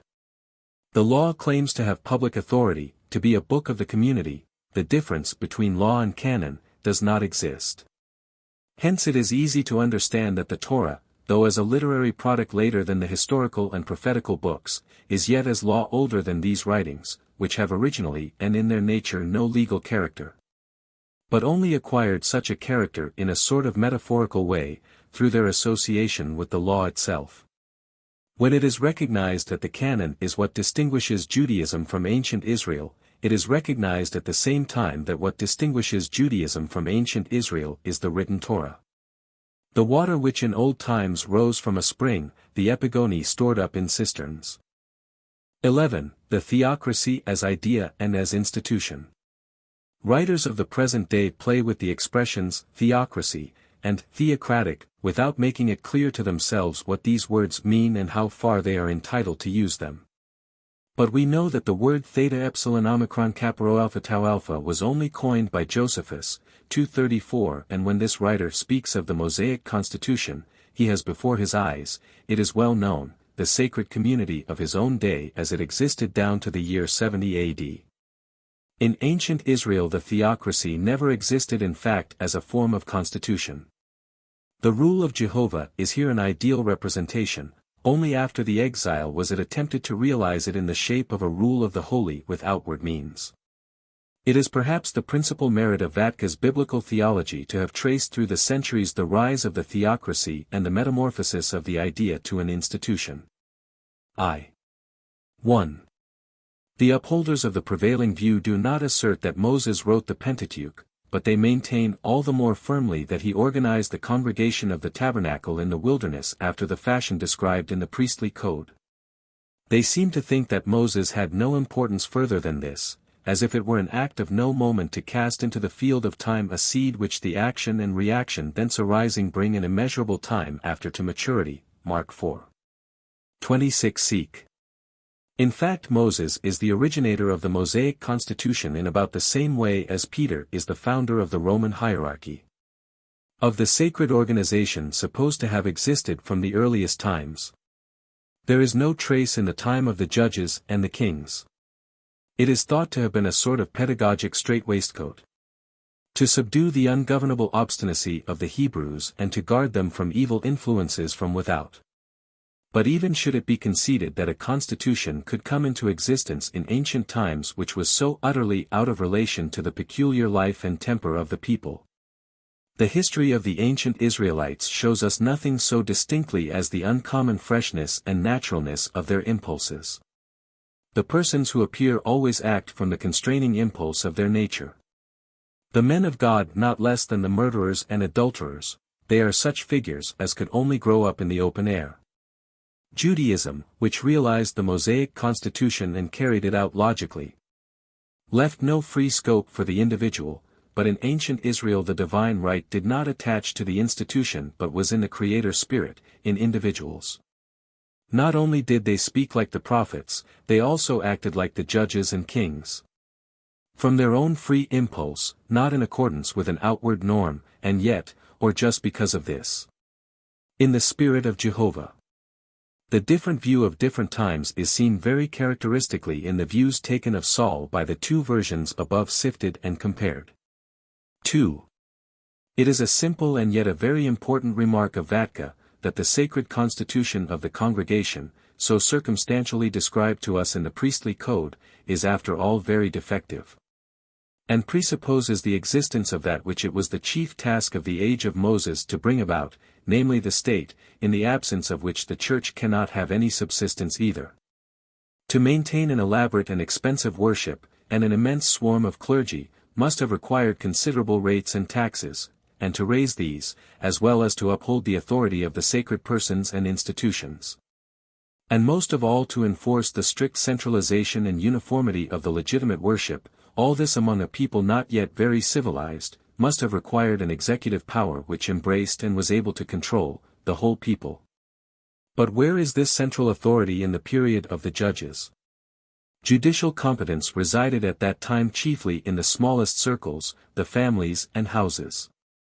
These were but little controlled, as it appears, by the superior power of the tribe, and the very notion of the state or of the kingdom did not as yet exist.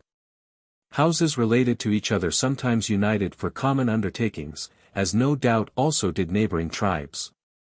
But this was not on the basis of any constitutional order, but from necessity, when it happened that a well-known man came forward to take the command and his summons to the levy was obeyed. These transient combinations under generals were the forerunners of a permanent union under a king, and even at the time of the Midianite war an attempt seems to have been made in this direction, which, however, was not quite successful. In the severe and protracted struggle with the Philistines the necessity for a solid union of the tribes was cryingly manifest, and the man came forward to meet the hour. Saul, a distinguished Benjamite of Gibeah, was overcome by anger at the scornful challenge which even the Ammonites ventured at such a time to cast in the teeth of his people. He called his fellow countrymen to battle. Not in virtue of any office he held, but on the strength of his own impulses. His enthusiasm proved contagious, none dared to say him nay. He began his career just like one of the earlier judges, but after he had led his people to victory they did not let him retire again. The person sought for, the king, was found. Out of such natural beginnings did the state at that time arise. It owed nothing to the pattern of the Mosaic theocracy, but bears all the marks of a new creation. Saul and David first made out of the Hebrew tribes a real people in the political sense, Deuteronomy 33. 5. David was in the eyes of later generations inseparable from the idea of Israel. He was the king par excellence. Saul was thrown into the shade, but both together are the founders of the kingdom. And have thus a much wider importance than any of their successors. It was they who drew the life of the people together at a center, and gave it an aim. To them the nation is indebted for its historical self-consciousness. All the order of aftertimes is built up on the monarchy. It is the soil out of which all the other institutions of Israel grow up. In the time of the judges, we read, every man did that which was right in his own eyes, not because the Mosaic constitution was not in force, but because there was no king in those days. The consequences were very important in the sphere of religion as well, since the political advance of the people brought the historic and national character of Jehovah to the front again. During the time of the judges the Canaanite festival cultus had gradually been coming to be embodied in the worship of Jehovah, a process which was certainly necessary. But in this process there was for some time a danger that Jehovah would become a god of husbandry and of cattle, like Baal Dionysus. The festivals long continued to be a source of heathenism, but now they were gradually divested of their character as nature festivals, and forced at length to have reference to the nation and to its history. If they were not to disappear completely. The relation of Jehovah to people and kingdom remained firm as a rock. Even to the worst idolaters he was the God of Israel. In war no one thought of looking for victory and success to any other god. This was the result of Israel's becoming a kingdom, the kingship of Jehovah. in that precise sense which we associate with it, is the religious expression of the fact of the foundation of the kingdom by Saul and David. The theocracy was the state of itself. The ancient Israelites regarded the civil state as a miracle, or, in their own words, a help of God. When the later Jews thought or spoke of the theocracy, they took the state for granted as already there. And so they could build the theocracy on the top of it as a specially spiritual feature, just as we moderns sometimes see the divine element in settled ordinances, such as marriage, not in their own nature, but in the consecration added to them by the Church. 3. The kingdom of Saul and David did not long remain at its height.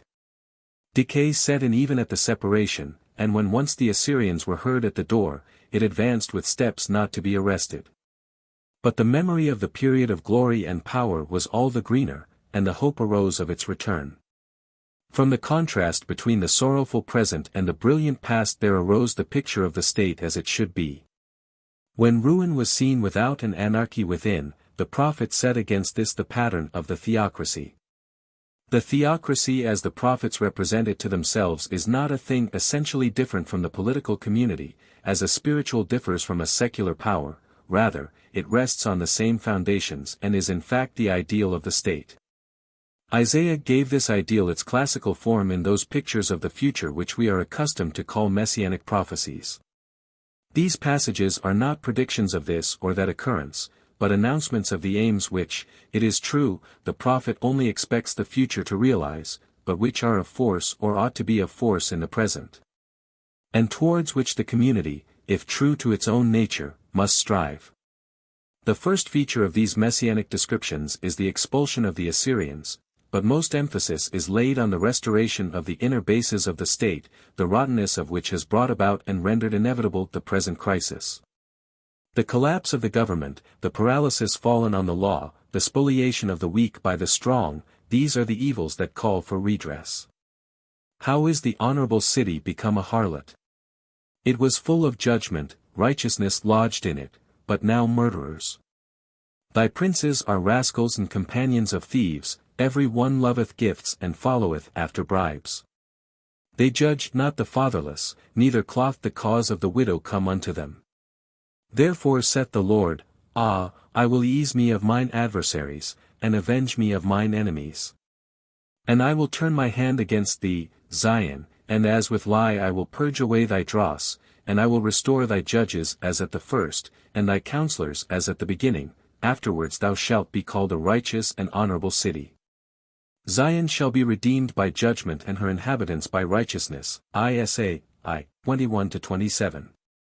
The state the prophet has before his eye is always the natural state as it exists, never a community distinguished by a peculiar holiness in its organization.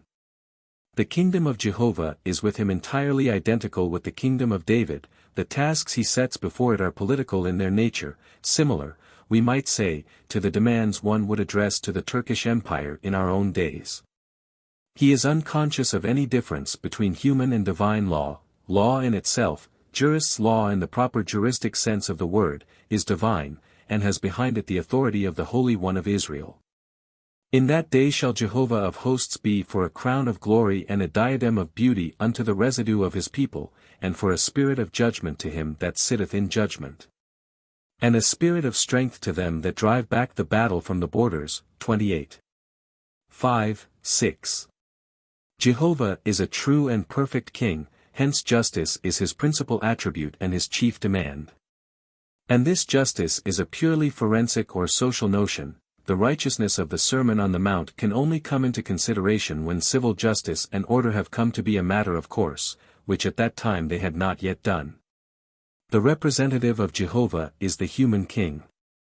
The earthly ruler is not in the way of the heavenly, even the glorious kingdom of the future cannot dispense with him. Then a king shall reign in righteousness and princes shall rule in judgment. Each of them shall be as an hiding place from the wind and as a covert from the tempest, as rivers of waters in a dry place, as the shadow of a great rock in a weary land. 32. 1, 2. As the reigning king is in general unsatisfactory, Isaiah hopes for a new one who will answer the pattern of David of old, the Messiah. There shall come forth a rod out of the stem of Jesse, and a branch shall grow out of his roots, and the Spirit of Jehovah shall rest upon him, the Spirit of wisdom and understanding, the Spirit of counsel and of warlike might, the Spirit of knowledge and of the fear of the Lord. And his breath shall be drawn in the fear of Jehovah. And he shall not judge after the sight of his eyes, nor decide by hearsay, but with righteousness shall he judge the poor, and give sentence with equity for the meek of the earth. But he shall smite the scorners with the rod of his mouth, and with the breath of his lips shall he slay the wicked, so that righteousness shall be the girdle of his loins, and faithfulness the girdle of his reins. Then the wolf shall dwell with the lamb, and the leopard shall lie down with the kid, and the calf and the young lion together, and a little child shall lead them. And the cow and the bear shall feed, their young ones shall lie down together. And the lion shall eat straw like the ox, and the sucking child shall stroke the head of the adder, and the weaned child shall put his hand on the eyeball of the basilisk. They shall not hurt nor destroy in all my holy mountain. 11. 1-9. This is generally considered to be a prediction of a universal golden age on earth, but Isaiah only speaks of the holy mountain as the scene, meaning by this the whole city of David as the center of his kingdom. The just and strict government of the descendant of David is to bring it about that righteousness and truth kiss each other, and that the strong do not dare to injure the weak. Fear of the severity of the law engenders general confidence. The lamb is no longer afraid of the wolf. The opposite of this ideal is lawlessness and anarchy within, not war without. The hope is not that of international peace, as we see both from verse 1-5 and from verse 9. The Messiah is adorned just with the virtues which befit a ruler, and this shows sufficiently what is the nature of the kingdom of which he is to be the head, i.e., what is the notion of the theocracy. The other prophets of this period agree with Isaiah, Lamb 4. 20. Only Hosea is peculiar in this as in other points. He appears to have regarded the kingdom as such as an evil. In more than one expression he makes it the antithesis of the rule of Jehovah. But we have to remember that this judgment of his is based entirely on his historical experience.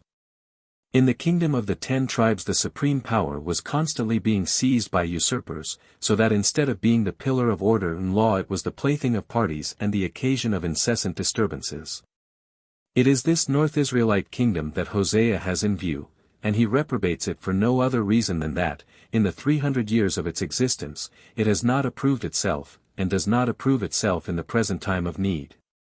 He does not proceed as on a priori theory, he does not apply as his rule a pattern of the theocratic constitution given antecedently to any historical development. There can be no doubt that it never entered his head that the form God desired the community to take was not a thing to be determined by circumstances, but had been revealed at Mount Sinai. 235. 4. Nor did the theocracy exist from the time of Moses in the form of the covenant, though that was afterwards a favorite mode of regarding it. The relation of Jehovah to Israel was in its nature and origin a natural one. There was no interval between him and his people to call for thought or question. Only when the existence of Israel had come to be threatened by the Syrians and Assyrians, did such prophets as Elijah and Amos raise the deity high above the people, sever the natural bond between them, and put in its place a relation depending on conditions of a moral character. To them Jehovah was the God of righteousness in the first place, and the God of Israel in the second place, and even that only so far as Israel came up to the righteous demands which in his grace he had revealed to him. They inverted the order of these two fundamental articles of faith. If your sins are as scarlet, how should they be reckoned white as snow? If they are red like crimson, how should they be as wool? If ye be willing and obedient, ye shall eat the good of the land, but if ye refuse and rebel, ye must eat the sword, for the mouth of Jehovah hath spoken it. Thus the nature of the conditions which Jehovah required of his people came to the very front in considering his relations with them, the Torah of Jehovah, which originally, like all his dealings, fell under the category of divine aid. Especially in the doing of justice, of divine guidance in the solution of difficult questions, was now conceived of as incorporating the demands on the fulfillment of which his attitude towards Israel entirely depended. In this way arose, from ideas which easily suggested it, but yet as an entirely new thing, the substance of the notion of covenant or treaty. The name Berith, however, does not occur in the Old Prophets, not even in Hosea, who certainly presents us as clearly as possible with the thing, in his figure of the marriage of Jehovah and Israel, Isa. I. 21. That he was unacquainted with the technical usage of Berith is strikingly proved by 2:20 and 6:7, and these passages must decide the view we take of 8:1, a passage which is probably interpolated. The name Berith comes, it is likely, from quite a different quarter. The ancient Hebrews had no other conception of law nor any other designation for it than that of a treaty. A law only obtained force by the fact of those to whom it was given binding themselves to keep it. So it is in Exodus 24:3-8, and in 2 Kings 23:1-3, so also in Jeremiah 34:8 seek. Curiously enough, just as with the people of Mecca at the time of Muhammad, Ibn Hisham, page 230 seek.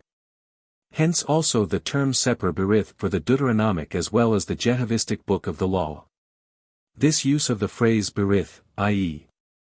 treaty, for law, fitted very well with the great idea of the prophets, and received from it in turn an interpretation, according to which the relation of Jehovah to Israel was conditioned by the demands of his righteousness, as set forth in his word and instruction. In this view of the matter, Jehovah and Israel came to be regarded as the contracting parties of the covenant by which the various representatives of the people had originally pledged each other to keep, say, the Deuteronomic law. 236. After the solemn and far-reaching act by which Josiah introduced this law, the notion of covenant-making between Jehovah and Israel appears to have occupied the central position in religious thought. It prevails in Deuteronomy, in Jeremiah, Ezekiel, in Isaiah XL-66, Leviticus 17-26, and most of all in the Book of the Four Covenants. The Babylonian exile no doubt helped, as the Assyrian exile had previously done, to familiarize the Jewish mind with the idea that the covenant depended on conditions, and might possibly be dissolved. 2:1. The tabernacle of David fell at last, and no king was born to set it up again. The state suffered not a crisis, but destruction. And the result was that such of the religious hopes of the people as they still held fast, were no longer limited to existing political conditions, but now took a freer flight, became tinged with enthusiasm, and cast off all restrictions. In former times there was always an enemy threatening in the background, a danger really approaching, to give rise to the expectation of a great conflagration. The materials for which had long been collected in the nation itself, but after the exile fancy dealt in general coalitions of God knows what peoples against the New Jerusalem, vaticinations for which there was no ground whatever in reality. 237. In earlier times the national state as it had existed under David was the goal of all wishes. Now a universal world empire was erected in imagination, which was to lift up its head at Jerusalem over the ruins of the heathen powers. Prophecy was no longer tied to history, nor supported by it. But the extravagant hopes now built on Jehovah were balanced on the other side by sober and realizable aims which the course of history presented. Those who waited for the consolation of Israel were then confronted from the nature of their situation with practical tasks. The old prophets were satisfied with expressing their ideas, with criticizing existing evils. As to practical points they had nothing to say, the leadership of the people was in other hands. But the old community being now gone and its heads having fallen with it, the godly both had the power and felt the obligation to place themselves at the head of the Israel now to be anew created, after which they had long been striving, and their faith in which was still unshaken. In former times the nation had not been so seriously threatened as that its continued existence, notwithstanding the dangerous crises it might have to pass through, should ever cease to be regarded as natural, as a thing of course. But now this was by no means a thing of course, the danger was a pressing one that the Jewish exiles, like the Samaritan exiles before them, would be absorbed by the heathens among whom they dwelt. In that case the messianic hopes also would have lost their point of application, for, however true it was that the realizing of them was Jehovah's concern, the men must still be there to whom they were to be fulfilled. Thus everything depended on getting the sacred remnant safe across this danger, and giving it so solid an organization that it might survive the storms and keep alive the expectation of the promise. But in the eyes of those whose words had weight in the restoration, the old community, as it had existed formerly, was not in good repute. They could not but allow Jehovah's sentence of condemnation to be just which he had spoken by the mouth of his servants and through the voice of history. The utterances of the prophets, that fortresses and horses and men of war, that kings and princes, cannot help, were called to mind and turned into practical principles. The sole rule of Jehovah was to be carried out in earnest. Circumstances favored the design, and this was the great point. As matters then were, the reconstitution of an actual state was not to be thought of, the foreign rule would not admit of it. Ezra 4. 19. Seek. What plan was to be taken, what materials to be used for such a building as the times allowed? The prophetic ideas would not serve as building stones, they were not sufficiently practical. Then appeared the importance of institutions. Of traditional forms, for the conservation even of the spiritual side of the religion. The Jewish royal temple had early overshadowed the other sanctuaries, and in the course of the 7th century they were extinct or verging on extinction. Under the shelter of the monarchy the priests of Jerusalem had grown great and had at last attained, as against their professional brethren elsewhere, a position of exclusive legitimacy. The weaker the state grew, the deeper it sank from the fall of Josiah onwards, the higher became the prestige of the temple in the eyes of the people, and the greater and the more independent grew the power of its numerous priesthood. How much more do we feel it in Jeremiah's time than in that of Isaiah? This advance of the priesthood indicates unmistakably the rise into prominence of the cultus in the 7th century, a rise rather helped than hindered by the long reign of Manasseh, evil as is the reputation of that reign. It shows itself not only in the introduction of more luxurious materials, incense, for example, but even more in the importance given to great and striking services, e.g., the sacrifice of children, and the expiatory offering. Even after the abolition of the horrid atrocities of Manasseh's time, the bloody earnestness remained behind with which the performance of divine service was gone about. So closely was the cultus of Jerusalem interwoven with the consciousness of the Jewish people, and so strongly had the priesthood established their order, that after the collapse of the kingdom the element still survived here for the new formation of a congregation answering to the circumstances and needs of the time. Around the ruined sanctuary the community once more lifted up its head. 1 Kings 8, Hag. I seek, Zek, I seek. The usages and ordinances were, though everywhere changes in detail, yet not created afresh. Whatever creating there was lay in this, that these usages were bound together in a system and made the instruments of restoring an organization of the remnant. Ezekiel first pointed out the way which was suited for the time. He is the connecting link between the prophets and the law. He claims to be a prophet, and starts from prophetic ideas, but they are not his own ideas, they are those of his predecessors which he turns into dogmas. He is by nature a priest, and his peculiar merit is that he enclosed the soul of prophecy in the body of a community which was not political, but founded on the temple and the cultus. The chapters XL-48 are the most important in his book, and have been called by J. Orth, not incorrectly, the key of the Old Testament. Thus arose that artificial product, the sacred constitution of Judaism. In the priestly code we have the picture of it in detail. 238 The distinction, drawn with such pains between the Mosaic theocracy and the post-exilic hierocracy, is too fine. Theocracy as a constitution is hierocracy. If Moses founded such a constitution, he did it prophetically, with a view to circumstances which only arose 1,000 years after his day. Old Israel had not shrunk to a religious congregation, public life was not quite absorbed in the service of the sanctuary, the high priest and the dwelling of Jehovah were not the center round which all revolved. These great changes were wrought by the destruction of the political existence first of Samaria, then of Judah. In this way the people became a kingdom of priests and a holy nation, as we read in a Deuteronomistic passage, Exodus 19. 6. If the divine rule was formerly a belief supporting the natural ordinances of human society, it was now set forth in visible form as a divine state, in an artificial sphere peculiar to itself and transcending the ordinary life of the people. The idea had formerly informed and possessed the natural body, but now, in order that it might be thoroughly realized, it was to have spiritual body of its own.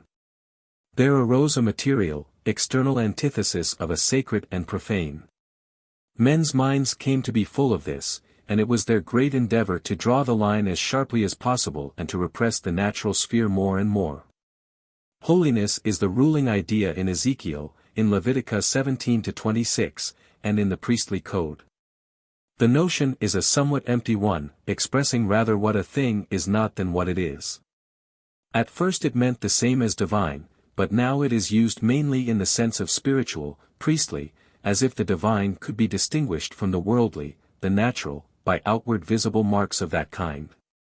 The Mosaic theocracy, the residuum of a ruined state, is itself not a state at all, but an unpolitical artificial product created in spite of unfavorable circumstances by the impulse of an ever-memorable energy, and foreign rule is its necessary counterpart. In its nature it is intimately allied to the old Catholic Church, which was in fact its child.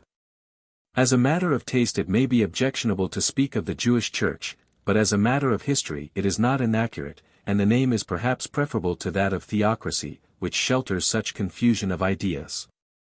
2. The Mosaic theocracy appears to show an immense retrogression. The law of Jehovah should denote what is characteristic of his people over against the heathen. But this certainly did not consist in the cultus of Israel. It would be vain labor to seek in this and that slight variation between the Hebrew and the Greek ritual a difference of principle between them. The cultus is the heathen element in the Israelite religion, the word heathen not being understood, of course, in an ignoble or unworthy sense.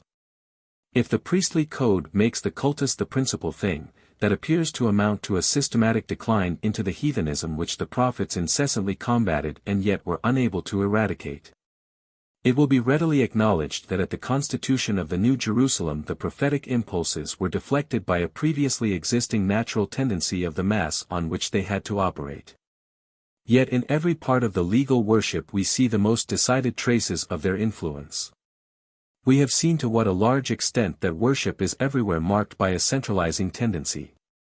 This tendency is not connected in the priestly code with opposition to improper or foreign worship, yet it must be interpreted as a polemical measure.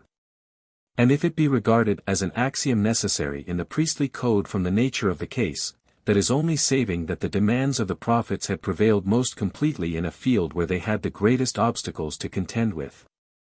Exclusive monolatry is by no means innate in the cultus, it can only be deduced from considerations which are foreign to the nature of the cultus, it is the antitype of strict monotheism. The prohibition of images, too, in the worship of the deity, is not expressly insisted on, as in Deuteronomy, but is a provision which is taken for granted. So little is this position in danger of question that even doubtful and repugnant elements are embodied in the worship and assimilated by it without hesitation. The golden ephod, denounced by Isaiah, has become an insignificant decoration of the high priest. Talismans, forbidden even by Ezekiel, are allowed, number 15. 37-41, but the object of them is, that ye may look upon them and remember all the commandments of Jehovah, and do them, and that ye follow not after your own heart and your own eyes, after which ye used to go a-whoring. The gross idolatry, with which the expression is always connected in other passages, is by this time out of the question. The heart itself with its lawless motions is the strange god, whose service is forbidden. We may go further and say that by the cultus legislation the cultus is estranged from its own nature, and overthrown in its own sphere. That is most unmistakably the case with regard to the festivals. They have lost their reference to harvest and cattle, and have become historical commemorations. They deny their birth from nature, and celebrate the institution of supernatural religion and the gracious acts of Jehovah therewith connected. The broadly human, the indigenous element falls away, they receive a statutory character and a significance limited to Israel. They no longer draw down the deity into human life on all important occasions, to take part in its joys and its necessities. They are not human attempts with such naive means as are at command to please the deity and render him favorable. They are removed from the natural sphere, and made divine means of grace, which Jehovah has instituted in Israel as sacraments of the Theocracy. The worshipper no longer thinks that in his gift he is doing God a pleasure, providing him with an enjoyment. What pleases him and is effectual is only the strict observance of the rite. The sacrifices must be offered exactly according to prescription, at the right place, at the right time, by the right individuals, in the right way. They are not based on the inner value of what is done, on the impulse arising out of fresh occasions, but on the positive command of a will outside the worshipper, which is not explained, and which prescribes every particular. The bond between cultus and sensuality is severed. No danger can arise of an admixture of impure immoral elements, a danger which was always present in Hebrew antiquity. Worship no longer springs from an inner impulse, it has come to be an exercise of religiosity. It has no natural significance, its significance is transcendental, incomparable, not to be defined. The chief effect of it, which is always produced with certainty, is atonement. For after the exile the consciousness of sin, called forth by the rejection of the people from the face of Jehovah, was to a certain extent permanent, even when the hard service of Israel was accomplished and the wrath really blown over. It would not disappear. If then the value of the sacred offerings lay not in themselves but in obedience to the commandments of God, the center of gravity of the cultus was removed from that exercise itself and transferred to another field, that of morality. The consequence was that sacrifices and gifts gave way to ascetic exercises, which were more strictly and more simply connected with morality. Precepts given originally in reference to the consecration of the priests for their religious functions were extended to the laity. The observance of these laws of physical cleanliness was of much more radical importance in Judaism than the great public cultus, and led by the straightest road towards the theocratic ideal of holiness and of universal priesthood. The whole of life was compressed into a certain holy path. There was always a divine command to be fulfilled, and by thinking of it a man kept himself from following after the desires and lusts of his own heart. On the other hand, this private cultus, which constantly required attention, kept alive and active the individual sense of sin. The great pathologist of Judaism is quite right. In the Mosaic theocracy the cultus became a pedagogic instrument of discipline. It is estranged from the heart, its revival was due to old custom, it would never have blossomed again of itself. It no longer has its roots in childlike impulse, it is a dead work, in spite of all the importance attached to it, nay, just because of the anxious conscientiousness with which it was gone about. At the restoration of Judaism the old usages were patched together in a new system, which, however, only served as the form to preserve something that was nobler in its nature, but could not have been saved otherwise than in a narrow shell that stoutly resisted all foreign influences. That heathenism in Israel against which the prophets vainly protested was inwardly overcome by the law on its own ground, and the cultus, after nature had been killed in it, became the shield of supernaturalistic monotheism. Israel reprinted from the Encyclopaedia Britannica.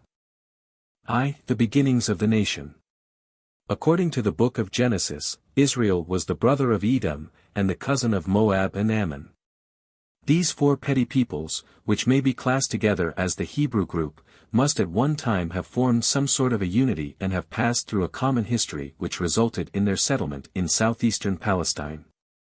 The Israelites, or rather that section of the Hebrew group which afterwards developed into Israel, appear at first to have been the immediate neighbors of Edom, and to have extended westwards towards the border of Egypt. As regards the ethnological position of the Hebrews as a whole, tradition has it that they had connections not only with the Arameans of Osrhoene, Nahor, but also with certain of the old half-Arab inhabitants of the Sinaitic Peninsula, Kenite, Amalek, Midian. To the Canaanites, whose language they had adopted, their relation was that of foreign conquerors and lords to a subject race, Gen 9:26. Some 15 centuries before our era a section of the Hebrew group left its ancient seat in the extreme south of Palestine to occupy the not distant pasture lands of Egypt, Goshen, where they carried on their old calling. that of shepherds and goatherds. Although settled within the territory of the pharaohs, and recognizing their authority, they continued to retain all their old characteristics, their language, their patriarchal institutions, their nomad habits of life. But in course of time these foreign guests were subjected to changed treatment.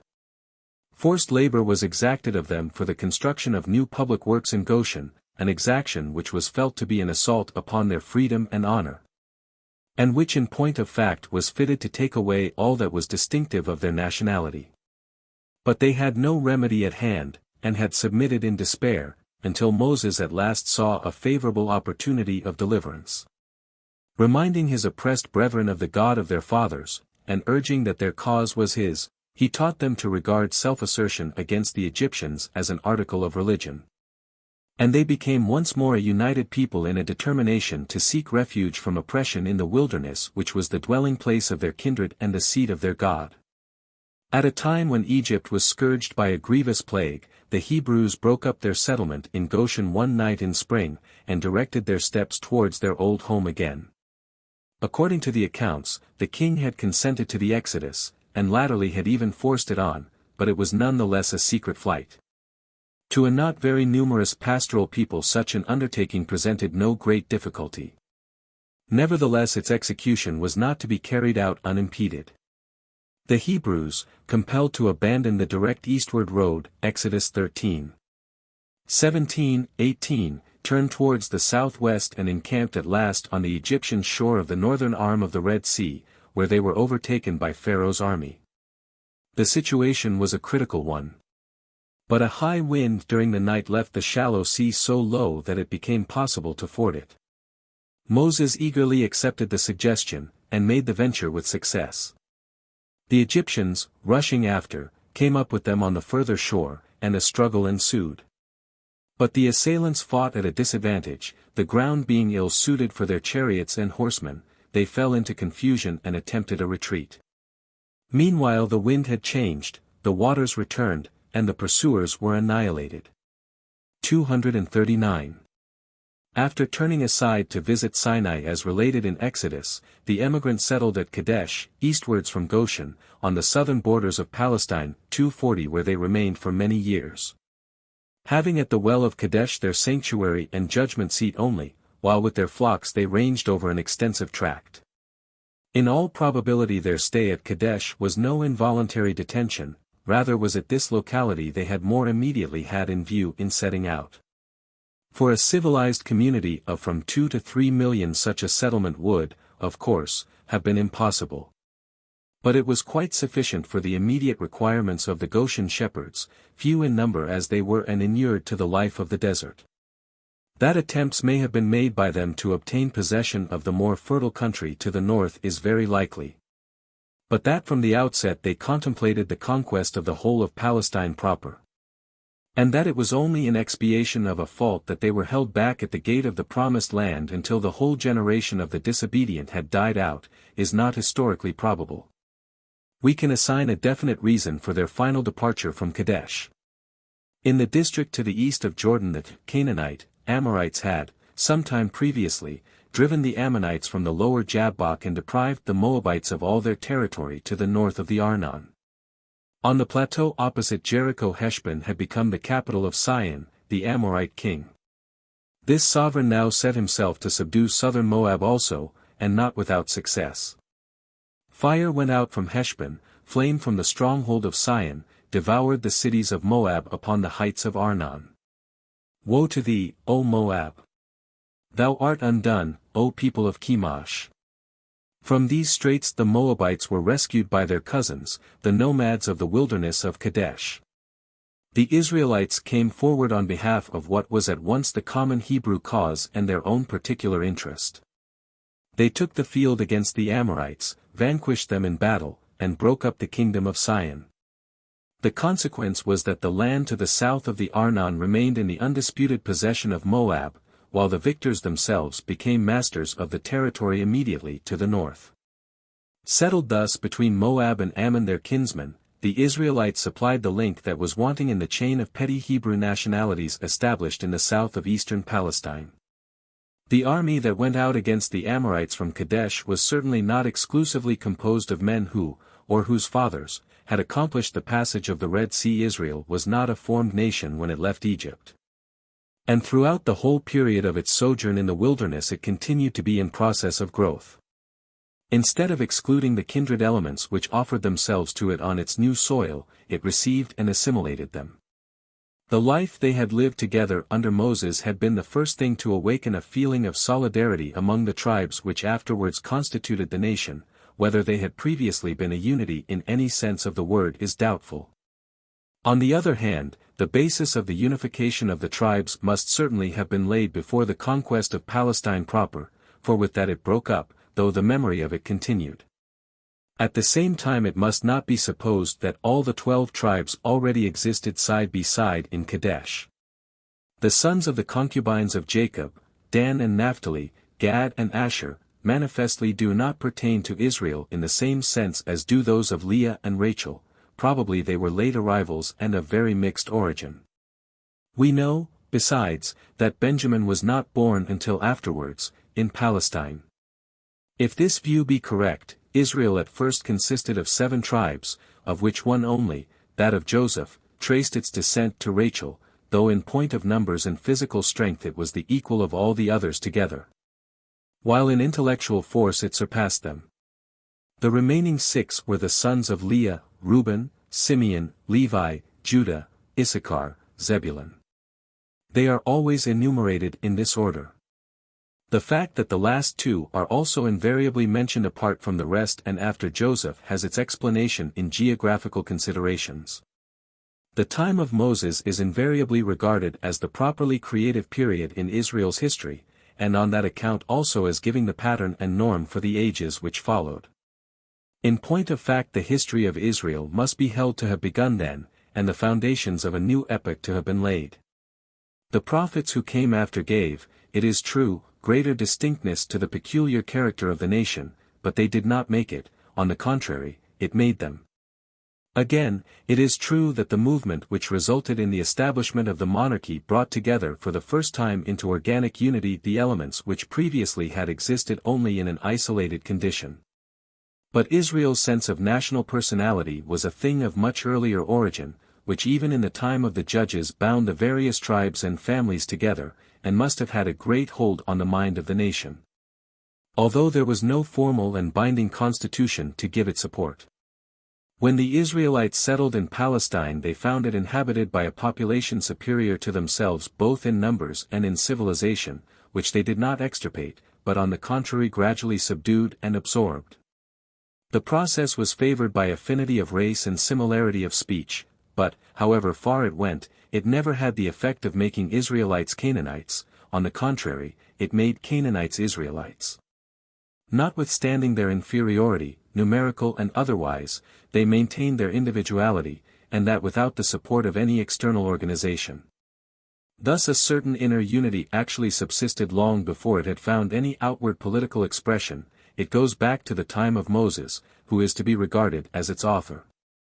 The foundation upon which, at all periods, Israel's sense of its national unity rested was religious in its character. It was the faith which may be summed up in the formula, Jehovah is the God of Israel, and Israel is the people of Jehovah. Moses was not the first discoverer of this faith, but it was through him that it came to be the fundamental basis of the national existence and history. 241 The exigencies of their position severed a number of kindred clans from their customary surroundings, and drove them into his arms. He undertook the responsibilities of their leader, and the confidence of success which he manifested was justified by the result. But it was not through any merit of his that the undertaking, of which he was the soul, prospered as it did. His design was aided in a wholly unlooked-for way, by a marvelous occurrence quite beyond his control, and which no sagacity could possibly have foreseen. One whom the wind and sea obeyed had given him his aid. Behind him stood one higher than he, whose spirit wrought in him and whose arm wrought for him, not for his personal aggrandizement indeed, but for the weal of the nation. It was Jehovah. Alike what was done by the deliberate purpose of Moses and what was done without any human contrivance by nature and by accident came to be regarded in one great totality as the doing of Jehovah for Israel. Jehovah it was who had directed each step in that process through which these so diverse elements, brought together by the pressure of necessity, had been caused to pass. And in the course of which the first beginnings of a feeling of national unity had been made to grow. This feeling Moses was the first to elicit, he it was also who maintained it in life and cherished its growth. The extraordinary set of circumstances which had first occasioned the new national movement continued to subsist, though in a less degree, throughout the sojourn of the people in the wilderness. And it was under their pressure that Israel continued to be molded. To Moses, who had been the means of so brilliantly helping out of their first straits the Hebrews who had accompanied him out of Egypt, they naturally turned in all subsequent difficulties. Before him they brought all affairs with which they were not themselves able to cope. The authority which his antecedents had secured for him made him as matter of course the great national Qadi in the wilderness. Equally as matter of course did he exercise his judicial functions, neither in his own interest nor in his own name, but in the interest of the whole community and in the name of Jehovah. By connecting them with the sanctuary of Jehovah, which stood at the well of Kadesh, he made these functions independent of his person, and thus he laid a firm basis for a consuetudinary law and became the originator of the Torah in Israel. In doing this he succeeded in inspiring the national being with that which was the very life of his own soul. Through the Torah he gave a definite positive expression to their sense of nationality and their idea of God.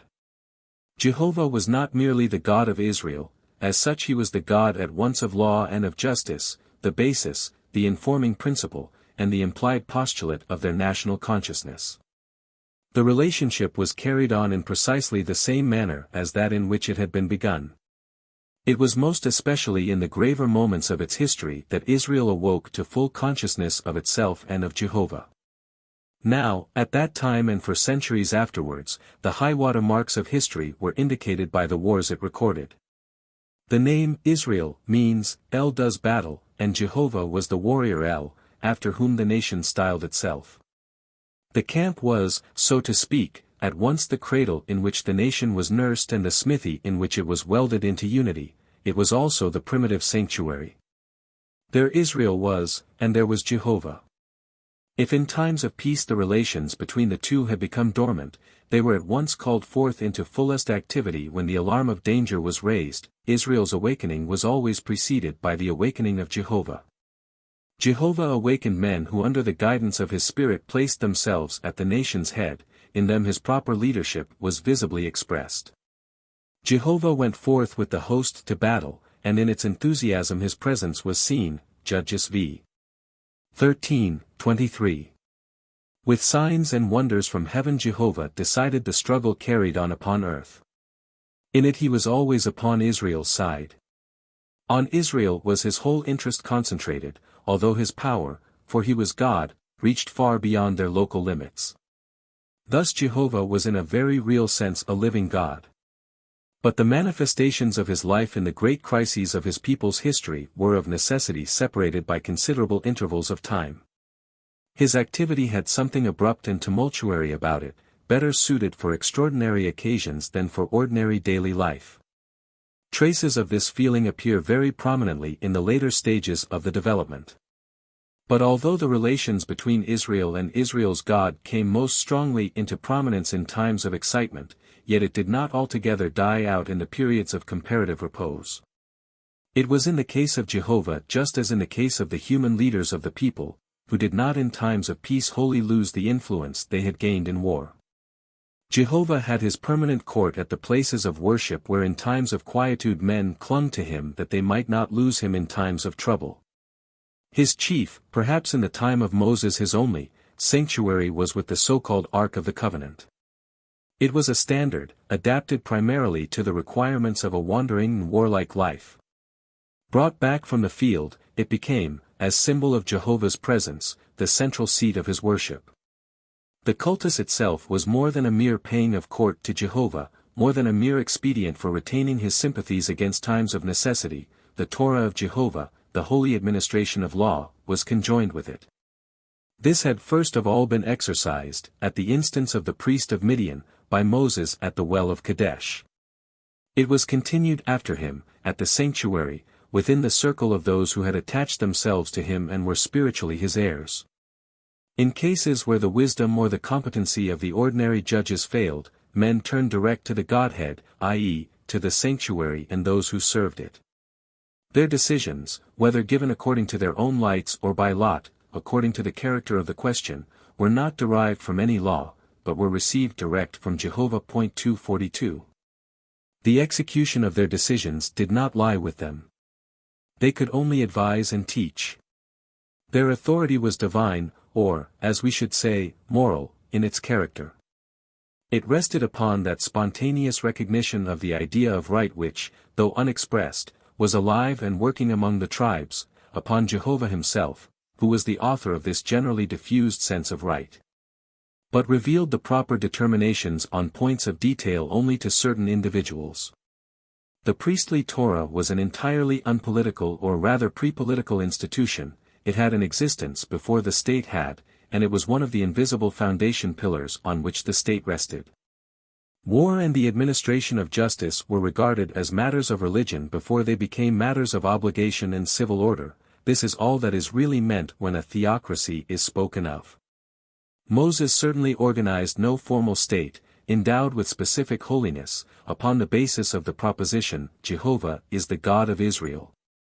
Or, at all events, if he did so, the fact had not in the slightest degree any practical consequence or historical significance. The old patriarchal system of families and clans continued as before to be the ordinary constitution, if one can apply such a word as constitution at all to an unorganized conglomeration of homogeneous elements.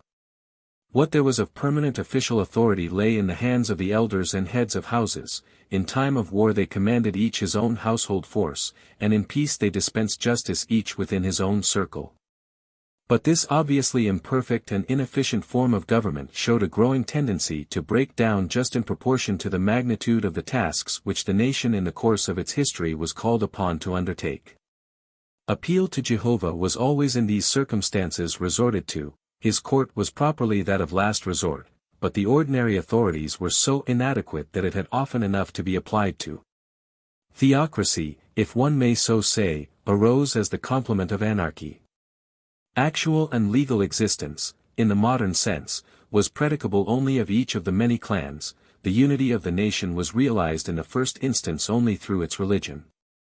It was out of the religion of Israel that the Commonwealth of Israel unfolded itself, not a holy state, but the state. And the state continued to be, consciously, rooted in religion, which prevented it from quitting or losing its rapport with the soil from which it had originally sprung. With the intermediate and higher stages of political organization, with the building of the upper structure, however, religion had no concern, they were too far removed from the foundation. The derivative, which did not carry immediately in itself its own title to exist, was a matter of indifference to it. What had come into being it suffered to go its own way as soon as it was capable of asserting its independence. For this reason it always turned by preference to the future, not in a utopian but in a thoroughly practical way. By a single step only did it keep ahead of the present. It prepared the way for such developments as are not derived from existing institutions, but spring immediately from the depths in which human society has its secret and mysterious roots. The expression, Jehovah is the God of Israel, accordingly, meant that every task of the nation, internal as well as external, was conceived as holy. It certainly did not mean that the Almighty Creator of heaven and earth was conceived of as having first made a covenant with this one people that by them he might be truly known and worshipped. It was not as if Jehovah had originally been regarded as the God of the universe who subsequently became the God of Israel. On the contrary, he was primarily Israel's God, and only afterwards, very long afterwards, did he come to be regarded as the God of the universe. For Moses to have given to the Israelites an enlightened conception of God would have been to have given them a stone instead of bread. It is in the highest degree probable that, with regard to the essential nature of Jehovah, as distinct from his relation to men, he allowed them to continue in the same way of thinking with their fathers. With theoretical truths, which were not at all in demand, he did not occupy himself, but purely with practical questions which were put and urged by the pressure of the times. The religious starting point of the history of Israel was remarkable, not for its novelty, but for its normal character. In all ancient primitive peoples the relation in which God is conceived to stand to the circumstances of the nation, in other words, religion, furnishes a motive for law and morals. In the case of none did it become so with such purity and power as in that of the Israelites. Whatever Jehovah may have been conceived to be in his essential nature, God of the thunderstorm or the like, this fell more and more into the background as mysterious and transcendental. The subject was not one for inquiry. All stress was laid upon his activity within the world of mankind, whose ends he made one with his own. Religion thus did not make men partakers in a divine life, but contrariwise it made God a partaker in the life of men. Life in this way was not straitened by it, but enlarged. The so-called particularism of Israel's idea of God was in fact the real strength of Israel's religion. It thus escaped from barren mythologizings, and became free to apply itself to the moral tasks which are always given, and admit of being discharged, only in definite spheres. As God of the nation, Jehovah became the God of justice and of right. As God of justice and right, he came to be thought of as the highest, and at last as the only, power in heaven and earth. In the preceding sketch the attempt has been made to exhibit Mosaism as it must be supposed to have existed on the assumption that the history of Israel commenced with it. And that for centuries it continued to be the ideal root out of which that history continued to grow. This being assumed, we cannot treat the legislative portion of the Pentateuch as a source from which our knowledge of what Mosaism really was can be derived, for it cannot in any sense be regarded as the starting point of the subsequent development.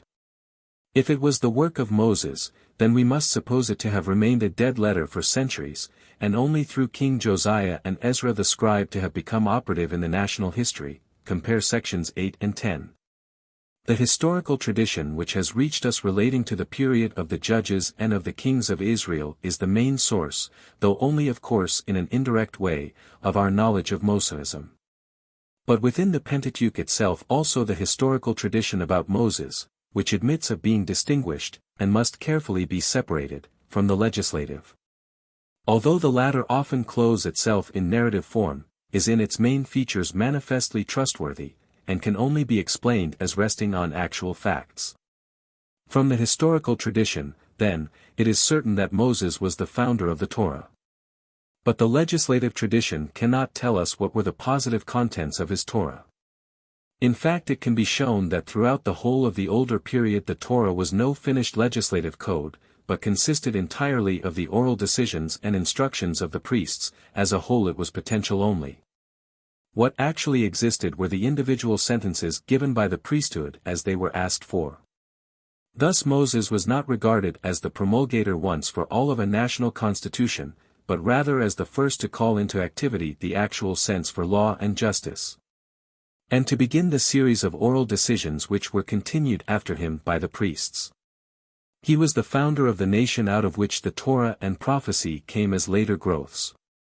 He laid the basis of Israel's subsequent peculiar individuality, not by any one formal act, but in virtue of his having throughout the whole of his long life been the people's leader, judge, and center of union. A correct conception of the manner in which the Torah was made by him can be derived from the narrative contained in Exodus 18, but not from the long section which follows, relating to the Sinaitic covenant, chapter 19. Seek. The giving of the law at Sinai has only a formal, not to say dramatic, significance. It is the product of the poetic necessity for such a representation of the manner in which the people was constituted Jehovah's people as should appeal directly and graphically to the imagination. Only so can we justly interpret those expressions according to which Jehovah with his own mouth thundered the 10 Commandments down from the mountain to the people below, and afterwards for 40 days held a confidential conference with Moses alone on the summit, for the sake of producing a solemn and vivid impression. That is represented as having taken place in a single thrilling moment which in reality occurred slowly and almost unobserved. Why Sinai should have been chosen as the scene admits of ready explanation. It was the Olympus of the Hebrew peoples, the earthly seat of the Godhead, and as such it continued to be regarded by the Israelites even after their settlement in Palestine, Judges v. 4.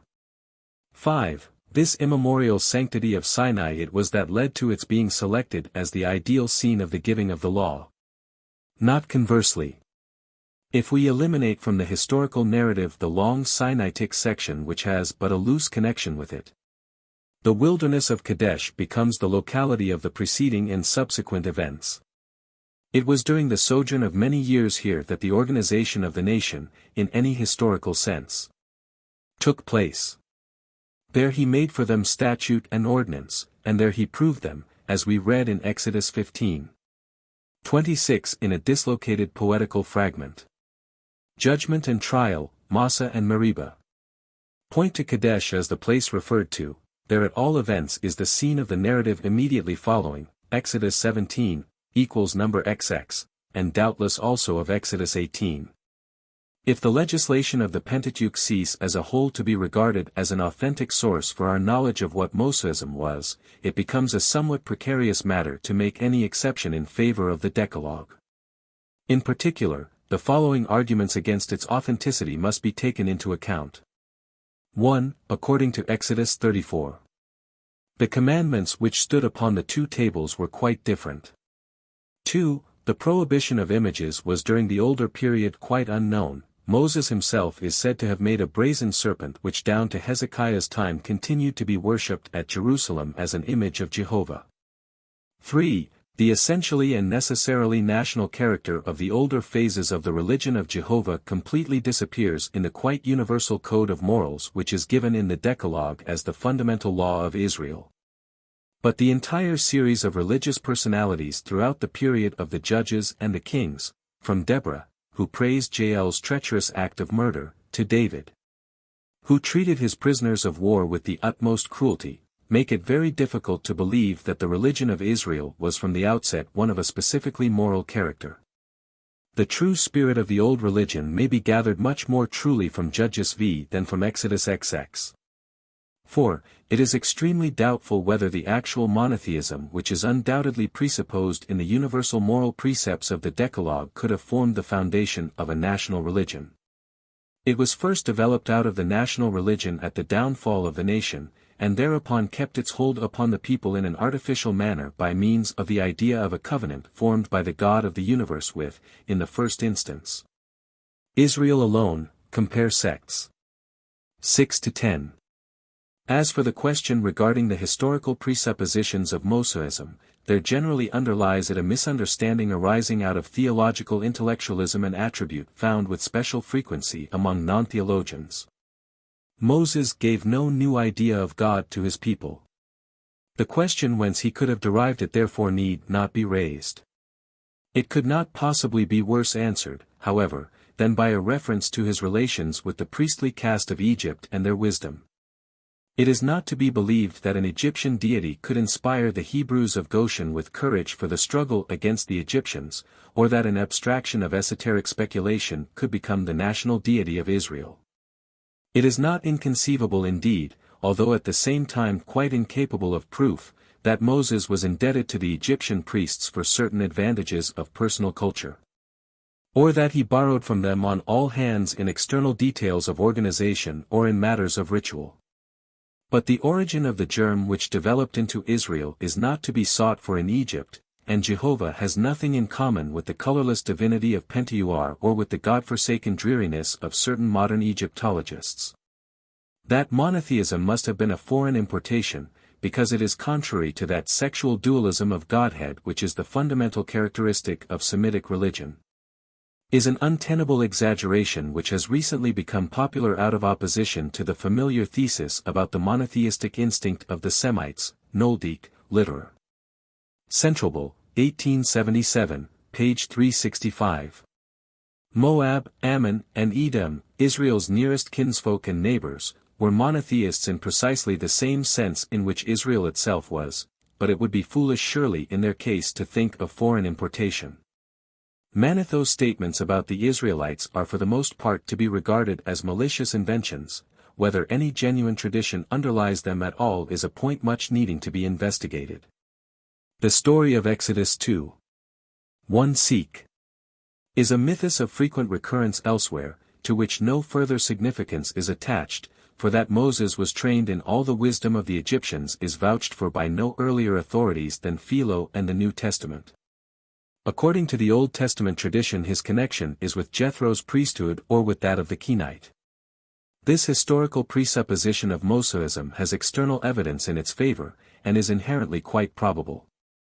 2. The settlement in Palestine. The kingdom of Sion did not permanently suffice the Israelites, and the disintegration of the Canaanites to the west of Jordan in an endless number of kingdoms and cities invited attack. The first essay was made by Judah in conjunction with Simeon and Levi, but was far from prosperous. Simeon and Levi were annihilated. Judah also, though successful in mastering the mountain land to the west of the Dead Sea, was so only at the cost of severe losses which were not again made up until the accession of the Kenite families of the south, Caleb. As a consequence of the secession of these tribes, a new division of the nation into Israel and Judah took the place of that which had previously subsisted between the families of Leah and Rachel. Under Israel were included all the tribes except Simeon, Levi, and Judah, which three are no longer mentioned in Judges v, where all the others are carefully and exhaustively enumerated. This half-abortive first invasion of the West was followed by a second, which was stronger and attended with much better results. It was led by the tribe of Joseph, to which the others attached themselves, Reuben and Gad only remaining behind in the old settlements.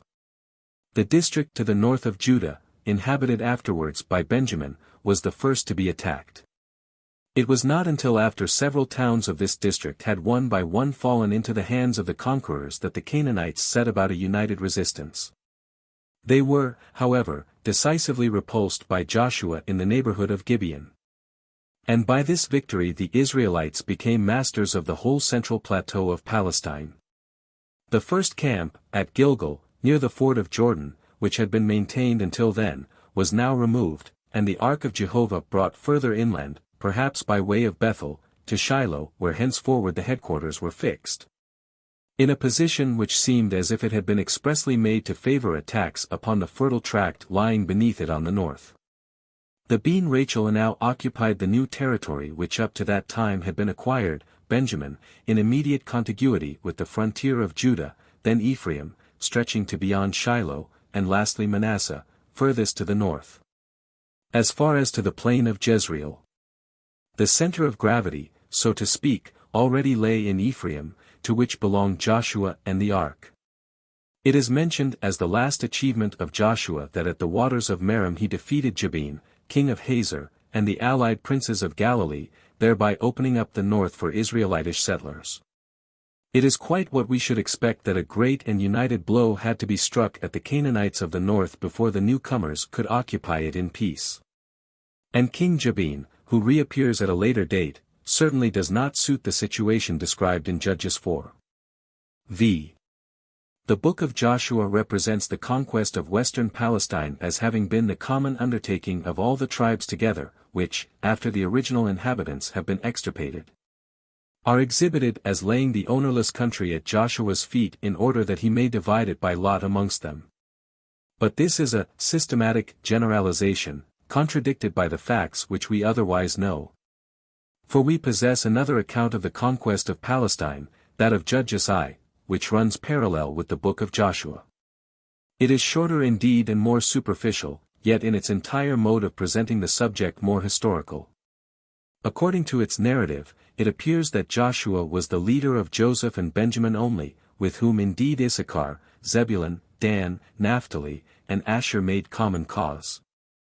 But before his time the tribe of Judah had already crossed the Jordan and effected a lodgment in the territory which lay between the earlier seat of the nation in the wilderness of Kadesh and its then settlement on the plateau of Moab, forming in some degree a link of connection between the two. It might be supposed that the tribe of Judah had not taken the longer route to the eastward of the Dead Sea at all, but had already at Kadesh broken off from the main body and thence turned its steps directly northward.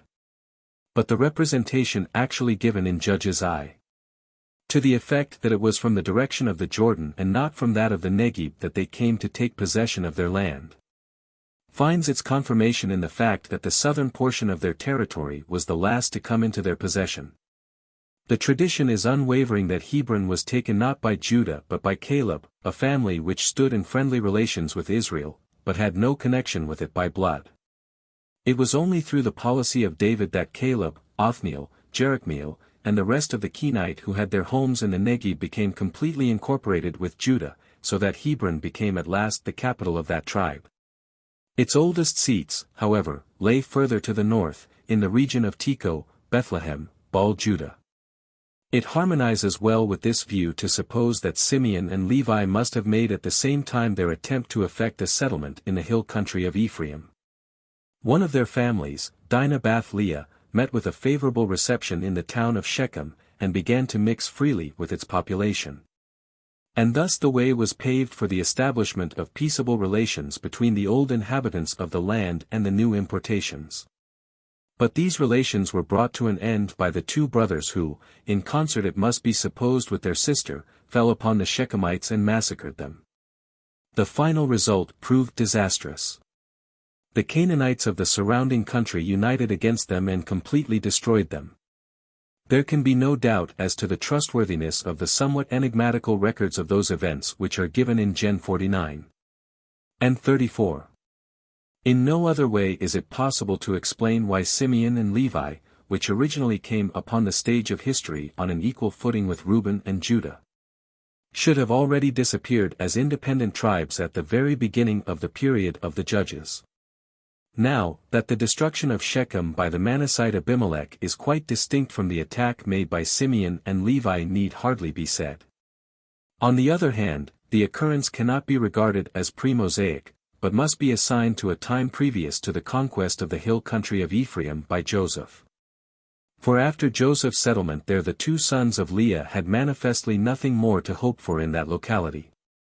We are shut up, therefore, to the conclusion that they crossed the Jordan at the same time as Judah separated himself from the main body in search of a suitable territory.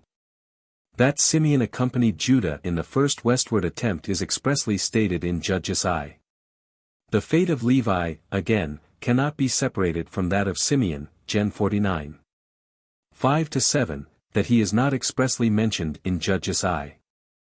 Ought not to cause surprise, when it is considered that later generations which regarded Levi as neither more nor less than a priest would have some difficulty in representing him as a thoroughly secular tribe. Such nevertheless he must have been, for the poet in Gen 49. 5-7 puts him on a footing of perfect equality with Simeon, and attributes to both brothers a very secular and bloodthirsty character. He has no conception that Levi has a sacred vocation which is the reason of the dispersion of the tribe. The dispersion, on the contrary, is regarded as a curse and no blessing, an annihilation and not the means of giving permanence to its tribal individuality.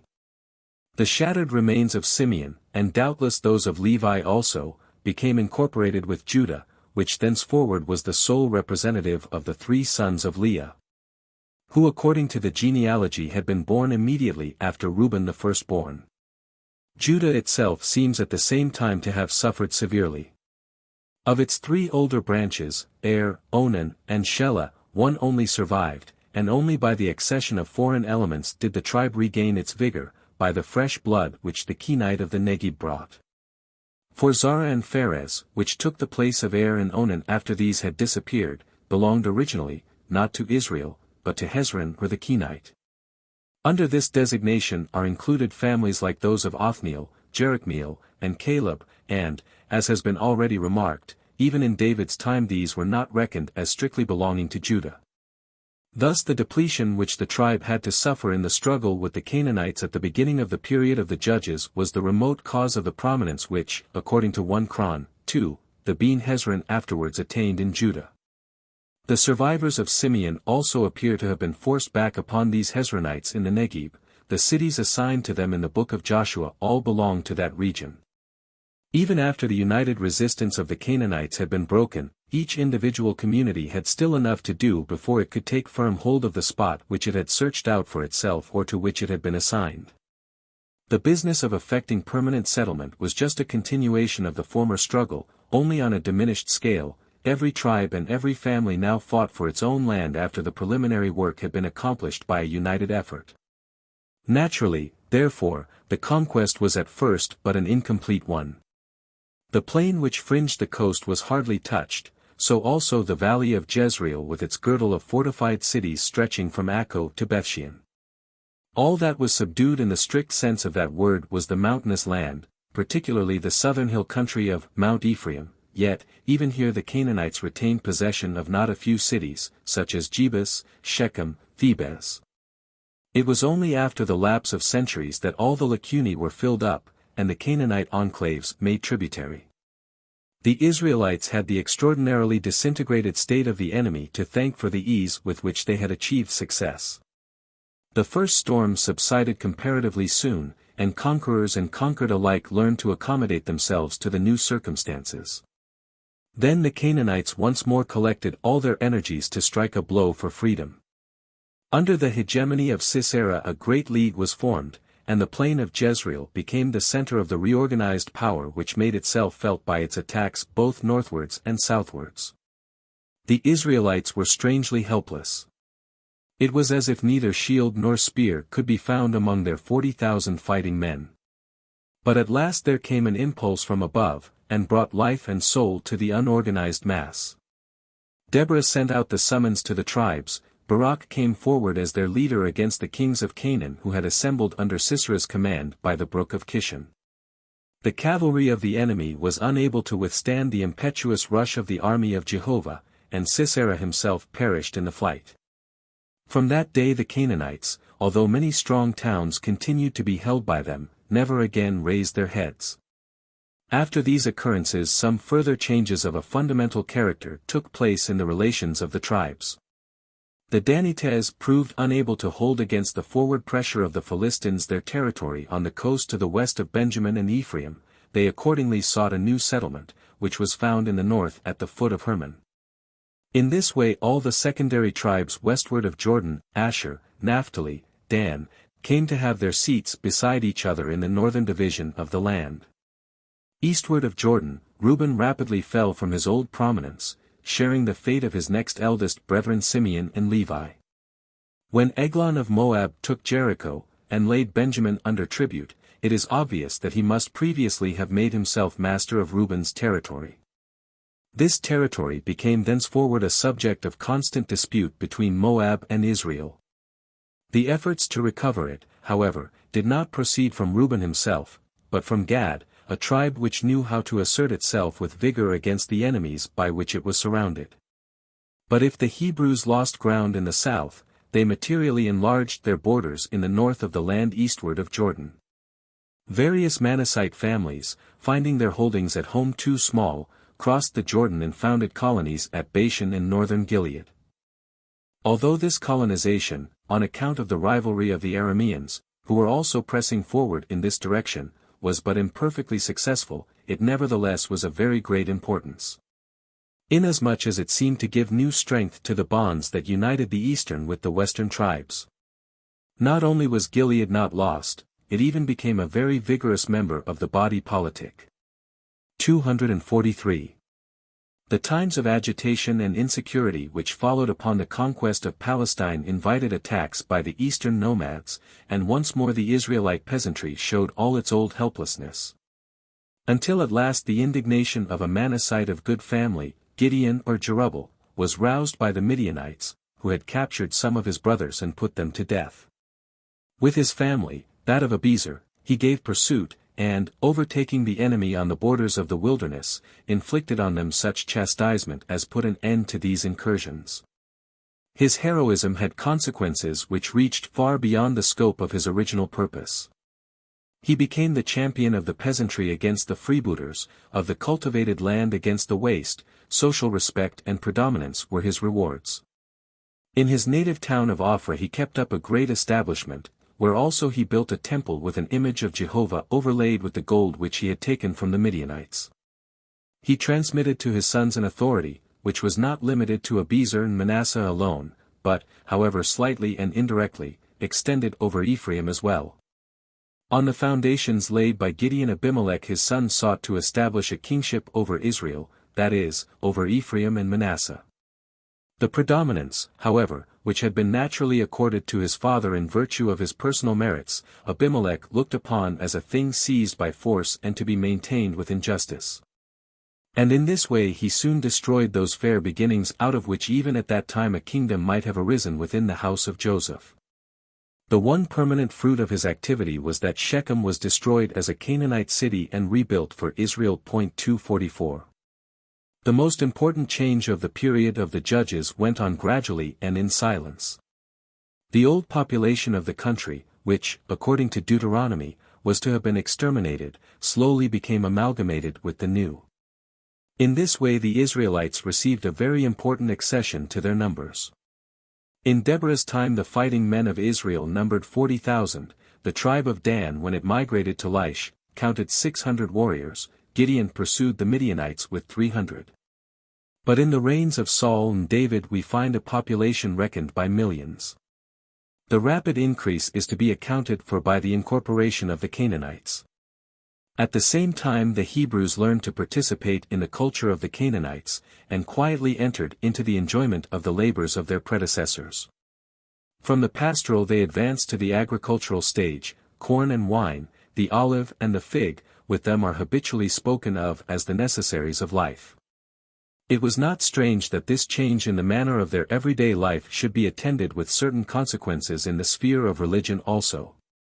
It is inconceivable that the Israelites should have brought with them out of the desert the cultus they observed in the time of the kings, Exodus 22. 23, 24, which throughout presupposed the fields and gardens of Palestine. They borrowed it from the Canaanites. 245.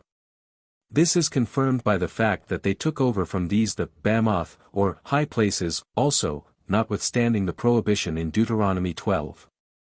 It was natural enough that the Hebrews should also appropriate the divinity worshipped by the Canaanite peasants as the giver of their corn, wine, and oil, the Baal whom the Greeks identified with Dionysus. The apostasy to Baal, on the part of the first generation which had quitted the wilderness and adopted a settled agricultural life, is attested alike by historical and prophetical tradition. Doubtless Baal, as the god of the land of Canaan, and Jehovah, as the god of the nation of Israel, were in the first instance coordinated. 246. But it was not to be expected that the divinity of the land should permanently be different from the God of the dominant people. In proportion as Israel identified itself with the conquered territory, the divinities also were identified. Hence arose a certain syncretism between Baal and Jehovah, which had not been got over even in the time of the prophet Hosea. At the same time the functions of Baal were more frequently transferred to Jehovah than conversely. Canaan and Baal represented the female, Israel and Jehovah the male, principle in this union. Had the Israelites remained in the wilderness and in barbarism, the historical development they subsequently reached would hardly have been possible. Their career would have been like that of Amalek, or, at best, like those of Edom, Moab, and Ammon. Their acceptance of civilization was undoubtedly a step in the forward direction, but as certainly did it also involve a peril. It involved an overloading, as it were, of the system with materials which it was incapable of assimilating at once. The material tasks imposed threatened to destroy the religious basis of the old national life. The offensive and defensive alliances among the tribes gradually dissolved under the continuance of peace. The subsequent occupation of the country dispersed those whom the camp had united. The enthusiastic elan with which the conquest had been achieved gave way to the petty drudgery by which the individual families, each in its own circle, had to accommodate themselves to their new surroundings. Yet under the ashes the embers were still aglow. And the course of history ever fanned them anew into flame, bringing home to Israel the truths that man does not live by bread alone, and that there are other things of worth than those which Baal can bestow. It brought ever again into the foreground the divineness of heroical self-sacrifice of the individual for the good of the nation. 3. The foundation of the kingdom, and the first three kings. The Philistines were the means of arousing from their slumber Israel and Jehovah. From their settlements by the sea on the low-lying plain which skirts the mountains of Judah on the west, they pressed northwards into the plain of Sharon, and thence into the plain of Jezreel beyond. which is connected with that of Sharon by the upland valley of Dothan. Here, having driven out the Danites, they came into direct contact with the tribe of Joseph, the chief bulwark of Israel, and a great battle took place at Aphek, where the plain of Sharon merges into the valley of Dothan. The Philistines were victorious and carried off as a trophy the Israelite standard, the Ark of Jehovah. Their further conquests included, not only the plain of Jezreel and the hill country bordering it on the south, but also the proper citadel of the country, Mount Ephraim. The old sanctuary at Shiloh was destroyed by them. Its temple of Jehovah thenceforward lay in ruins. Their supremacy extended as far as to Benjamin. The Philistines had a Nesib in Gibeah. 247 But the assertion that they had confiscated all weapons and removed all smiths must be regarded as an unhistorical exaggeration. Under their regime at all events it was possible for the messengers of a beleaguered city on the east of Jordan to summon their countrymen in the west to their relief. The shame of the Israelites under the reproach of Philistine oppression led, in the first instance, to a widespread exaltation of religious feeling. Troops of ecstatic enthusiasts showed themselves here and there, and went about with musical accompaniments in processions which often took the shape of wild dances. Even men of the most sedate temperament were sometimes smitten with the contagion, and drawn into the charmed circle. In such a phenomenon, occurring in the East, there was nothing intrinsically strange. Among the Canaanites, such Nebiim, for so they were styled, had long been familiar, and they continued to exist in the country after the old fashion, long after their original character, so far as Israel was concerned, had been wholly lost. The new thing at this juncture was that this spirit passed over upon Israel, and that the best members of the community were seized by it. It afforded an outlet for the suppressed excitement of the nation. The new kindled zeal had for its object, not the abolition of Baal worship, but resistance to the enemies of Israel. Religion and patriotism were then identical. This spirit of the times was understood by an old man, Samuel ben Elkanah, who lived at Ramah in southwestern Ephraim. He was not himself one of the Nebiim. On the contrary, he was a seer of that old type which had for a long time existed amongst the Hebrews much as we find it amongst the Greeks or Arabs. Raised by his foreseeing talent to a position of great prominence, he found opportunity to occupy himself with other questions besides those which he was professionally called on to answer. The national distress weighed upon his heart. The neighboring peoples had taught him to recognize the advantages which are secured by the consolidation of families and tribes into a kingdom. But Samuel's peculiar merit lay, not in discovering what it was that the nation needed, but in finding out the man who was capable of supplying that need. Having come to know Saul ben Kish, a Benjamite of the town of Gibeah, a man of gigantic form, and swift, enthusiastic nature, he declared to him his destiny to become king over Israel. Saul very soon had an opportunity for showing whether Samuel had been a true seer or no. The city of Jabesh in Gilead was besieged by the Ammonites, and the inhabitants declared themselves ready to surrender should they fail in obtaining speedy succor from their countrymen. Their messengers had passed through all Israel without meeting with anything more helpful than pity, until at last tidings of their case reached Saul as he was returning with a yoke of oxen from the field. Hewing his cattle in pieces, he caused the portions to be sent in all directions, with the threat that so should it be done with the oxen of every one who should refuse to help in relieving Jabesh. The people obeyed the summons, fell suddenly one morning upon the Ammonites, and delivered the beleaguered city. Having thus found Saul the man for their need, they refused to let him go. In Gilgal, Joshua's old camp, they anointed him king. The act was equivalent to imposing upon him the conduct of the struggle against the Philistines, and so he understood it. The first signal for the attack was given by his son Jonathan, when he slew the Nesib of the Philistines at Gibeah. These in consequence advanced in force towards the focus of the revolt, and took up a position opposite Gibeah on the north, being divided from it only by the gorge of Michmash. Only a few hundred Benjamites ventured to remain with Saul. The struggle opened with a piece of genuine old heroic daring. While the Philistines were dispersed over the country in foraging expeditions, Jonathan, accompanied by his armor-bearer only, and without the knowledge of Saul, made an attack upon the weak post which they had left behind at the pass of Michmash. After the first had been surprised and overmastered, the others took to flight, no doubt in the belief that the two assailants were supported. They carried their panic with them into the half-deserted camp, whence it spread among the various foraging bands. The commotion was observed from Gibeah opposite, and, without pausing to consult the priestly oracle, King Saul determined to attack the camp.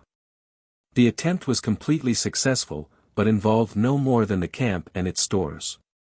The Philistines themselves effected an unmolested retreat by the difficult road of Betharon.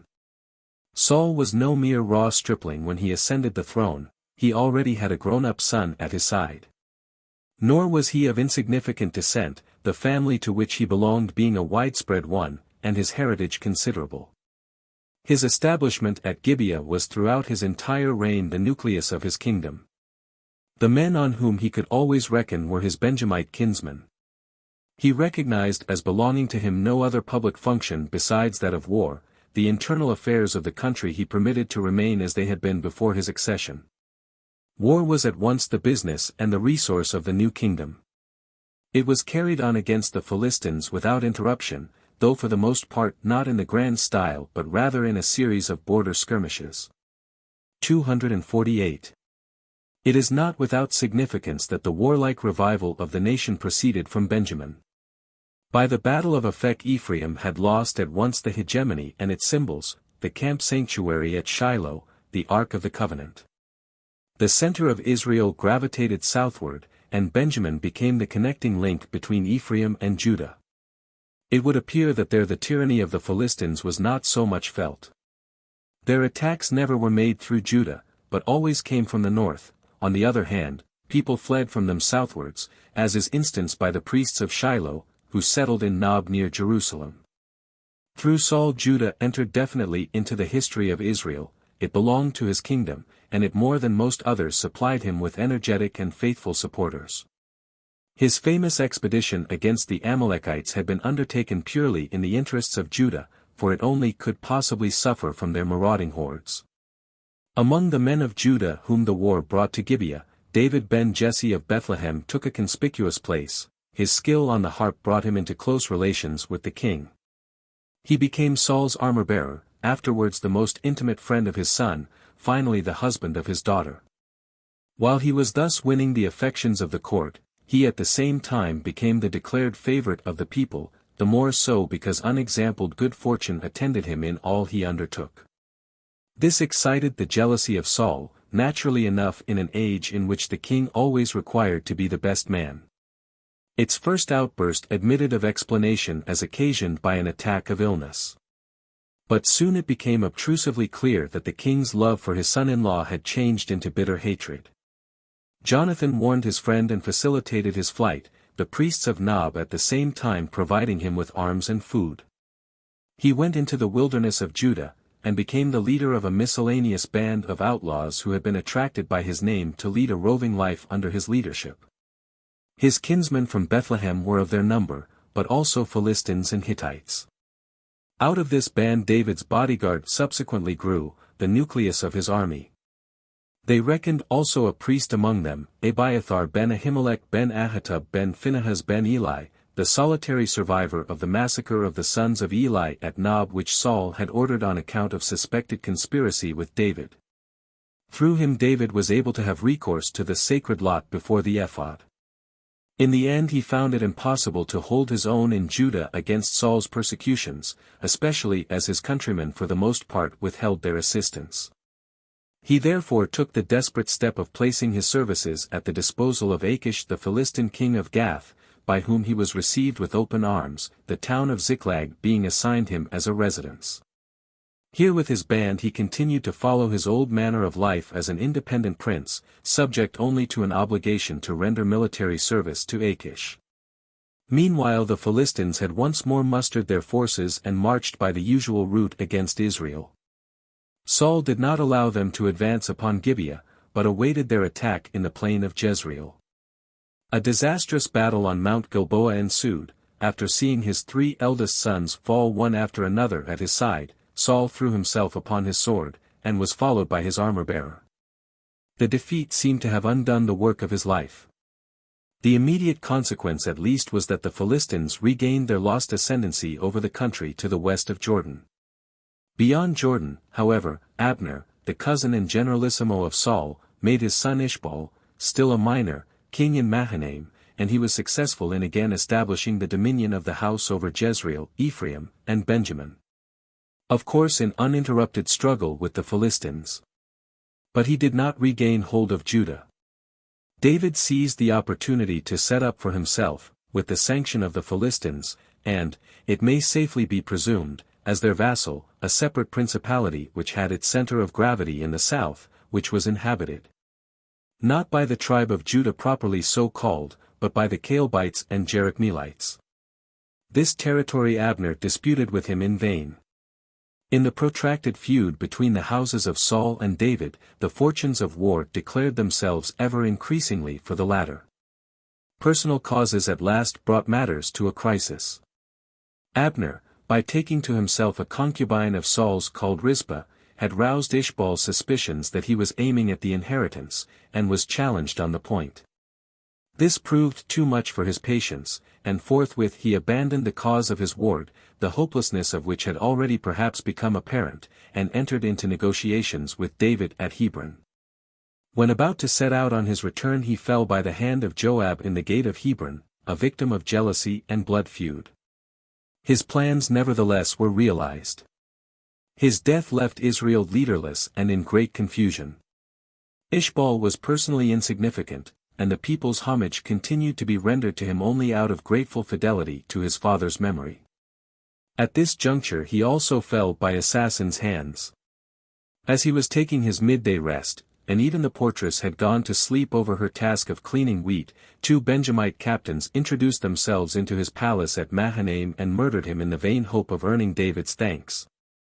The elders of Israel no longer hesitated about offering David the crown, which he accepted. His residence was immediately transferred from Hebron to Jebus, which until then had remained in possession of the Canaanites, and first derives historical importance from him. It lay on the border between Israel and Judah, still within the territory of Benjamin, but not far from Bethlehem, near also to Nob, the old priestly city. David made it not only the political but also the religious metropolis by transferring thither from Kirjatharim the Ark of the Covenant, which he placed within his citadel on what afterwards became the Temple Hill. Still the crown was far from being a merely honorary possession. It involved heavy responsibilities. And doubtless what contributed more than anything else to David's elevation to the throne was the general recognition of the fact that he was the man best fitted on the whole to overtake the labor it brought with it, viz.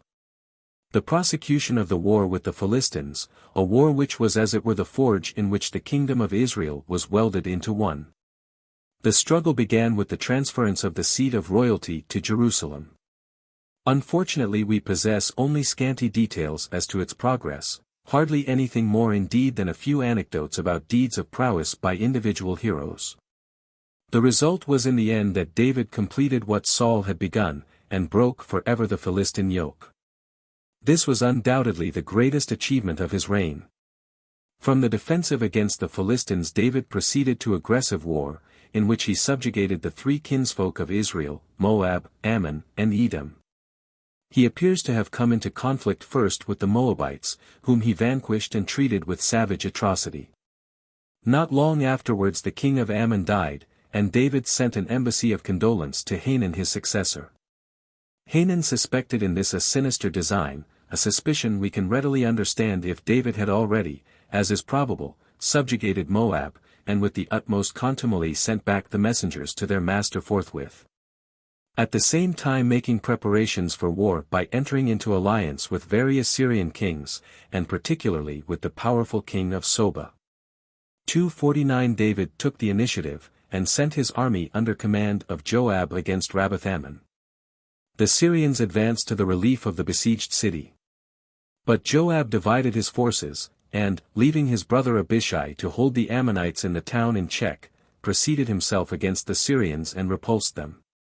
On their afterwards threatening to renew the attack in increased force, David went against them in strength and defeated them at Helam, on the river. It seems that as a result of this the kingdom of Soba was broken up and made tributary to Damascus. Rabbath-Ammon could not now hold out any longer, and the Ammonites shared the fate of their Moabite brethren. Finally, Edom was about the same time coerced and depopulated, and thus was fulfilled the vision of Balaam, the youngest of the 4 Hebrew nationalities trod the 3 elder under his feet. So far as external foes were concerned, David henceforward had peace, but new dangers arose at home within his own family. At once by ill-judged leniency and equally ill-timed severity he had completely alienated his son Absalom, who, after Amnon's death, was heir apparent to the throne. Absalom organized a revolt against his father, and to foster it availed himself of a misunderstanding which had arisen between David and the men of Judah, probably because they thought they were not treated with sufficient favor. The revolt had its focus in Hebron. Ahithophel, a man of Judah, was its soul, Amasa, also of Judah, its arm, but the rest of Israel was also drawn into the rebellion, and only the territory to the east of Jordan remained faithful. Thither David betook himself with precipitancy, for the outbreak had taken him completely by surprise. At Mahanaim, which had once before been the center from which the kingdom was regained, he collected his faithful followers around him with his 600 Cherethites and Pelethites for a nucleus. Absalom against Ahithophel's advice allowing him time for this. In the neighborhood of Mahanaim, in the wood of Ephraim, the decisive blow was struck. Absalom fell, and with his death the rebellion was at an end. It was Joseph that, in the first instance, penitently sent a deputation to the king to bring him back. Judah, on the other hand, continued to hold aloof. Ultimately a piece of finesse on the king's part had the effect of bringing Judah also to its allegiance, though at the cost of kindling such jealousy between Israel and Judah that Sheba the Benjamite raised a new revolt, this time of Israelites. Which was soon, however, repressed by Joab. David seems to have died soon afterwards. His historical importance is very great. Judah and Jerusalem were wholly his creation, and, though the united kingdom of Israel founded by him and Saul together soon fell to pieces, the recollection of it nevertheless continued in all time to be proudly cherished by the whole body of the people. His personal character has been often treated with undue disparagement. For this we must chiefly blame his canonization by the later Jewish tradition which made a Levitical saint of him and a pious hymn writer. It then becomes a strange inconsistency that he caused military prisoners to be treated with barbarity, and the bastard sons of Saul to be hanged up before the Lord in Gibeon. But if we take him as we find him, an antique king in a barbarous age, our judgment of him will be much more favorable. The most daring courage was combined in him with tender susceptibility. Even after he had ascended the throne he continued to retain the charm of a preeminent and at the same time childlike personality. Even his conduct in the affair of Uriah is not by any means wholly to his discredit. Not many kings can be mentioned who would have shown repentance public and deep such as he manifested at Nathan's rebuke. Least to his credit was his weakness in relation to his sons and to Joab. On the other hand, the testament attributed to him in 1 Kings 2 cannot be justly laid to his charge. It is the libel of a later hand seeking to invest him with a fictitious glory.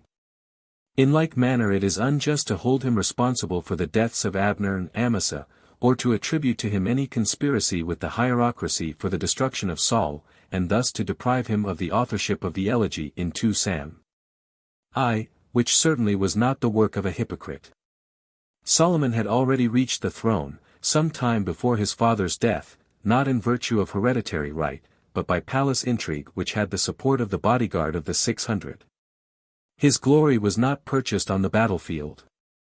So far was he from showing military capacity that he allowed a new Syrian kingdom to arise at Damascus, a far more dangerous thing for Israel than that of Soba which had been destroyed, and which it succeeded. During this reign Edom also regained its independence, nothing but the port of Elath remaining in Solomon's hands. As regards Moab and Ammon we have no information. It is not improbable that they also revolted. But if war was not Solomon's forte, he certainly took much greater pains than either of his predecessors in matters of internal administration. According to tradition, the wisdom of the ruler and the judge was his special gift. Disregarding the tribal system, he divided his kingdom into 12 provinces, over each of which he placed a royal governor, thus making a beginning of vigorous and orderly administration. 250. Judah alone he exempted from this arrangement, as if to show special favor.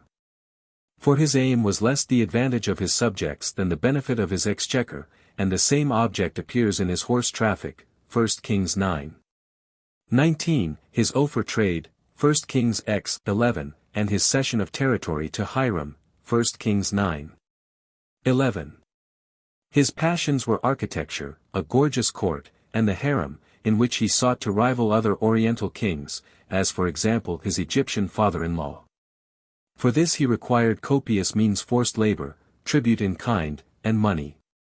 He had especially at heart the extension and improvement of Jerusalem as a strong and splendid capital. The temple which he built was only a portion of his vast citadel, which included within its precincts a number of private and public buildings designed for various uses. It is plain that new currents were introduced into the stream of the nation's development by such a king as this. As formerly, after the occupation, Canaanite culture had come in, so now, after the establishment of the kingdom, the floodgate was open for the admission of Oriental civilization in a deeper and wider sense. Whatever the personal motives which led to it may have been, the results were very important, and by no means disadvantageous on the whole. On the basis of the firmer administration now introduced, stability and order could rest. Judah had no cause to regret its acceptance of this yoke. Closer intercourse with foreign lands widened the intellectual horizon of the people, and at the same time awakened it to a deeper sense of its own peculiar individuality. If Solomon imported Phoenician and Egyptian elements into the worship of Jehovah at his court temple, the rigid old Israelite indeed might naturally enough take offense, XXX. 24-26, but the temple itself nevertheless ultimately acquired a great and positive importance for religion. It need not be denied that mischievous consequences of various kinds slipped in along with the good. The king, moreover, can hardly be blamed for his conduct in erecting in the neighborhood of Jerusalem altars to deities of Ammon and Egypt. For those altars remained undisturbed until the time of Josiah, although between Solomon and him there reigned more than one pious king who would certainly have destroyed them had he found them as offensive as did the author of Deuteronomy. 4. From Jeroboam I. To Jeroboam II. After the death of Solomon the discontent which had been aroused by his innovations, and especially by the rigor of his government, openly showed itself against his successor. And when Rehoboam curtly refused the demands which had been laid before him by an assembly of the elders at Shechem, they withdrew from their allegiance and summoned to be their king the Ephraimite Jeroboam ben Nebat, who already had made an abortive attempt at revolt from Solomon, and afterwards had taken refuge in Egypt. Only Judah and Jerusalem remained faithful to the house of David. Among the causes of the revolt of the 10 tribes, jealousy of Judah must certainly be reckoned as one. The power of Joseph had been weakened by the Philistines, and by the establishment of the monarchy the center of gravity had been shifted from the north where it naturally lay. But now it was restored to its old seat. For once more it was situated, not in Judah, but in Joseph. Monarchy itself, however, was not abolished by the revolting tribes, conclusively showing how unavoidable and how advantageous that institution was now felt to be. But at the same time they did not refrain from attempts to combine its advantages with those of anarchy, a folly which was ultimately the cause of their ruin. As for their departure from the Mosaic cultus observed at Jerusalem on the other hand, it was first alleged against them as a sin only by the later Jews. At the time religion put no obstacle in the way of their separation. On the contrary, it actually suggested and promoted it, Ahijah of Shiloh. The Jerusalem cultus had not yet come to be regarded as the alone legitimate, that instituted by Jeroboam at Bethel and at Dan was recognized as equally right. Images of the deity were exhibited in all 3 places, and indeed in every place where a house of God was found. So far as the religious and intellectual life of the nation was concerned, there was no substantial difference between the 2 kingdoms, except indeed in so far as new displays of vigorous initiative generally proceeded from Israel. 251. Rehoboam did not readily accept the situation. He sought to reduce the revolt by force of arms, with what degree of success is shown by the fact that his rival found himself constrained to take up his residence at Peniel, near Mahanaim, on the other side of Jordan. The invasion of Shishak, however, who took Jerusalem and burnt it, gave Jeroboam at last a breathing space.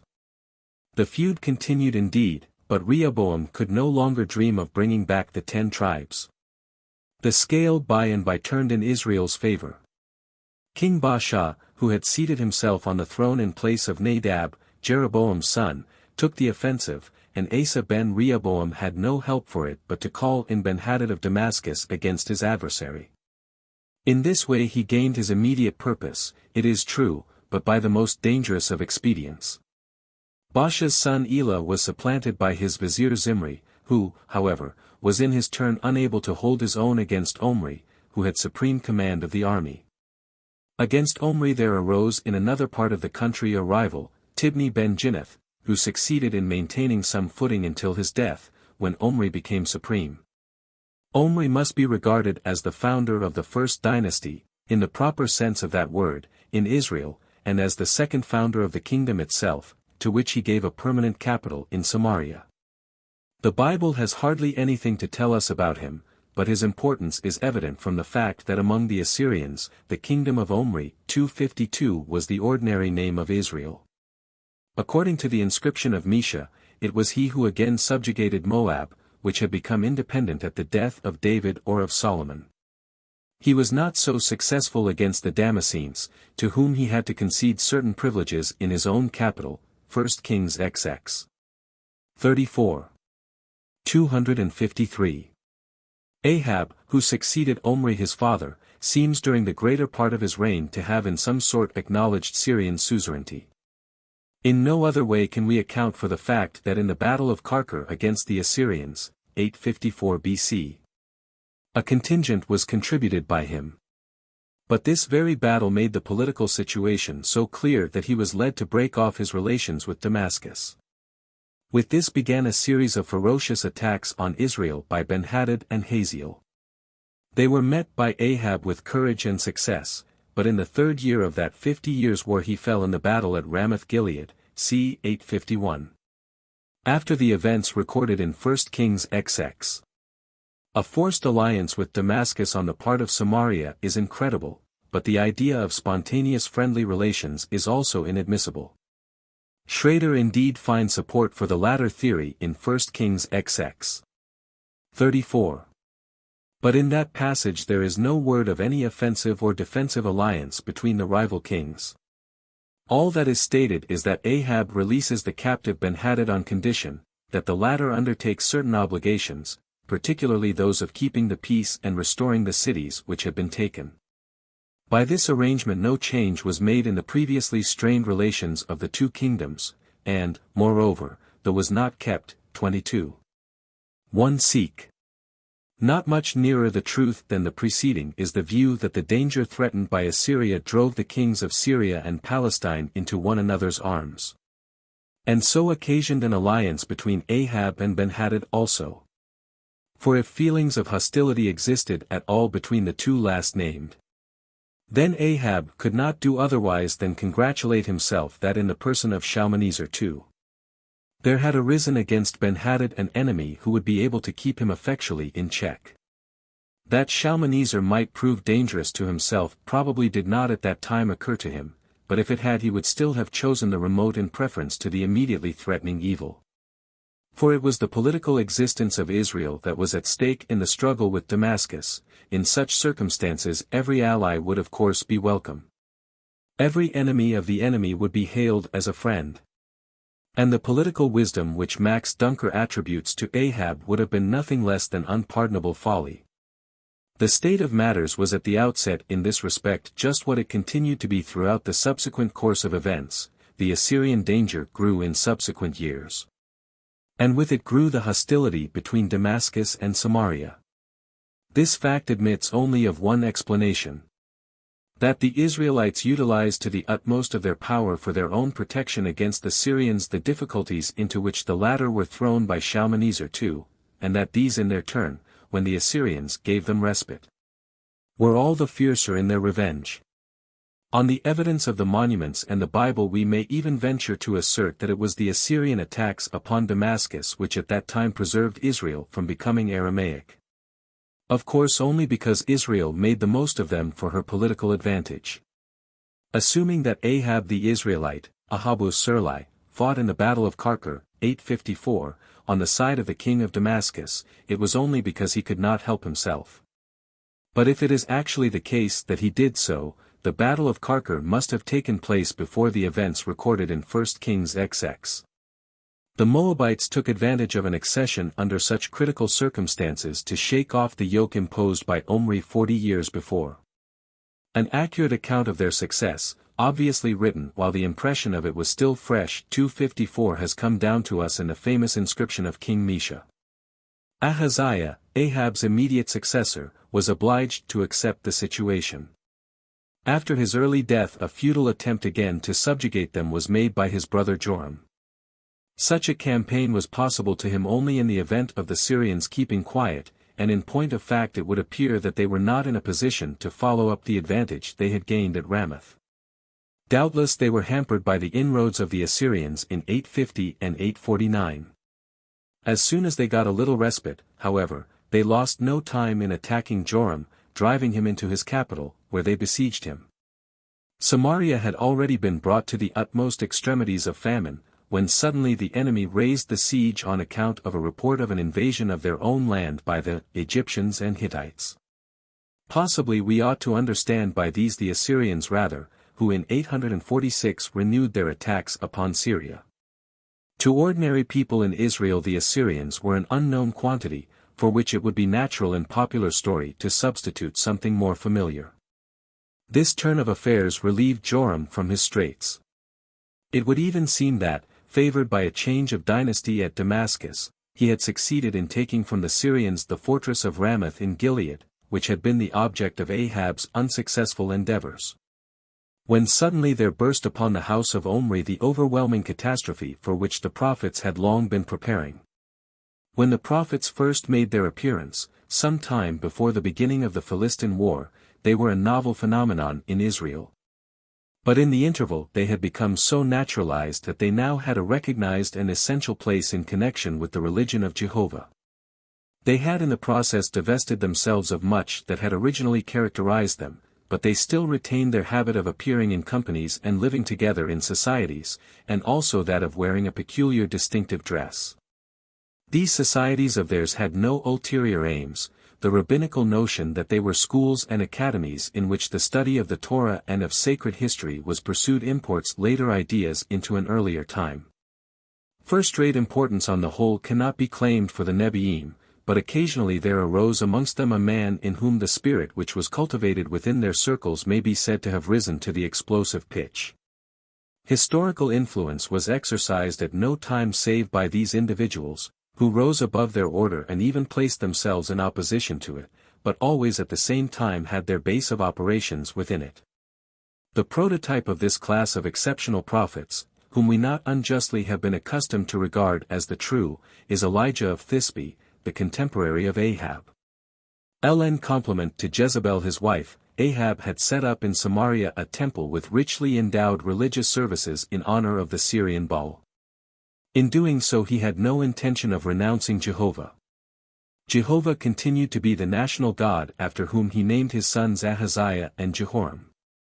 The destruction of Jehovah's altars or the persecution of his prophets was not at all proposed, or even the introduction of a foreign cultus elsewhere than in Samaria. Jehovah's sovereignty over Israel being thus only remotely if at all imperiled, the popular faith found nothing specially offensive in a course of action which had been followed 100 years before by Solomon also. Elijah alone was strenuous in his opposition, the masses did not understand him, and were far from taking his side. To him only, but not to the nation, did it seem like a halting between two opinions, an irreconcilable inconsistency, that Jehovah should be worshipped as Israel's God and a chapel to Baal should at the same time be erected in Israel. In solitary grandeur did this prophet tower conspicuously over his time. Legend, and not history, could alone preserve the memory of his figure. There remains a vague impression that with him the development of Israel's conception of Jehovah entered upon a new stadium, rather than any data from which it can be ascertained wherein the contrast of the new with the old lay. After Jehovah, acting more immediately within the political sphere, had established the nation and kingdom, he now began in the spiritual sphere to operate against the foreign elements, the infusion of which previously had been permitted to go on almost unchecked. 255 The Rechabites, who arose at that time, protested in their zeal for Jehovah altogether against all civilization which presupposes agriculture, and in their fundamental principles aimed at a recurrence to the primitive nomadic life of Israel in the wilderness. The Nazarites abstained at least from wine, the chief symbol of Dionysiac civilization. In this indeed Elijah was not with them. Had he been so, he would doubtless have been intelligible to the masses. But, comprehending as he did the spirit from which these demonstrations proceeded, he thought of Jehovah as a great principle which cannot coexist in the same heart with Baal. To him first was it revealed that we have not in the various departments of nature a variety of forces worthy of our worship, but that there exists over all but one Holy One and one Mighty One, who reveals himself not in nature but in law and righteousness in the world of man. The indignation he displayed against the judicial murder at Jezreel was as genuine and strong as that which he manifested against the worship of Baal in Samaria. The one was as much a crime against Jehovah as the other. Elijah ascended to heaven before he had actually achieved much in the world. The idea which his successors took from him was that it was necessary to make a thorough clearance from Samaria of the Baal worship and of the house of Ahab as well. For this practical end Elisha made use of practical means. When Elijah, after the murder of Naboth, had suddenly appeared before Ahab and threatened him with a violent end, an officer of high command had been present, Jehu ben Nimshi, and he had never forgotten the incident. He now found himself at the head of the troops at Ramoth-Gilead after the withdrawal to Jezreel of Joram ben Ahab from the field to be healed of his wound. To Elisha the moment seemed a suitable one for giving to Jehu in Jehovah's name the command now to carry out Elijah's threat against the house of Ahab. Jehu gained over the captains of the army, and carried out so well the task with which the prophet had commissioned him that not a single survivor of Ahab's dynasty or of his court was left. He next extirpated Baal and his worshippers in Samaria. From that date no worship of foreign gods seems ever to have recurred in Israel.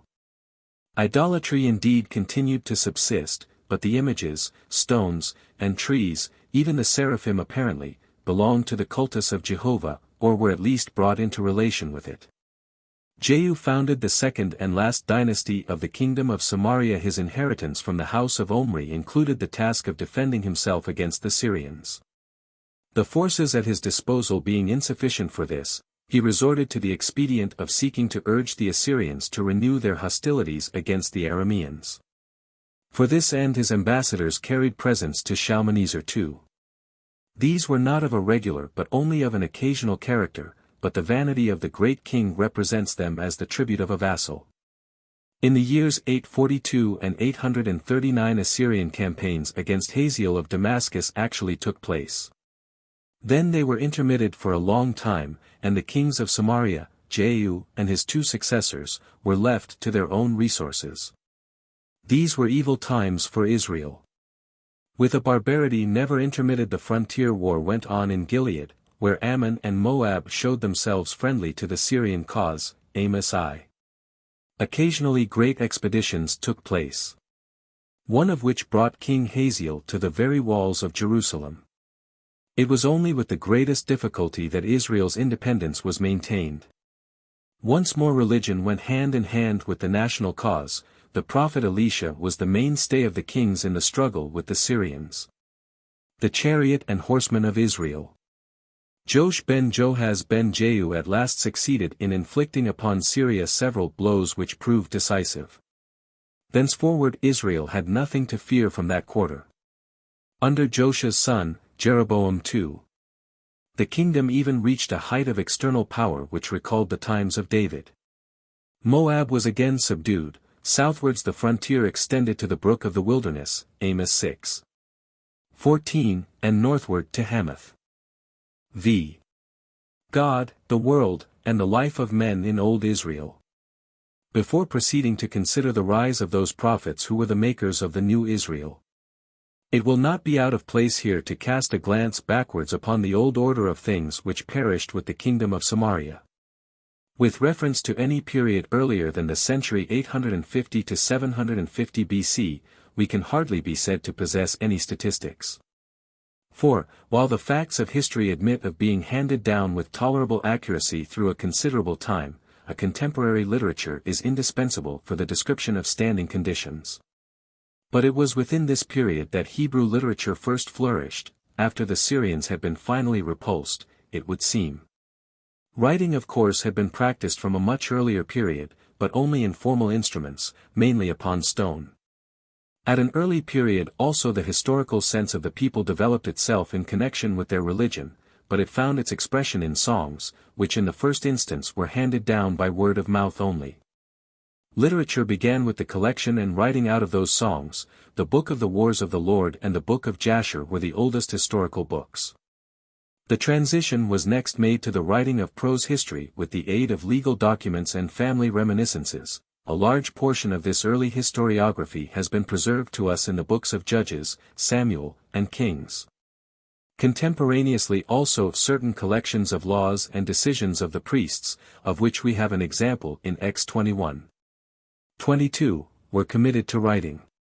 Somewhat later, perhaps, the legends about the patriarchs in primitive times, the origin of which cannot be assigned to a very early date, 256, received literary shape. Specially remarkable is the rise of a written prophecy. The question why it was that Elijah and Elisha committed nothing to writing, while Amos 100 years later is an author, hardly admits of any other answer than that in the interval a non-literary had developed into a literary age. How rapid the process was may be gathered from a comparison between the singularly broken utterances of the earlier oracle contained in Isa 15:16, with the orations of Isaiah himself. We begin our survey with that of the family relations. Polygamy was rare, monogamy the rule, but the right of concubinage was unlimited. While a high position was accorded both by affection and custom to the married wife, traces still existed of a state of society in which she was regarded as property that went with the inheritance. The marriage of relations was by no means prohibited. No offense was taken at the circumstance that Abraham was the husband of his sister, by a different mother. Parents had full power over their children. They had the right to sell and even to sacrifice them. In this respect, however, the prevailing usage was mild, as also in regard to slaves, who socially held a position of comparative equality with their masters, and even enjoyed some measure of legal protection. Slavery, it is plain, had not the same political importance as with the Greeks and Romans. It could have been abolished without any shock to the foundations of the state. Throughout this period agriculture and gardening continued to be regarded as man's normal calling, Gen 3:4. The laws contained in Exodus 21-23 rest entirely upon this assumption. To dwell in peace under his vine and under his fig tree was the ideal of every genuine Israelite.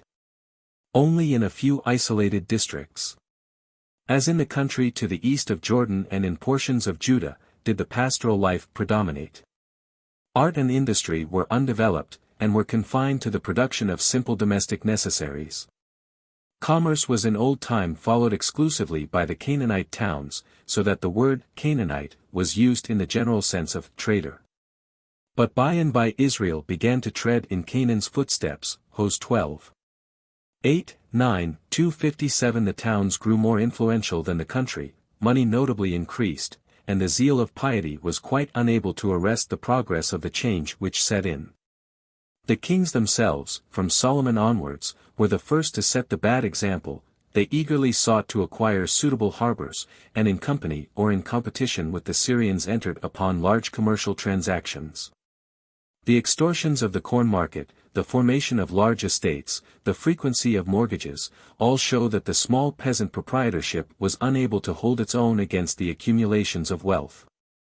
The wage-receiving class increased, and cases in which free Hebrews sold themselves into slavery were not rare. On all hands the material progress of the commonwealth made itself felt, the old simplicity of manners disappeared, and luxury increased. Buildings of hewn stone began to be used even by private individuals.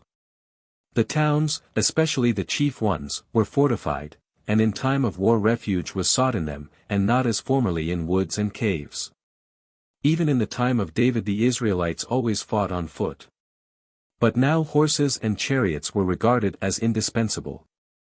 The bow came to be the principal weapon of offense, and a military class appears to have sprung up. The monarchy retained in the kingdom of the 10 tribes its military character. The commander-in-chief was the first person in the kingdom. In internal affairs its interference was slight. With systematic despotism it had little in common, although of course within its narrow sphere it united executive and legislative functions. It was little more than the greatest house in Israel. The highest official was called Master of the Household. The court ultimately grew into a capital, the municipal offices of which were held by royal officials. The provinces had governors who, however, in time of war withdrew to the capital, 1 Kings XX. The presumption is that their sole charge was collection of the revenue. The state was not charged with affairs of internal administration. All parties were left free to maintain their own interests. Only in cases in which conflicts had emerged in consequence could the king be approached. Ruling and judging were regarded as one and the same, there was but one word for both, 2 Kings 15:5. Still, the king was not altogether the only judge, there were, in fact, a number of independent jurisdictions.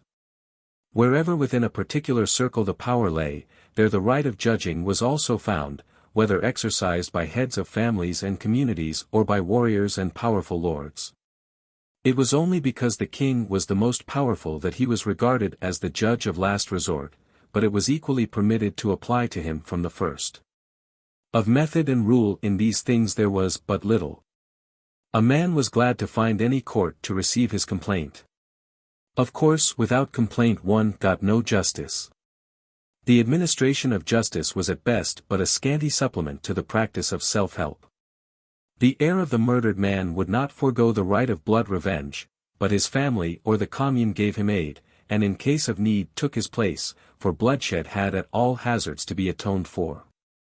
The firm establishment of civil order was rendered all the more difficult by the continual wars and violent changes of dynasty which ever and anon made its very existence problematical.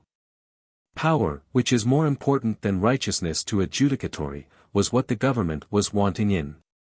In the simpler social conditions of the earlier time a state which was adapted merely for purposes of war might easily be found to work satisfactorily enough, but a more complex order of things had now arisen. Social problems had begun to crop up. For the poor and the proletariat the protection of a thoughtful government had come to be required, but was not forthcoming. But these defects did not check all progress. The weakness of the government, the want of political consolidation, were insufficient to arrest intellectual advance or to corrupt the prevailing moral tone and feeling for justice. In fact it was precisely in this period, the period in which the main part of the Jehovistic history must have been written, that the intellectual and moral culture of the people stood at its highest. Even when the machinery of the monarchy had got out of order, the organization of the families and communes continued to subsist, the smaller circles of social life remained comparatively untouched by the catastrophes that shook the greater. Above all, the national religion supplied the spiritual life with an immovable basis. The favorite illustrations of the power of religion in the Israel of that period are drawn from the instances of great prophets who raised kings out of the dust and smote them to it again. But the influence and importance of these is generally exaggerated in the accounts we have. That among them there occasionally occurred manifestations of such power as to give a new turn in history is indeed true. A figure like that of Elijah is no mere invention. But such a man as he was a prophecy of the future rather than an actual agent in shaping the present.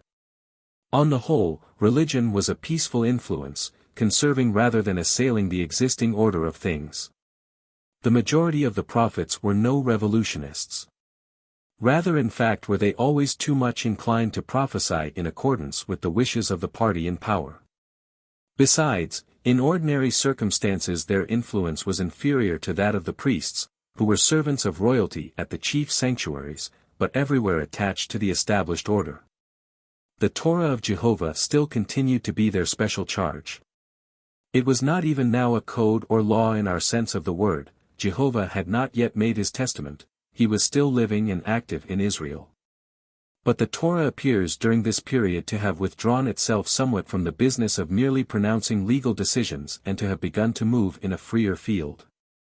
It now consisted in teaching the knowledge of God, in showing the right God-given way where men were not sure of themselves. Many of the counsels of the priests had become a common stock of moral convictions, which, indeed, were all of them referred to Jehovah as their author, yet had ceased to be matters of direct revelation. Nevertheless, the Torah had still occupation enough, the progressive life of the nation ever affording matter for new questions. Although in truth the Torah and the moral influence of Jehovah upon the national life were things much weightier and much more genuinely Israelitic than the cultus, yet this latter held on the whole a higher place in public opinion. To the ordinary man it was not moral but liturgical acts that seemed to be truly religious. Altars of Jehovah occurred everywhere, with sacred stones and trees, the latter either artificial, Asherahs, or natural, beside them. It was considered desirable also to have water in the neighborhood, brazen sea. In cases where a temple stood before the altar it contained an ephod and teraphim, a kind of images before which the lot was cast by the priest.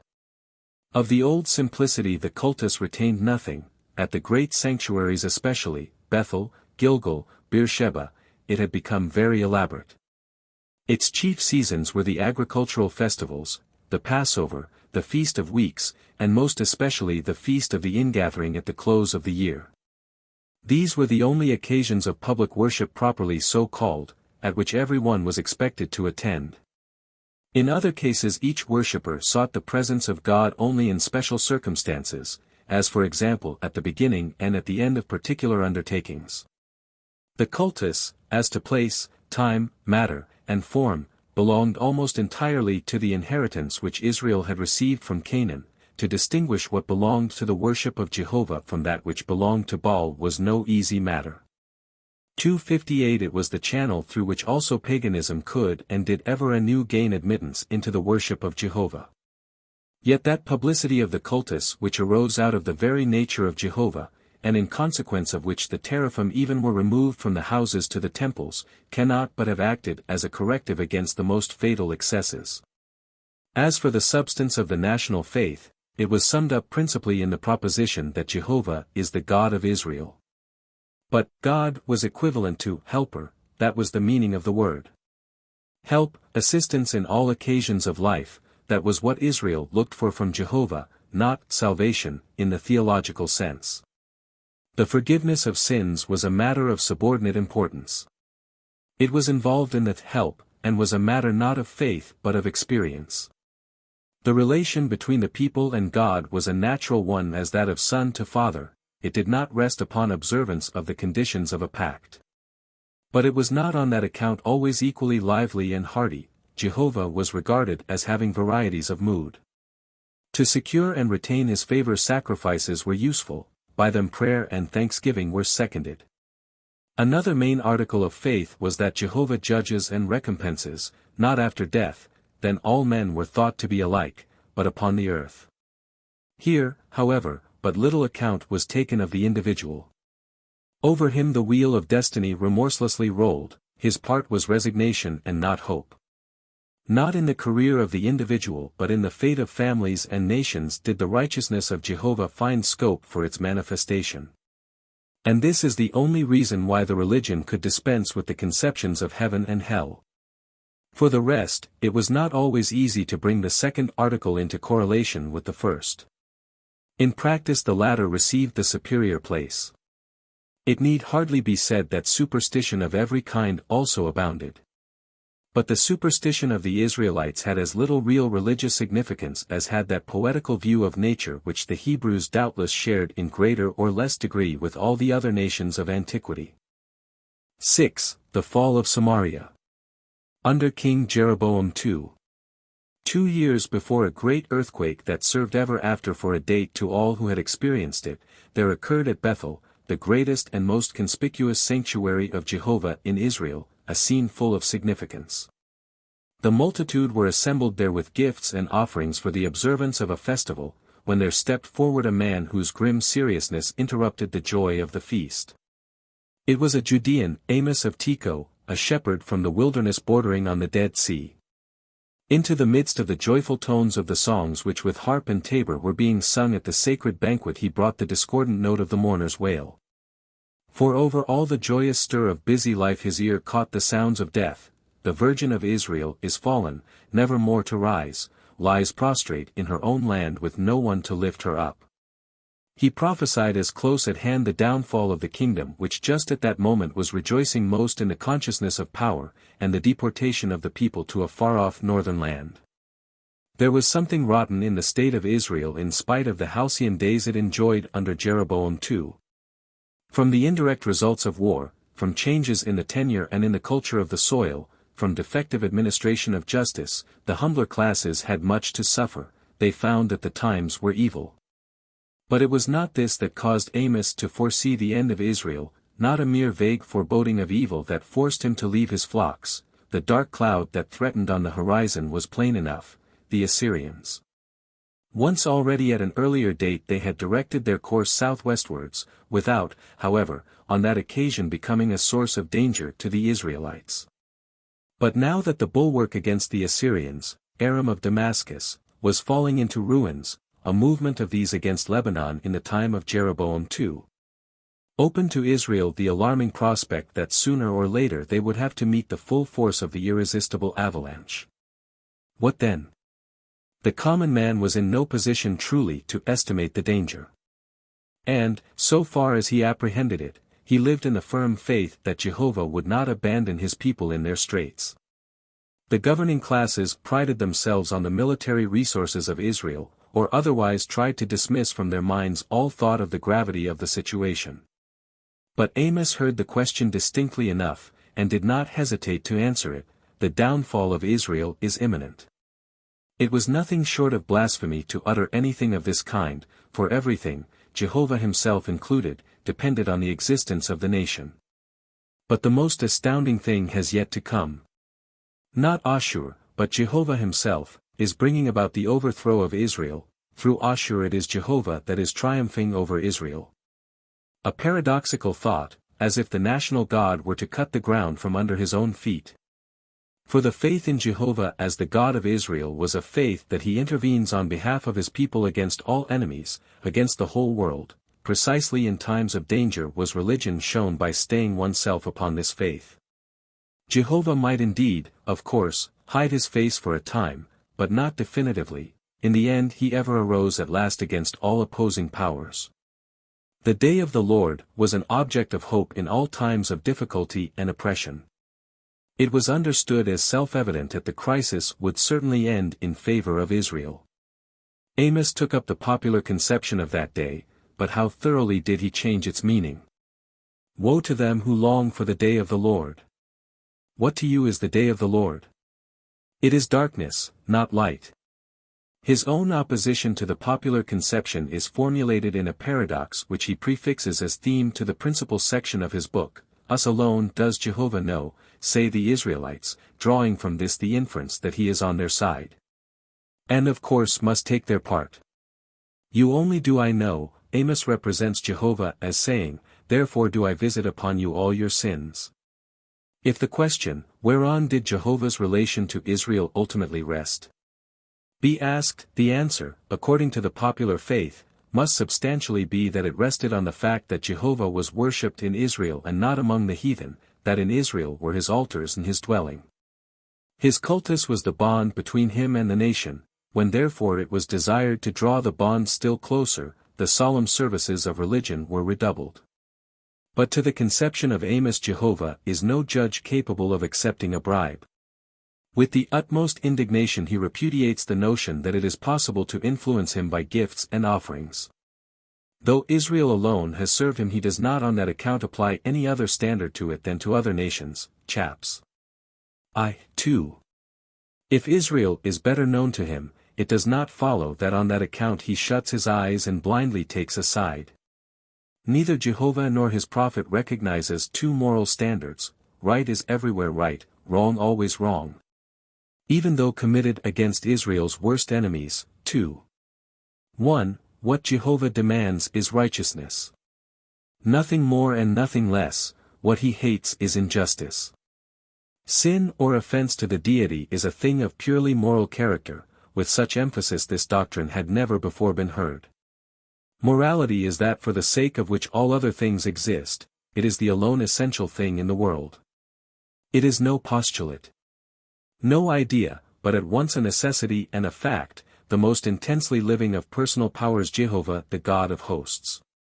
In wrath, in ruin, this holy reality makes its existence known, it annihilates all that is hollow and false. Amos calls Jehovah the God of hosts, never the God of Israel. The nation as such is no religious conception to him, from its mere existence he cannot formulate any article of faith. Sometimes it seems as if he were denying Israel's prerogative altogether. He does not really do so, but at least the prerogative is conditional and involves a heavy responsibility. The saying in 3:2 recalls Luke 12:47. The proposition, Jehovah knows Israel, is in the mouth of Amos almost the same thing as, Israel knows Jehovah. Save only that this is not to be regarded as any merit on Israel's part, but as a manifestation of the grace of Jehovah, who has led his people by great deeds and holy men, and so made himself known.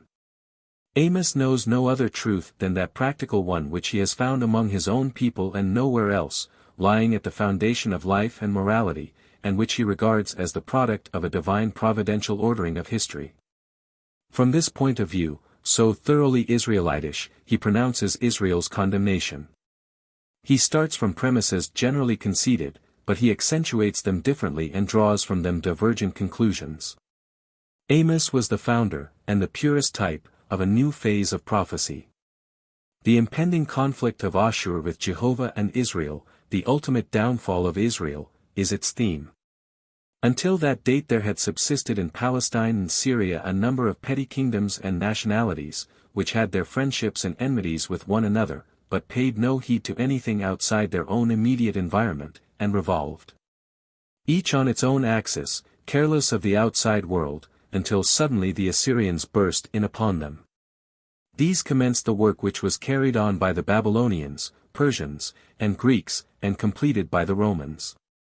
They introduced a new factor, the conception of the world of course in the historical sense of that expression. In presence of that conception the petty nationalities lost their center of gravity, brute fact dispelled their illusions, they flung their gods to the moles and to the bats, Isa 2. The prophets of Israel alone did not allow themselves to be taken by surprise by what had occurred, or to be plunged in despair. They solved by anticipation the grim problem which history set before them.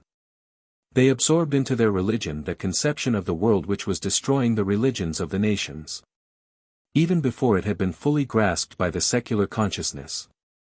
Where others saw only the ruin of everything that is holiest, they saw the triumph of Jehovah over delusion and error. Whatever else might be overthrown, the really worthy remained unshaken.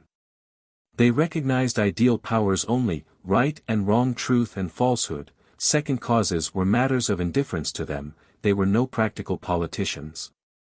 But they watched the course of events attentively. Nay, with passionate interest. The present, which was passing before them, became to them as it were the plot of a divine drama which they watched with an intelligence that anticipated the denouement.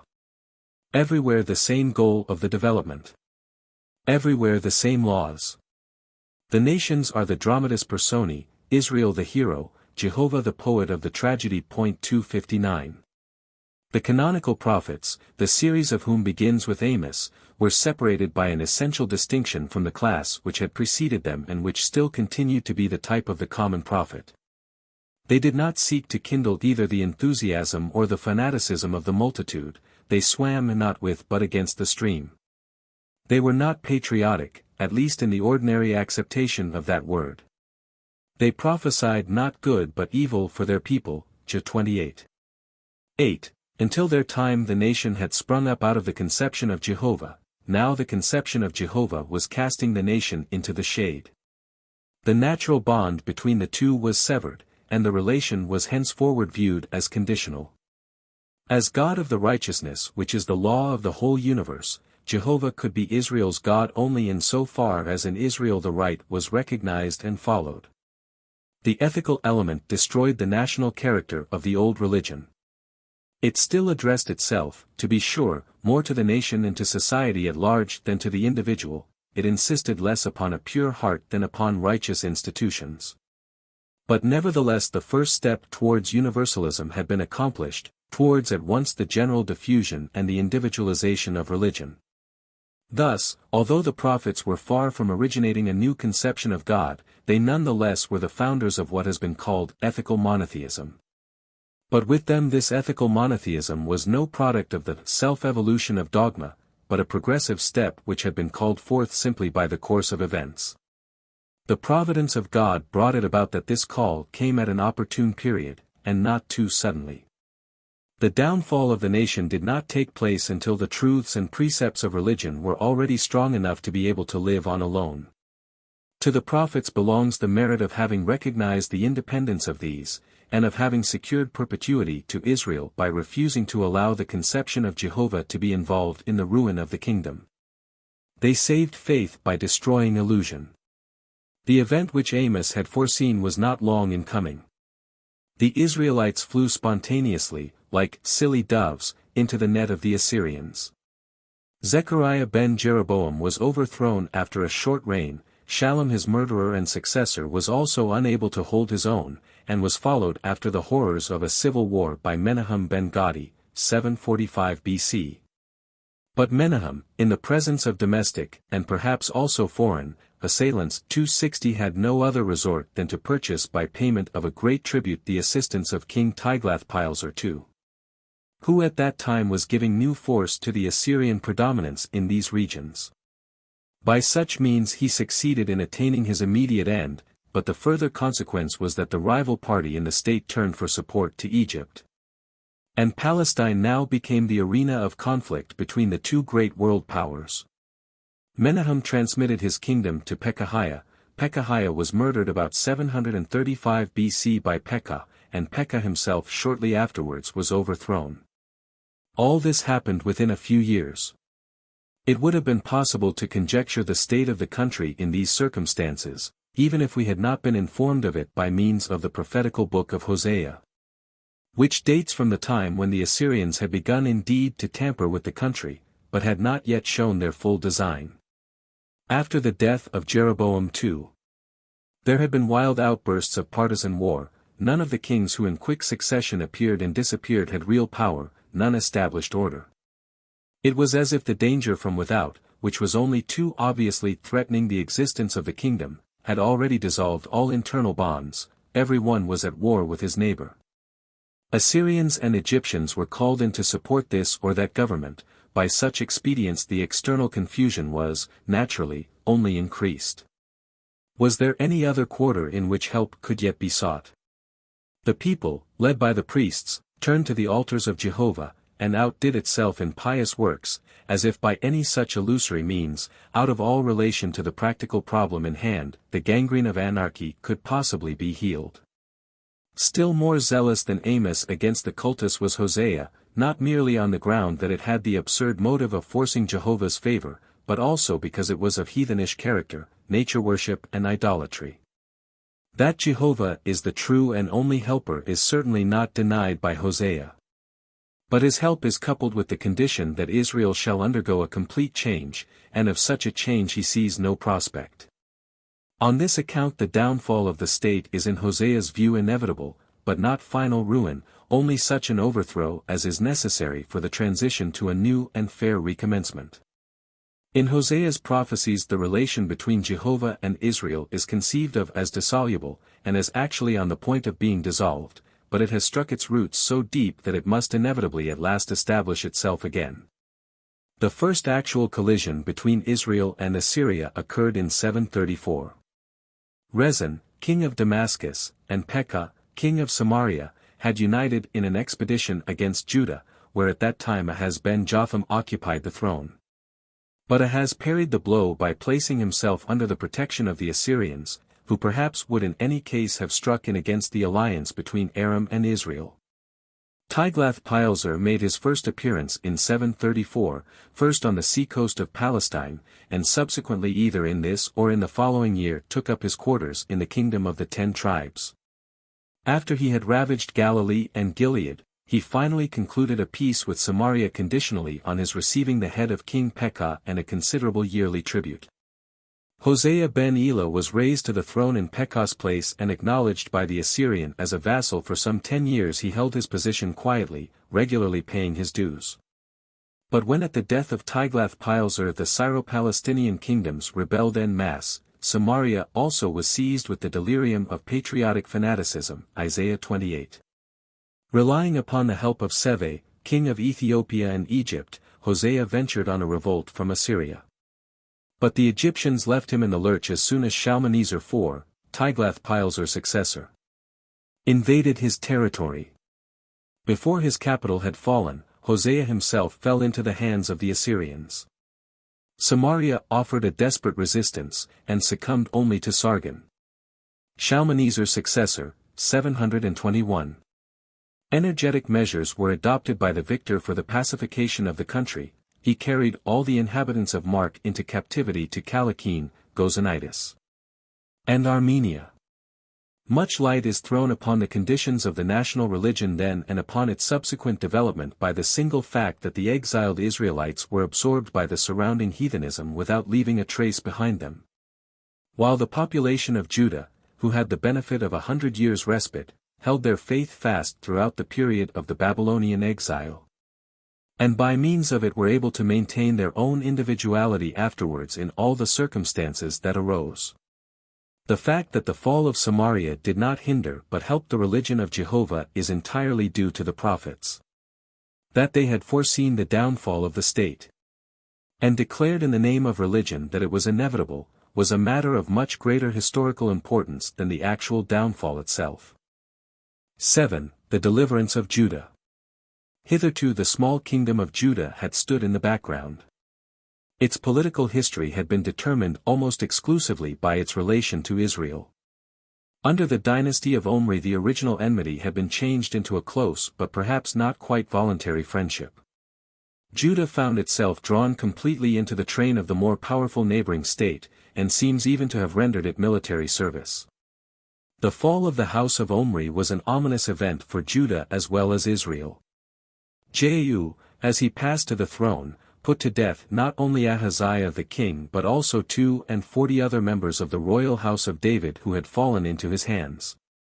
And those who still survived, children for the most part, were murdered wholesale by the regent Athaliah for reasons that are unknown. Only one little boy, Joash, was concealed from her fury, and by a successful conspiracy 6 years afterwards was placed upon the throne of his ancestors. At that time the Syrians were extending their incursions to Judah and Philistia, and Joash bought them off from Jerusalem with the temple treasures. Perhaps it was this disgrace that he expiated with his death. In like manner perhaps the assassination of his successor Amaziah is to be accounted for by the discredit he had incurred by a reckless and unsuccessful war against Israel. Just as Israel was beginning to recover itself after the happy termination of the Syrian wars, Judah also experienced its period of highest prosperity. What Jeroboam II was to the northern kingdom, Uzziah was to that of the south. He appears to have obtained possession of Edom, and for a considerable time to have held that one province of David's conquests which fell to Judah, and at the trading port of Elath he revived the commerce which Solomon had created. The prosperity of his long reign was uninterrupted till in his later years he was smitten with leprosy, and found it necessary to hand over the affairs of the kingdom to his son Jotham. But Jotham appears to have died about the same time as his father, his successor, still in very early youth, Isa 3:12, being Ahaz ben Jotham ben Uzziah. If Judah could not compare with Israel in political and general historical importance, it nevertheless enjoyed more than one considerable advantage over the larger kingdom. It was much safer from foreign foes. For the Egyptians, as a rule, were not dangerous neighbors. But its chief advantage consisted in the stability of its dynasty. It was David who had elevated Judah and Jerusalem to a position of historical significance, and the prosperity of his house was most intimately connected with that of the town and territory, and even with that of religion. On two separate occasions it occurred that a king of Judah was murdered by subjects, but in both cases the people of the land rose up against the assassins and once more placed a member of the Davidic family upon the throne. The one actual recorded revolution was that against Athaliah, which had for its object the restoration of the throne to the legitimate heir. Under shelter of the monarchy, the other institutions of the state also acquired a measure of permanency such as was not found at all in Israel, where everything depended on the character of individuals. And the existing order of things was ever liable to be subjected to fresh dispute. Life in Judah was a much more stable affair, though not so exciting or dramatic. Possibly the greater isolation of the little kingdom, its more intimate relations with the neighboring wilderness, and the more primitive modes of life which resulted, were also factors which contributed to this general result. In the capital of course the life was not primitive, and its influence was undoubtedly greater than that of the country. Successive kings exerted themselves for its external improvement, and in this respect Hezekiah ben Ahaz was specially distinguished. Above all they manifested sincere interest in the temple, which from an early period exerted a powerful force of attraction over the entire mass of the population. They regulated the cultus according to their individual tastes, added to it or curtailed it at their pleasure, and dealt with the sacred treasures as they chose. Although the priests had in a certain sense great power, the conspiracy against Athaliah was led not by a prophet but by a priest. They were nevertheless subjects of the king, and had to act according to his orders. That the cultus of Jehovah at Jerusalem was purer than that at Bethel or at Samaria is an assertion which is contradicted by more than one well-attested fact.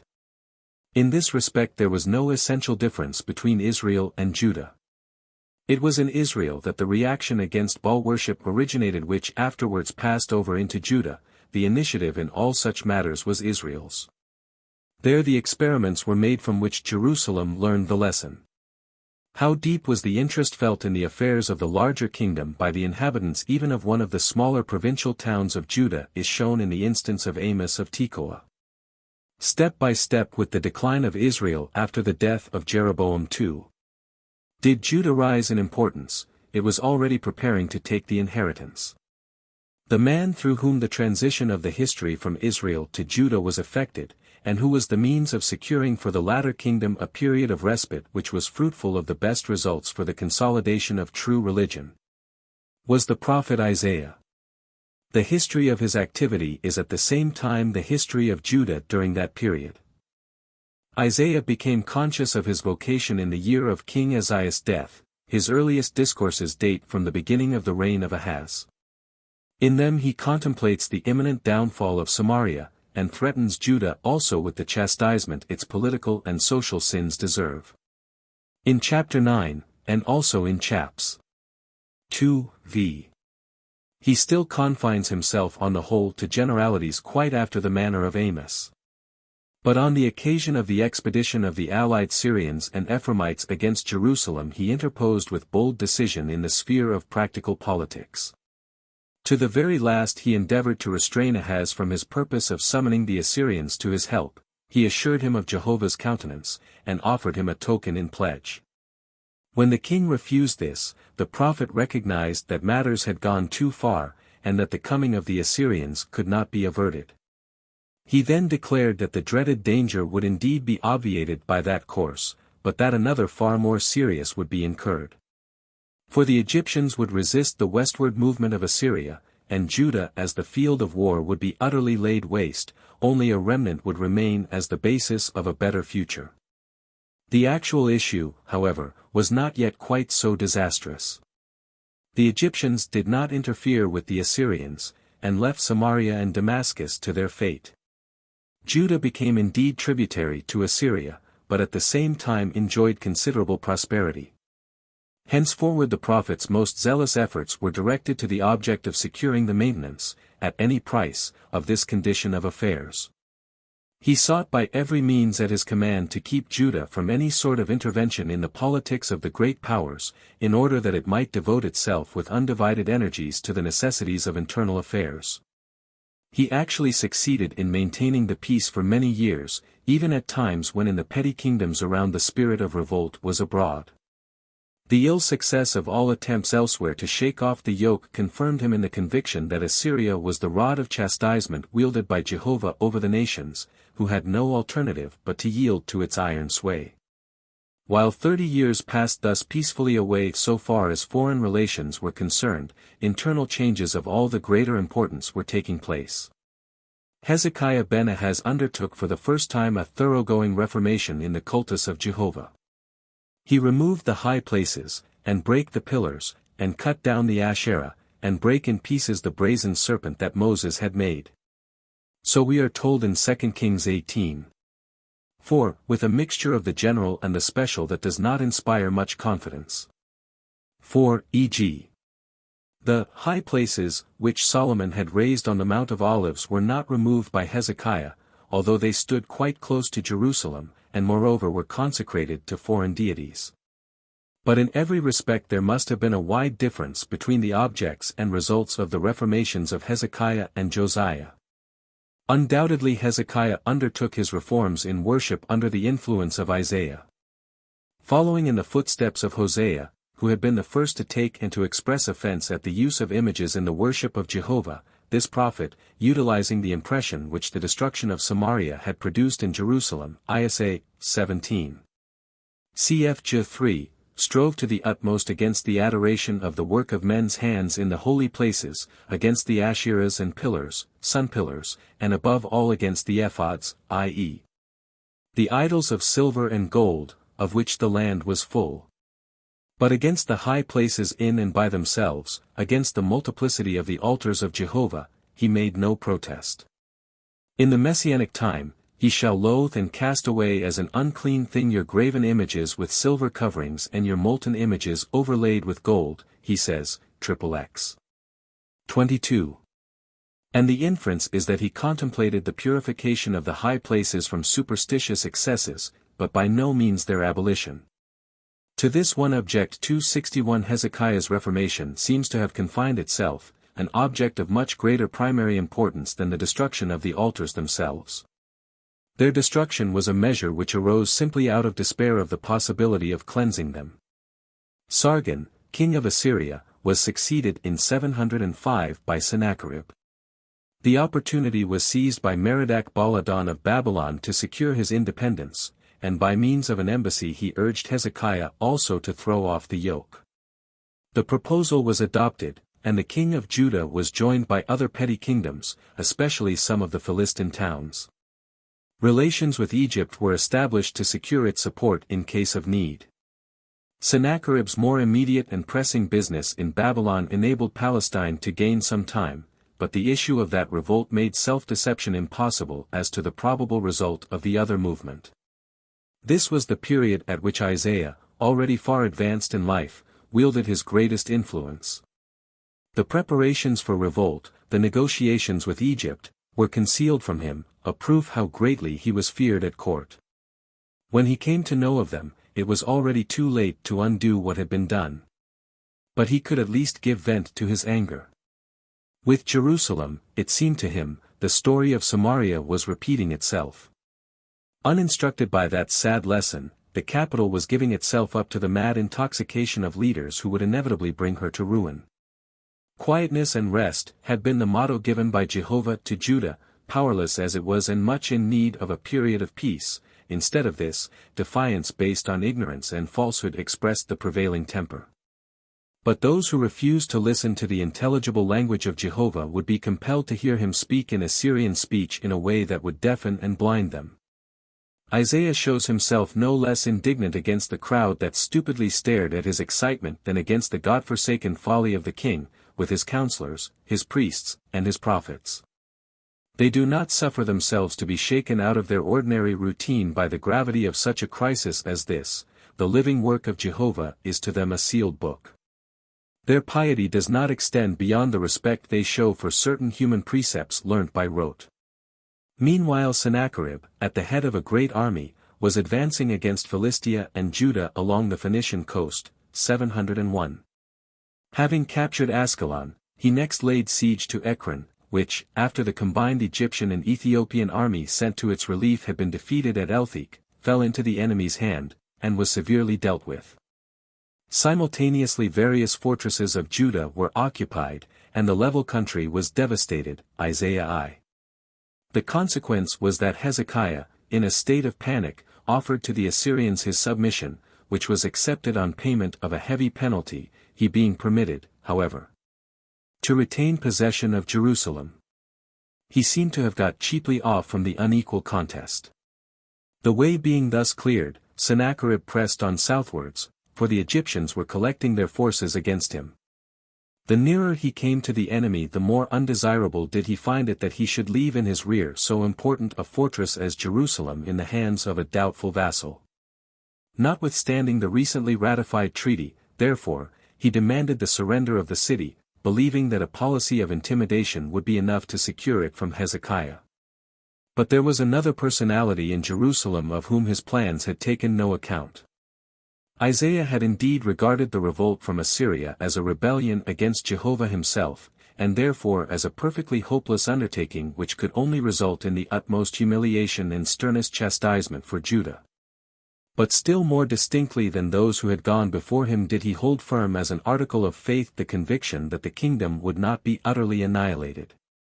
All his speeches of solemn warning closed with the announcement that a remnant should return and form the kernel of a new commonwealth to be fashioned after Jehovah's own heart.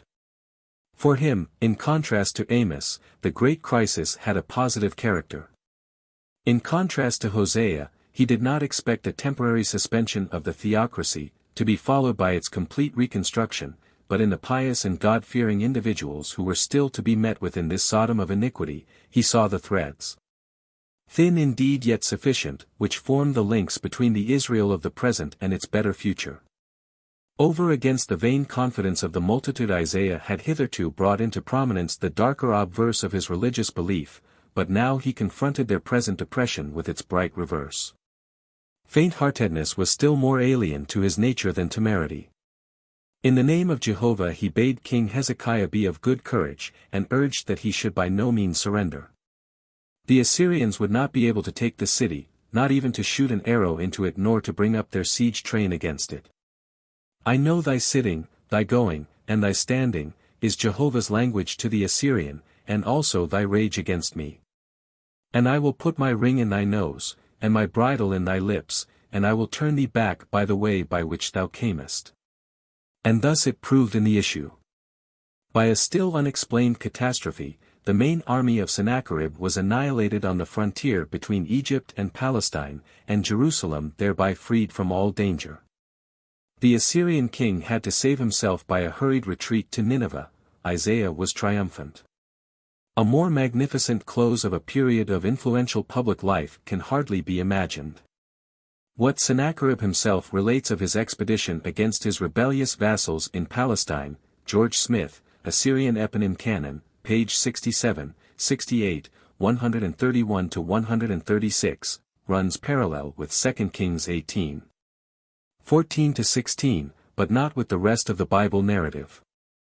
These three verses are peculiar, and their source is different from that of the context. After having captured various Phoenician cities, and received tribute from a number of kings, his first measure is forcibly to restore the Assyrian governor who had been expelled from Ascalon, and next he turns his arms against Ekron. This city had put in irons its own king, Poti, who remained loyal to the suzerain, and handed him over to Hezekiah, who appears as the soul of the rebellion in these quarters. The Egyptians, who as usual have a hand in the matter, advance with an army for the relief of the beleaguered city, but are defeated near Elthek in the immediate neighborhood. Ekron is taken, remorselessly chastised, and forced to take Poti back again as its king. For Hezekiah in the meantime has delivered up his prisoner, and, terrified by the fall of his fortresses and the devastation of his territory, has accepted the position of a vassal once more, paying at the same time a heavy fine, inclusive of 30 talents of gold and 800 of silver. Such is the Assyrian account. If we treat the 300 talents mentioned in 2 Kings 18:14 as Syrian, equals 800 Babylonian, it completely fills in the vague outlines given in 2 Kings 18:14-16, and, while confirming in their place immediately after ver. 13 these verses, unrelated as they are to the main connection of the biblical narrative, corrects them only in one point. By making it probable that the subjection of Hezekiah, which is not equivalent to the surrender of his city, took place while Sennacherib was still before Ekron, and not at later date when he had gone further south towards Libnah. As regards his further advance towards Egypt, and the reasons of his sudden withdrawal, related by Herodotus also from Egyptian tradition, the great king is silent, having nothing to boast of in it. The Battle of Elthek, which is to be regarded only as an episode in the siege of Ekron, being merely the repulse of the Egyptian relieving army, was not an event of great historical importance, and ought not to be brought into any connection either with 2 Kings 19:7 or with 19:35. Sennacherib's inscription speaks only of the first and prosperous stage of the expedition, not of the decisive one which resulted so disastrously for him, as must be clear from the words themselves to every unprejudiced reader. 8. The Prophetic Reformation. Isaiah was so completely a prophet that even his wife was called the prophetess after him. No such title could have been bestowed on the wife of either Amos or Hosea. But what distinguished him more than anything else from those predecessors was that his position was not, like theirs, apart from the government. He sat close to the helm, and took a very real part in directing the course of the vessel. He was more positive and practical than they. He wished to make his influence felt, and when for the moment he was unsuccessful in this so far as the great whole of the state was concerned, he busied himself in gathering round him a small circle of like-minded persons on whom his hope for the future rested. Now that Israel had been destroyed, he wished at all events to save Judah. The lofty ideality of his faith, too, one seek, did not hinder him from calling in the aid of practical means for this end. But the current of his activities was by the circumstances of the case directed into a channel in which after his death they continued to flow towards a goal which had hardly been contemplated by himself. The political importance of the people of Jehovah was reduced to a minimum when Judah only was left. Already at an earlier period in that kingdom the sacred had come to be of more importance than the secular. Much more was this the case under the suzerainty of Assyria. The circumstances of the time themselves urged that the religion of Israel should divest itself of all politico-national character, but Isaiah also did his best to further this end. It was his most zealous endeavor to hold king and people aloof from every patriotic movement. To him the true religious attitude was one of quietness and sitting still, non-intervention in political affairs, concentration on the problems of internal government. But he was compelled to leave over for the coming Messiah, 11:1 seek that reformation in legal and social matters which seemed to him so necessary. All that he could bring the secular rulers of his country to undertake was a reform in worship. This was the most easily solved of the problems alluded to above, and it was also that which most closely corresponded to the character of the kingdom of Judah. Thus it came about that the reform of the theocracy which had been contemplated by Isaiah led to its transformation into an ecclesiastical state. No less influential in effecting a radical change in the old popular religion was Isaiah's doctrine which identified the true Israel with the holy remnant which alone should emerge from the crisis unconsumed. For that remnant was more than a mere object of hope, it actually stood before him in the persons of that little group of pious individuals gathered around him. Isaiah founded no ecclesiola in ecclesia, indeed, but certainly an ecclesia in civitate Dei. Now began that distinction between the true Israel and the Israel according to the flesh, that bipartite division of the nation which became so important in later times. As head and founder of the prophetic party in Judah, Isaiah was, involuntarily, the man who took the first steps towards the institution of the church. The catastrophe which befell the army of Sennacherib had no very great effect upon the external affairs of Judah. Sennacherib indeed, being busy in the east, was unable to retrieve the loss he had sustained, but his son Esarhaddon, who succeeded him in 681, resumed the Egyptian war with better success. He made himself master of the Nile Valley, and brought the Ethiopians into submission. That the petty kingdoms of Palestine returned to the old relations of dependence is to be taken as a matter of course.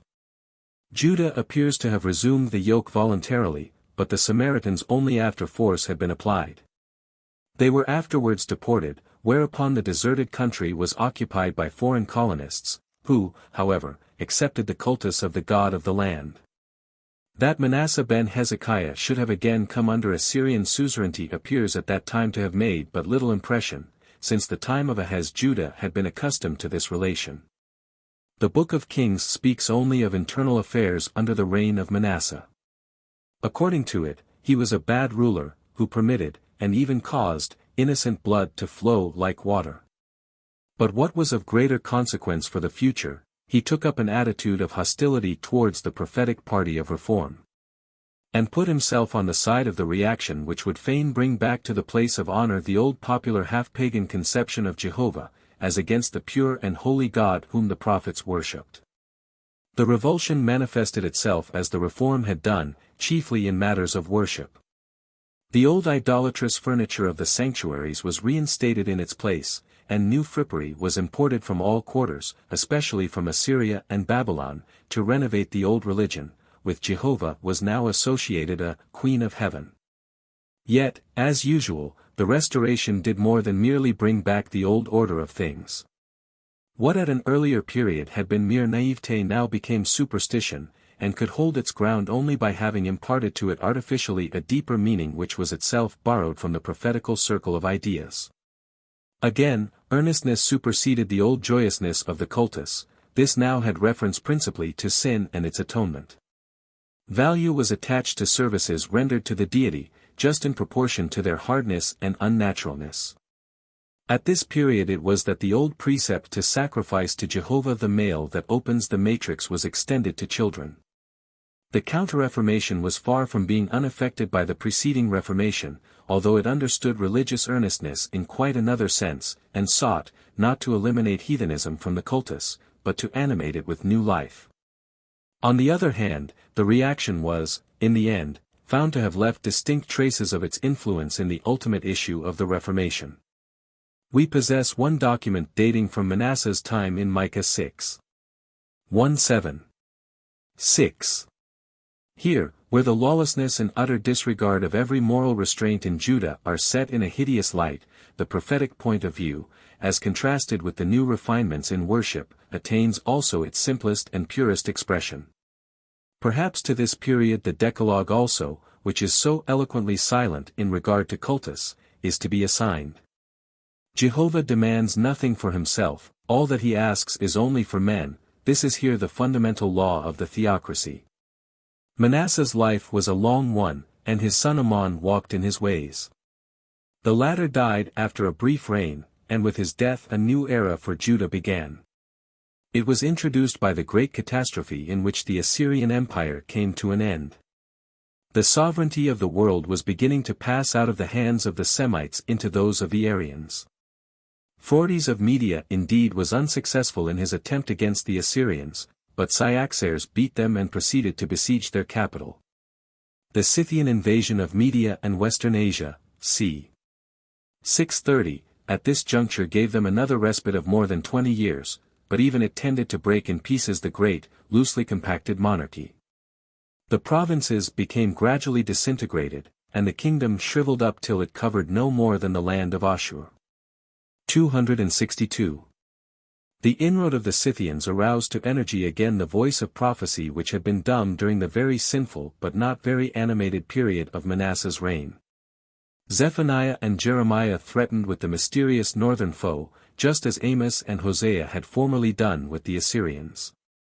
The Scythians actually did invade Palestine in 626, the 13th year of Josiah, and penetrated as far as to Egypt.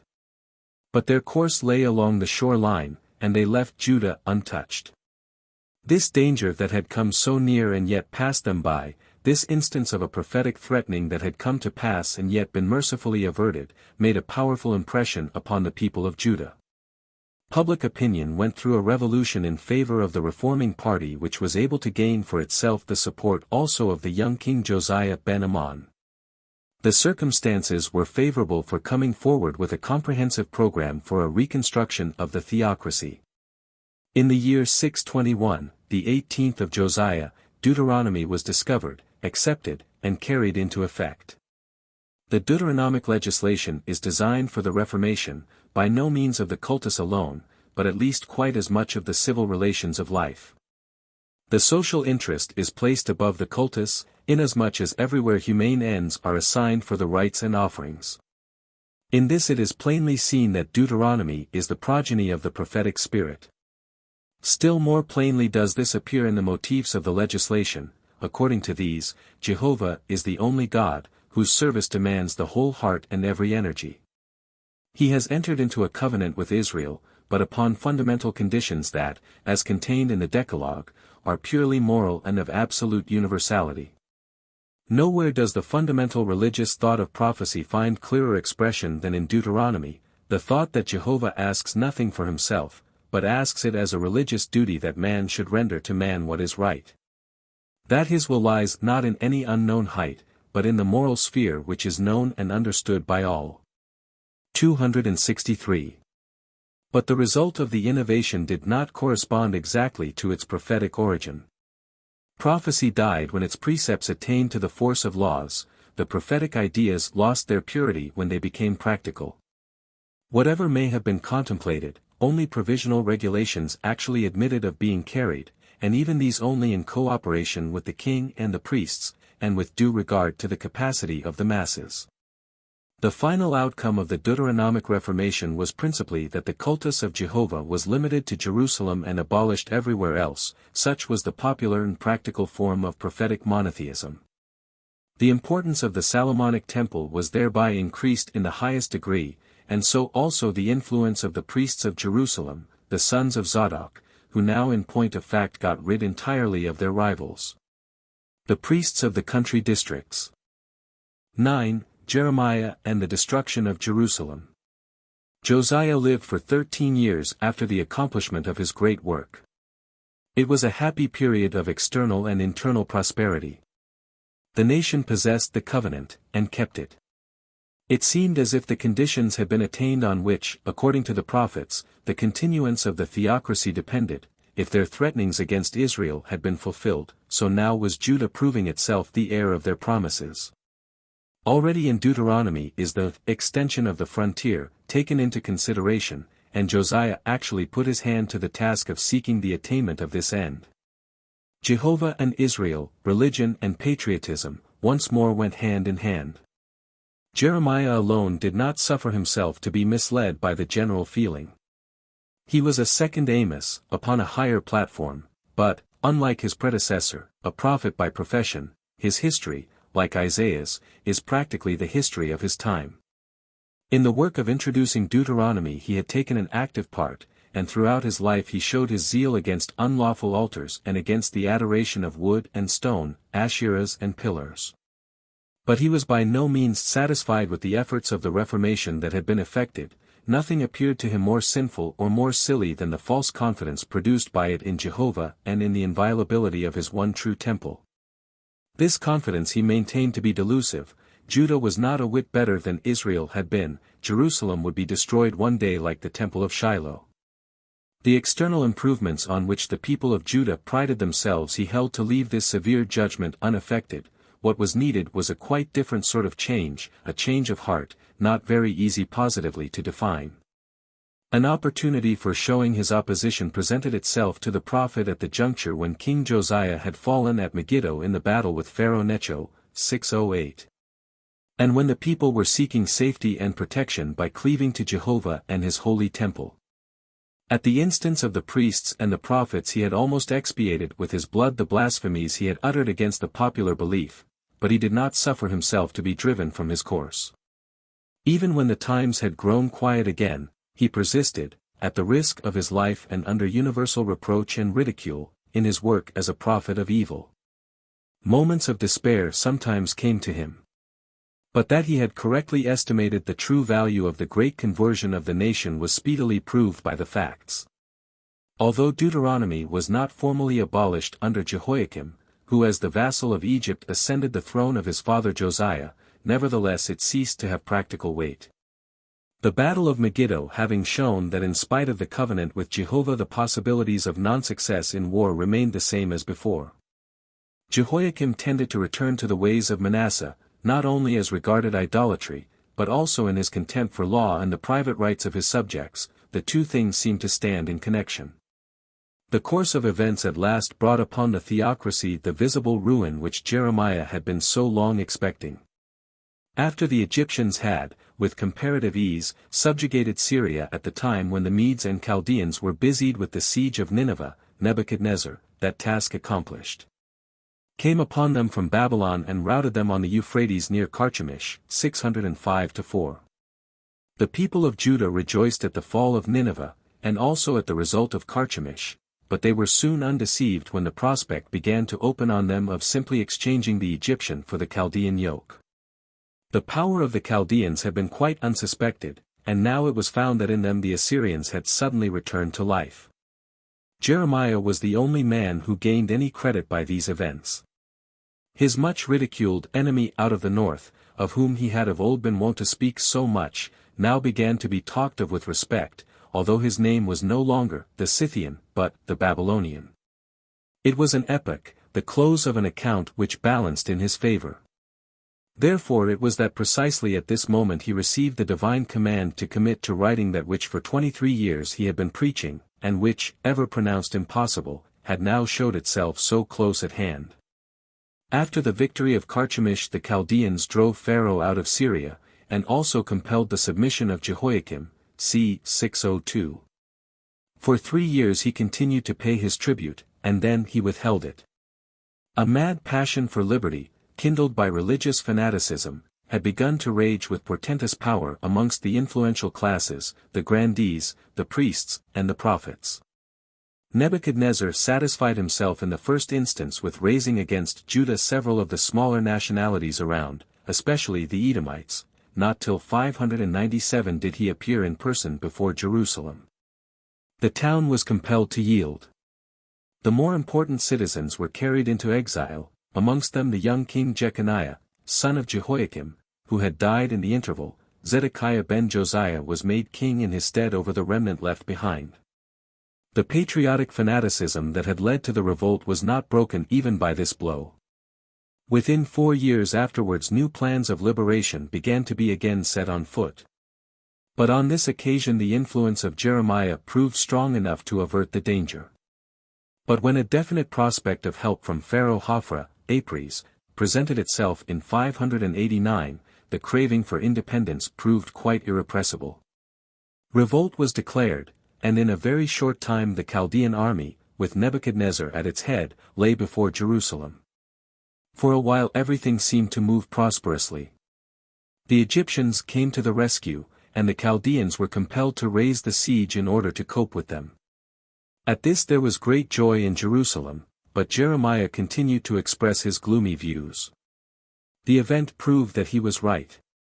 The Egyptians were repulsed and the siege resumed. The city was bent on obstinate resistance. In vain did Jeremiah, at continual risk of his life, endeavor to bring it to reason. The king, who agreed with the prophet, did not venture to assert his opinion against the dominant terrorism. The town in these circumstances was at last taken by storm, and along with the temple, reduced to ruins. Cruel vengeance was taken on the king and grandees, and the pacification of the country was ensured by another and larger deportation of the inhabitants to Babylon. Thus terminated in 586 the kingdom of Judah. The prophets had been the spiritual destroyers of the old Israel. In old times the nation had been the ideal of religion in actual realization. The prophets confronted the nation with an ideal to which it did not correspond. Then to bridge over this interval the abstract ideal was framed into a law, and to this law the nation was to be conformed. The attempt had very important consequences, inasmuch as Jehovah continued to be a living power in the law, when he was no longer realized as present in the nation, but that was not what the prophets had meant to effect. What they were unconsciously laboring towards was that religious individualism which had its historical source in the national downfall, and manifested itself not exclusively within the prophetical sphere.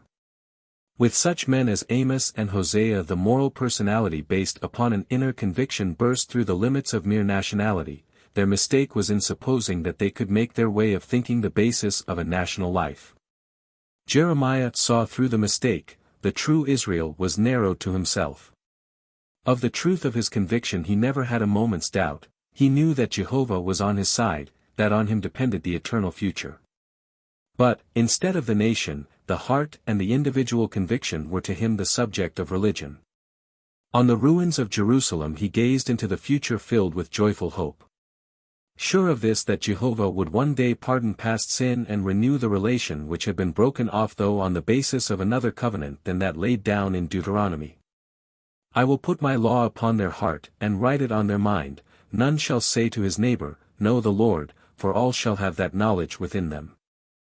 The Captivity and the Restoration. The exiled Jews were not scattered all over Chaldea, but were allowed to remain together in families and clans.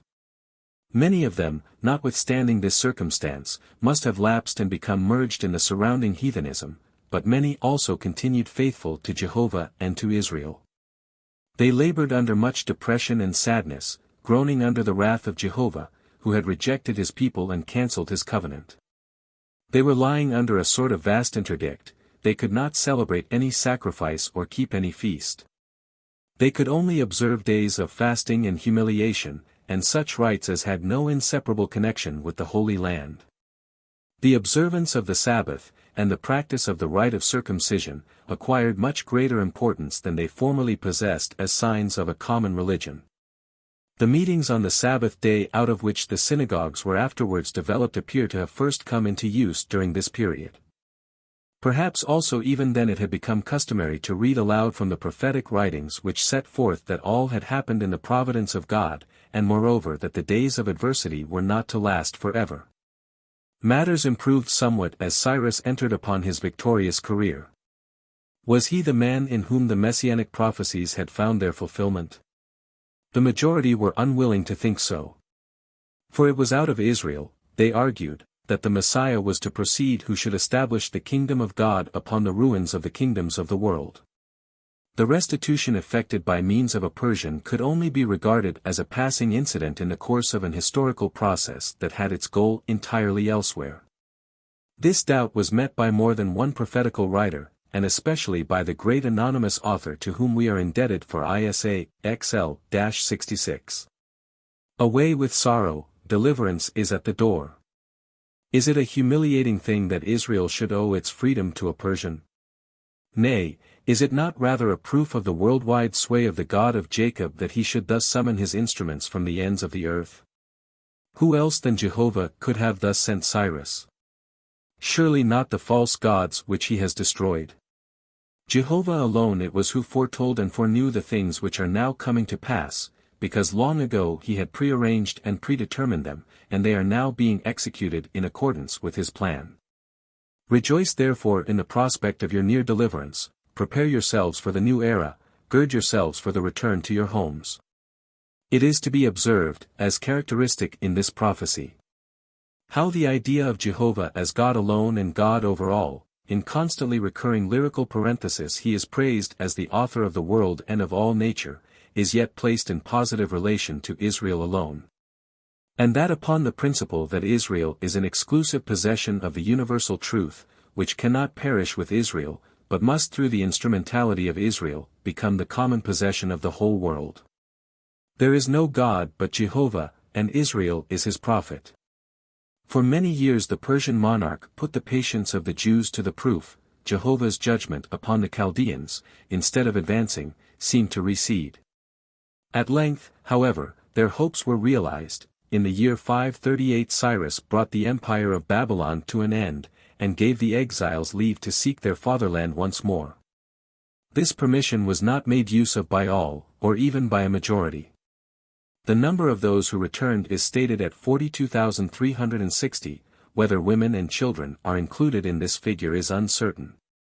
On arriving at their destination, after the difficult march through the desert, they did not spread themselves over the whole of Judah, but settled chiefly in the neighborhood of Jerusalem. The Calebites, for example, who previously had had their settlements in and around Hebron, now settled in Bethlehem and in the district of Ephrath. They found it necessary to concentrate themselves in face of a threatened admixture of doubtful elements. From all sides people belonging to the surrounding nations had pressed into the depopulated territory of Judah. Not only had they annexed the border territories, where, for example, the Edomites or Idumeans held the whole of the Negev as far as to Hebron. They had effected lodgments everywhere, and, as the Ammonites, Ashdodites, and especially the Samaritans, had amalgamated with the older Jewish population, a residue of which had remained in the country in spite of all that had happened. These half-breed Pagani, Ammi-Herek, Kailanda Omicron Iota, gave a friendly reception to the returning exiles. Ben Hagolah, particularly did the Samaritans show themselves anxious to make common cause with them. But they were met with no reciprocal cordiality. The lesson of religious isolation which the children of the captivity had learned in Babylon, they did not forget on their return to their home. Here also they lived as in a strange land. Not the native of Judea, but the man who could trace his descent from the exiles in Babylon, was reckoned as belonging to their community. The first decennia after the return of the exiles, during which they were occupied in adjusting themselves to their new homes, were passed under a variety of adverse circumstances and by no means either in joyousness or security. Were these then the messianic times which, it had been foretold, were to dawn at the close of their captivity? They did not at all events answer the expectations which had been formed. A settlement had been again obtained, it was true, in the fatherland, but the Persian yoke pressed now more heavily than ever the Babylonian had done. The sins of God's people seemed still unforgiven, their period of bond service not yet at an end. A slight improvement, as is shown by the prophecies of Haggai and Zechariah, followed when in the year 520 the obstacles disappeared which until then had stood in the way of the rebuilding of the temple. The work then begun was completed in 516. Inasmuch as the Jews were now nothing more than a religious community, based upon the traditions of a national existence that had ceased, the rebuilding of the temple, naturally, was for them an event of supreme importance. The law of the new theocracy was the book of Deuteronomy. This was the foundation on which the structure was to be built. But the force of circumstances, and the spirit of the age, had even before and during the exile exerted a modifying influence upon that legislative code, and it continued to do so still. At first a son of David had continued to stand at the head of the Ben Hagolah, but this last relic of the old monarchy soon had to give way to a Persian governor who was under the control of the satrap of Trans-Euphratic Syria, and whose principal business was the collection of revenue. Thenceforward the sole national chief was Joshua the high priest, on whom, accordingly, the political representation also of the community naturally devolved. In the circumstances as they then were no other arrangement was possible. The way had been paved for it long before in so far as the Assyrians had destroyed the kingdom of Israel, while in the kingdom of Judah which survived it the religious cultus had greater importance attached to it than political affairs. And also inasmuch as in point of fact the practical issue of the prophetic Reformation sketched in Deuteronomy had been to make the temple the national center still more than formerly. The hierocracy towards which Ezekiel had already opened the way was simply inevitable. It took the form of a monarchy of the high priest, he having stepped into the place formerly occupied by the theocratic king. As his peers and at his side stood the members of his clan, the Levites of the Old Jerusalem, who traced their descent from Zadok, Sadoc. The common Levites held a much lower rank, so far as they had maintained their priestly rank at all and had not been degraded, in accordance with Ezekiel's law, chapter 44, to the position of mere temple servitors. Levite, once the title of honor bestowed on all priests, became more and more confined to members of the second order of the clergy. Meanwhile no improvement was taking place in the condition of the Jewish colonists. They were poor. They had incurred the hostility of their neighbors by their exclusiveness. The Persian government was suspicious. The incipient decline of the great kingdom was accompanied with specially unpleasant consequences so far as Palestine was concerned, Megabyzus. All this naturally tended to produce in the community a certain laxity and depression. To what purpose, it was asked, all this religious strictness, which led to so much that was unpleasant? Why all this zeal for Jehovah, who refused to be mollified by it? It is a significant fact that the upper ranks of the priesthood were least of all concerned to counteract this tendency. Their priesthood was less to them than the predominance which was based upon it. They looked upon the neighboring ethnarchs as their equals, and maintained relations of friendship with them. The general community was only following their example when it also began to mingle with the Ami Herek. The danger of Judaism merging into heathenism was imminent. But it was averted by a new accession from without. In the year 458 Ezra the scribe, with a great number of his compatriots, set out from Babylon, for the purpose of reinforcing the Jewish element in Palestine. The Jews of Babylon were more happily situated than their Palestinian brethren, and it was comparatively easy for them to take up a separatist attitude, because they were surrounded by heathenism and not partial but entire. They were no great losers from the circumstance that they were precluded from participating directly in the life of the ecclesiastical community. The Torah had long ago become separated from the people, and was now an independent abstraction following a career of its own. Babylonia was the place where a further codification of the law had been placed alongside of Deuteronomy. Ezekiel had led the way in reducing to theory and to writing the sacred praxis of his time. In this he was followed by an entire school. In their exile the Levites turned scribes. Since then Babylon continued to be the home of the Torah. And, while in Palestine itself the practice was becoming laxer, their literary study had gradually intensified the strictness and distinctive peculiarities of Judaism. And now there came to Palestine a Babylonian scribe having the law of his God in his hand, and armed with authority from the Persian king to proceed upon the basis of this law with a reformation of the community. Ezra did not set about introducing the new law immediately on his arrival in Judea. In the first instance he concentrated his attention on the task of effecting a strict separation between the Bene Hagolah and the heathen or half-heathen inhabitants. So much he could accomplish upon the basis of Deuteronomy, but it was long before he gave publicity to the law which he himself had brought. Why he hesitated so long it is impossible to say.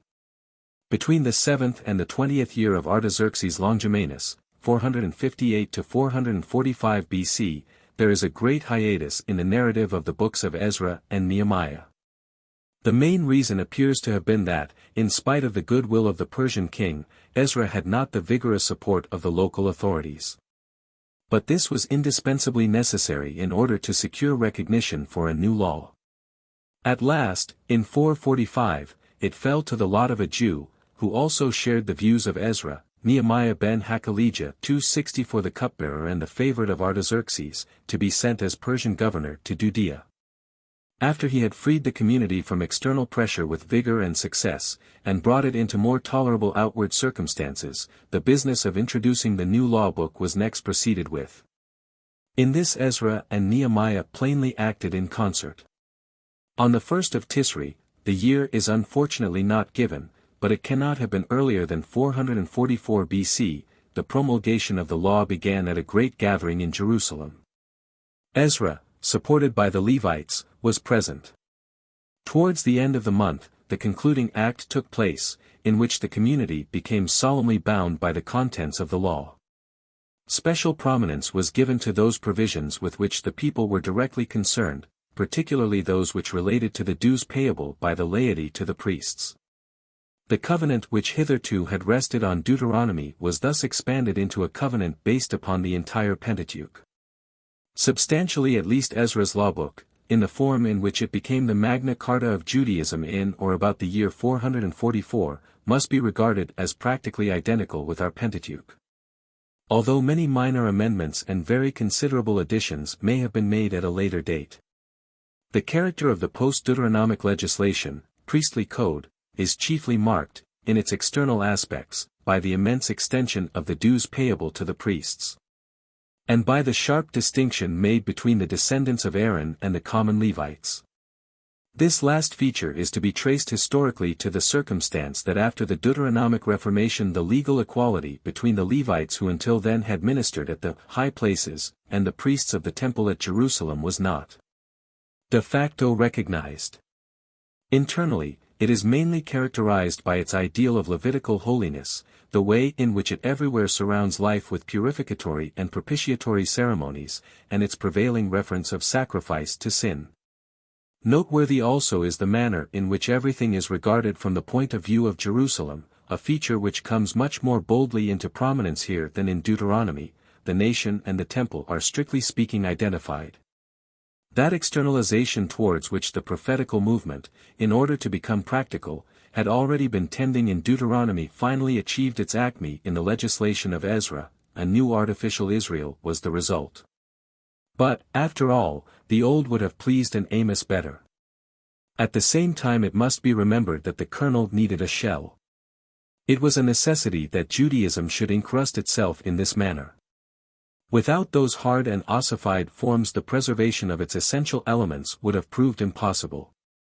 At a time when all nationalities, and at the same time all bonds of religion and national customs, were beginning to be broken up in the seeming cosmos and real chaos of the Greco-Roman Empire, the Jews stood out like a rock in the midst of the ocean. When the natural conditions of independent nationality all failed them, they nevertheless artificially maintained it with an energy truly marvelous, and thereby preserved for themselves, and at the same time for the whole world, an eternal good. As regards the subsequent history of the Jewish community under the Persian domination, we have almost no information. The high priest in Nehemiah's time was Eliashib, son of Joachim and grandson of Joshua, the patriarchal head of the sons of Zadok, who had returned from Babylon. He was succeeded in the direct line by Joiada, Johanan, and Jaddua, May 12. 10, 11, 22, the last named was in office at the time of Alexander the Great, Josephus, and 11. 8. Palestine was the province which suffered most severely of all from the storms which marked the last days of the sinking Persian Empire, and it is hardly likely that the Jews escaped their force. We know definitely, however, of only one episode, in which the Persian general Bagauses interfered in a disagreeable controversy about the high priesthood, CIR 375. To this period also, and not, as Josephus states, to the time of Alexander, belongs the constitution of the Samaritan community on an independent footing by Manasseh, a Jewish priest of rank. He was expelled from Jerusalem by Nehemiah in 432, for refusing to separate from his alien wife.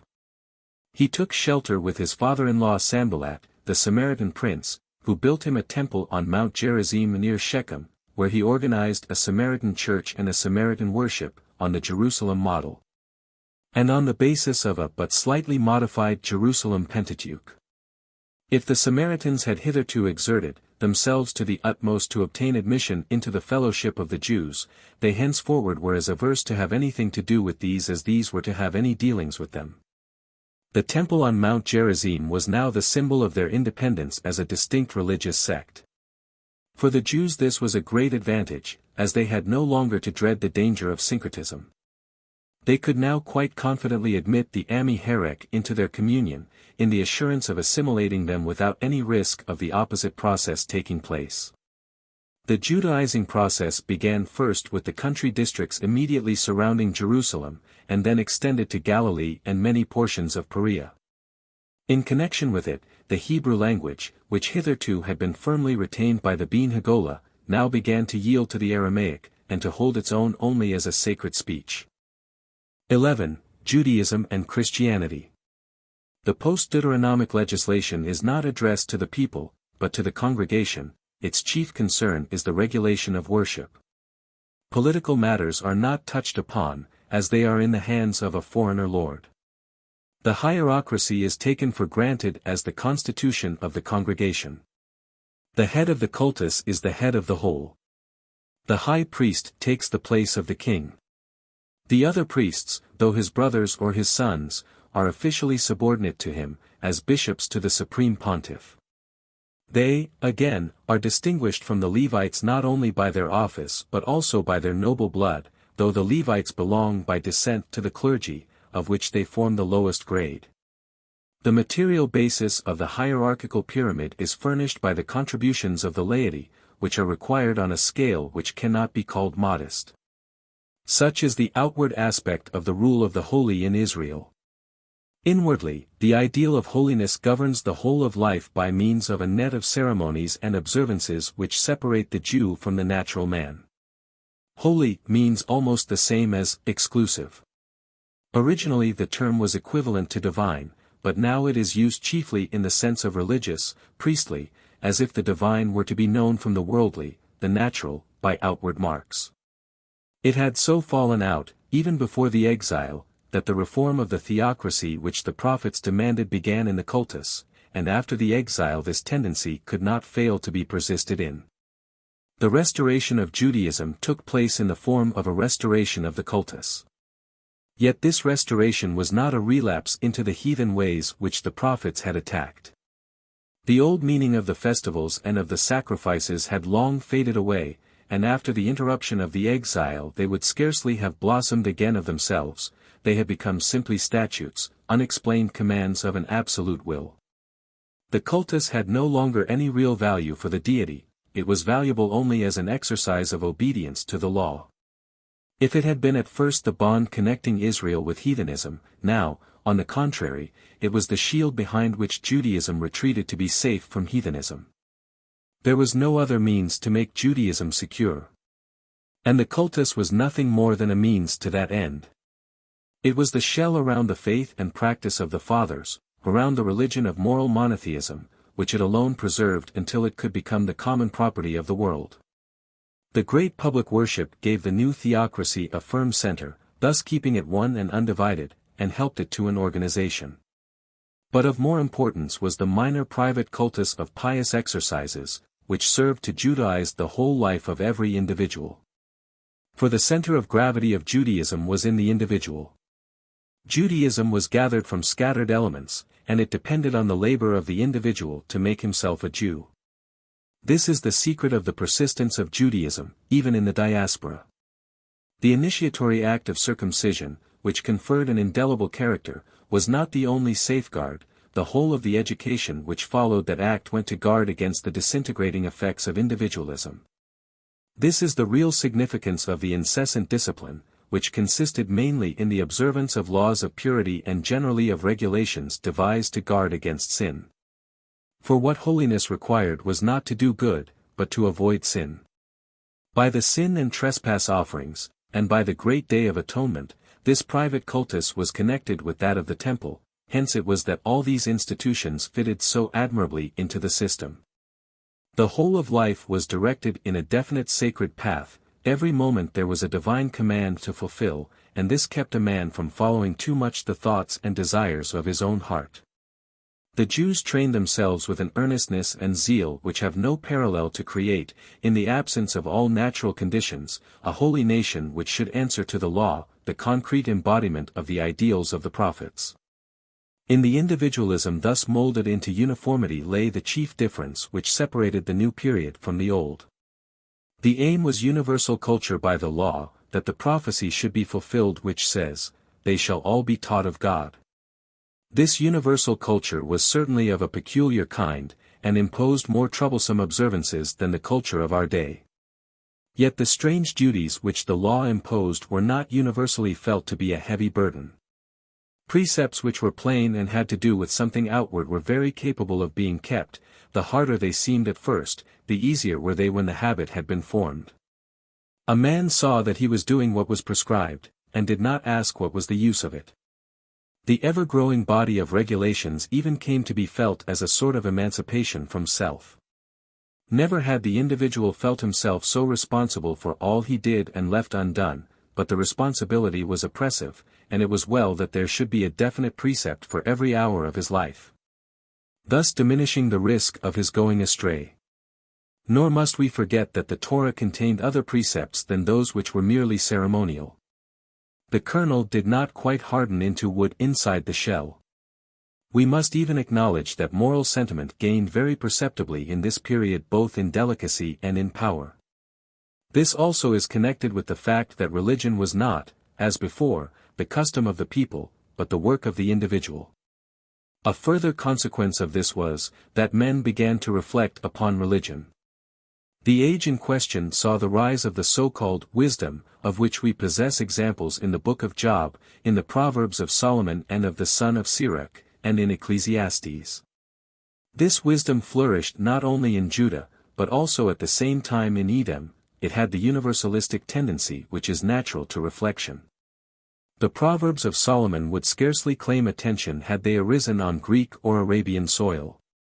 They are remarkable in their pale generality only because they are of Jewish origin. In the Book of Job, a problem of faith is treated by Syrians and Arabians just as if they were Jews. In Ecclesiastes, religion abandons the theocratic ground altogether, and becomes a kind of philosophy in which there is room even for doubt and unbelief. Speculation did not on the whole take away from depth of feeling. On the contrary, individualism helped to make religion more intense. This is seen strikingly in the Psalms, which are altogether the fruit of this period. Even the sacrificial practice of the priests was made subjective, being incorporated in the Torah, i.e., made a matter for everyone to learn. Though the laity could not take part in the ceremony, they were at least to be thoroughly informed in all the minutiae of the system.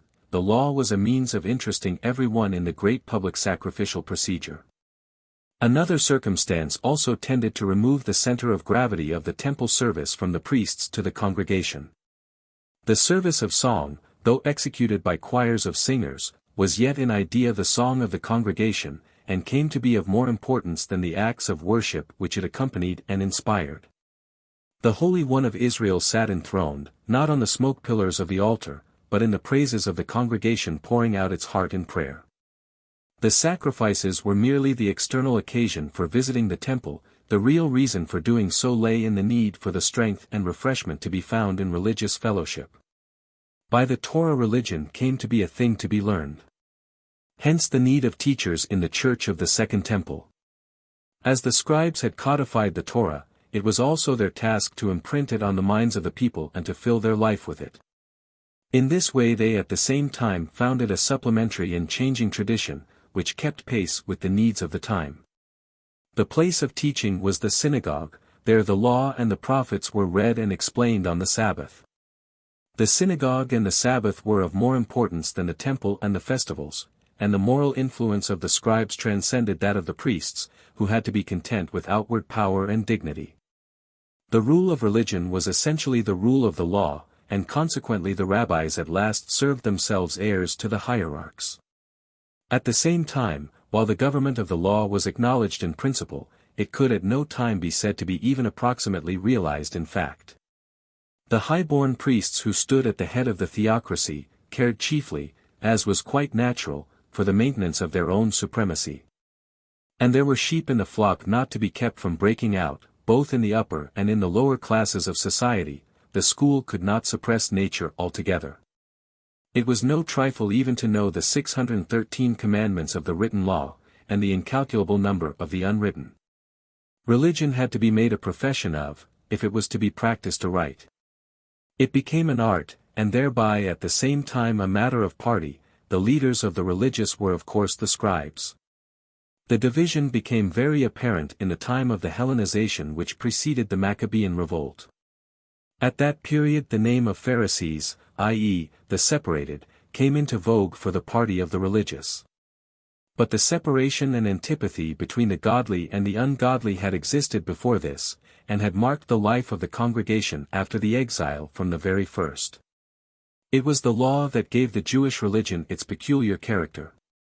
But, on the other hand, a hope was not wanting to that religion. The Jews cherished the prospect of a reward for the fulfilling of the law. This hope attached itself to the old prophecies, certainly in a very fantastic way.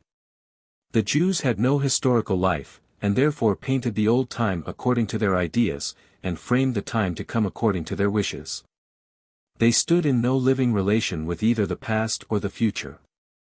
The present was not with them a bridge from the one to the other. They did not think of bestirring themselves with a view to the kingdom of God. They had no national and historical existence, and made no preparations to procure such a thing for themselves. They only hoped for it as a reward of faithful keeping of the law. Yet they dreamed not only of a restoration of the old kingdom, but of the erection of a universal world monarchy, which should raise its head at Jerusalem over the ruins of the heathen empires.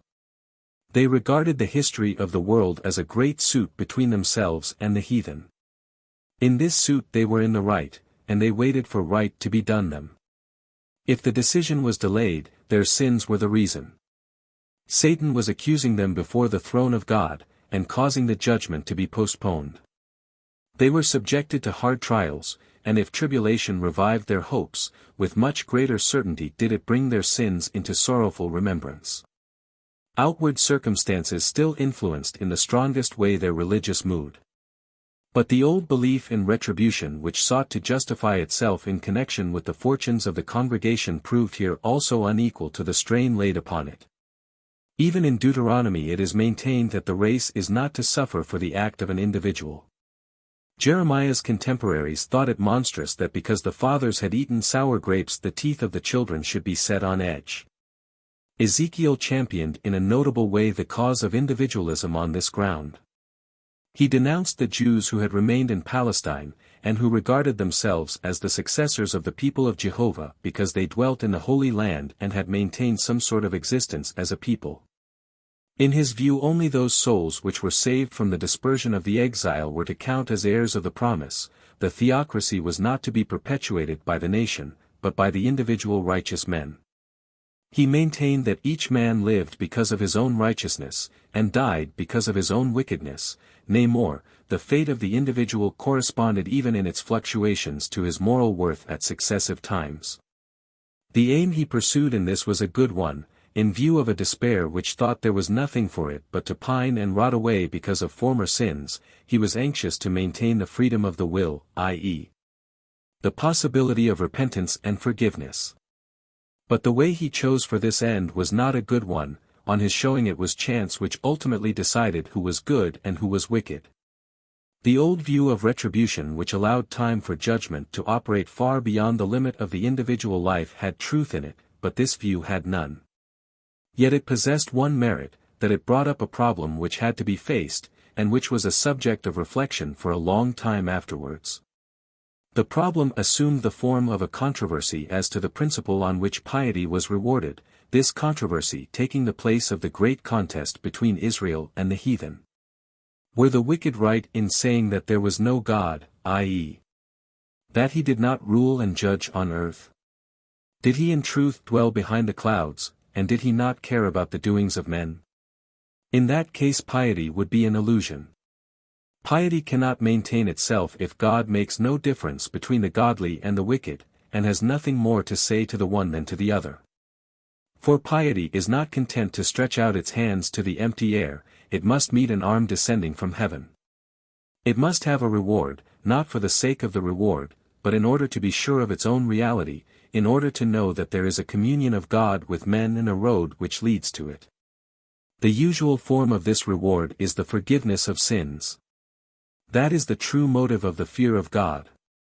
That is to say, as long as it is well with him, the godly man does not doubt, and so does not require any unmistakable evidence by which he may be justified and assured of the favor of God.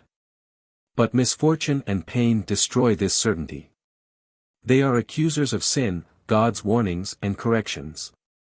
Now is the time to hold fast the faith that God leads the godly to repentance, and destroys the wicked, that he forgives the sin of the former, but punishes and avenges that of the latter. But this faith involves a hope of living to see better things, the justification of which the good man is sure must at last be attested by an objective judgment of God before the whole world, and the godly delivered from his sufferings. Hence the constant anxiety and restlessness of his conscience. The judgment passed upon him is ultimately to be gathered from the external world, and he can never be sure how it is to turn out. And a principle is also at stake the whole time, namely, the question whether godliness or ungodliness is right in its fundamental conviction. Each individual case at once affects the generality. The sufferings of one godly person touch all the godly. When he recovers and is saved, they triumph. When he succumbs, or seems to succumb, to death, they are cast down, unless in this case they should change their minds about him and hold him to be a hypocrite whom God has judged and unmasked.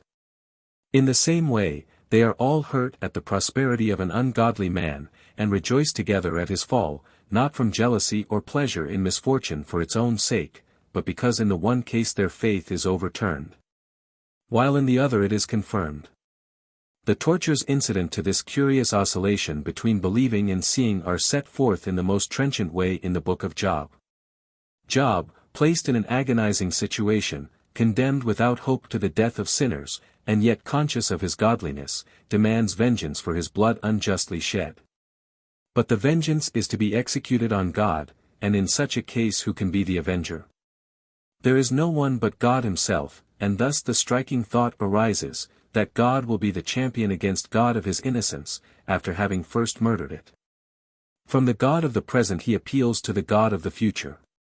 But the identity between these two is yet maintained, and even now the God who slays him is the sole witness of his innocence, in which the world and his friends have ceased to believe. God must be this now if he is to avenge him in the future. An inner antinomy is in this way impersonated. The view of the friends is one of which the sufferer himself cannot divest himself, hence the conflict in his soul. But, supported by the unconquerable power of his good conscience, he struggles till he frees himself from the delusion. He believes more firmly in the direct testimony of his conscience than in the evidence of facts and the world's judgment about him, and against the dreadful God of reality, the righteous God of faith victoriously asserts himself.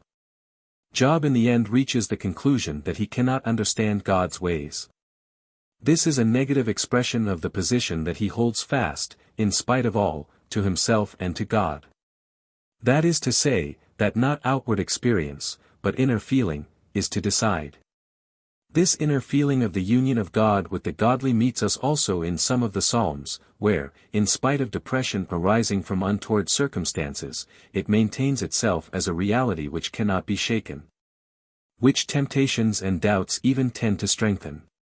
It was a momentous step when the soul in its relations to God ventured to take its stand upon itself, to trust itself. This was an indirect product of prophecy, but one of not less importance than its direct product, the law. The prophets declared the revelation of God, which had authority for all, but along with this they had their own personal experience. And the subjective truth of which they thus became aware proved a more powerful solvent and emancipator than the objective one which formed the subject of their revelation. They preached the law to deaf ears, and labored in vain to convert the people. But if their labor had produced no outward result, it had an inner result for them. Rejected by the people, they clung the more closely to Jehovah, in the conviction that the defeated cause was favored by him, that he was with them and not with the people. Especially with Jeremiah did prophecy, which is designed primarily to act on others, transform itself into an inner converse with the deity, which lifted him above all the annoyances of his life. In this relation, however, there was nothing distinctively prophetical, just because it was a matter of the inner life alone, and was sufficient for itself. It was just the essence of the life of religion that the prophets thus brought to view and helped to declare itself. The experience of Jeremiah propagated itself and became the experience of religious Israel.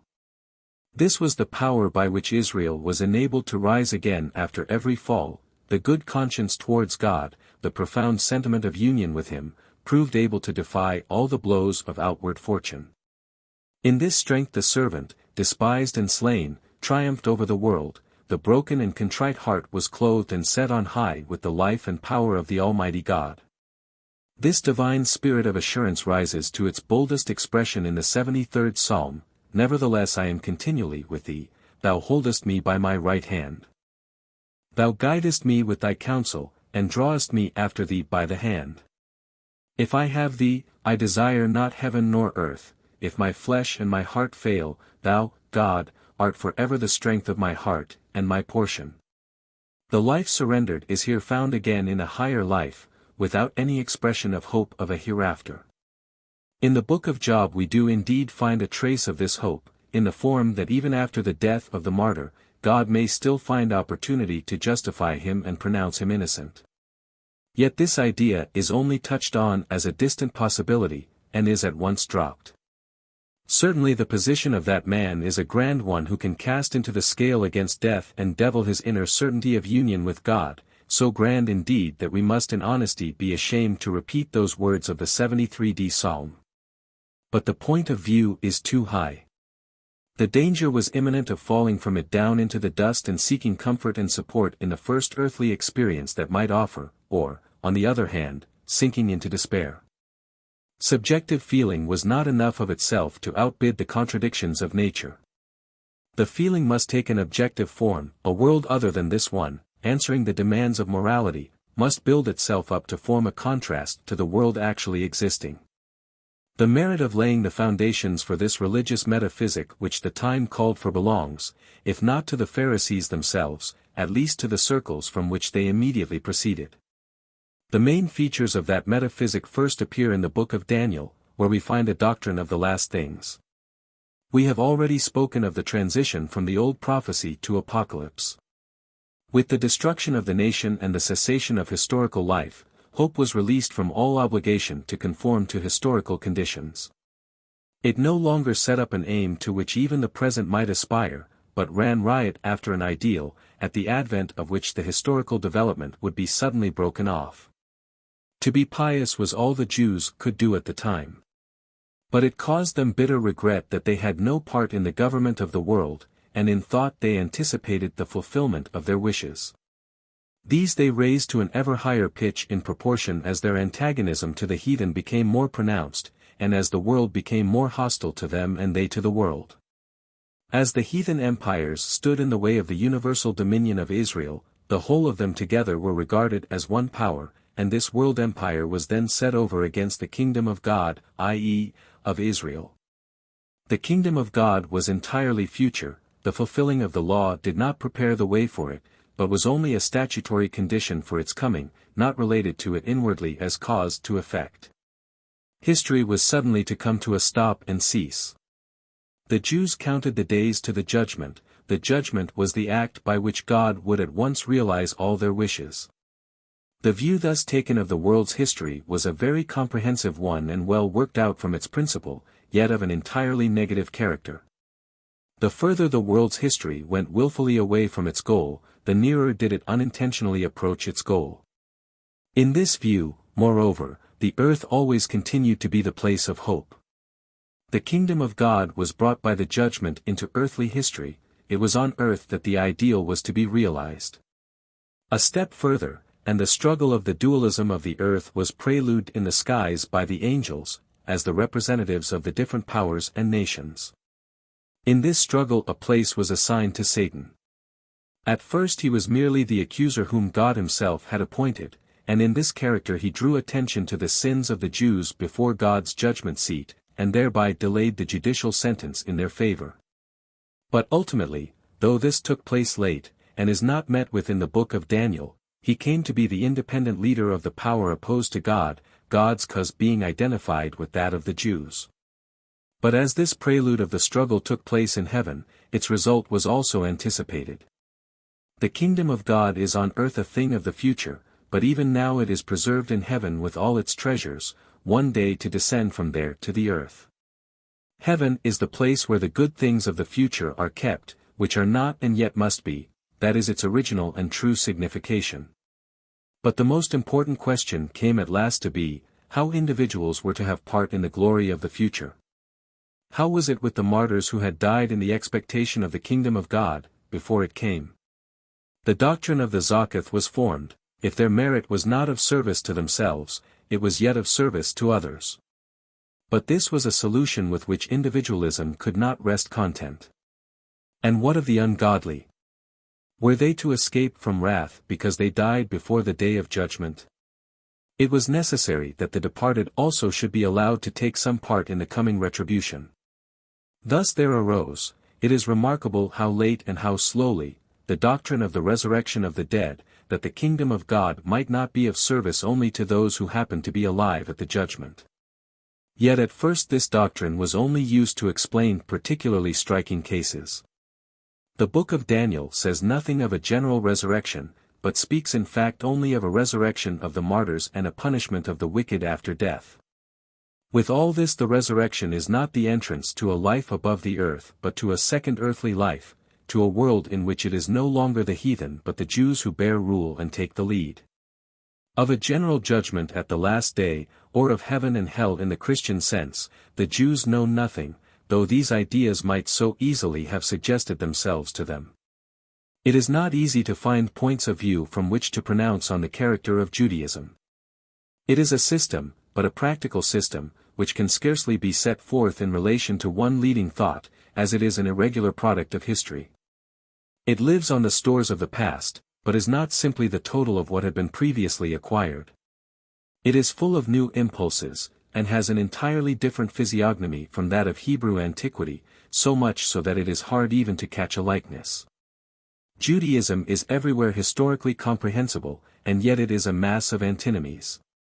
We are struck with the free flight of thought and the deep inwardness of feeling which are found in some passages in the Wisdom and in the Psalms. But, on the other hand, we meet with a pedantic asceticism which is far from lovely, and with pious wishes the greediness of which is ill-concealed, and these unedifying features are the dominant ones of the system. Monotheism is worked out to its furthest consequences, and at the same time is enlisted in the service of the narrowest selfishness. Israel participates in the sovereignty of the one God. The Creator of heaven and earth becomes the manager of a petty scheme of salvation. The living God descends from his throne to make way for the law. The law thrusts itself in everywhere, it commands and blocks up the access to heaven. It regulates and sets limits to the understanding of the divine working on earth. As far as it can, it takes the soul out of religion and spoils morality. It demands a service of God, which, though revealed, may yet with truth be called a self-chosen and unnatural one, the sense and use of which are apparent neither to the understanding nor the heart. The labor is done for the sake of the exercise. It does no one any good, and rejoices neither God nor man. It has no inner aim after which it spontaneously strives and which it hopes to attain by itself, but only an outward one, namely, the reward attached to it, which might as well be attached to other and possibly even more curious conditions. The ideal is a negative one, to keep oneself from sin, not a positive one, to do good upon the earth. The morality is one which scarcely requires for its exercise the existence of fellow creatures. Now pious exercises can dam up life and hold it in bounds, they may conquer from it more and more ground, and at last turn it into one great Sabbath, but they cannot penetrate it at the root. The occupation of the hands and the desire of the heart fall asunder. What the hands are doing has nothing in common with the earth, and bears no reference to earthly objects. But with the Jews the result of this is that their hope assumes a more worldly complexion. There is no connection between the good one and goodness. There are exceptions, but they disappear in the system. The gospel develops hidden impulses of the Old Testament, but it is a protest against the ruling tendency of Judaism. Jesus understands monotheism in a different way from his contemporaries. They think in connection with it of the folly of the heathen and their great happiness in calling the true God their own. He thinks of the claims, not to be disputed or avoided, which the Creator makes on the creature.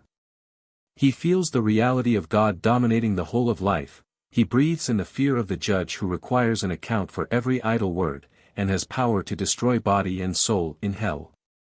No man can serve two masters. Ye cannot serve God and mammon. Where your treasure is, there will your heart be also. This monotheism is not to be satisfied with stipulated services, how many and great soever.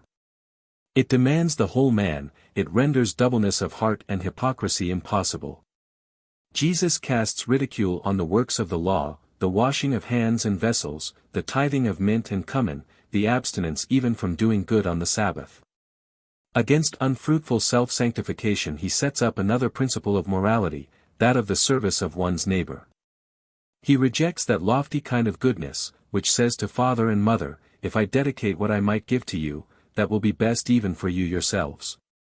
He contends for the weightier matters in the law, for the common morality which sees its aim in the furtherance of the well-being of others, and which commends itself at once to the heart of every one.